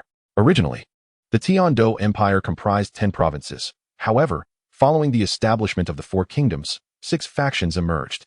The empire directly governs 5 provinces, with each of the four kingdoms overseeing one, alongside a duchy, the second smallest province, located to the east of the empire. On the surface, the 4 great kingdoms and that one principality appear to be under the dominion of the Heaven-Do Empire. However, in reality, these 5 nations have long since become states within states, enjoying complete autonomy apart from the necessary tribute. Were it not for the Heaven-Do royal family's control over a formidable military, internal strife might have erupted long ago. The Douluo Empire finds itself in a similar predicament, albeit slightly worse off than Heaven-Do. Thus, while these 2 empires may seem powerful, they are, in fact, both on a downward trajectory. No one can predict when the entire continent's situation might suddenly transform. Within the borders of the Baloch Kingdom lie 2 of its most significant cities, the capital, Baloch City, which serves as the political and economic heart of the entire kingdom, and Soto City, situated in the lush central region known as the Baloch Granary. Both cities are heavily fortified, marking them as pivotal locations within the kingdom. Wang Chun's destination is Soto City, a place previously mentioned in the original narrative, as he wishes to ascertain whether the Shrek Academy has been established there. After all, it is a legendary institution from the story, and he is keen to learn more about it. Upon entering the Baloch Kingdom of the Heaven-Do Empire, he found himself nearing Soto City. Throughout the journey, he encountered no further incidents and arrived safely. After a fortnight of travel, Wang Chun finally reached Soto City. Standing before the grand city gates, he paused for a moment, marveling at the impressive fortifications. Once inside the city, he intended to first indulge in a hearty meal. For the long journey had left him weary. He sought out a quaint restaurant to savor Soto City's unique delicacies before looking for an inn to rest. His search for the Rose Hotel, a place featured in the original tale, proved fruitless. Perhaps it was established later. Consequently, Wang Chun opted for a reasonably good hotel to spend the night, planning to inquire about the Shrek Academy the following day. On the morrow, he inquired at both the tavern and the Do Spirit Arena, but regrettably, he discovered no information. It remained uncertain whether the Shrek Academy had yet to be founded or if it simply lacked renown. Unable to gather any leads, Wang Chun decided against further pursuit. After all, it was merely a passing thought. Should he uncover information, he would venture to see it, but if not, he would let it be. The academy held no particular significance for him. With no further prospects, he prepared to depart, as his true goal lay within the Sunset Forest, specifically the ice and fire yin-yang ice. His interest in the elements of the original story had waned, especially since he could not journey to the City of Slaughter or Sea God Island. He resumed his travels, intending to reach Heaven-Do City first, as the ice and fire yin-yang eyes appeared to be in closer proximity to the capital. Arriving at the royal city of the Heaven-Do Empire, Heaven-Do City would likely facilitate his search. Located in the northeastern region of the Tian-Do Empire, it serves as the political nucleus of the entire empire and is one of the largest cities on the continent. Within the Douluo Continent, only the Imperial city of the Xinglua Empire can rival it. Currently, Wang Chun aspires to reach Tian-Do City, necessitating his departure from the borders of the Baloch Kingdom. He must traverse the entirety of the Sylvis Kingdom, situated to the north of Baloch, before entering the Imperial city of the Tian-Do Empire, which lies to the east. The journey is extensive, spanning nearly 2,000 miles, highlighting the vast expanse of the Tian-Do Empire. Nevertheless, with Wang Chun's current strength, he could reach his destination within a few days if he exerted himself fully. However, such exertion would be excessive, and he does not require such haste to arrive in Tian-Do City. Along the way, he can also enjoy the scenic vistas and, in doing so, gain valuable experience. After several days of travel, Wang Chun arrived in the capital of the Sylvis Kingdom, Sylvis City. Upon entering, he sensed a faint allure emanating from the realm of his mind, the space of the war god. Could it be that there are fragments of the war god's authority scattered in this locale? The thought brought him a measure of joy. After inheriting a small portion of the war god's power, he had been informed by the war god Xingtian that there were remnants scattered across the Douluo Continent, and that upon encountering them, his mental space would respond. Absorbing the found fragments would enhance the war god's authority. To his surprise, he had sensed one already. As he intended to investigate the source of this attraction, the sensation abruptly vanished. How could it disappear? How am I to locate it now? With the sensation gone, Wang Chun was at a loss. After all, it was uncertain whether the fragment had been removed from Sylvis City by someone else or if it remained within, but was simply obscured from his perception. For the moment, he could only linger in Sylvis City and see if he could regain his sense of it the following day. This was his only option, as even if it had been taken away, he had no means of pursuit, given his ignorance of the route taken. A misstep could lead him to miss it entirely. Remaining within the city to search seemed the wisest course of action. Perhaps the fragment was merely cloaked from his awareness. He resolved to seek out accommodations, as he would need a comfortable place to stay while he searched for the alluring object. Given his financial means, he deemed it reasonable to indulge himself. He first found a commendable hotel and booked a 10-day stay. Afterwards, he went to dine, planning to register a new account at the Seoul Arena post-meal. After all, while he sought the object of his attraction, he could not afford to squander time idly. Engaging in the Seoul Arena competitions would simultaneously hone his practical combat skills. Chapter 67. The Search. After a night of rest, Wang Chun felt that his mental fortitude had been completely restored. Not only had he shed the fatigue of continuous travel, but his mental acuity had also seen a slight enhancement. Stepping out of the hotel, he commenced his search, primarily focusing on those rather unique shops. After all, it was in such an establishment that he had previously acquired a fragment of the God of War's authority. With no leads to follow, he resolved to explore these peculiar venues first. Thus, he wandered through the streets of Silvis City for over 3 hours, visiting several shops, yet regrettably, he remained devoid of any sensations. He decided to persist in his search. Should he still find nothing, he planned to visit the Seoul Arena. At that moment, Wang Chun stumbled upon a particularly unusual shop.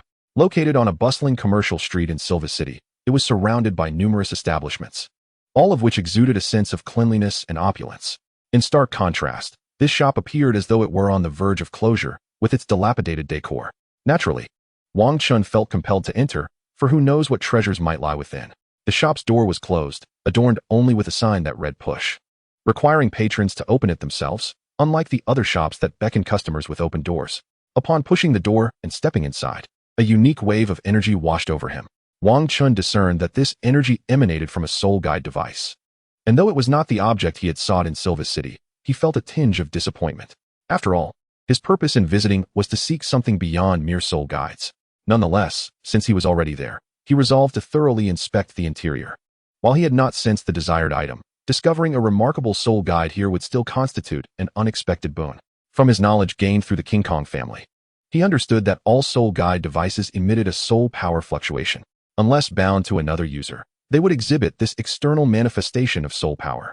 Generally, soul guides lack offensive capabilities, serving only simple auxiliary functions. Yet, they remain exceedingly rare. The soul guides that have survived the ages can be deemed antiques, as the methods of their creation have long been forgotten. Therefore, when encountering a soul guide, one must scrutinize it carefully, as one could end up spending a fortune only to acquire something of little value. Conversely, there exists the possibility of obtaining a soul guide with unique utility for a modest price. Such fortune is contingent upon luck. Encountering an item whose purpose others are unaware of, yet one possesses the knowledge to utilize, would indeed be a serendipitous find.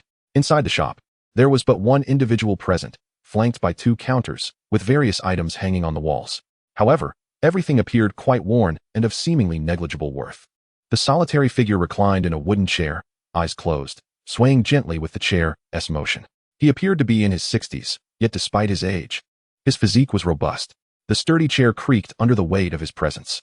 This man possessed a distinctive visage, with a jutting chin, broad cheekbones, a flattened face, and a slight hawkish nose. If one were to employ an analogy, it could only be said that his visage bore a resemblance to the sole of a shoe. Though his eyes were closed, there lingered an impression of cunning about him. Upon encountering him, Wang Chun was reminded of Flandre from the original work, nearly mistaking him for the four-eyed cat hawk. However, upon further reflection, the age discrepancy became apparent, suggesting merely a vague resemblance. Moreover, he was not adorned with spectacles, thus ruling out any possibility of being the four-eyed cat hawk. Although the likeness was uncanny, it was understandable that a merchant in a shop might possess a somewhat shifty demeanor. Upon entering the establishment, Wang Chun found the man still reclined in his chair, exhibiting no inclination to rise and greet his patrons. At that moment, Wang Chun comprehended why, amidst a street lined with bustling shops, this particular establishment was so dilapidated. Given such an attitude, it was unlikely many would choose to make purchases here. Nevertheless, having already entered, Wang Chun resolved to explore thoroughly. Who knew what unexpected treasures might await? As he scrutinized his surroundings, he suddenly spotted a black wrist guard. Upon grasping this wrist guard, he felt a familiar, unique allure emanating from the war god's space, distinct from the initial sensations experienced upon entering the city. This item appeared to be no mere artifact of the war goddess authority, but rather a piece of equipment from the illustrious warrior's past. With the wrist guard in hand, he resumed his meticulous search, hoping to uncover other intriguing items. After a thorough examination of the shop, he regrettably found no additional captivating treasures. At this juncture, Wang Qin noticed that the elderly man remained asleep, seemingly unperturbed by the prospect of theft. Yet, Wang Qin dismissed such thoughts and approached the old man with his find. After all, he did not appear to be an ordinary character. One who could continue slumbering amidst an influx of visitors was surely a master of his craft. It would be prudent to inquire, for there might be further rewards to uncover. "Good day, sir. I would like to inquire about this item," Wang Qin began. The old man, upon hearing the query, slowly opened his eyes, cast a fleeting glance, and then closed them once more. "Isn't this merely a flawed wrist guard?" he muttered. "Are there any others like it?" Wang Qin pressed. "None," came the curt reply. "Very well, how much for this piece?" he asked. 500 gold soul coins. No haggling, the old man stated flatly. "Oh, understood. Here you are," Wang Qin replied, retrieving 500 gold soul coins from his soul guide and handing them over before promptly exiting the shop. The proprietor, having secured the coins, returned to his slumber without a second glance. Upon returning to the hotel, Wang Qin informed the front desk not to disturb him, then hurriedly retreated to his room, locking the door behind him. He produced the unusual wrist guard he had acquired and, utilizing the insights provided by his war god's space, commenced the process of refining the item. As Wang Qin enveloped it with his soul power and summoned the divine energy from his war god's space, the flawed black wrist guard underwent a remarkable transformation. Its hue deepened significantly, and it no longer appeared incomplete. This is a divine artifact of a war god, which, due to the conflicts of yore, was cast down to the mortal realm, with its spirit extinguished. Deprived of the war god's divine power, it gradually lost its extraordinary attributes, transforming into an ordinary, fragmented wrist guard. Now, nourished by Wang Qin's divine power, it has begun to regain its former brilliance. The infusion of Wang Qin's divine energy has swiftly refined this wrist guard. At this moment, Wang Qin has also discerned its function. It serves to amplify strength, and its simplicity is its charm. Indeed, due to its singular effect, the magnitude of amplification is substantial. What Wang Qin possesses is a right-arm wrist guard, and due to the prolonged absence of divine nourishment, its amplifying effect is naturally not as potent as it once was. Currently, it can only enhance Wang Qin's right arm strength by 100%. However, as long as it continues to receive Wang Qin's divine energy, its amplification will undoubtedly increase in the future. Elated by this newfound treasure, Wang Qin resolved to treat himself to a splendid meal in celebration. Tomorrow, he would resume his search. Even if he were to find nothing, it would matter little, for he had already obtained an amplifying wrist guard. Chapter 68, Encounter.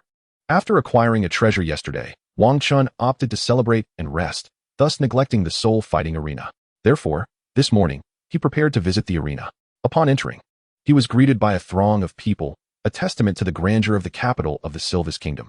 Wang Qin registered a new account, Soul Sect Xingtian. Just as he was about to sign up for a soul fighting competition, he suddenly sensed an alluring pull, stronger than the first encounter. This captivating force emanated from the arena. Wang Qin, compelled by curiosity, proceeded towards the source of the attraction. He arrived at the main fighting stage, where two soul masters were engaged in combat.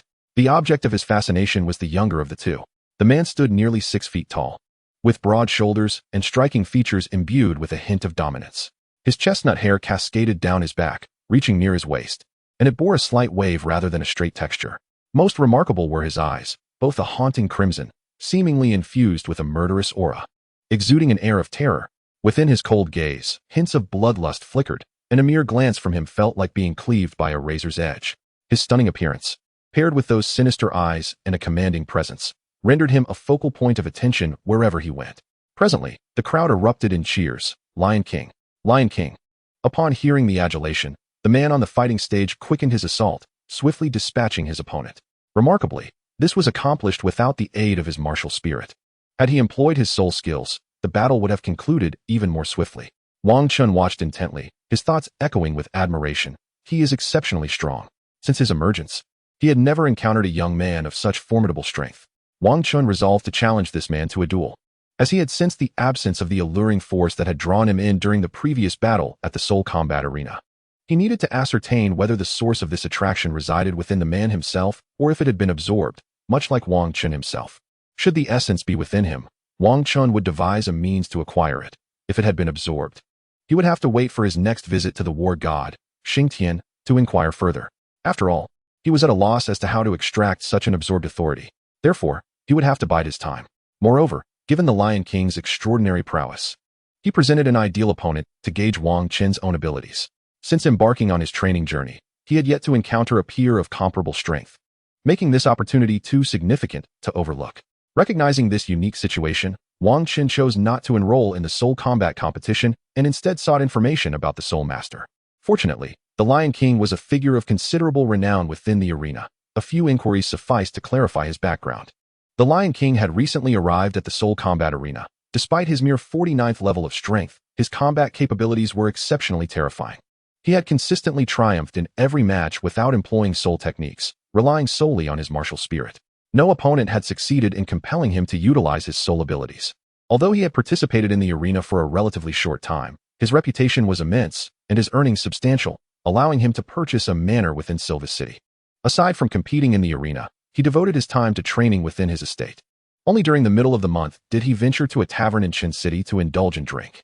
Wang Qin planned to await him there, hoping to arrange a duel. After all, he could not simply intrude upon the Lion King's manor with a request for a fight, as such an approach might not even grant him entry. The Lion King's reputation was so great that many sought to challenge him to enhance their own status. Thus, he typically refrained from engaging in private battles. Unfortunately, with the limited number of matches at the Soul Combat Arena, not everyone had the opportunity to face the Lion King. Therefore, Wang Qin resolved to wait at the tavern, confident that the Lion King's strength would enable him to sense Wang Qin's own prowess, marking him as a natural rival. A man of such caliber would certainly not overlook an evenly matched opponent, and through their confrontation, Wang Qin could discern the whereabouts of that elusive entity. After several days of waiting in Silva City, Wang Qin refrained from seeking out other establishments. Having already confirmed that the source lay with the Lion King, all that remained was to engage him in battle, rendering further searches unnecessary. At last, the moment arrived. Wang Qin arrived at the tavern ahead of time to await the Lion King's arrival. Soon enough, the Lion King entered, taking his usual seat by the window. Wang Qin, having gathered sufficient intelligence, strategically chose a position close to the Lion King. Once, there were individuals who ventured here in search of the Lion King. Yet he never engaged in combat with anyone in this place, leading to a gradual decline in visitors. The Lion King, having called for a drink, began to indulge quietly in his wine, occasionally gazing out of the window, lost in thought. At that moment, Wang Qin approached, holding his own drink, and seated himself before the Lion King. "Greetings, Lion King," he said, releasing a hint of his fighting spirit. Upon sensing this, the Lion King finally regarded Wang Qin directly. "You possess considerable strength. Are you here to challenge me?" Although posed as a question, his tone bore an unmistakable certainty, as if he believed Wang Qin had come solely for battle. "Indeed, I have observed your prowess in the arena and found you formidable. Thus, I wish to test my skills against yours." "Very well. Once I have finished my drink, we shall engage in battle at my estate." "Agreed." Thus, Wang Qin awaited the Lion King to complete his drink before following him to his estate. Perhaps anticipating this duel, the Lion King did not linger over long and swiftly led Wang Qin away. At the Lion King's estate, the two stood silently in an open area. Recognizing the significance of this match, they refrained from immediate combat, choosing instead to attune themselves to the moment, unwilling to let external factors mar the contest. Since beginning his training, Wang Qin had never encountered a peer as an adversary, and the same was true for the Lion King, who had not faced an opponent of equal age or even one of the same caliber capable of provoking his full potential. There was a profound sense of isolation that came with such heights. Now, before him, Wang Qin represented the most perfect rival he had ever known, deserving of his respect. "Are you prepared?" "Yes. Let us first test our combat abilities without the use of our martial spirits or techniques." "Agreed." Lion King Simba. "Wang Qin, please enlighten me." Chapter 69. The battle with that. Lion King Simba surged toward Wang Qin, his right fist suddenly raised, aiming for Wang Qin's chest. His movements were straightforward, devoid of any embellishment. Yet, Wang Qin could feel the sheer power behind that strike. With formidable strength and remarkable speed, the force of his blow reached its zenith. Truly, the Lion King, capable of conquering opponents in the arena without relying on spirit techniques, exhibited a wealth of practical experience. Wang Qin understood that retreat was not an option. To do so would only amplify the Lion King's momentum and the impact of his attack. Thus, instead of evading, he charged forward. Wang Qin's right foot struck the ground with force, propelling him toward the Lion King, raising his right hand to deliver a counterpunch. Though he initiated his attack slightly slower than the Lion King, his confidence in his enhancements and soul bones assured him that his strike would not pale in comparison. With a resounding thud, Wang Chen's fist collided with that of the Lion King. Both individuals came to a halt, repelled by the force of their opponent's assault. Wang Chun felt a flicker of astonishment.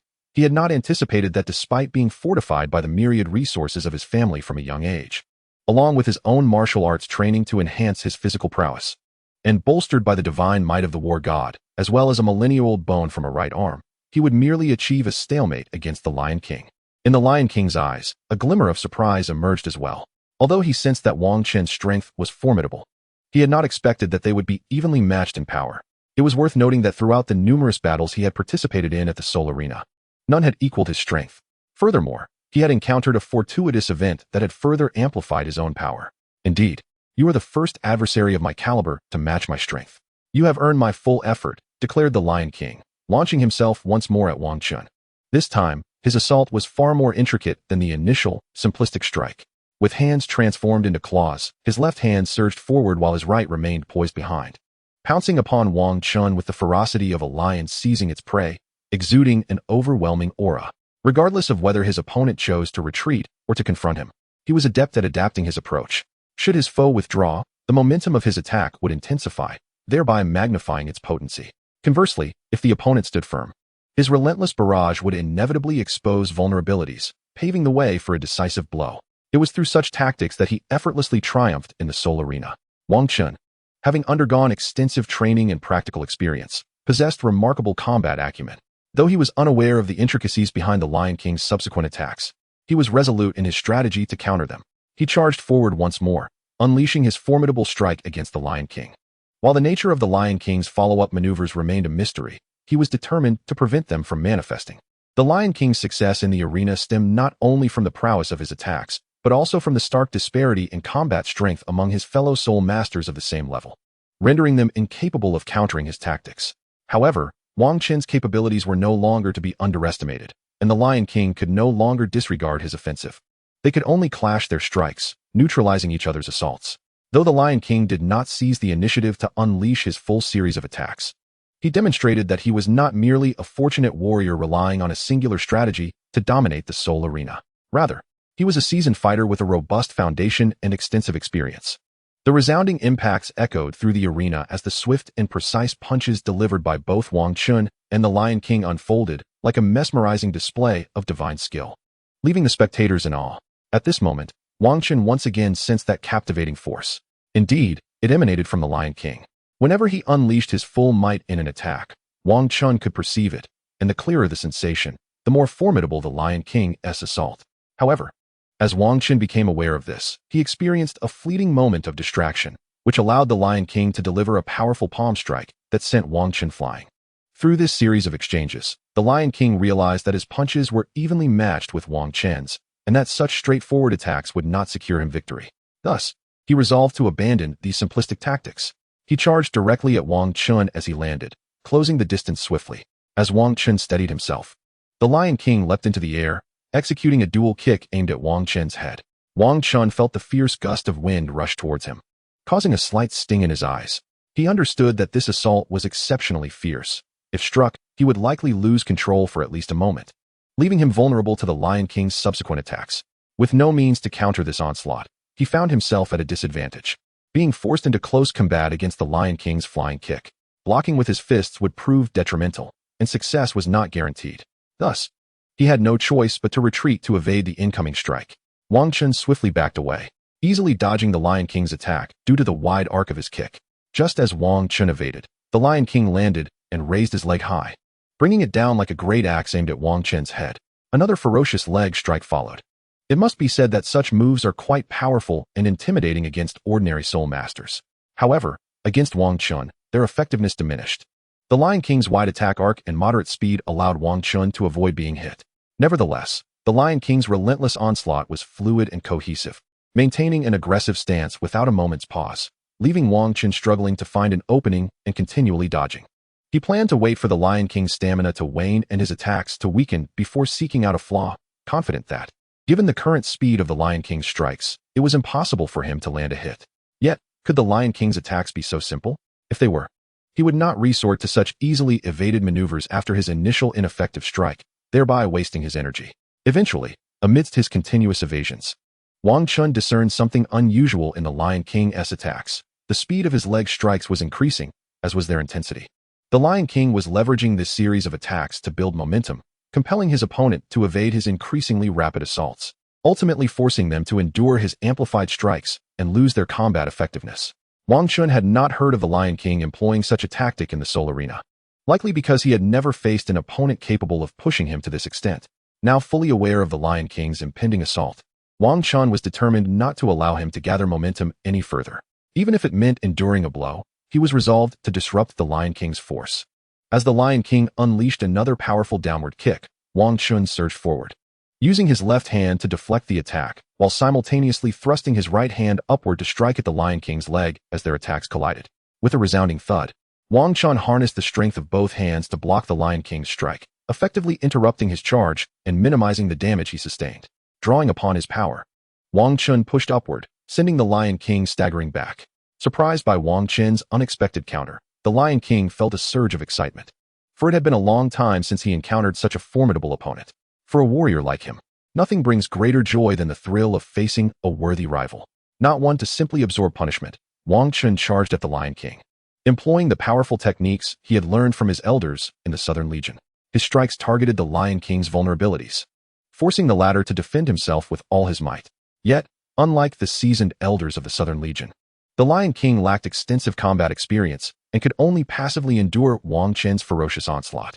However, prolonged defense inevitably leads to vulnerability. Seizing an opportunity, Wang Chun executed the Yama's 3 points hand, intercepting the Lion King's arms and landing a decisive blow to his chin, exposing his throat.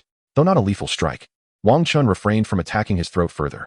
Nonetheless, the impact of Wang Chun's maneuver stirred the Lion King profoundly, prompting him to summon his martial spirit and swiftly retreat from Wang Chun's attack range. "I concede," the Lion King declared as he distanced himself from Wang Chun. Despite the defeat, he felt exhilarated, having never encountered such a powerful opponent of equal rank. He contemplated inviting Wang Chun for a full-force battle once more. "Let us engage in a fierce contest. I know you are eager for it as well." "Certainly," Wang Chun responded, embracing the Lion King's invitation. The Lion King, upon hearing Wang Chun's agreement, was filled with elation. With a fierce roar, the Lion King summoned his spirit. A brilliant brown light erupted from his being. As he spread his arms wide, his chest puffing out, and his bones crackling ominously, his muscles swelled dramatically, straining against his attire, each sinew becoming distinctly apparent. Even the surrounding air seemed to vibrate with ferocity. His mane of brown hair lengthened, exuding an even more formidable aura. Each claw appeared razor-sharp, extending a full 8 inches and gleaming with a chilling luminescence. The Lion King's upper body leaned forward slowly, his crimson gaze deepening, resembling a relentless killing machine. Beneath his feet, 4 radiant rings of light ascended in succession, quietly rising, 2 yellow and 2 purple. As the soul rings swirled, a surging aura of soul power surged forth like a tidal wave, enveloping him. The Lion King, Simba, boasted a martial soul of the wild lion and was a level 49 battle soul master. Upon completing the manifestation of his martial soul, he proclaimed his identity and rank. Unlike the previous battle that relied solely on physical prowess, this signified a formal challenge between soul masters. With the martial soul now embodied, Wang Chun swiftly completed his own transformation, undergoing a remarkable metamorphosis. Not only did his stature increase, but his muscles also expanded, unmistakably marking him as a formidable soul master. 4 soul rings, 1 yellow, 2 purple, and 1 black, appeared beneath him, pulsating rhythmically and exerting immense pressure towards the Lion King. Upon witnessing Wang Chun's soul ring configuration, the Lion King was taken aback, yet combat was underway, leaving no room for inquiries. He quickly comprehended why Wang Chun, at such a youthful age, could rival his own might. The longevity of his soul rings was astonishingly high. The Titan, Wang Chun, with a martial soul of the Titan giant ape, was a level 47 battle soul master. As the Lion King processed this information, he sprang into action, his prowess dramatically enhanced by his martial soul. He lunged toward Wang Chun, his claw-like hands slashing through the air. Unyielding, Wang Chun stepped forward, blocking with his left hand and counterattacking with his right. Thanks to the defensive capabilities afforded by his martial soul, he successfully parried the Lion King's assault. The force of his right punch collided with the Lion King's strike with a resounding impact. With the considerable enhancements he had received, Wang Chun's right arm possessed strength that far surpassed that of the Lion King, sending him reeling backward. Seizing the opportunity, Wang Chun propelled himself off the ground. the tremendous recoil launching him forward for another powerful strike. The Lion King, having realized the disparity in their strength, opted to leverage his speed advantage instead of engaging in a direct confrontation. Suddenly, the first yellow soul ring beneath him flared to life, drastically amplifying his velocity, and he vanished from Wang Chen's sight in an instant. In a flash, the Lion King reappeared to Wang Chen's right, his claws descending rapidly, enhanced by his soul abilities. His claws had become even sharper. Wang Chen understood that relying solely on his martial soul's defensive power would not suffice. Thus, he activated his defensive soul technique, Indestructible Titan. His entire form shimmered in a golden hue, significantly bolstering his defenses.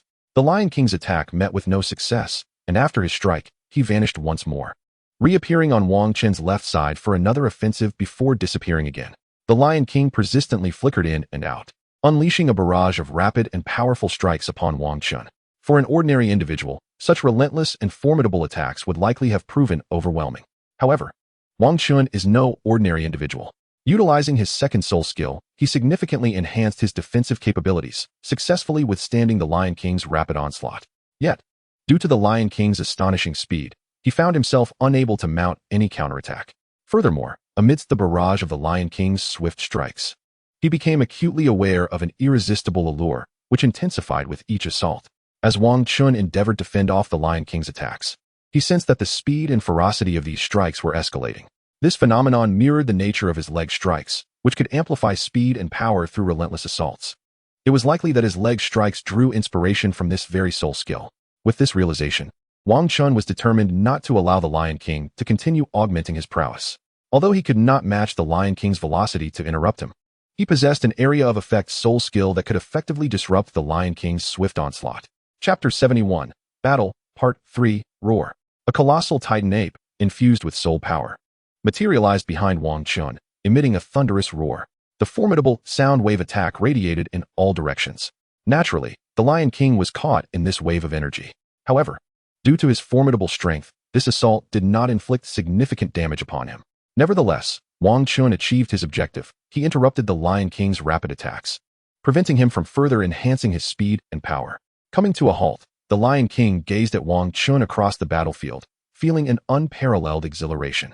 This adversary, who posed a genuine threat, had once again thwarted his assault. Sensing the thrill of battle, the Lion King prepared to unleash his most powerful attack against what he deemed the strongest opponent he had encountered since his debut. Primal Lion Transformation. With a resounding roar, the Lion King's 4 soul rings pulsated vigorously beneath him, the 4th purple ring radiating a brilliant light.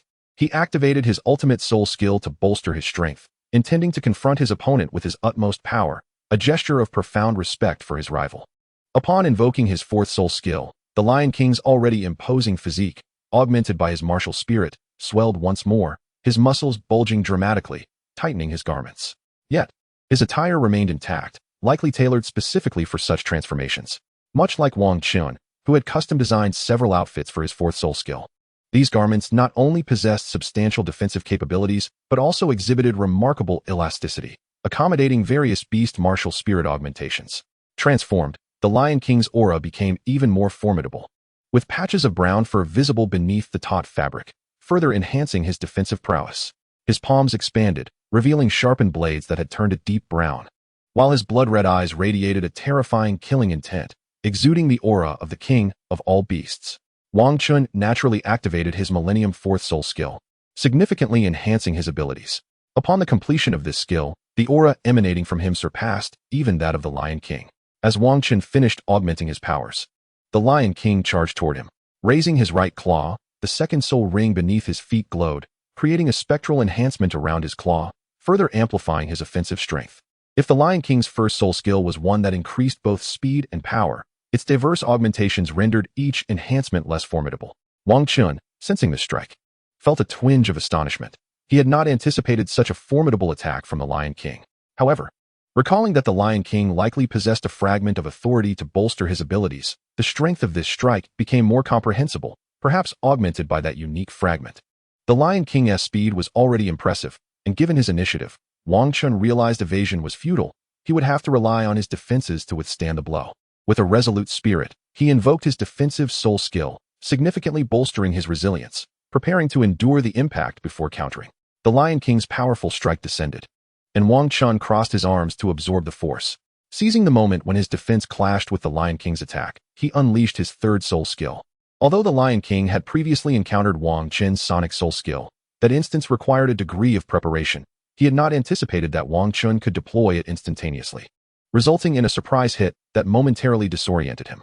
Though this lapse was brief, it constituted a critical opening against two evenly matched opponents.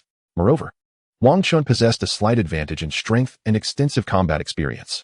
Given that this was his own creation, he would not let the opportunity slip away. The Lion King's day's strike against Wang Chun weakened considerably, and Wang Chun easily deflected it. With his hands now free, he activated his first soul skill, cloaking his right hand in a golden radiance, delivering a powerful punch to the Lion King's chin, sending him flying. As the Lion King regained his senses, he was struck again on the chin, losing control of his body and crashing to the ground. Wang Chun chose not to pursue further attacks, pausing to observe the fallen Lion King.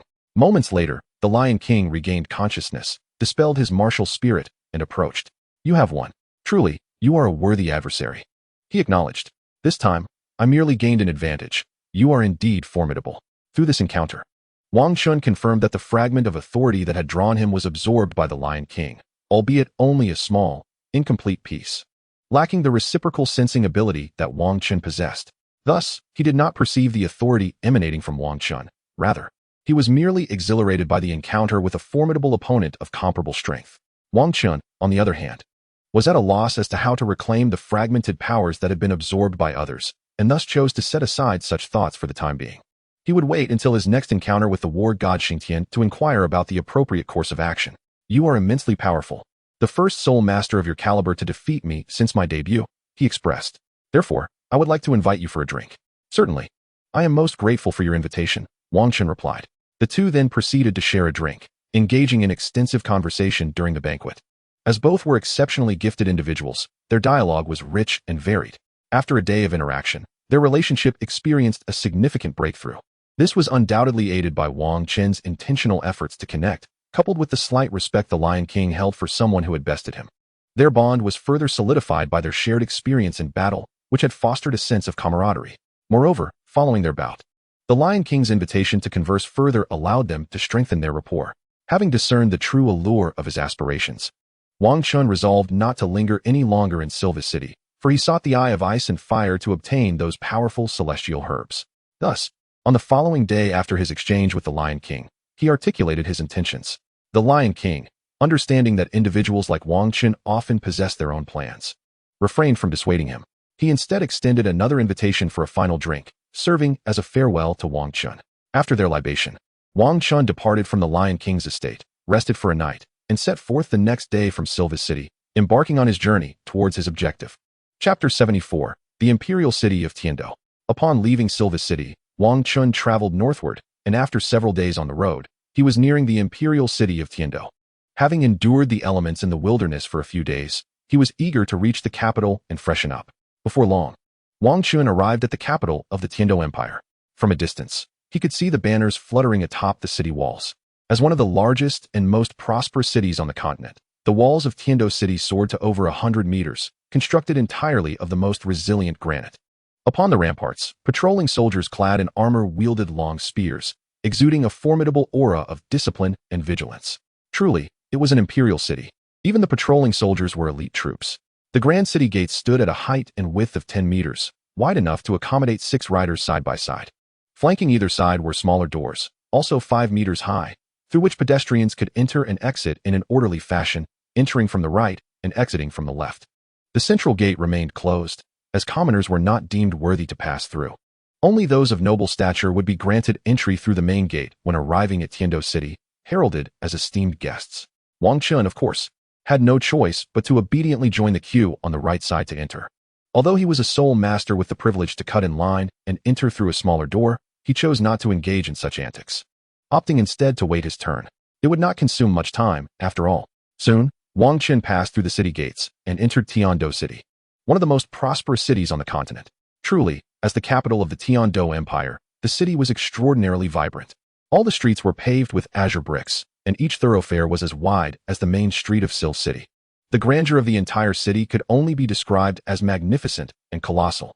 As he strolled along the streets, Wang Chun noticed that even the shops here were significantly larger, with nearly every storefront boasting doors towering 3 meters high, some even taller. He selected a seemingly upscale hotel, reserved a room, and enjoyed a meal. Indeed, the capital of Tiando did not disappoint, as even the prices were considerably higher than those in Silv City. After his meal, he refrained from further wandering in Tiando City and instead took the opportunity to rest and rejuvenate his spirit. The following day, Wang Chun emerged from the hotel and began inquiring about a place known as the Blue Tyrant Academy. Unfortunately, there was no such institution within Tiando City. Not wishing to waste any more time, he first replenished his supplies of food and water, primarily water, of course. After all, he was embarking on a quest to locate the Ice and Fire 2 element Eye in the Sunset Forest, and it was uncertain how long it might take to find it. In the original story, the Master and his companions were able to locate the Ice and Fire 2 element Eye swiftly, thanks to the distinctive call of Douluo, which allowed them to pinpoint its location. Wang Chun, however, lacked the means to do so and would have to rely on time and perseverance. Fortunately, they had managed to reach the vicinity of Douluo within a day. Thus, Wang Chun need not search an expansive area.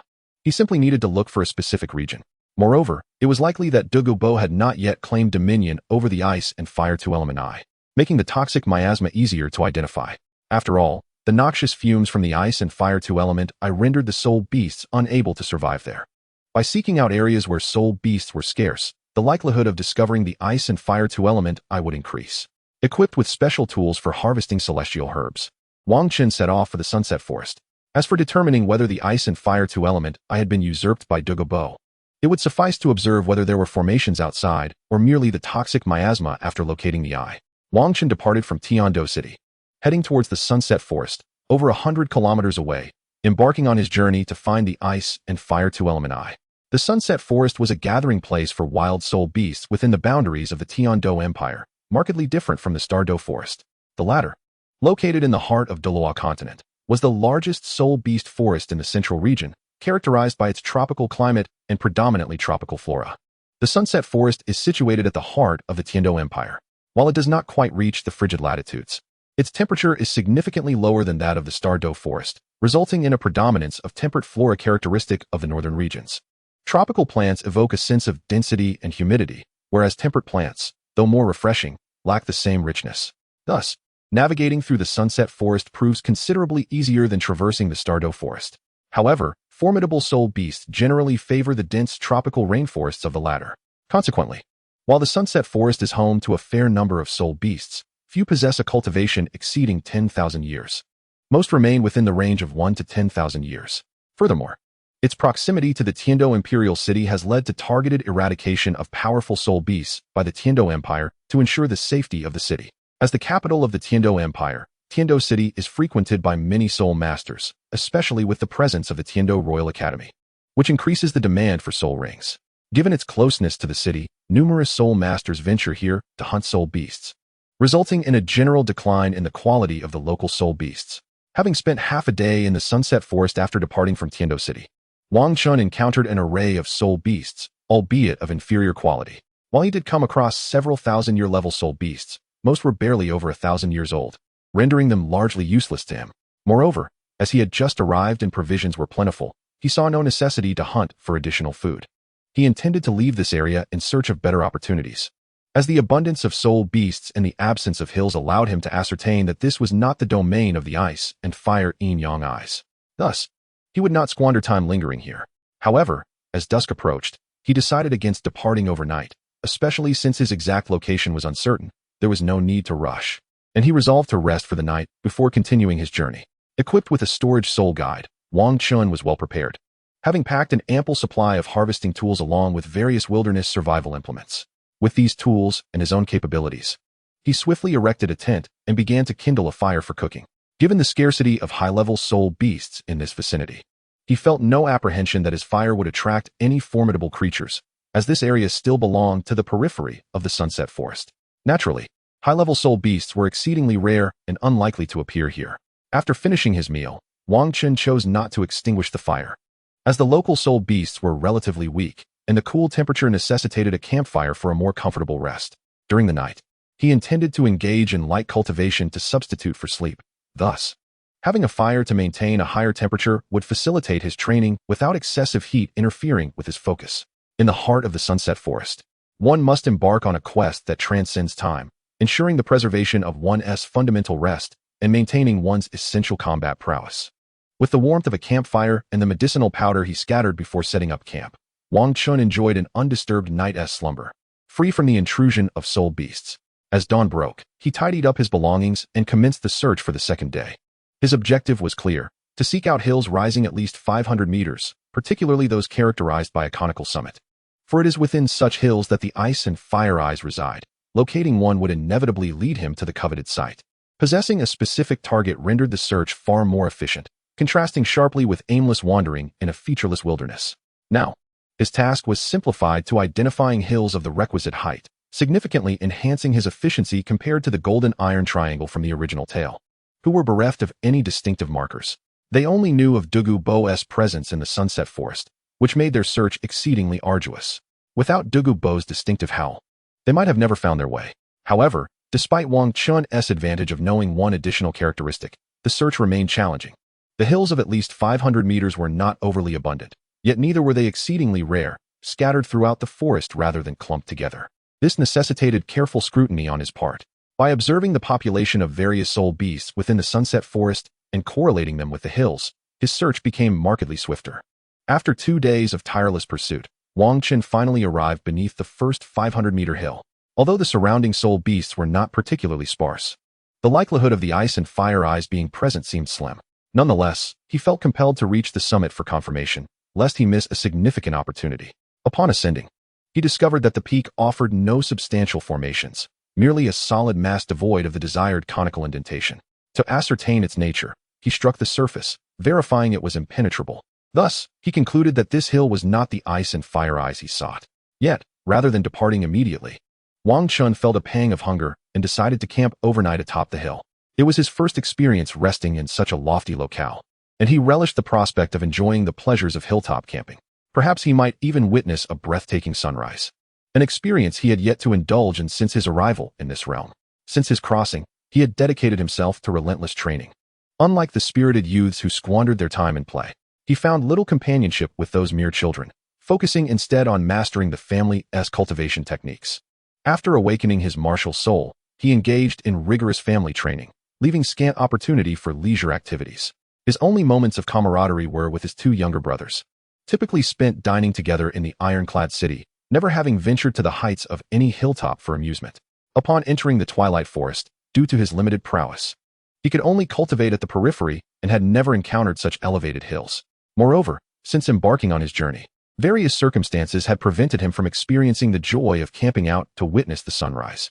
Now, this moment fulfilled a small wish of his. After finishing his meal, Wang Chun chose not to sleep or practice. Instead, he gazed at the starry sky. The brilliance of the heavens captivated him. In his past life, pollution had dulled the sky's radiance, leaving him bereft of such a luminous spectacle.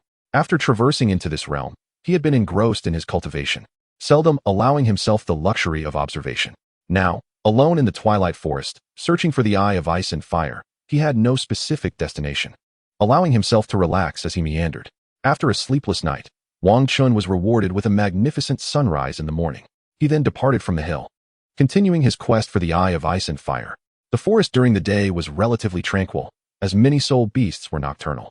In the serene twilight forest, Wang Chun walked quietly, his keen eyes vigilantly scanning his surroundings, particularly the shadowy areas, ever wary of elusive soul beasts that might ambush him. Despite his formidable strength rendering the twilight forest largely safe, a seasoned soul master, having honed his skills through extensive practice, maintained a fundamental level of vigilance.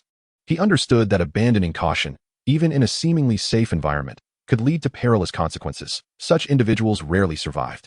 Even if he escaped unscathed this time, the next danger could claim him, as his lost vigilance would render him ill-equipped for the wilderness's threats.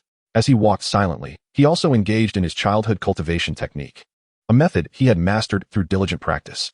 Although this approach was less efficient than full meditation, it allowed him to cultivate even during tedious searches, showcasing remarkable adaptability. After all, he maximized the utility of every moment, far surpassing others in this regard. However, this method did diminish his awareness of his surroundings somewhat, though this flaw was negligible, considering the diminished threats within the twilight forest. This form of cultivation alleviated the monotony of his quest, preventing impatience from setting in during his prolonged search for the eye of ice and fire. Thus, he continued his journey, initially facing no issues, as his heightened perception enabled him to sense the soul beasts around him, alleviating any concerns of ambush. Yet, as time passed and his cultivation progressed, his sensory acuity began to wane. He was ambushed by a soul beast, a 100-year-old Xianbing snake, which dwells underground and thrives in frigid environments, possessing a remarkably potent venom. Even a soul master could find themselves in peril if bitten and unable to swiftly purge the toxin. However, for Wang Chun, this was not an insurmountable threat. He had already sensed the incoming strike of the Xianbing snake. Drawing upon his formidable strength, he effortlessly countered the assault, successfully vanquishing the century-old beast. This incident served as a poignant reminder for Wang Chun. After prolonged periods of cultivation, when his perception waned, he must pause and recuperate, restoring his senses before resuming his quest. Otherwise, he would be courting danger. While he could easily deal with this particular soul beast, a future encounter with a more powerful foe might not be so easily resolved. Though the Xianbing snake measured only a meter in length, it promised a delightful meal. It was an opportune moment for a brief respite, allowing him to regain his vigor before continuing his search. Preparing the snake as sustenance would serve to satisfy his hunger. Since he only required a simple break to replenish his nutrition, he opted not to set up camp, merely scattering some medicinal powder before igniting a fire to cook. The Xianbing snake required a vigorous boil to unlock its inherent qualities. Consuming this ice attribute creature could potentially enhance his martial spirit, even if only marginally, fortifying his physical form. Unfortunately, Wang Chun did not possess an ice attribute martial spirit, and thus would only experience a slight augmentation of his physique. However, given the already significant strengthening of his body, he doubted he would notice any discernible effects. Regardless, the exquisite flavor of the Xianbing snake alone was reason enough for indulgence, and he chose not to dwell on the matter. After savoring his delectable meal, he felt sufficiently rested and resumed his search. The experience of the Xianbing snake's ambush had imparted valuable lessons.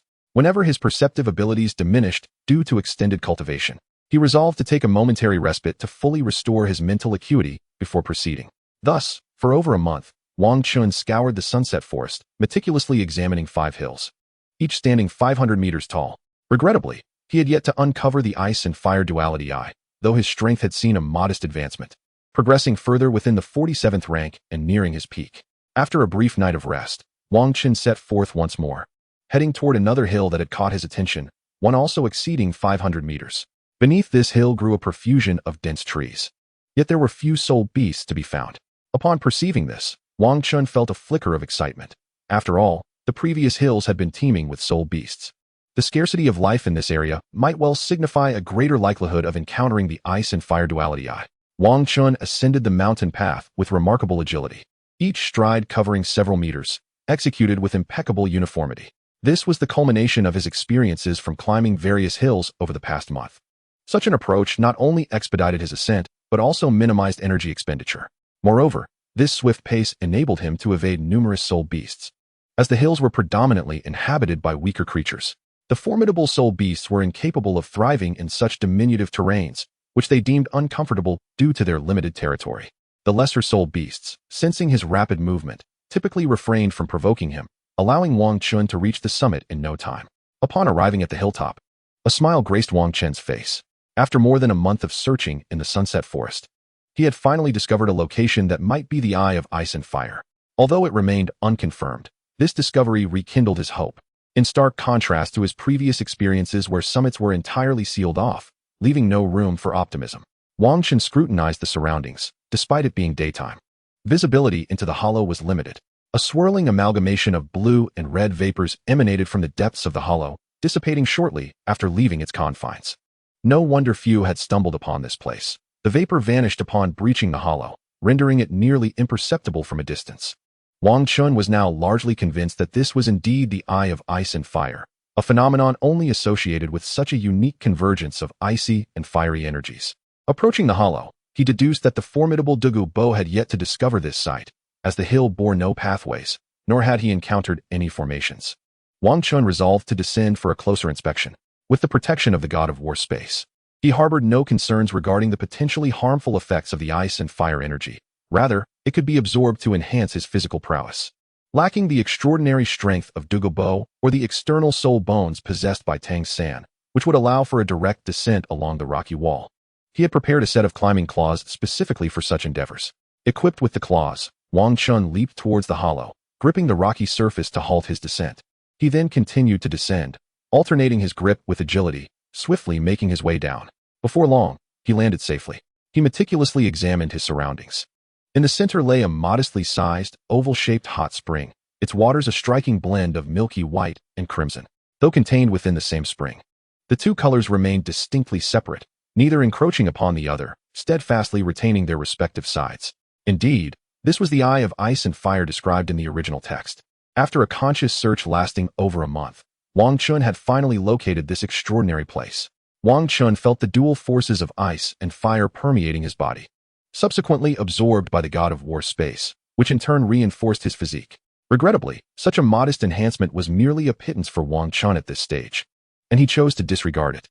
He commenced his search for the celestial herbs mentioned in the original text, as well as the medicinal plants he had learned about in the library of the Vajra clan. Having cultivated his youth technique to the third tier, meteor technique, his physical prowess had significantly improved, and his vision had become remarkably acute. Utilizing his enhanced sight alongside the sunlight above, Wang Chun was able to scrutinize the area beneath him with clarity.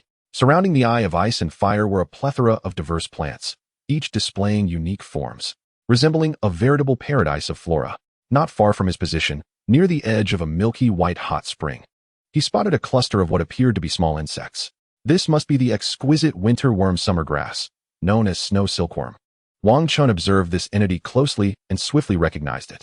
The worm grass itself is a rare medicinal material, commonly referred to as cordyceps. It is, in fact, a parasitic fungus that dwells on certain insects, particularly the larvae and pupae of moths and bees inhabiting mountainous regions.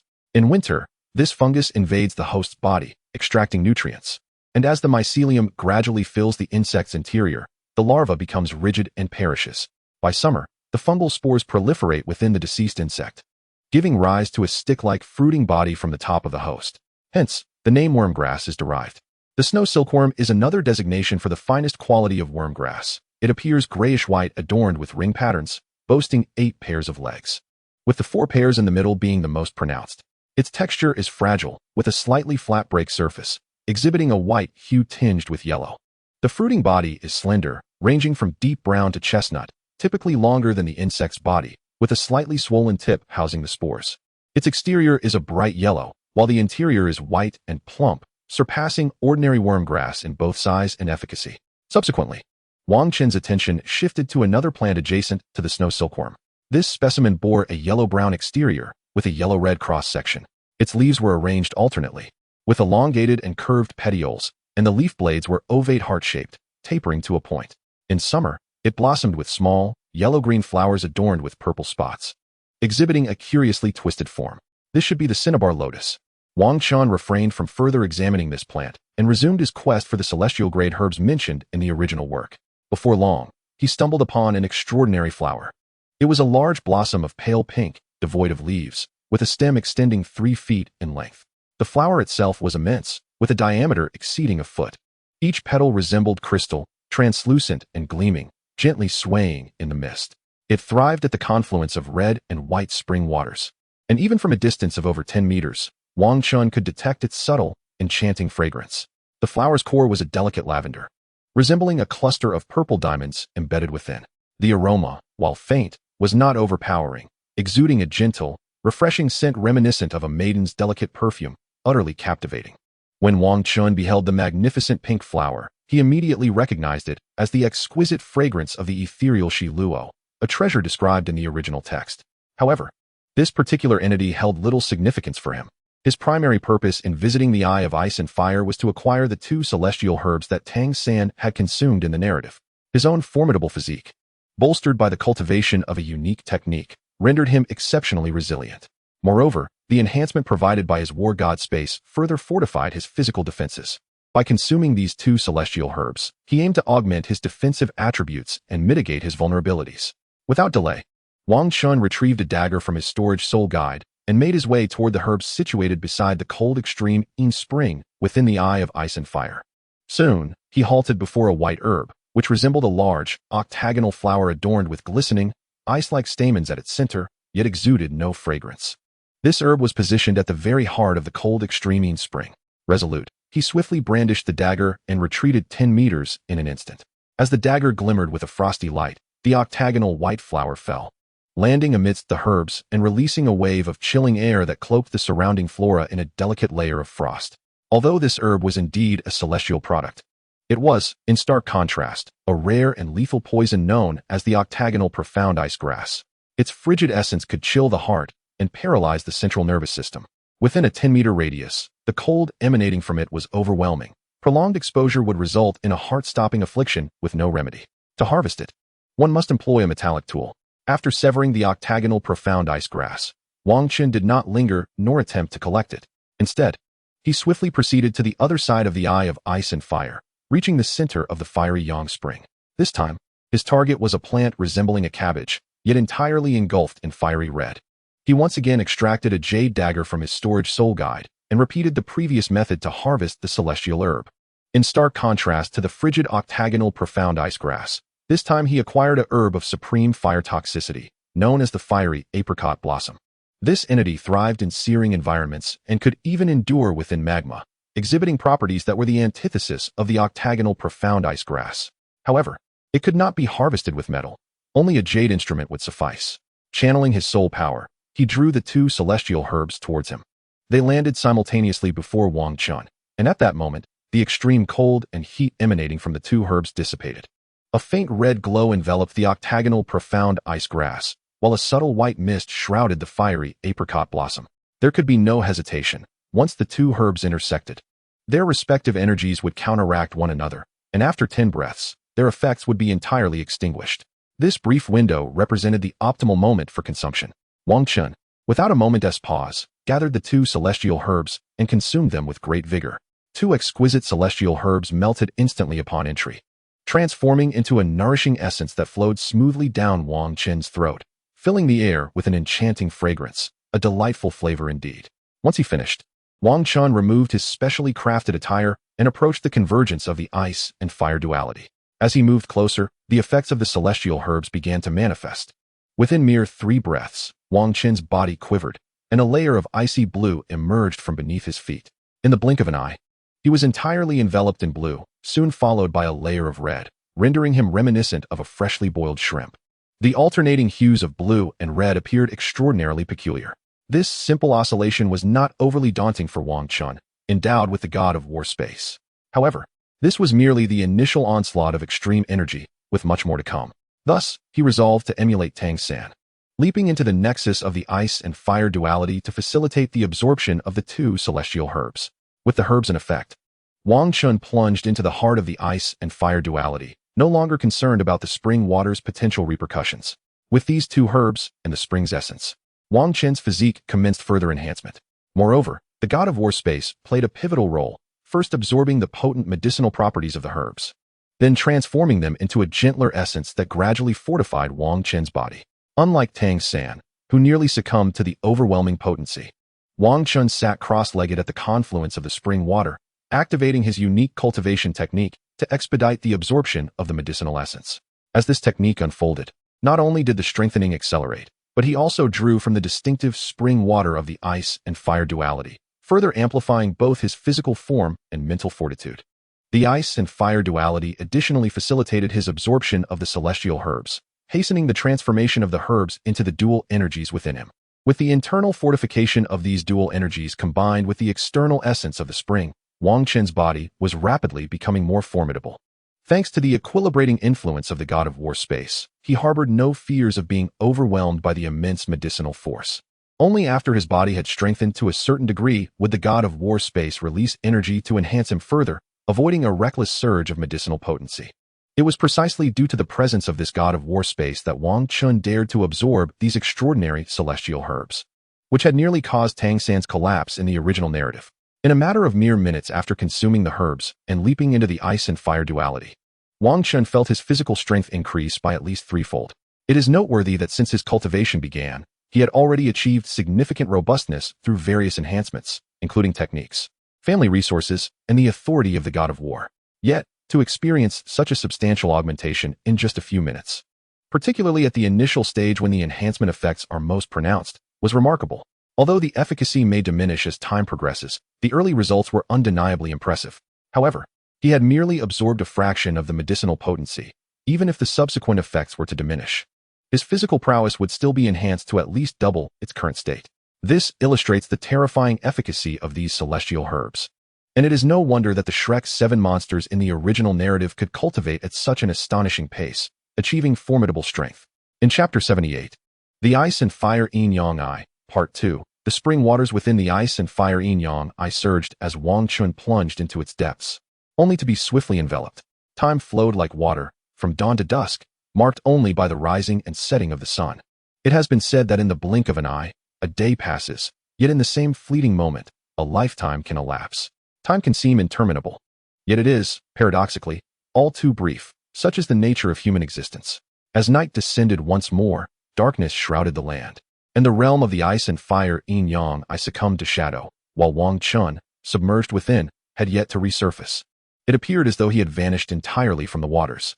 2 days elapsed before Wang Chun finally emerged from the Ice and Fire Yin-Yang Eye. In this moment, he sensed that his physical strength had increased by more than double, and his power had similarly surged beyond mere increments. If he were to confront the elderly soul saint of yore once more, escape would no longer be his only recourse. Moreover, with the absorption capabilities of his god of war space, he was not hindered like Tang San, who struggled to assimilate such immense medicinal energy. Furthermore, he possessed additional potency within his god of war space, which would likely facilitate another surge in strength following the absorption of his soul ring. Upon emerging from the waters, Wang Chun donned his attire and commenced the gathering of the herbs he so desired, free from concern regarding the toxic flora or the waters of the Ice and Fire Yin-Yang Eye.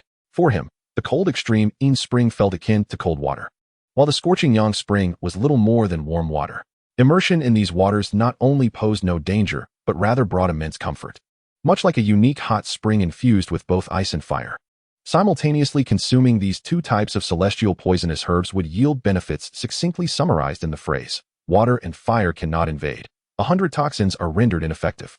Wang Chun harvested all the herbs he recognized, disregarding those whose names and uses remained unknown to him. Eventually, he prepared to depart from the Heaven Do Empire, setting his sights on the Star Luo Empire. Such transnational ventures are seldom pursued, given their inherent risks, thus he resolved to embark alone. Yet, this solitude did not faze Wang Chun. After all, he had journeyed from the Star Luo Empire to the Heaven Do Empire as a solitary figure. He opted for a carriage to leave, as he had acquired an abundance of celestial herbs. A hasty departure could potentially attract unwanted attention. A more prudent escape seemed the wisest course, allowing him to refine his newly augmented abilities during the journey, solidifying his newfound strength for greater mastery in the future. Upon entering the Starry Empire, the influence of the Diamond family undoubtedly surpassed that which they wielded in the Heaven Do Empire. Now, with the celestial herb secured, there was no longer any need for solitary endeavors. Coincidentally, after Wang Chun's previous assault, the Grand Elder had come to offer support and had informed Wang Chun about the Diamond family's extensive influence across various regions. It was an opportune moment to seek out merchant caravans bound for Diamond City, allowing for a collective journey. This would spare Wang Chun the hardships of previous nights spent under the open sky, where restless sleep and the vigilance required to guard against threats posed significant dangers. Although the Diamond family's power manifested in numerous forms, the most formidable and significant was the Yulai Inn. This establishment boasted branches in nearly every major city, akin to the Spirit Hall's outposts scattered across the continent. The Yulai Inn featured grand establishments in large cities and smaller venues in minor towns, with the least prominent being located on the outskirts of the Star Do Forest. Due to its status, direct journeys to Diamond City were rare, typically occurring only once a year. Hence, no merchant caravans were currently en route to Diamond City. The caravan was led by a soul master of over 50 years of age, a rank that, barring extraordinary circumstances, typically signified a plateau in strength. They undertook this endeavor for the Diamond family not solely for their own benefit, but to secure advantageous foundations for their progeny. Such soul masters generally held pivotal roles within their factions, and the Diamond family placed significant emphasis on their contributions, providing ample points and merits, which motivated their enthusiasm. After all, within the Diamond family, unless one possessed exceptional talent, substantial points and merits were required to pursue training. Given the limited capacity of the Diamond family, it was impractical to gather all individuals for instruction and cultivation. Priority was afforded to those with outstanding potential or those whose ancestors had made considerable contributions. This ensured that the guidance from a powerful soul master would facilitate smoother cultivation for the next generation. Consequently, many soul masters who had reached a plateau in their abilities would embark on missions to earn points, thereby paving the way for their descendants. The captain of this caravan was a level 37 soul master, also bearing the surname Wang, though not a native of the Diamond family. He had joined the Southern Legion of the Diamond family after graduating from the Soul Master Academy and subsequently integrated into the family. Now retired from the Southern Legion and with descendants of his own, he sought to accumulate points to establish a solid foundation for them. This caravan comprised over 30 horse-drawn carriages and more than 60 individuals, constituting a relatively large contingent, except for the team leader, who is a soul master of considerable rank. The rest of the group comprises only one additional soul master and several high-ranking soul masters, while the remainder are merely ordinary individuals. This is quite reasonable, as they are merely transporting relatively mundane goods, which pose little threat. Thus, only 2 soul masters were dispatched, and those with rather unremarkable talents. After negotiating with the merchants, Wang Chun decided to join this caravan, though he chose not to disclose the extent of his abilities, merely presenting himself as a somewhat gifted descendant of the Diamond clan. The journey to the Diamond clan was deemed necessary for safety, prompting him to accompany them. After a brief respite overnight, Wang Chun set out with the caravan. They paused only at midday for a meal, during which they fed the horses and provided them with water and fodder, spending the remainder of the time on the road. After a day's travel, the caravan traversed over 100 kilometers. While this pace was not as swift as traveling alone, it proved to be more comfortable. As night fell, the entire caravan began to set up camp, preparing dinner and resting. Their experience as a frequently traveling group was evident. They efficiently organized the setup of the campsite and scattered medicinal powders. Others began to kindle fires and prepare the meal, demonstrating a clear division of labor and remarkable efficiency. By the time the campsite was established, dinner was ready, allowing everyone to gather and partake. "Xiao Chun, it's time to come and eat," called the team leader, summoning Wang Chun to join the meal.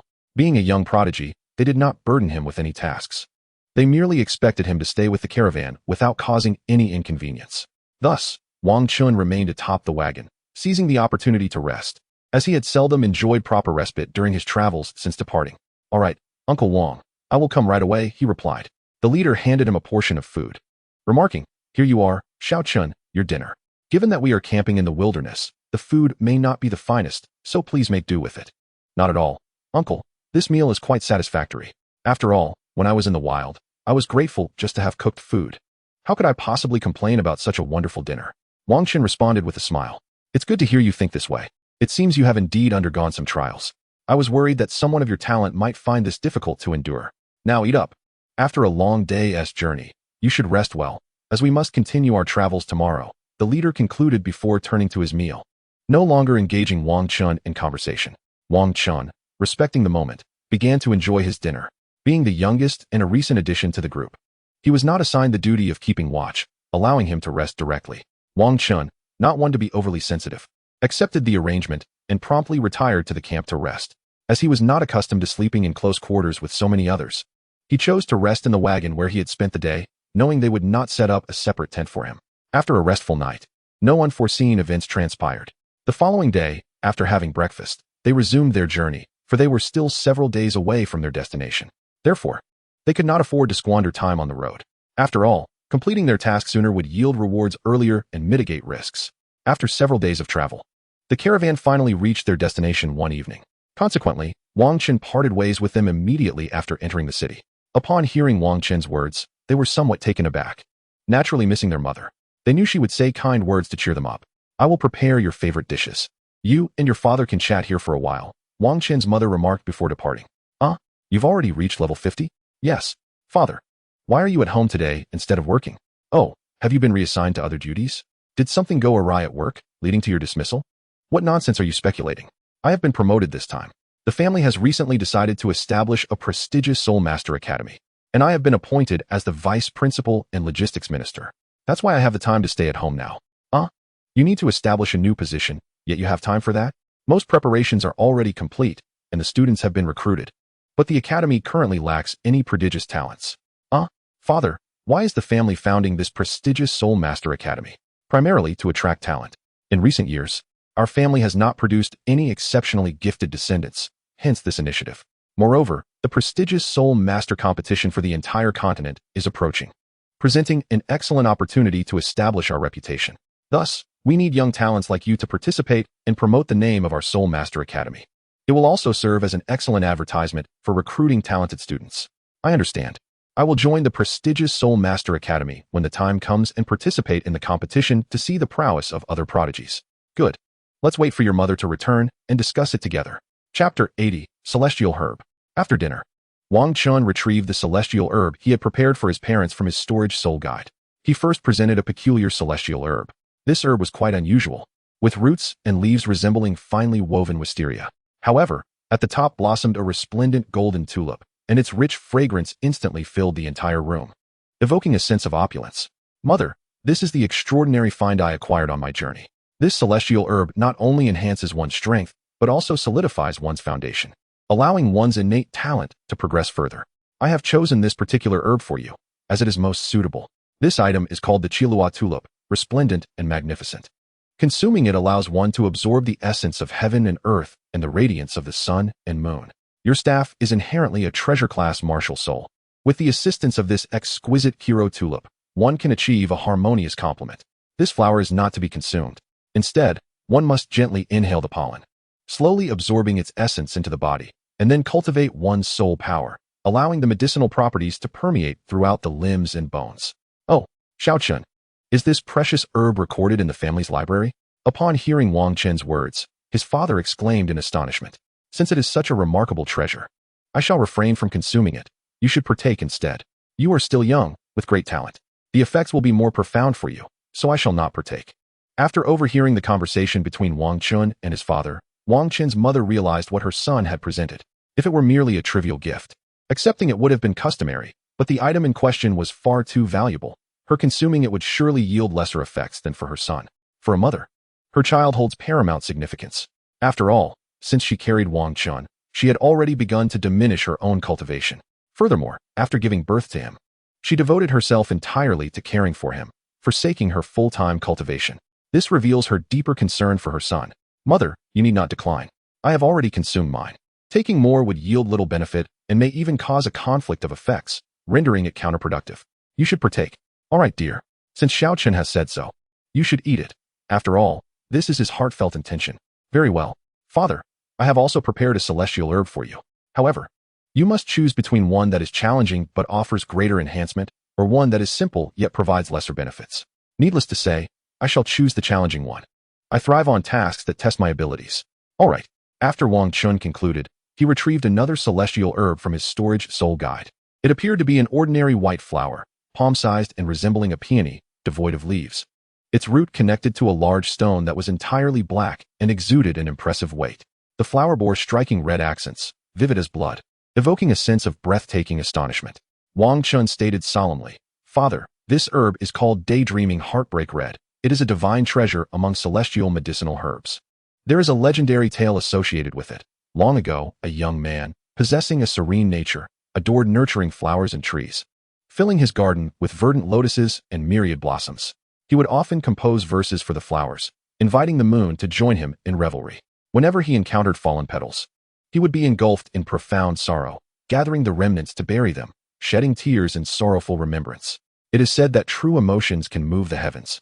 His profound love for flowers touched the celestial flower fairy, who secretly became his wife, their union undisputed. One day, an elderly man with white hair visited him and revealed that the beloved white peony in his garden was the embodiment of his wife. To reunite with her in her true form, he must destroy the flower, for only then would the flower fairy lose her celestial body and descend to the mortal realm to be with him once more, but he must never destroy the stone. As the words dissipated like a gentle breeze, the young man suddenly awakened, deeply regretting his previous neglect of the flowers. He began to tenderly nurture the flora, and although he cherished his wife, he could not bear to destroy the peony, thus caring for it even more. Day and night, he wept for the flowers, his tears exhausting his heart, consumed by longing and heartache until his last breath. In his final moments, he bled upon the petals, and the crimson stains you see are the essence of the youth's devotion. Wang Chun solemnly stated, Father, this flower is extraordinary. It serves its master. When harvested, one must think of their beloved with utmost sincerity, and a drop of blood must be spilled upon the petals. Should there be any hesitation or doubt, even if one were to bleed to death, they would never succeed in plucking the flower. Once gathered, as long as it remains with its master, it will never wilt. Should one attempt to forcefully destroy it, the heart-wrenching red will similarly lose all its potency. Consuming this herb grants one the power of immortality akin to that of the heavens, enhancing one's soul force and effecting a complete transformation of the body. Upon hearing his son's explanation, Wang Long felt a twinge of emotion stirred by the tale. All right, let me give it a try. Wang Long activated the soul force within him, channeling his vitality, and expelled a mouthful of fresh blood upon the petals. In that fleeting moment, his mind was filled with memories of his wife, their encounters, shared experiences, and their journey together. As his blood fell upon the petals, the heart-wrenching red trembled slightly and then gracefully descended. All right, Mom and Dad, you now possess the divine herb. Hurry and consume it while I provide protection. Very well.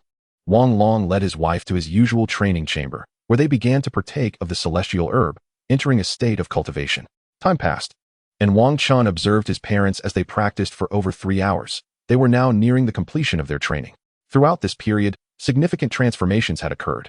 His mother displayed the most splendid changes, with a staff radiating a rainbow of hues, softly hovering before her, shimmering amidst the brilliance of 5-colored halos, accentuated by a rich golden light. This golden glow emanated from her very being, infused with the fragrant essence of tulips, as if she were a celestial being descending from the heavens. With each intensification of the golden light, her staff appeared even more resplendent. Conversely, his father's transformation was somewhat different. After consuming the heart-wrenching red, he was enveloped in a crimson glow.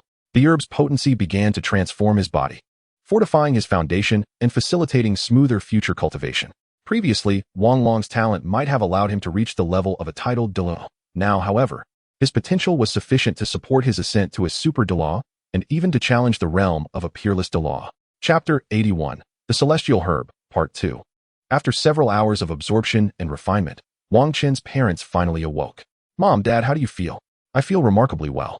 Not only has my strength risen from level 59 to 60, but I sense that the quality of my martial soul has also improved.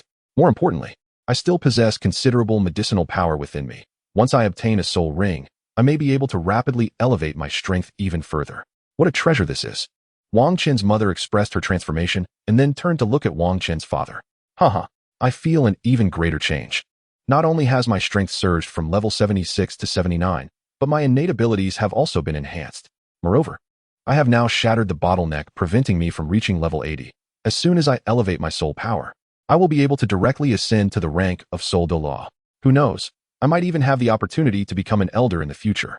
Well, little Chun, since you are tired, you should rest for now. After Wang Chen departed, his parents briefly organized their gains before refreshing themselves.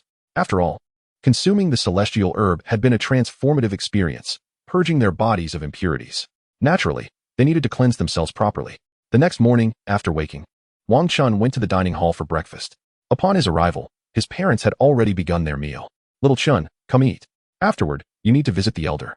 The family has sent word for you to discuss some matters, Wang Long stated as he saw Wang Chun approach. Oh, I also have some matters to discuss with the elders. But what exactly do they wish to confer with me about? It is likely concerning the establishment of a prestigious Soul Master Academy by the family, especially with the upcoming Soul Master competition across the continent. We need a genius to make a name for our academy during this event. All right, I'll head over after I finish eating. But Dad, do you have so much free time now? Weren't you often absent during meals before? Current responsibilities differ from the past. I have a bit more leisure time now. Additionally, your mother needs to hunt a soul beast to absorb a soul ring and ascend to Soul Emperor. Thus, I have taken leave from the family. We are about to set out with the family team to hunt soul beasts. Oh, please be careful. Within the inner courtyard of the King Kong family. This was not Wang Chen's first visit. He navigated expertly to the elder's courtyard and pushed the door open. Oh, little Chen, you've arrived. Come in quickly. The fourth elder exclaimed upon seeing Wang Chun, promptly rising from the lounge chair to greet him. Wang Chun followed the fourth elder into the family's small conference room, where the patriarch and the other 4 elders had already gathered, deep in discussion. The fourth elder, being impatient and having summoned Wang Chun, had stepped outside to wait for him rather than remaining in the meeting. As Wang Chun entered, their conversation came to a halt. Now that little Chun has arrived, let us discuss the matters for which we called you, the patriarch began. Ah, indeed. He is responsible for the academy matters, so it is only natural for him to inform you. What are your thoughts? Of course, there is no issue. My current strength is undoubtedly a result of the family's nurturing, and now that I am needed to contribute to the family, it is my duty to do so. Very well. You may enroll in the academy, and aside from team training, you will have the liberty to arrange your schedule as you please. However, who else, apart from myself, will be participating in the Soul Master competition this time? Currently, aside from you, the only other eligible candidate within the academy is the bear, whom you previously introduced to the family. Our aspiration to secure first place in this competition and establish our reputation necessitates that we select individuals of formidable strength. Unfortunately, those who possess both the requisite age and prowess have largely ventured out to gain experience, and we are reluctant to disrupt their training plans. Nonetheless, this technique appears to enhance one's innate yang energy, thereby bolstering one's physical constitution and cultivation aptitude. Consequently, it can only be imparted to the males within the family.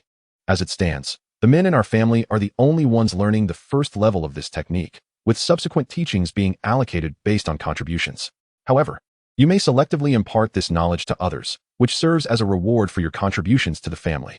Indeed, the clan leader speaks wisely. Although this technique comes with certain restrictions, it remains exceedingly potent. We have also distilled a simplified method of soul power cultivation from this technique for the female soul masters. While it may not possess the same strength as the original, it does mitigate the limitations of the technique. The impatient fourth elder finally interjected during the exchange between the clan leader and Wang Chun. These matters can be arranged by the family. I shall now present the treasures I acquired from my recent endeavors. After speaking, Wang Chun prepared to retrieve the celestial herbs he had meticulously gathered for the clan leader and the 5 elders from his storage soul guide. These herbs were specifically chosen to align with the martial souls of the elders and the clan leader, tailored to their needs. Chapter 82, Celestial Herbs, Part 3. Wang Chun first produced the celestial herb intended for the clan leader. What emerged was a golden flower adorned with 9 leaves. And upon its appearance, the room was suffused with an aura of pure yang energy. This is the pure yang 9-leaf flower, exclaimed the 4th elder in astonishment upon witnessing the flower and sensing its potent energy. At that moment, the clan leader and the other elders were equally taken aback by the extraordinary flower Wang Chun had unveiled. Indeed, the entire Golden King family was aware of this celestial herb, as it had been consumed by a member in the past, and records of its effects remained. Over 200 years ago, the first clan leader of the Golden King family had partaken of this very herb, leaving behind documentation of its benefits. Thus, the clan leader and the elders were left in a state of shock. Indeed, this is the pure yang 9-leaf flower, most suitable for the clan leader's consumption. Given that clan leader Wang Gang's martial soul is the fierce Golden King, akin to that of the first clan leader, historical records attest to the effects of consuming this herb. Wang Chun was equally astonished when he discovered this celestial herb within the ice-fire duality eye. Never anticipating that he would encounter a herb so thoroughly documented within the Golden King family, he promptly resolved to have clan leader Wang Gang consume this herb, as it would directly enhance the family's supreme combat strength. Because the first patriarch of that era consumed the celestial herb at the level of an 87th rank soul Douluo, he directly ascended 3 ranks, reaching the exalted status of a 90-level title Douluo. Furthermore, he cultivated a pure yang body, which not only amplified the ferocious power of his martial soul, the violent diamond, but also enhanced his personal strength. Each of his movements possessed tremendous force, rendering him formidable even without the use of soul power. Coupled with the inherent indestructibility of his martial soul, the first patriarch could engage in battles beyond his rank among the titled Douluos, which was indeed terrifying. Upon hearing Wang Chen's words, the patriarch felt a surge of emotion. Such a precious celestial herb was being offered to him. However, as the patriarch, his thoughts extended beyond his own desires. Though the effects of the herb were indeed remarkable for him, given his advancing age, it would be far better for the family's foremost talent, Wang Chun, to consume it. Although it would be beneficial for him to partake in the herb, it would be the most prudent choice for young Chun to have it instead. The other elders, upon hearing the patriarch's sentiments, regained their composure. Their earlier excitement, stemming from encountering something recorded in the family annals for the first time, had caused them to lose their composure momentarily. Indeed, the patriarch is right. It is best for young Chun to consume such a treasure, they concurred. After all, we are advancing in years, and the effects would be far more beneficial for someone as youthful as Chun. Hearing the patriarch and the elders speak, Wang Chun was profoundly touched. If it were merely an object of unknown significance, relinquishing it would have been inconsequential. After all, it would be improper for someone of his age to compete with the younger generation for such treasures. However, this celestial herb was documented and known to have been consumed by others with excellent results. The fact that these elders could suppress their own desires to allow a junior to benefit from it was truly moving. This selfless consideration for the younger generation likely contributed to the unity within the Diamond Clan. After all, who would betray a family with elders that genuinely care for their well-being? No need for that, patriarch. I have already consumed other celestial herbs, and their effects are optimal for me. Consuming this one now would yield no benefit and could even conflict with the herbs I have previously taken, resulting in a loss rather than a gain. Therefore, you should partake in it instead. The stronger you become, the safer our diamond clan will be. And that is the best outcome for me. Upon hearing Wang Chen's words, the patriarch finally resolved to accept the celestial herb. Very well, I shall accept it. That's wonderful. Patriarch, I have not only prepared the celestial herb for you, but the other elders also have their own, Wang Chen replied, producing a second celestial herb. This one was a pristine white flower, appearing as immaculate as a pure lotus. Wang Chen presented it to the Grand Elder, stating, "This flower is known as the water immortal jade skin bone. Its function is to nourish tendons and strengthen bones, harmonizing with your silverback gorilla martial soul remarkably well. When you consume it, be sure to only eat the petals and finally suck the stamen to absorb its essence. It also requires the use of soul power. Only with a calm mind can you absorb its quintessence." Having just heard Elder Wang Chen's enlightening explanation, the Grand Elder ceased to be coy and graciously accepted the celestial herb. After the Grand Elder received the herb, Wang Chen produced yet another extraordinary plant. This one was a vibrant red, quivering and soft, appearing deceptively simple with its red leaves.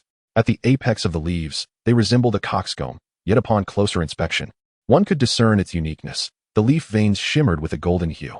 As this herb was introduced, the temperature within the room surged significantly. This exquisite plant, known as the coxcomb phoenix leaf, was perfectly suited to the second elder's flame bird spirit. It should not be chewed or swallowed. Rather, it required the concentration of soul energy to facilitate profound transformations. Its effects were remarkably potent, promising to substantially enhance the second elder's soul power and fiery abilities. After articulating this, Wang Chen handed the herb to the second elder. Next, he revealed a small plant, half black and half white, adorned with 2 leaves, one black and one white, starkly defined and unyielding. Third elder, he announced, this is the yin-yang immortal herb, which can fortify your physique and significantly augment your vitality. It harmonizes exquisitely with your everlasting ivy spirit. Consuming this herb will undoubtedly elevate your strength considerably. At this moment, Wang Chen turned to the fourth elder, presenting a celestial herb resembling a crimson rose. Fourth elder, this is the blazing flame rose. Your spirit may lead you to lose reason amidst fierce battles. While it can greatly enhance your power, such a state is perilously risky. Thus, I have prepared this blazing flame rose for you. It will purify your spirit, preventing any future loss of control. Additionally, it will amplify your fiery prowess and combat abilities, ensuring that your strength remains intact even without this uncontrollable aspect. Having concluded his remarks, Wang Chen glanced toward the fifth elder of the family, a support-type soul master with a peach spirit. It is well known that food-type support spirits have a slower cultivation speed. However, the fifth elder's peach spirit aligns exceptionally well with the family's simulated cultivation environment, allowing him to reach over level 80 at such an age. Nevertheless, upon reaching the Soul Douluo rank, his cultivation speed had notably declined, and he was no longer the least powerful elder in the family. It is essential to remember that in his earlier, lower-level days, the fifth elder's soul power was on par with that of the Grand Elder. Regrettably, the Grand Elder's strength has since surpassed him, as have the abilities of several other elders. Chapter 83, Celestial Herbs, 4. Wang Chen retrieved a jade box from his storage soul guide. Upon opening the box, an enchanting fragrance permeated the room. The rich scent of orchids invigorated the senses, uplifting every soul present and compelling them to inhale deeply. Within the jade box lies a delicate 8-petal orchid, its petals trembling as if in a gentle quiver. Resplendent in pure, lustrous white, evoking a sense of ethereal elegance. Wang Chen referred to this exquisite specimen as the 8-petal celestial orchid, a rare herb of divine quality. It must be encased in a vessel of jade. As long as it is kept within such a receptacle, it will remain fresh for a millennium and never wither for 100 generations. Though its absorption is effortless, the process requires considerable time. However, as the Soul Douluo, the fifth elder's absorption rate would undoubtedly accelerate. Moreover, this celestial herb serves to fortify one's foundation and expel impurities from within. Addressing the slow cultivation speed of the fifth elder, who belongs to the food-based soul master category. Once we have absorbed these celestial herbs, we shall take you to hunt for soul rings. At this moment, my parents are away, engaged with the family's soul hunting team to procure soul rings. Thus, I sent a message to my 3 younger brothers, inviting them to my home, for I had also prepared a celestial herb for each of them. Before long, my 3 younger brothers arrived at my residence. I have been out honing my skills for some time and have made some progress. How have you all been doing? I inquired. Big brother, we are doing well. Ever since you left for your training, we have been practicing diligently. I have already reached level 31, replied a high. Oh, impressive, a high. Level 31 already. What about the other 2? What levels have you attained? Big brother, I have also reached level 29 and will soon break through to level 30. At that point, I will only need to hunt for a soul ring to become a soul master of the soul respect level, said another brother. Xiaoyun has been putting in great effort as well. I commended Xiaoyun for being the most dedicated among us. As a commoner soul master, he had little in the way of resources to assist his cultivation prior to my inclusion of him in our group. Nevertheless, his prowess was commendable even in the lower-tier Soul Master Academy, which is why I had chosen to absorb him into our ranks. Now, with the resources of the Diamond family at his disposal, his cultivation speed had significantly increased, achieving level 29 by the age of 13. Yet, even with such resources, his current strength could not be attained without his relentless dedication to training. Big brother, I am also faring well, having reached level 44. Since your departure, aside from training with these two, I have been honing my soul power in the simulated training environment of the Diamond family and refining my combat skills in the Soul Duel arena, said Xiongda. Everyone is progressing well. After my absence, it is heartening to see that you all have been diligently practicing. This not only enhances your strength, but also accelerates your cultivation speed, I remarked. Is there truly such a treasure? Then you should consume it, big brother. As your innate talent is the finest, they suggested. Very well. Since I have prepared these for you, I have already partaken of them. Consuming too much of such treasures can lead to conflicts in medicinal properties, which would yield no benefits, I replied. Before retrieving the celestial herbs I had prepared from my storage soul guide, it was a magnificent chrysanthemum, resplendent in a rich shade of purple. Curiously, each petal appeared delightfully fuzzy, creating a harmonious whole, yet it exuded no fragrance. The central stamen rose above the petals by more than half a foot, its apex shimmering with a faint golden glow. Boss, what is this? Wang Hai inquired first. While the other two were equally captivated by the plant that Wang Chun had presented, Wang Chun smiled gently and replied, Ahai, this is a special gift I prepared for you. It is called the wondrous fuzzy chrysanthemum, a neutral celestial grade herb. Consuming it will invigorate your limbs and enhance your blood flow, enabling the cultivation of an indestructible body. Wang Hai was taken aback. Such a powerful herb, an indestructible body? Wang Chun smiled. While the notion of an indestructible body may be somewhat exaggerated, this herb is indeed the most compatible with your martial spirit. Your soul power is neutral, vast and profound, possessing a fierce and dominating nature. The efficacy of this herb will greatly enhance your training efficiency. Moreover, it will not only elevate your soul power directly, but also accelerate your future cultivation speed. Wang Hai cautiously accepted the wondrous fuzzy chrysanthemum, casting a deep glance at Wang Chun. Boss, I want to utter a word of thanks. From now on, whenever you require my assistance, simply call upon me. Regardless of the peril, I will not flinch. Hearing Wang Hai's words, Wang Chun felt a sense of satisfaction. After all, his aim in nurturing his younger brother was to ensure he could provide support when needed. Now, let us dispense with the pleasantries. I shall instruct you on how to consume it. First, eat the central stamen, followed by each petal, but do not consume the root. Upon finishing, immediately begin cultivating in place to absorb the herb's potency and enhance your strength. Once I have presented all the items, you may practice together, and I shall safeguard you. Understood, boss. At that moment, Wang Chun retrieved a small, blue-green herb from his storage soul guide. This herb possessed 4 leaves, each emblazoned with a whirlwind emblem. Xiaoyun. This celestial herb is known as the 4-leaf gale herb. It facilitates the flow of energy through the 8 meridians and enhances wind power, making it an excellent match for your martial spirit. Consuming just the 4 leaves will suffice. With that, Wang Chun handed the herb to Lu Yun. Finally, he unveiled the last celestial herb he had prepared for his younger brothers. He produced a unique white herb, adorned with 9 pure white leaves, each resembling ice, continuously emitting a chill. The moment Wang Chun revealed this herb, everyone felt a wave of coldness wash over them. This celestial herb is called the 9-turn mystic ice herb. It can not only cultivate your body through 9 transformations, significantly enhancing your physical attributes, but it also fortifies your ice abilities. This will not only amplify your ice power, but also improve your control over it.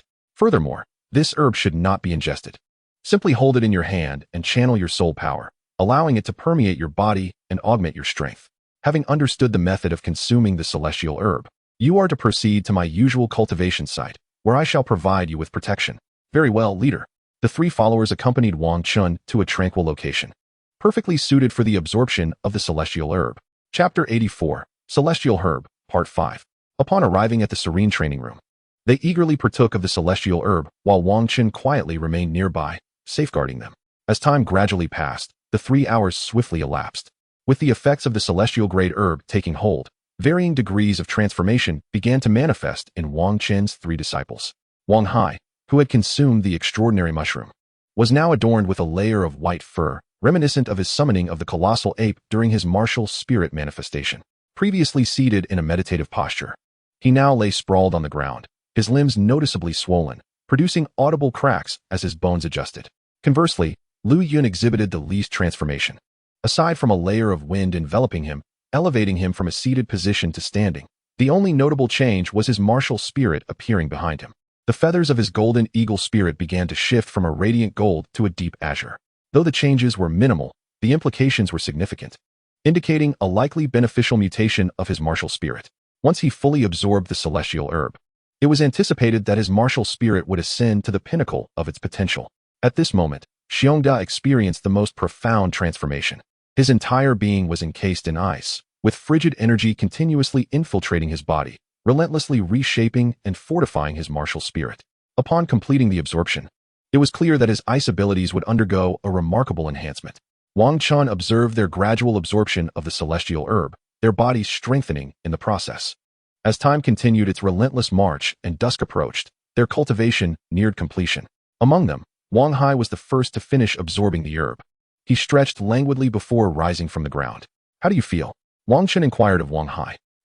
It took a moment for Wang Hai to respond, as the blissful awakening from his cultivation left him momentarily dazed. Once he gathered his senses, his expression morphed into one of astonishment, a blend of joy and disbelief. "Leader, I have actually ascended 7 levels. This is simply incredible. The celestial herb you provided is astounding." "Very well, since you have perceived the changes. Let us wait here until the others complete their absorption, and then we shall depart together." "Understood, leader." Meanwhile, as Wang Chun and his disciples engaged in quiet conversation, Lu Yin too completed the absorption of the celestial herb. The winds that had enveloped him dissipated, revealing a transformed appearance of his martial spirit, the golden eagle. No longer adorned with golden feathers, but rather enveloped in azure plumage, a mere flutter of wings conjures a tempest. It is evident that Lu Yun's martial spirit has undergone a remarkable transformation. No longer the ordinary golden eagle, he now embodies the tempestuous divine eagle capable of wielding hurricanes. Since his days in the Junior Soul Master Academy, Wang Chun had brought him into the formidable King Kong family, providing him with abundant resources for cultivation. Without such resources, he would not have reached his current level of prowess. Moreover, he has now been bestowed with the precious celestial herb, significantly enhancing his power. Although his reticence prevented him from uttering any declarations of loyalty, he has resolutely resolved to follow Wang Chun wholeheartedly. Henceforth, whatever endeavors Wang Chun undertakes, he shall offer his unwavering support. "Boss, I am profoundly grateful for your assistance." "Enough of this. How do you feel?" "I feel splendid. Not only has my martial spirit successfully mutated, but my strength has also reached the 30th level. Additionally, the medicinal essence of the celestial herb still courses through me. Once I absorb the soul ring, my power will elevate further within a short span." "That is encouraging. Xiongda's process is nearing completion. We shall wait for him." "Indeed. Boss." Before long, the icy shroud encasing Xiongda dissipated entirely. "Oh." Xiongda opened his eyes, exhaling a long breath before rising. "Xiongda, how do you feel? What is your level of enhancement?" Wang Hai inquired impatiently upon witnessing Xiongda's completion. Xiongda took a moment to gauge his newfound strength and was astonished to discover a significant increase in his capabilities, alongside an enhancement of his martial spirit. "My strength has risen by 3 levels. I am now at the 47th level. Moreover, my martial spirit has also been fortified, with a remarkable increase in my control over ice and a substantial amplification of its potency." "Very well, now that we have all successfully absorbed the essence, let us first partake in a meal, and then solidify our gains." Wang Chun led his 3 companions out of the training room, heading towards the family dining hall. After all, he was the sole occupant of his home and seldom had the opportunity to prepare a meal. They planned to have a quick bite in the cafeteria, and once they had fully consolidated the power of the celestial herb, indulge in a proper feast in King Kong City. In the following days, Wang Chun and his 3 companions dedicated themselves to rigorous training in the training room. The trio focused on solidifying the power of the celestial herb, while Wang Chun awaited the elders of the family to fully absorb the herb so they could embark on a soul ring hunt together. After all, Wang Chun required soul rings from spirit beasts at least 50,000 years old, and ordinary family hunting groups were ill-equipped to assist him in slaying such formidable creatures. Thus, he remained in the family, awaiting the elders' summons. At last, after 3 days, the 4th elder conveyed the news. They would venture into the Star Doe forest to hunt for soul rings in 3 days' time. By this point, Wang Qin's three companions had nearly completed their absorption process, so they no longer lingered in the training room. Previously, they had been preoccupied with the celestial herb and lacked the time to socialize. Now that they had solidified their gains, it was the perfect opportunity to gather and celebrate. At the same restaurant where Wang Chun and his companions used to gather, he had reserved a private room in anticipation of his younger brother's arrival. Soon enough, Wang Hai and the others arrived, ordering a selection of food and drink. They began to share amusing anecdotes from Wang Chen's experiences during his training. Wang Chun recounted his journey of joining the mercenary group. As they exchanged stories, the feast was prepared. Before indulging, it was customary to raise a toast to their leader. For the precious celestial herb he had provided was truly invaluable. With no further ado, they raised their glasses in a unified gesture of respect. And Wang Chun lifted his cup in return. Enough talk. As brothers, let us drink together. Cheers. Chapter 85, The Hunt for Soul Rings. After resting at home for 2 days, Wang Chun set out with the clan leader to hunt for soul rings. This expedition included not only Wang Chun, but also the second and third elders. The primary objective of this journey was to procure soul rings for the 2 elders, thereby enhancing the strength of the Golden Armor clan with the addition of 2 titled Douluos. Following the consumption of the celestial herb, the clan leader's power had risen to level 96, placing him among the most formidable titled Douluos, far surpassing others of the same rank. The first elder had also advanced a level, reaching level 93, his foundation further strengthened by the herb, effectively eliminating any bottlenecks prior to becoming a super Douluo. The fourth elder too had improved, reaching level 89. However, his martial spirit had been purified, preventing him from losing his senses mid-combat as he once did. This was undoubtedly his greatest gain, as he could now fight with full intensity without fear of losing control. The fifth elder absorbed 8 petals of the celestial orchid, elevating his level from 87 to 89, the most significant increase among the elders. This could be attributed to his initially lower soul power level, allowing for a 2-level advancement. However, thanks to the enhancement from the 8 petals, the fifth elder's training pace had accelerated, now comparable to that of other non-support soul masters. Aided by the clan's unique training environment, with the title Douluo elder already safeguarding the clan, this time, the clan leader's hunt for soul rings was conducted openly. Without the stealth required during the previous expedition for the first elder, there was no longer a need for nocturnal travel or hurried journeys. They could leisurely travel by carriage to the outskirts of the Douluo forest and carefully search for their quarry. Soon, a couple of carriages from the Golden Armor clan set forth, carrying the clan leader, the 2 elders, and Wang Chun. Their destination was a small town on the periphery of the Douluo forest, where they would begin their on-foot search for soul beasts. After 2 days of travel, they finally reached the nearest settlement to Golden Armor City, Douluo Town. As dusk descended, Wang Gang and his companions resolved to rest for the night at the Yuelai Inn in the small town, intending to embark on their journey to the Douluo forest the following day. The next morning, they set forth. Their objective this time was not solely Wang Chen's need for a soul beast of approximately 50,000 years. The other 2 elders required beasts of at least 80,000 years. Such formidable creatures were unlikely to be found in the periphery of the Douluo forest, so they did not squander time searching the outskirts and headed directly into the forest's depths. Due to Wang Chen's comparatively slower pace, Wang Gang took it upon himself to assist him in flying swiftly deeper into the Douluo forest. Leader, let us first find a suitable soul ring for Xiao Chen here, suggested Wang Gang. Very well, replied the leader. Let us seek a soul beast of over 50,000 years. If we encounter suitable soul beasts along the way, we shall hunt them first. At this juncture, Wang Chun and his companions had already ventured into the heart of the Douluo forest, beginning their meticulous search. Given that Wang Chun required the least aged soul beast, they decided to prioritize finding him an appropriate soul ring. After all, tackling simpler tasks before attempting more challenging ones would expedite the completion of their objectives. The interior of the Douluo forest was vast, with towering trees and a notable scarcity of soul beasts compared to the outskirts, enveloping the forest in an eerie silence. Broken only by the sounds of their footsteps, they searched diligently for the entire morning, yet regrettably, their efforts yielded no suitable soul beasts.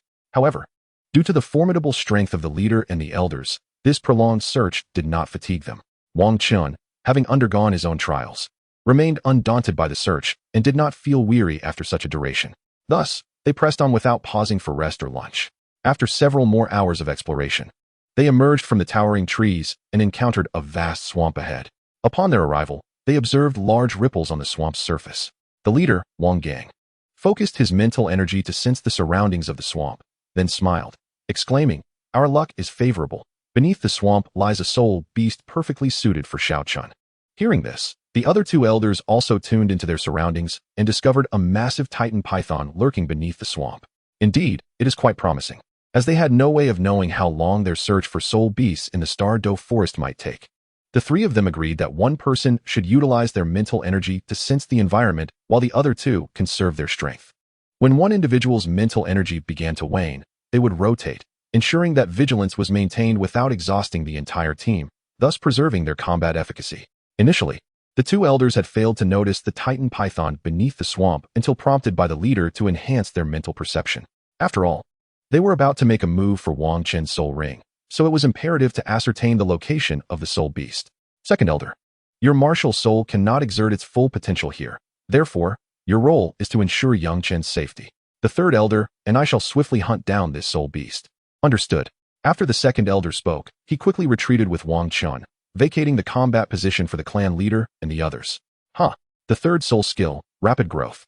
As the second elder led Wang Chen away, the third elder activated his soul skill. Suddenly, a multitude of everlasting vines erupted within the marshland. Whoosh, whoosh, whoosh.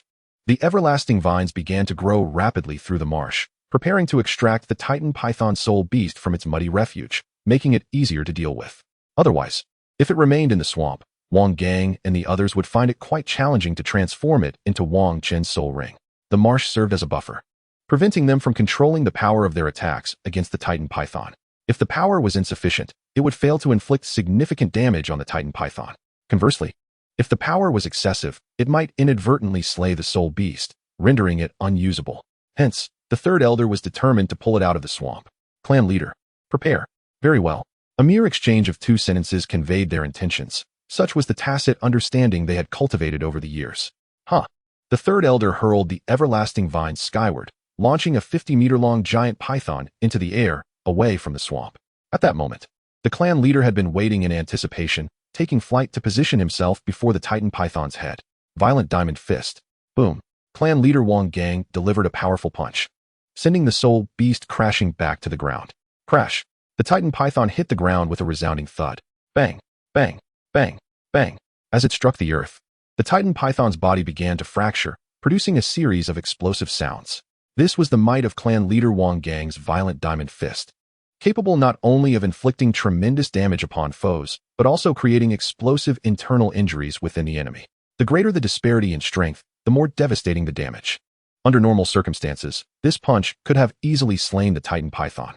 However, this time was different. It was for Wang Chen to obtain his soul ring, so he moderated the damage.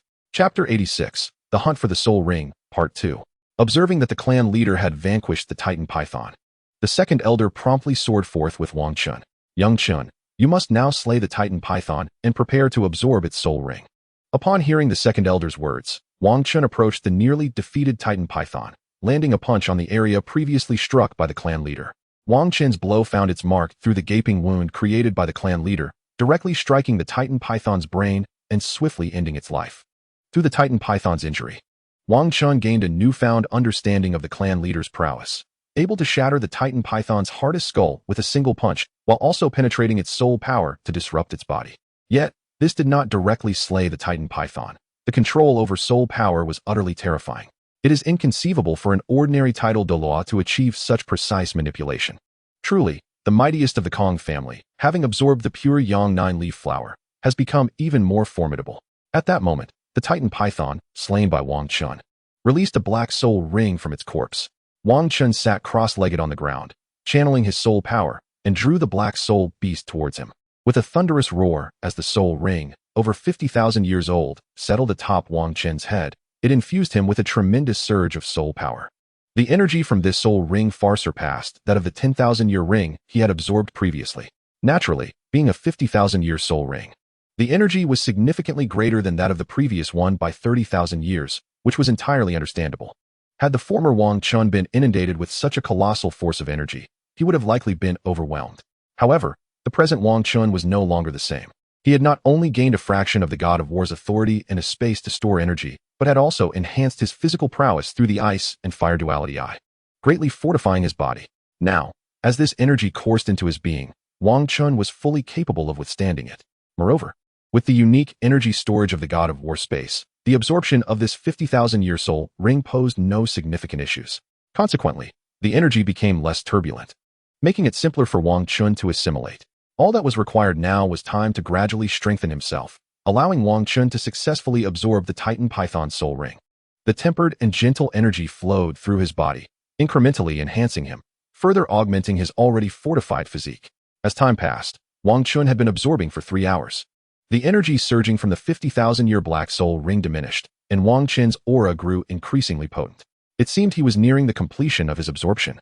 After another 10 minutes had elapsed, the Black Soul Ring hovering above Wang Chun finally ceased emanating energy and vanished. This signified that he had successfully absorbed the 50,000-year Soul Ring, once again shattering the records of the Kong family. Even the founding patriarch of the Kong family had not achieved such extraordinary feats. However, Patriarch Wang Gang and the other 2 elders had anticipated this outcome. Having already assessed Wang Chen's physical capabilities within the family, Wang Chen's physique was capable of absorbing soul beasts nearing 60,000 years. Otherwise, they would not have pursued the hunt for the 50,000-year Titan Python. Soon, Wang Chun concluded his absorption and rose from the ground, keenly attuned to the changes within himself. Martial soul possession, Wang Chun exclaimed, completing the martial soul manifestation. This time, he soared to over 2 meters in height, with a magnificent flow of soul power coursing through his body. Beneath his feet, 5 soul rings, 1 yellow, 2 purple, and 2 black, pulsed rhythmically, accentuating Wang Chen's exceptional valor. Upon a meticulous reflection, he discerned that his physical prowess had once again ascended, placing him on par with the typical soul sage. Despite the slight energy loss incurred during the filtering process of the God of War space, some residual potency from the celestial herbs within his body remained. Now, bolstered by the energy of the soul rings, this latent medicinal power was reawakened, further enhancing Wang Chen's capabilities. He had now attained the rank of a peak battle soul king at level 53, with physical attributes that significantly surpassed his soul power tier. His combat strength was now comparable to that of ordinary soul sages wielding their martial souls in their true form, marking a substantial elevation in his abilities.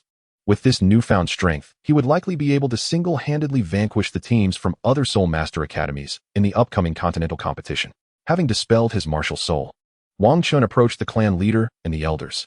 During his soul ring absorption, the clan leader and the 2 elders had remained vigilant nearby, safeguarding him against any unforeseen disturbances. Clan leader, I have successfully completed the absorption. Thank you for your assistance, along with the 2 elders. He continued, let us not linger on this. We shall rest here for the night and embark tomorrow in search of deeper soul rings. The soul beasts inhabiting this area were predominantly under 50,000 years old, merely because Wang Chun sought soul beasts of that age.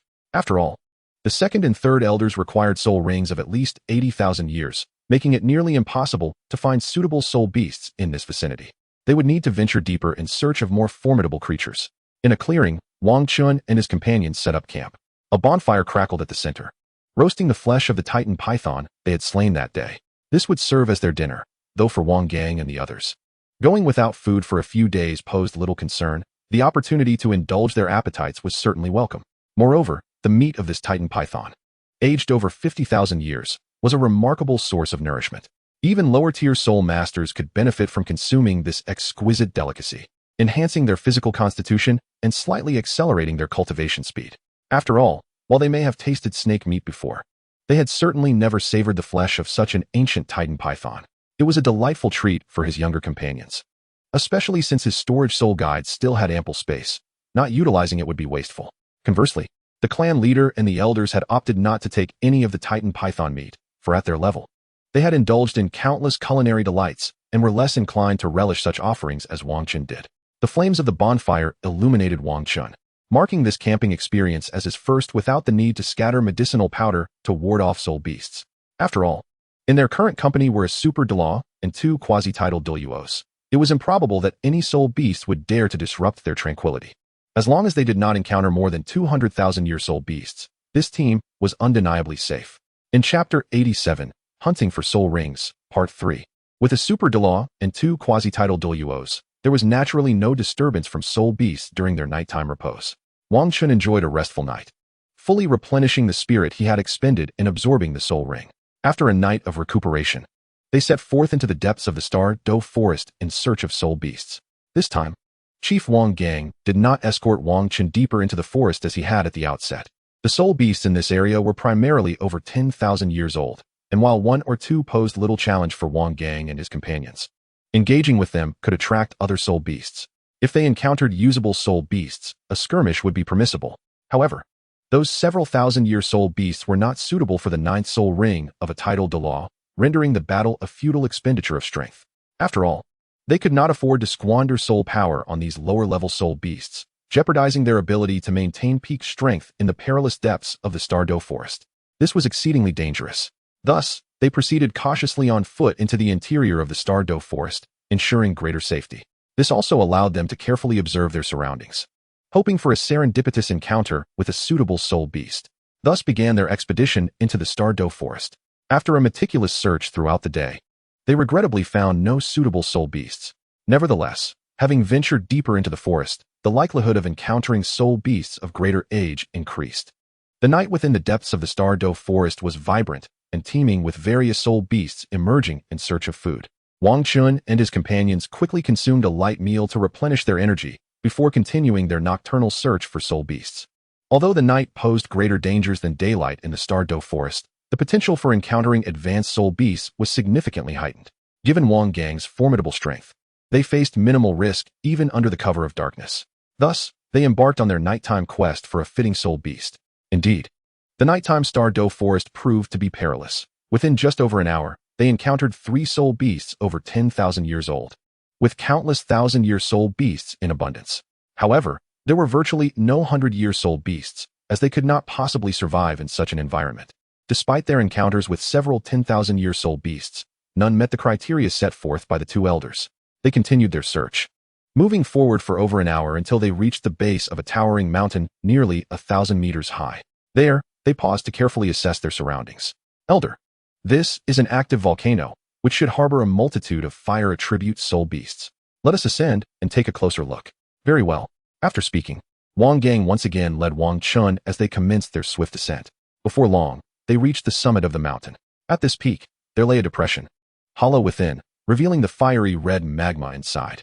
Standing near the depression, one could feel a wave of heat wash over them. Wang Gang positioned himself at the edge of the hollow, meticulously scanning the magma with his mental energy. Although the magma slightly interfered with his mental scanning, his formidable strength as a super Douluo allowed him to survey the volcano effectively. Furthermore, he did not require an overly detailed examination. A cursory scan would suffice. Should there be powerful soul beasts within, they would undoubtedly sense this mental energy. The unfamiliar mental presence intruding upon their territory would surely provoke these soul beasts, compelling them to emerge and ascertain the source of the provocation. Conversely, lower-tier soul beasts would generally be oblivious to this mental energy and thus remain hidden within the magma. Consequently, Wang Gang and his companions could discern whether formidable soul beasts resided within, thereby avoiding any unnecessary delays. Before long, the magma ceased its tranquility and began to stir erratically. Elder 3, your martial soul cannot manifest its full potential here. Please lead Shao Chen away for a moment. Allow Elder 2 and me to handle this. The clan leader, Wang Gang, had sensed the presence of a soul beast beneath the volcano, one that was at least 90,000 years old. A soul beast capable of thriving in such a volcano would undoubtedly possess fire attributes, perfectly aligning with Elder 2's requirements. After several days of searching, they had finally discovered one.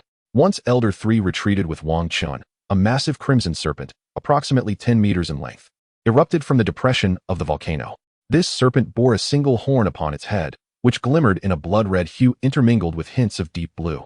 Its entire form was a striking crimson, devoid of any other coloration. Lava Crimson Chain Serpent, Elder 2 exclaimed. Upon witnessing the full visage of this soul beast, he recognized its identity. The Lava Crimson Chain Serpent is a remarkably unique fire attribute soul beast. In its juvenile stage, resembling a 100-year soul beast, it is entirely black, reminiscent of a venomous serpent soul beast. However, regrettably, despite its appearance, it is non-venomous. This mimicry allows it to survive during its vulnerable early years. As it nears 1,000 years of age, it requires a fire attribute environment to undergo metamorphosis. Upon evolving into a 1,000-year soul beast, it transforms into a brilliant crimson hue. At this stage, the Lava Crimson Chain Serpent truly lives up to its name, possessing the ability to expel molten lava, no longer reliant on deception for survival as it once was in its earlier, frail existence. In its millennium, this creature grows 10 meters for every 1,000 years of age. As it approaches the age of 10,000 years, it reaches a maximum height of 99 meters, forever unable to surpass the 100-meter mark. At this juncture, Should it desire to transcend, external forces become necessary. During tempestuous weather, it attracts lightning to hone its body, utilizing this celestial energy to ascend to the realm of 10,000 years. Upon achieving this milestone, it manifests a distinct feature, a singular horn adorned with hues of violet and hints of blue atop its head. This horn grants it the ability to manipulate thunder and lightning with ease.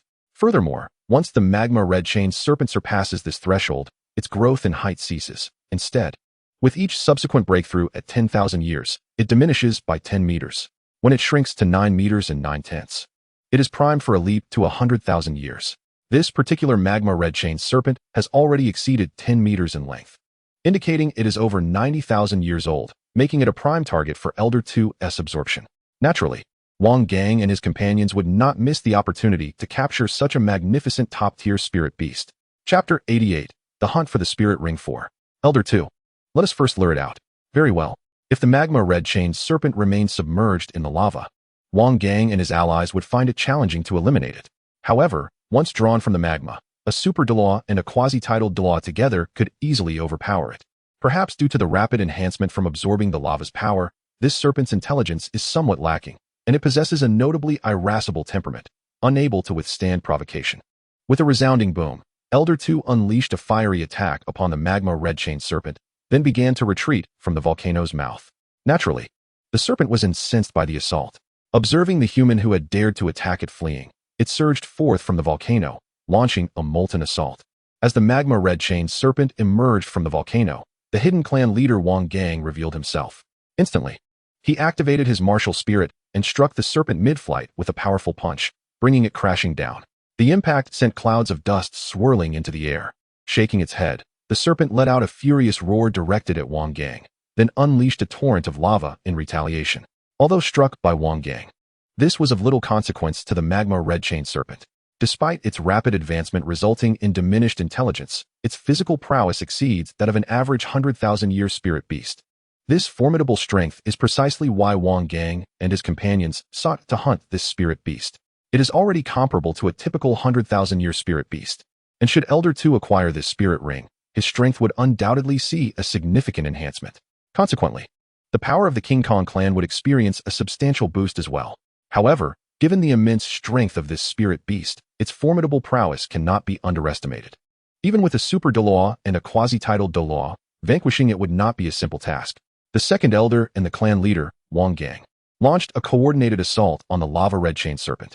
However, at that moment, they found it challenging to inflict significant damage upon the soul beast. Second elder, hold it back for a moment. I will handle the rest, commanded Wang Gang. The second elder, comprehending the clan leader's intent, utilized the advantages of his martial spirit to disrupt the movements of the lava red-chained serpent, buying precious time for Wang Gang's impending assault. Thus, the second elder managed to restrain the serpent for over 10 seconds, preventing its escape.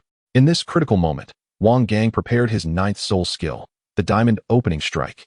With a resounding explosion, the ground shattered as he propelled himself forward, closing in on the lava red-chained serpent. His strike connected with the beast's head, delivering a powerful blow. The impact sent the lava red-chained serpent crashing to the ground, creating another thunderous sound. Beneath Wang Gang's feet, 9 soul rings pulsated and settled onto the earth. The 9th soul ring, a deep black intermingled with a hint of crimson, indicated its origin from a soul beast nearing 100,000 years of age, hinting at the immense power of this soul skill. The name of Wang Gang's 9th soul skill, the diamond opening technique, suggests its formidable nature, as it is said to have the capacity to cleave the heavens. Of course, this name is somewhat hyperbolic, yet it underscores the skill's formidable prowess. Wang Gang can unleash this technique instantaneously, albeit with reduced potency, by channeling energy over time. However, the full force of his 9th soul skill can far exceed his inherent capabilities. With prolonged accumulation, it could even reach tenfold or greater power. Yet, this approach is only effective against stationary targets, for an adversarial soul master would never allow such an opportunity without interference or an escape, rendering the attack futile.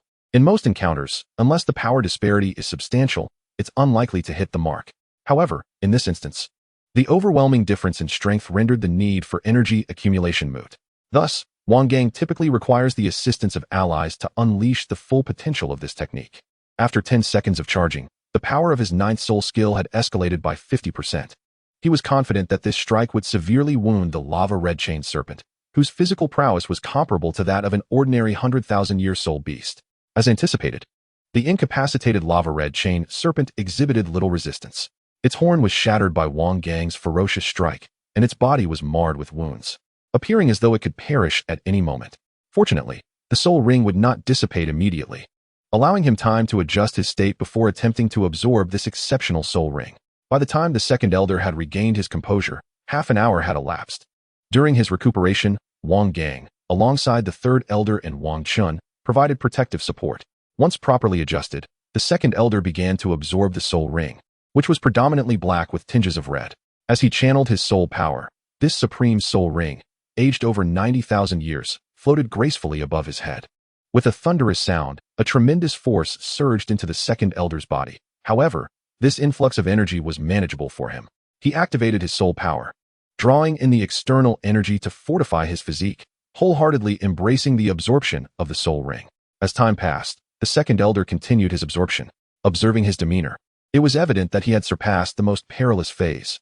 Now, he merely needed to complete the intake of this energy to successfully assimilate the 90,000-year soul ring, thereby achieving the esteemed rank of title Douluo. A day elapsed, and as dusk gradually descended, the second elder ultimately fully absorbed the formidable 90,000-year soul ring. The lava red chain serpent indeed rivaled the most exceptional 100,000-year soul beasts, even with a soul bone and possessing such robust physical attributes.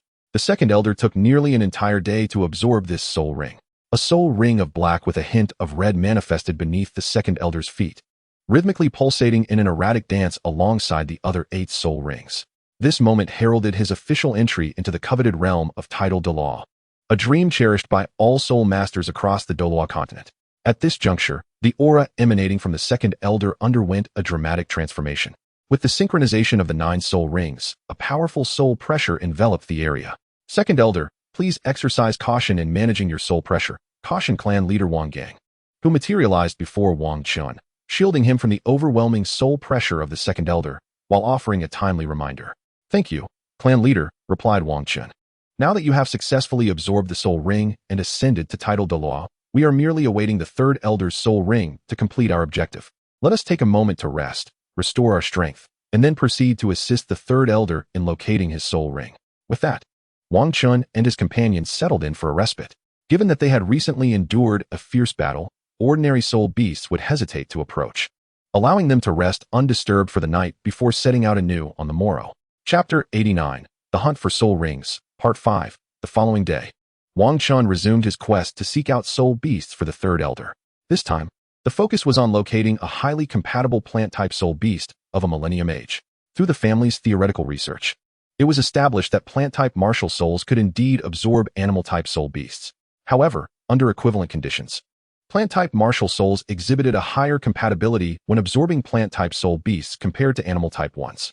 In essence, a soul master with a plant-type martial soul would derive significantly greater benefits from absorbing a plant-type soul beast of the same age than from an animal-type soul beast of equivalent age.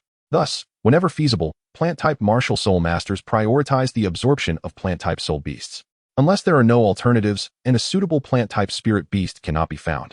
A secondary option would be to absorb an animal-type spirit beast. This time, Wang Gang and his companions are undoubtedly intent on locating an appropriate plant-type spirit beast for the third elder. However, plant-type spirit beasts are significantly more elusive than their animal counterparts. Generally, they remain stationary, and unless they transform into human form after 10,000 years, their territories are relatively small. Without prior knowledge of their domains, encountering such plant-type spirit beasts proves to be quite challenging. Nevertheless, they are mentally prepared for this expedition. If no adequately aged plant-type spirit beast is discovered, they will have to resort to selecting an animal-type spirit beast with sufficient age and compatible attributes. After 3 days of searching, they regrettably have yet to find a suitable plant-type spirit beast. The most formidable plant-type spirit beast they encountered during this period was merely a bamboo spirit beast over 50,000 years old. Its age was unsuitable, and its compatibility was not particularly high. Naturally, they did not seek to provoke this spirit beast, but they noted its location in case a family member might require such a spirit beast in the future. After all, plant-type spirit beasts seldom leave their territories and remain inactive. In contrast, the Stardow Forest is teeming with animal-type spirit beasts, both in greater numbers and superior quality compared to plant-type spirit beasts. During these 3 days, The strongest plant-type spirit beast they encountered was only one over 50,000 years old. In stark contrast, they came across 3 animal-type spirit beasts exceeding 70,000 years in age, with even more surpassing 50,000 years. The Star Doe Forest truly deserves its reputation as a paradise for spirit beasts, as it hosts a remarkable abundance of them. However, due to the relentless hunting by human spirit masters, the number of spirit beasts has significantly dwindled compared to the past. Despite their extensive search over the past 3 days, Wang Gang and his companions have found little success. As night falls, they decide to pause and rest, planning to resume their search the following day. Chief, if we do not find a suitable plant-type spirit beast within 10 days, I propose that I select an animal-type spirit beast, one of them suggests. After all, they have been searching for several days and cannot continue indefinitely. Very well, Chief Wang Gang concurs with the third elder's suggestion. As elite members of the Golden Giant clan, they cannot be absent for prolonged periods. Should a crisis arise during their absence, it could pose a grave danger. Moreover, given the difficulties in locating a plant-type spirit beast, opting for an animal-type spirit beast remains a viable alternative. As long as the age is sufficiently high, this choice can compensate for the disparity. Furthermore, they still have the potential to continue their search for another 10 days, should they find an appropriately aged plant-type spirit beast within this time frame. They will not need to resort to a secondary option. After spending 5 days searching within the vast starry forest, Wang Gang and his companions had yet to locate a plant-type soul beast with an appropriate age. However, during this period, they stumbled upon an animal-type soul beast approximately 90,000 years old, whose age and compatibility were quite suitable for the third elder. After careful observation and noting the location, they departed without disturbing the creature. The reason they refrained from immediately hunting this animal-type soul beast was their desire to continue searching. Should they find a suitable plant-type soul beast, they would prioritize absorbing that instead. This approach would yield greater benefits for the third elder, potentially enhancing his strength. After all, with a superior option at hand, one would naturally avoid settling for a lesser choice. Having secured a backup option alleviated their concerns. For even if they failed to find a suitable plant-type soul beast, they had an alternative soul ring to absorb. Thus, Wang Gang and his team continued their search for another 3 days, yet still found nothing, mentally preparing themselves for the possibility of failure. On the 9th day, however, they encountered a peculiar phenomenon. In a certain section of the forest, the vitality was significantly higher than in other areas. This discovery filled Wang Gang and the clan leader with excitement. For locations with such robust life force often harbor advanced plant-type soul beasts. Only these powerful creatures could potentially alter the vitality of their surroundings. Ironically, despite their efforts, they had found themselves in an unexpected situation. It could either be a haven for a formidable plant-type soul beast or a rare treasure trove. Regardless of the outcome, it was a delightful surprise for Wang Gang and his companions. Should it be a treasure trove, they might acquire remarkable resources. Conversely, if a powerful plant-type soul beast resided there, the third elder could secure a formidable soul ring. Moreover, hunting a plant-type soul beast was generally easier than pursuing an animal-type one, as the former typically lacked mobility. This advantage would simplify their attacks significantly. Wang Gang's charge soul technique would not be evaded by a stationary soul beast, allowing him to maximize his attack power through sustained charging, thereby dispatching the creature with ease. Additionally, the second elder, a formidable soul master with a soul attribute that countered plant-type beasts, would make the hunt considerably more straightforward. With Wang Gang and the second elder leading the way, they prepared to ascertain the nature of this vibrant locale. The third elder, meanwhile, remained behind with Wang Chun, ensuring his safety should they encounter a powerful plant-type soul beast. Once the clan leader and the second elder had significantly weakened the creature, the third elder would step in to deliver the final blow and absorb the soul ring. As they ventured deeper into this life-rich treasure ground, Wang Gang activated his mental prowess to meticulously scout the area, vigilant against any potential ambush by soul beasts. After an exhaustive mental scan by Wang Gang, the true nature of the situation was finally unveiled. Chapter 90, The Hunt for the Soul Ring, Part 6. It turned out that a venerable, ageless pine, over 90,000 years old, resided here. The most prominent characteristic of this evergreen soul beast is its remarkable vitality. By the time it reaches a century, its vigorous life force becomes evident. At this centennial mark, it gradually transforms its habitat to become more conducive to its existence. As its life force alters the environment, it accelerates its cultivation. Moreover, the higher its cultivation level, the more profound the environmental changes and the swifter the pace of its training. This soul beast faces challenges only during its first decade. Once it surpasses the century mark, its cultivation accelerates significantly. Its growth rate also increases every 100 years. It gains 1 meter in height, reaching 10 meters after a millennium. Subsequently, it ceases to grow taller and begins to extend its roots deeper into the earth, rapidly altering its habitat. By the time this soul beast reaches 10,000 years of age, the surrounding area becomes extraordinarily vibrant with life. Thus, once it attains this age, its robust vitality can be sensed from considerable distances, as it is overwhelmingly potent. However, due to its extensive transformation of the surrounding environment, it has become exceedingly formidable, rendering it unconcerned about other soul beasts encroaching upon its territory. The area is entirely reshaped by its life force, creating a domain exclusively belonging to the evergreen pine, where it can unleash powers far beyond its cultivation level. Consequently, after surpassing the century mark, it rarely encounters human soul masters and can thrive without disturbance. Typically, other soul beasts do not pose a threat, and its resilience allows it to disregard external conditions, as it possesses the ability to enhance its own habitat. When Wang Gang and his companions entered this extraordinary realm of life, they beheld a 10-meter-tall pine. Though not particularly lofty, its foliage was lush and abundant. Surrounding it was a barren expanse, devoid of other life forms. This was because the life force here was solely utilized for its growth, preventing other beings from competing for its sustenance. Indeed, this ancient evergreen pine, having reached the remarkable age of 90,000 years, not only boasts an impressive lifespan, but also possesses attributes highly suitable for the third elder. Clan leader Wang Gang discerned the age of this venerable pine. As the evergreen pine ceases to grow taller after a millennium, remaining at 10 meters, its cultivation age is not assessed by height, but by the life crystals present on its trunk. For every 10,000 years of cultivation, one life crystal is formed. This ancient evergreen pine possesses 9 life crystals, indicating it has at least 90,000 years of cultivation. The essence of life embodied in the everlasting pine is indeed a distinctive characteristic. After enduring immense damage, it can utilize this life essence to heal its wounds, rapidly restoring itself by consuming these life crystals. This is akin to a powerful healing potion, as long as it does not completely deplete its life essence. It can continually recover and evade death, unless one can surpass its life limit in a single strike. No individual or soul beast can vanquish it before its life essence is fully consumed. Furthermore, as a top-tier plant-type soul beast, although its offensive capabilities are rather lacking, its defensive strength and vitality are formidable. Thus, it is nearly impossible for anyone to exceed its life limit.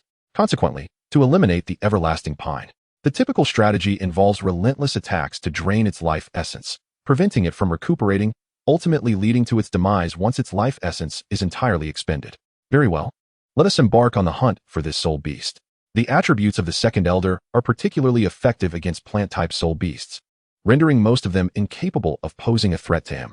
Although the everlasting pine possesses slightly enhanced vitality, he is fully confident in his ability to inflict severe damage upon it, as it is immobile and can only passively endure his fiery onslaught.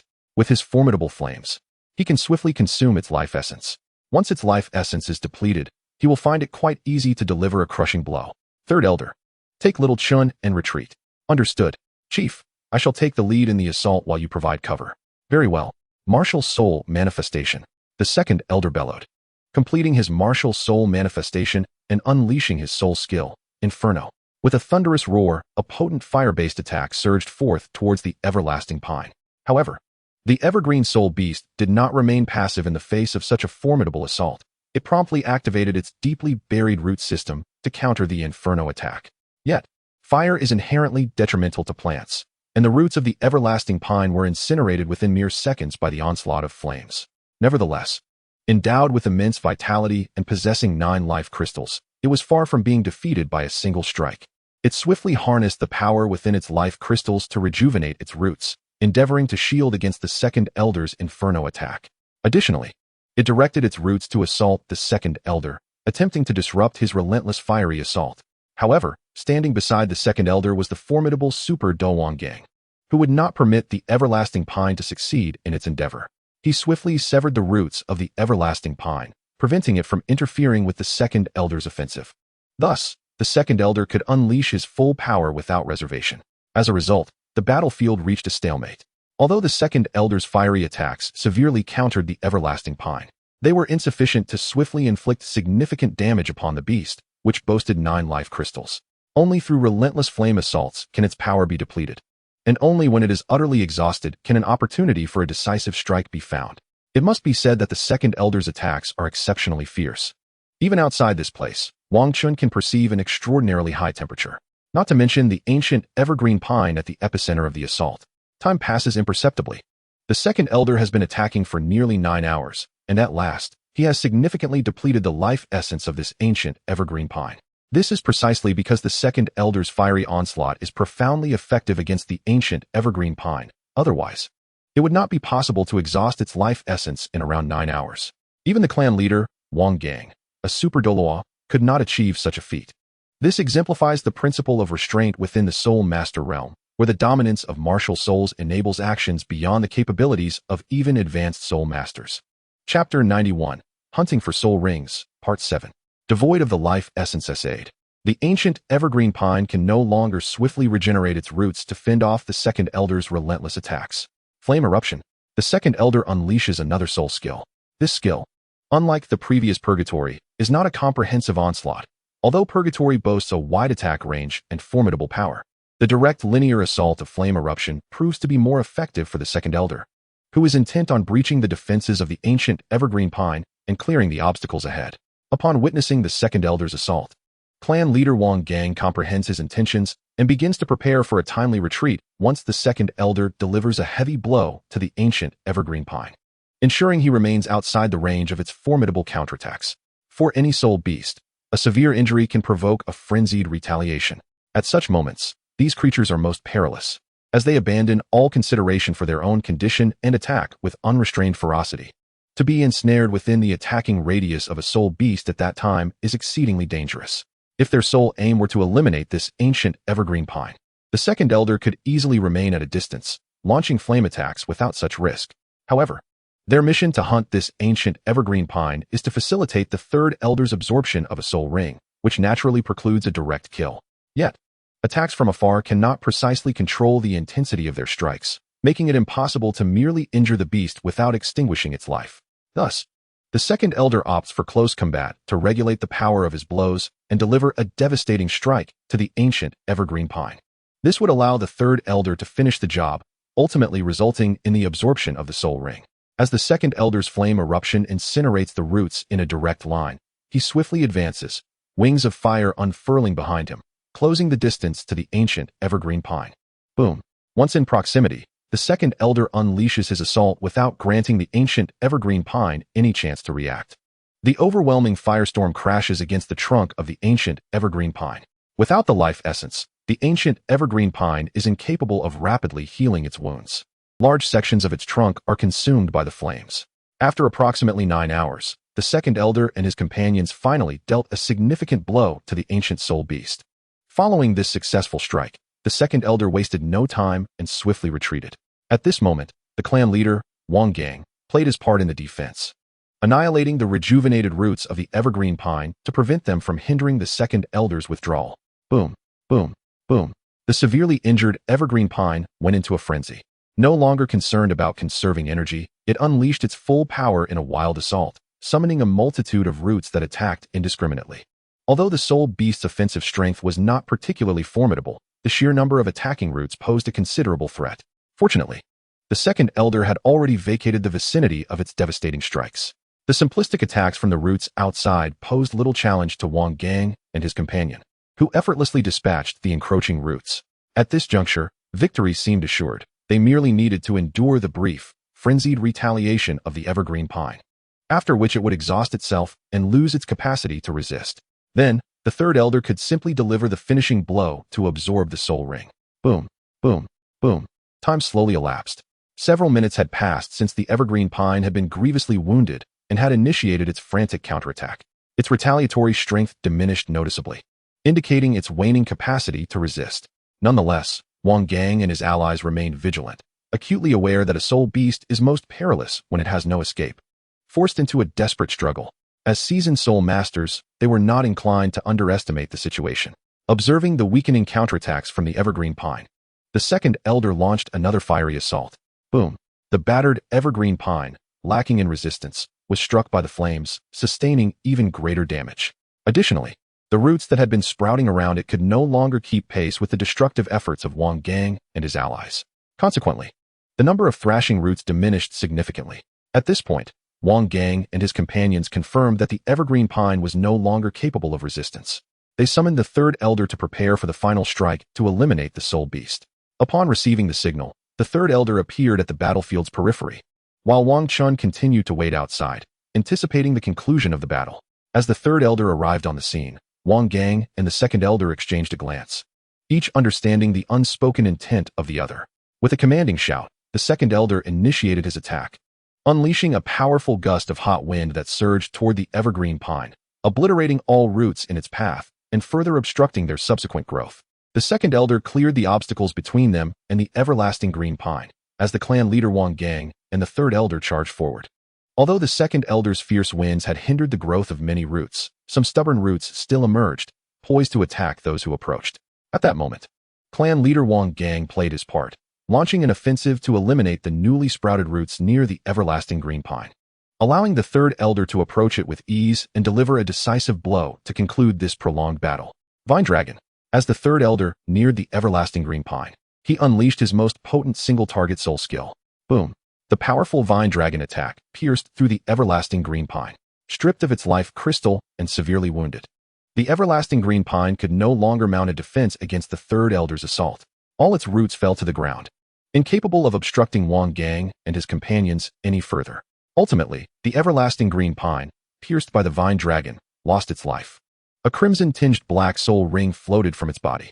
After calming the surging soul power, the third elder sat cross-legged on the ground, beginning to absorb this premier plant-type soul ring that had cost Wang Gang and the others considerable effort. Upon witnessing the end of the battle, Wang Chun emerged from his hiding place, ready to safeguard the third elder during the soul ring absorption.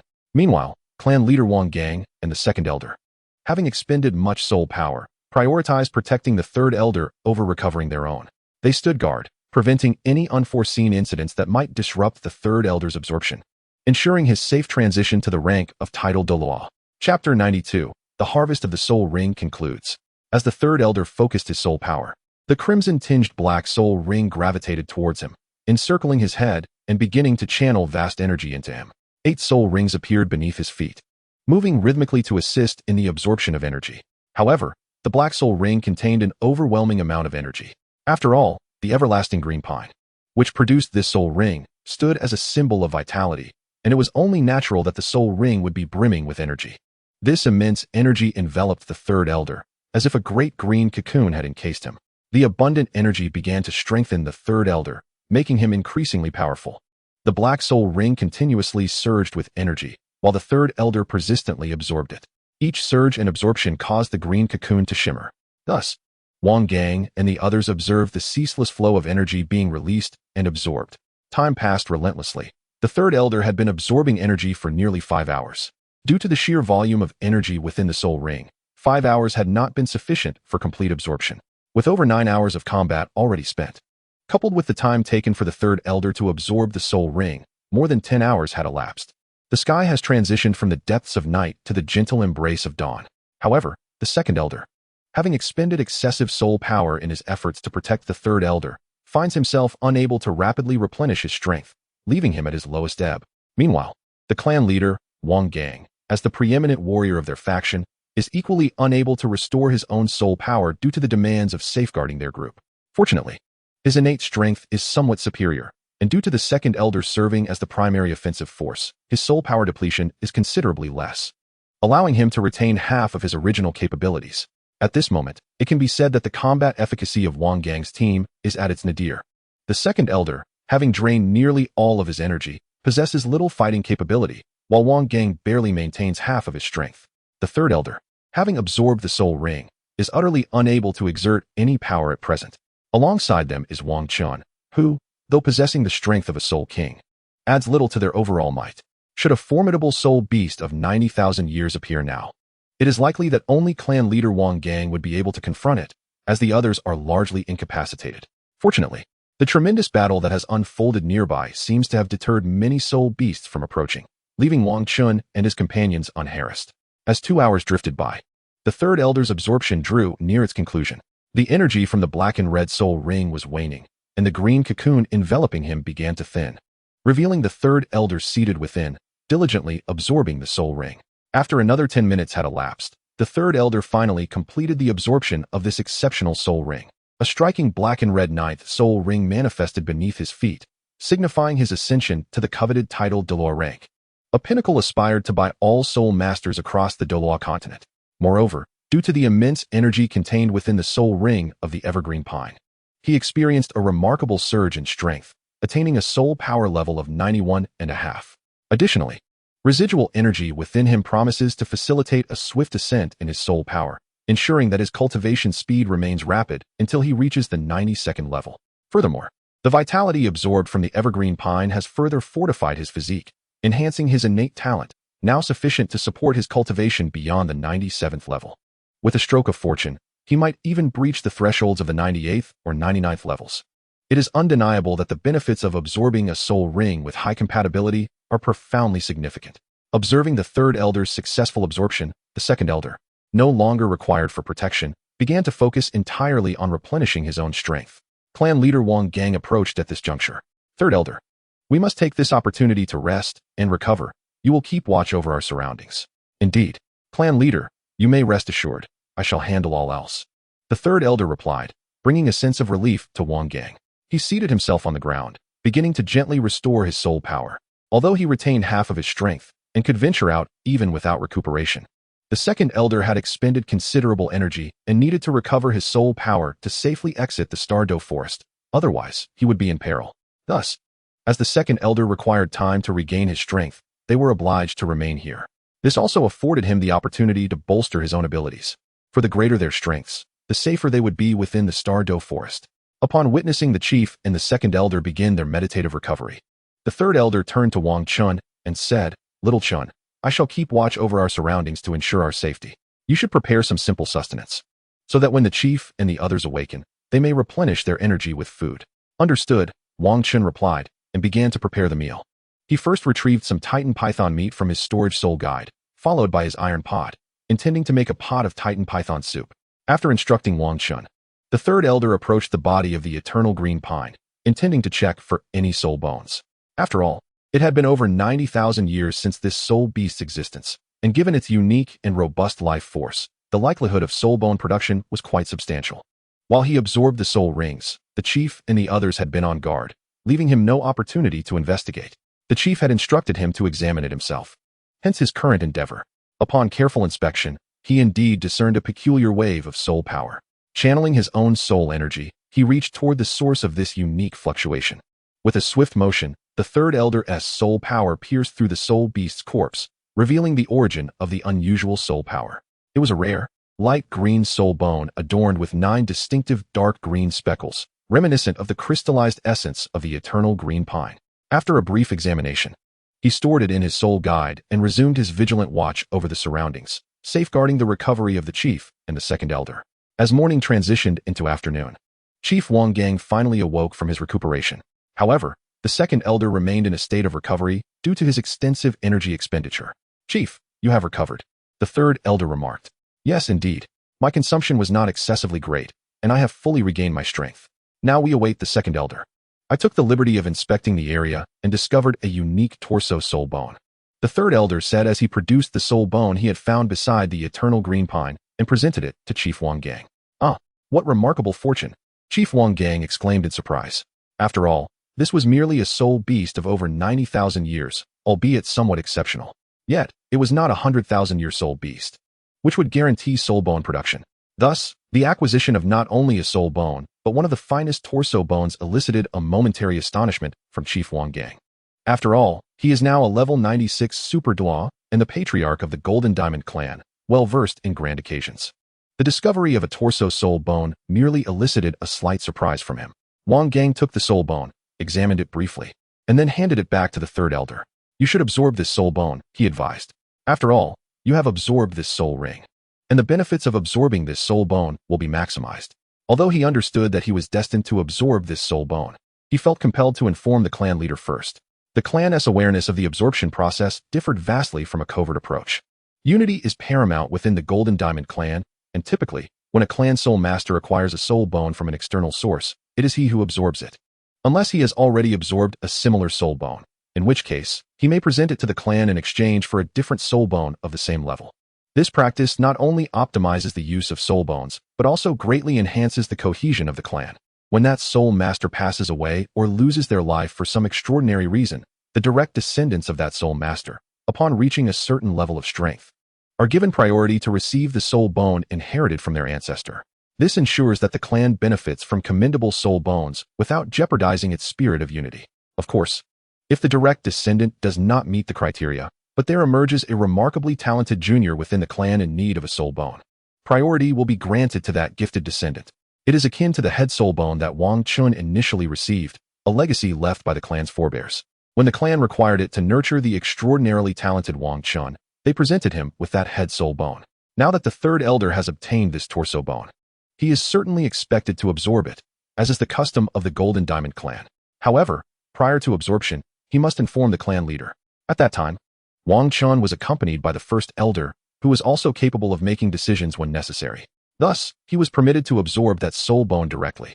Meanwhile, clan leader Wang Gang and the others were enjoying the Titan Python soup prepared by Wang Chun while awaiting the second elder's recovery. Now, clan leader Wang Gang had fully restored his strength, thereby enhancing their safety further. Additionally, the second elder was recuperating his strength rather than absorbing a soul ring. So even if interrupted, he would only sustain minor injuries with no severe repercussions. Hence, there was no need for the same level of vigilance as with the third elder. They could leisurely savor the soup while patiently waiting for the second elder. However, the second elder had expended an immense amount of energy, and after merely a brief period of recuperation, he continued to use his spiritual power to protect the third elder. As a result, his recovery was somewhat slow. However, the second elder gradually regained his strength, and even his complexion began to take on a rosy hue. Given sufficient time, his recovery was relatively straightforward. Coincidentally, the matters that Wang Gang and the others needed to address had been resolved, allowing ample time for the second elder's recuperation. As time passed, the daylight faded into darkness. Second elder, are you fully recovered? Indeed, I am now completely restored, and after this intense battle, I sense a slight enhancement in my strength. That is splendid news. Since you have recovered, let us partake in some meat to replenish our energy. Very well. The meat soup prepared by Wang Chun was still simmering over the fire. Previously, the clan leaders had only consumed a small amount to regain some strength before resuming their vigilance. Now, with the second elder fully restored, the combat prowess of the entire team had reached its zenith, thus reducing the need for excessive caution. Indeed, our fortune this time has been remarkable. We effortlessly found a highly suitable soul ring to absorb, allowing us to break through to the title Douluo rank. Indeed, our advancement to title Douluo is greatly attributed to the celestial herbs discovered by Shao Chun. Otherwise, achieving this breakthrough would likely have taken us several more years, and our physical capabilities would not match our current state. Absorbing such a powerful soul ring would have been exceedingly challenging. Indeed, we owe much to Shao Chun. Haha, it's nothing significant. Moreover, the clan has provided me with considerable assistance as well, even permitting me to select a soul bone from our family. Although I contributed some celestial herbs, the clan has also bestowed numerous benefits upon me. True, the clan is meant to support one another. Indeed, after all, during this outing, the battles were predominantly handled by the two of them, so it is only natural to take this opportunity to rest well. The third elder, due to the nature of his martial soul, did not engage in the soul ring acquisition and thus maintained his strength well. He was assigned to keep the night watch. The night passed peacefully without incident. Perhaps it was due to the territory being that of a powerful soul beast, with few formidable soul beasts in the vicinity. Furthermore, a fierce battle had recently transpired, scaring away other soul beasts. Consequently, no soul beasts approached during the night. Clan leader Wang Gang and the others enjoyed a restful night. The following morning, Wang Chun and his companions consumed a light meal before departing from their location, heading towards the outskirts of the Stardow Forest. After a day of arduous travel, they finally reached a point near the forest's edge. As darkness fell, they decided to rest there and continue their journey the next day. Although they could have pressed on without danger, all tasks had been completed, and there was no need to rush. They set up a simple campsite, lit a bonfire, and prepared a pot of Titan giant python soup, resting for the night. The following morning, they set off once more. They soon approached the outskirts of the small town they had departed from, and it was no longer necessary to tread with the same caution as they had in the depths of the Stardow Forest. Led by the clan leader, Wang Chun took to the skies, the speed of a tidal Douluo being exceptionally swift. Within just a few hours, they arrived at the small town. It had been 2 days since they left Stardow Town. After 2 days of travel, they finally reached the Golden Diamond clan. Shao Chun, come with us to the inner courtyard first. Once we make the arrangements, we will take you to select a soul bone. Oh, Are we going now? Indeed. You should join us. The sooner you choose and absorb it, the sooner you can enhance your strength. All right. Thus, Wang Chun accompanied the clan leader, Wang Gang, to the familiar small courtyard. The fourth elder was still on duty there, although it was originally supposed to be the third elder's watch. However, since he had set off to hunt for soul rings, it fell to the fourth elder to guard the courtyard. With half of the clan's elite combatants away, the fourth elder's duties were far more taxing than usual. Not only did he have to oversee the courtyard, but he also needed to discuss clan matters with the first elder and the fifth elder. Previously, such matters could be resolved by others in the clan, but this time, two of the elders had advanced to the quasi-title duo level due to Wang Qin's celestial herb, necessitating their departure to hunt for soul rings. Reaching the 9th soul ring of a quasi-title duo typically requires high-age soul beasts, and this time, they needed 2 soul rings. Naturally, this would require a considerable amount of time, and the longer the clan leader was away, the more accumulated decisions awaited them. Thus, the fourth elder found himself in a more arduous position than before. Please summon the other 2 elders. We need to discuss the recent soul ring hunt before taking Shao Chun to select an appropriate soul bone. Understood. This time, our expedition to hunt soul beasts for the second and third elders was quite successful. Both elders obtained a soul ring over 90,000 years old and were promoted to title Douluo. Moreover, the third elder acquired a powerful torso soul bone exceeding 90,000 years. Oh, the third elder is indeed fortunate to have obtained such a formidable soul bone. Once you absorb it, your power will surely increase significantly. Haha, it's all a matter of luck. I owe much to the clan leader and the second elder, otherwise, I would never have been able to obtain this soul ring, let alone such a soul bone. Alright, that's the general situation regarding our soul ring hunt. Can you update me on any developments in the clan since we departed? Clan leader, after your departure, there have been no serious issues. Most matters have been routine. However, we have informed him to participate in the Continental High-Level Soul Master Competition on behalf of the clan, and he has agreed. He is just a little over 23 years old, and in a few months, he will fully meet the competition requirements. Now, we are fortunate to possess the esteemed Soul King Shao Chun, whose combat prowess surpasses his actual soul power level by a considerable margin, alongside another formidable Soul King of notable strength. Even if we refrain from rallying additional elite young warriors from external families, our chances of triumph in this competition have significantly increased. Indeed, there is no need to recruit personnel from outside for the upcoming Continental Soul Master Competition, as it is exclusively organized by the Advanced Soul Master Academy. It would be quite absurd to rely solely on external participants instead of the Academy's own students.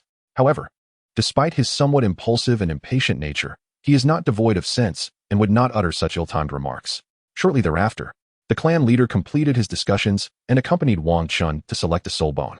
Generally, soul bones are concealed within the clan's treasure vault, and to utilize them, the consent of both the clan leader and the elders is requisite. Fortunately, the soul bone designated as a reward for Wang Chun had been prearranged, thus eliminating the need for further deliberation. Yet, entry to the treasure vault mandates the presence of the clan leader and at least one elder, otherwise, access is prohibited. This regulation is to prevent any malfeasance by high-ranking family members regarding the clan's treasures. While most senior members of the family are of good character, adherence to rules remains imperative. This tradition has been upheld since the establishment of the Diamond Clan and has proven effective over the years. This occasion marks Wang Qin's inaugural visit to the family treasure vault. Previously, when he received the head soul bone as a reward from the clan, he was unaware of the vault's existence. Had it not been for his significant contributions, he would not have qualified for entry. The vault's entrance was unlocked through the combined efforts of the clan leader and the Grand Elder, utilizing their soul power and 2 keys. At that moment, Wang Chun comprehended the essence of the family's premier treasure vault. Constructed from an enigmatic black stone, the vault exudes an aura of suppression upon entry, and Wang Chun noticed a marked deceleration in the circulation of his soul power. This indicated that the vault was far from ordinary in appearance. The encompassing black stone effectively dampens fluctuations in soul power, rendering it imperceptible to those outside the vault, significantly enhancing its security.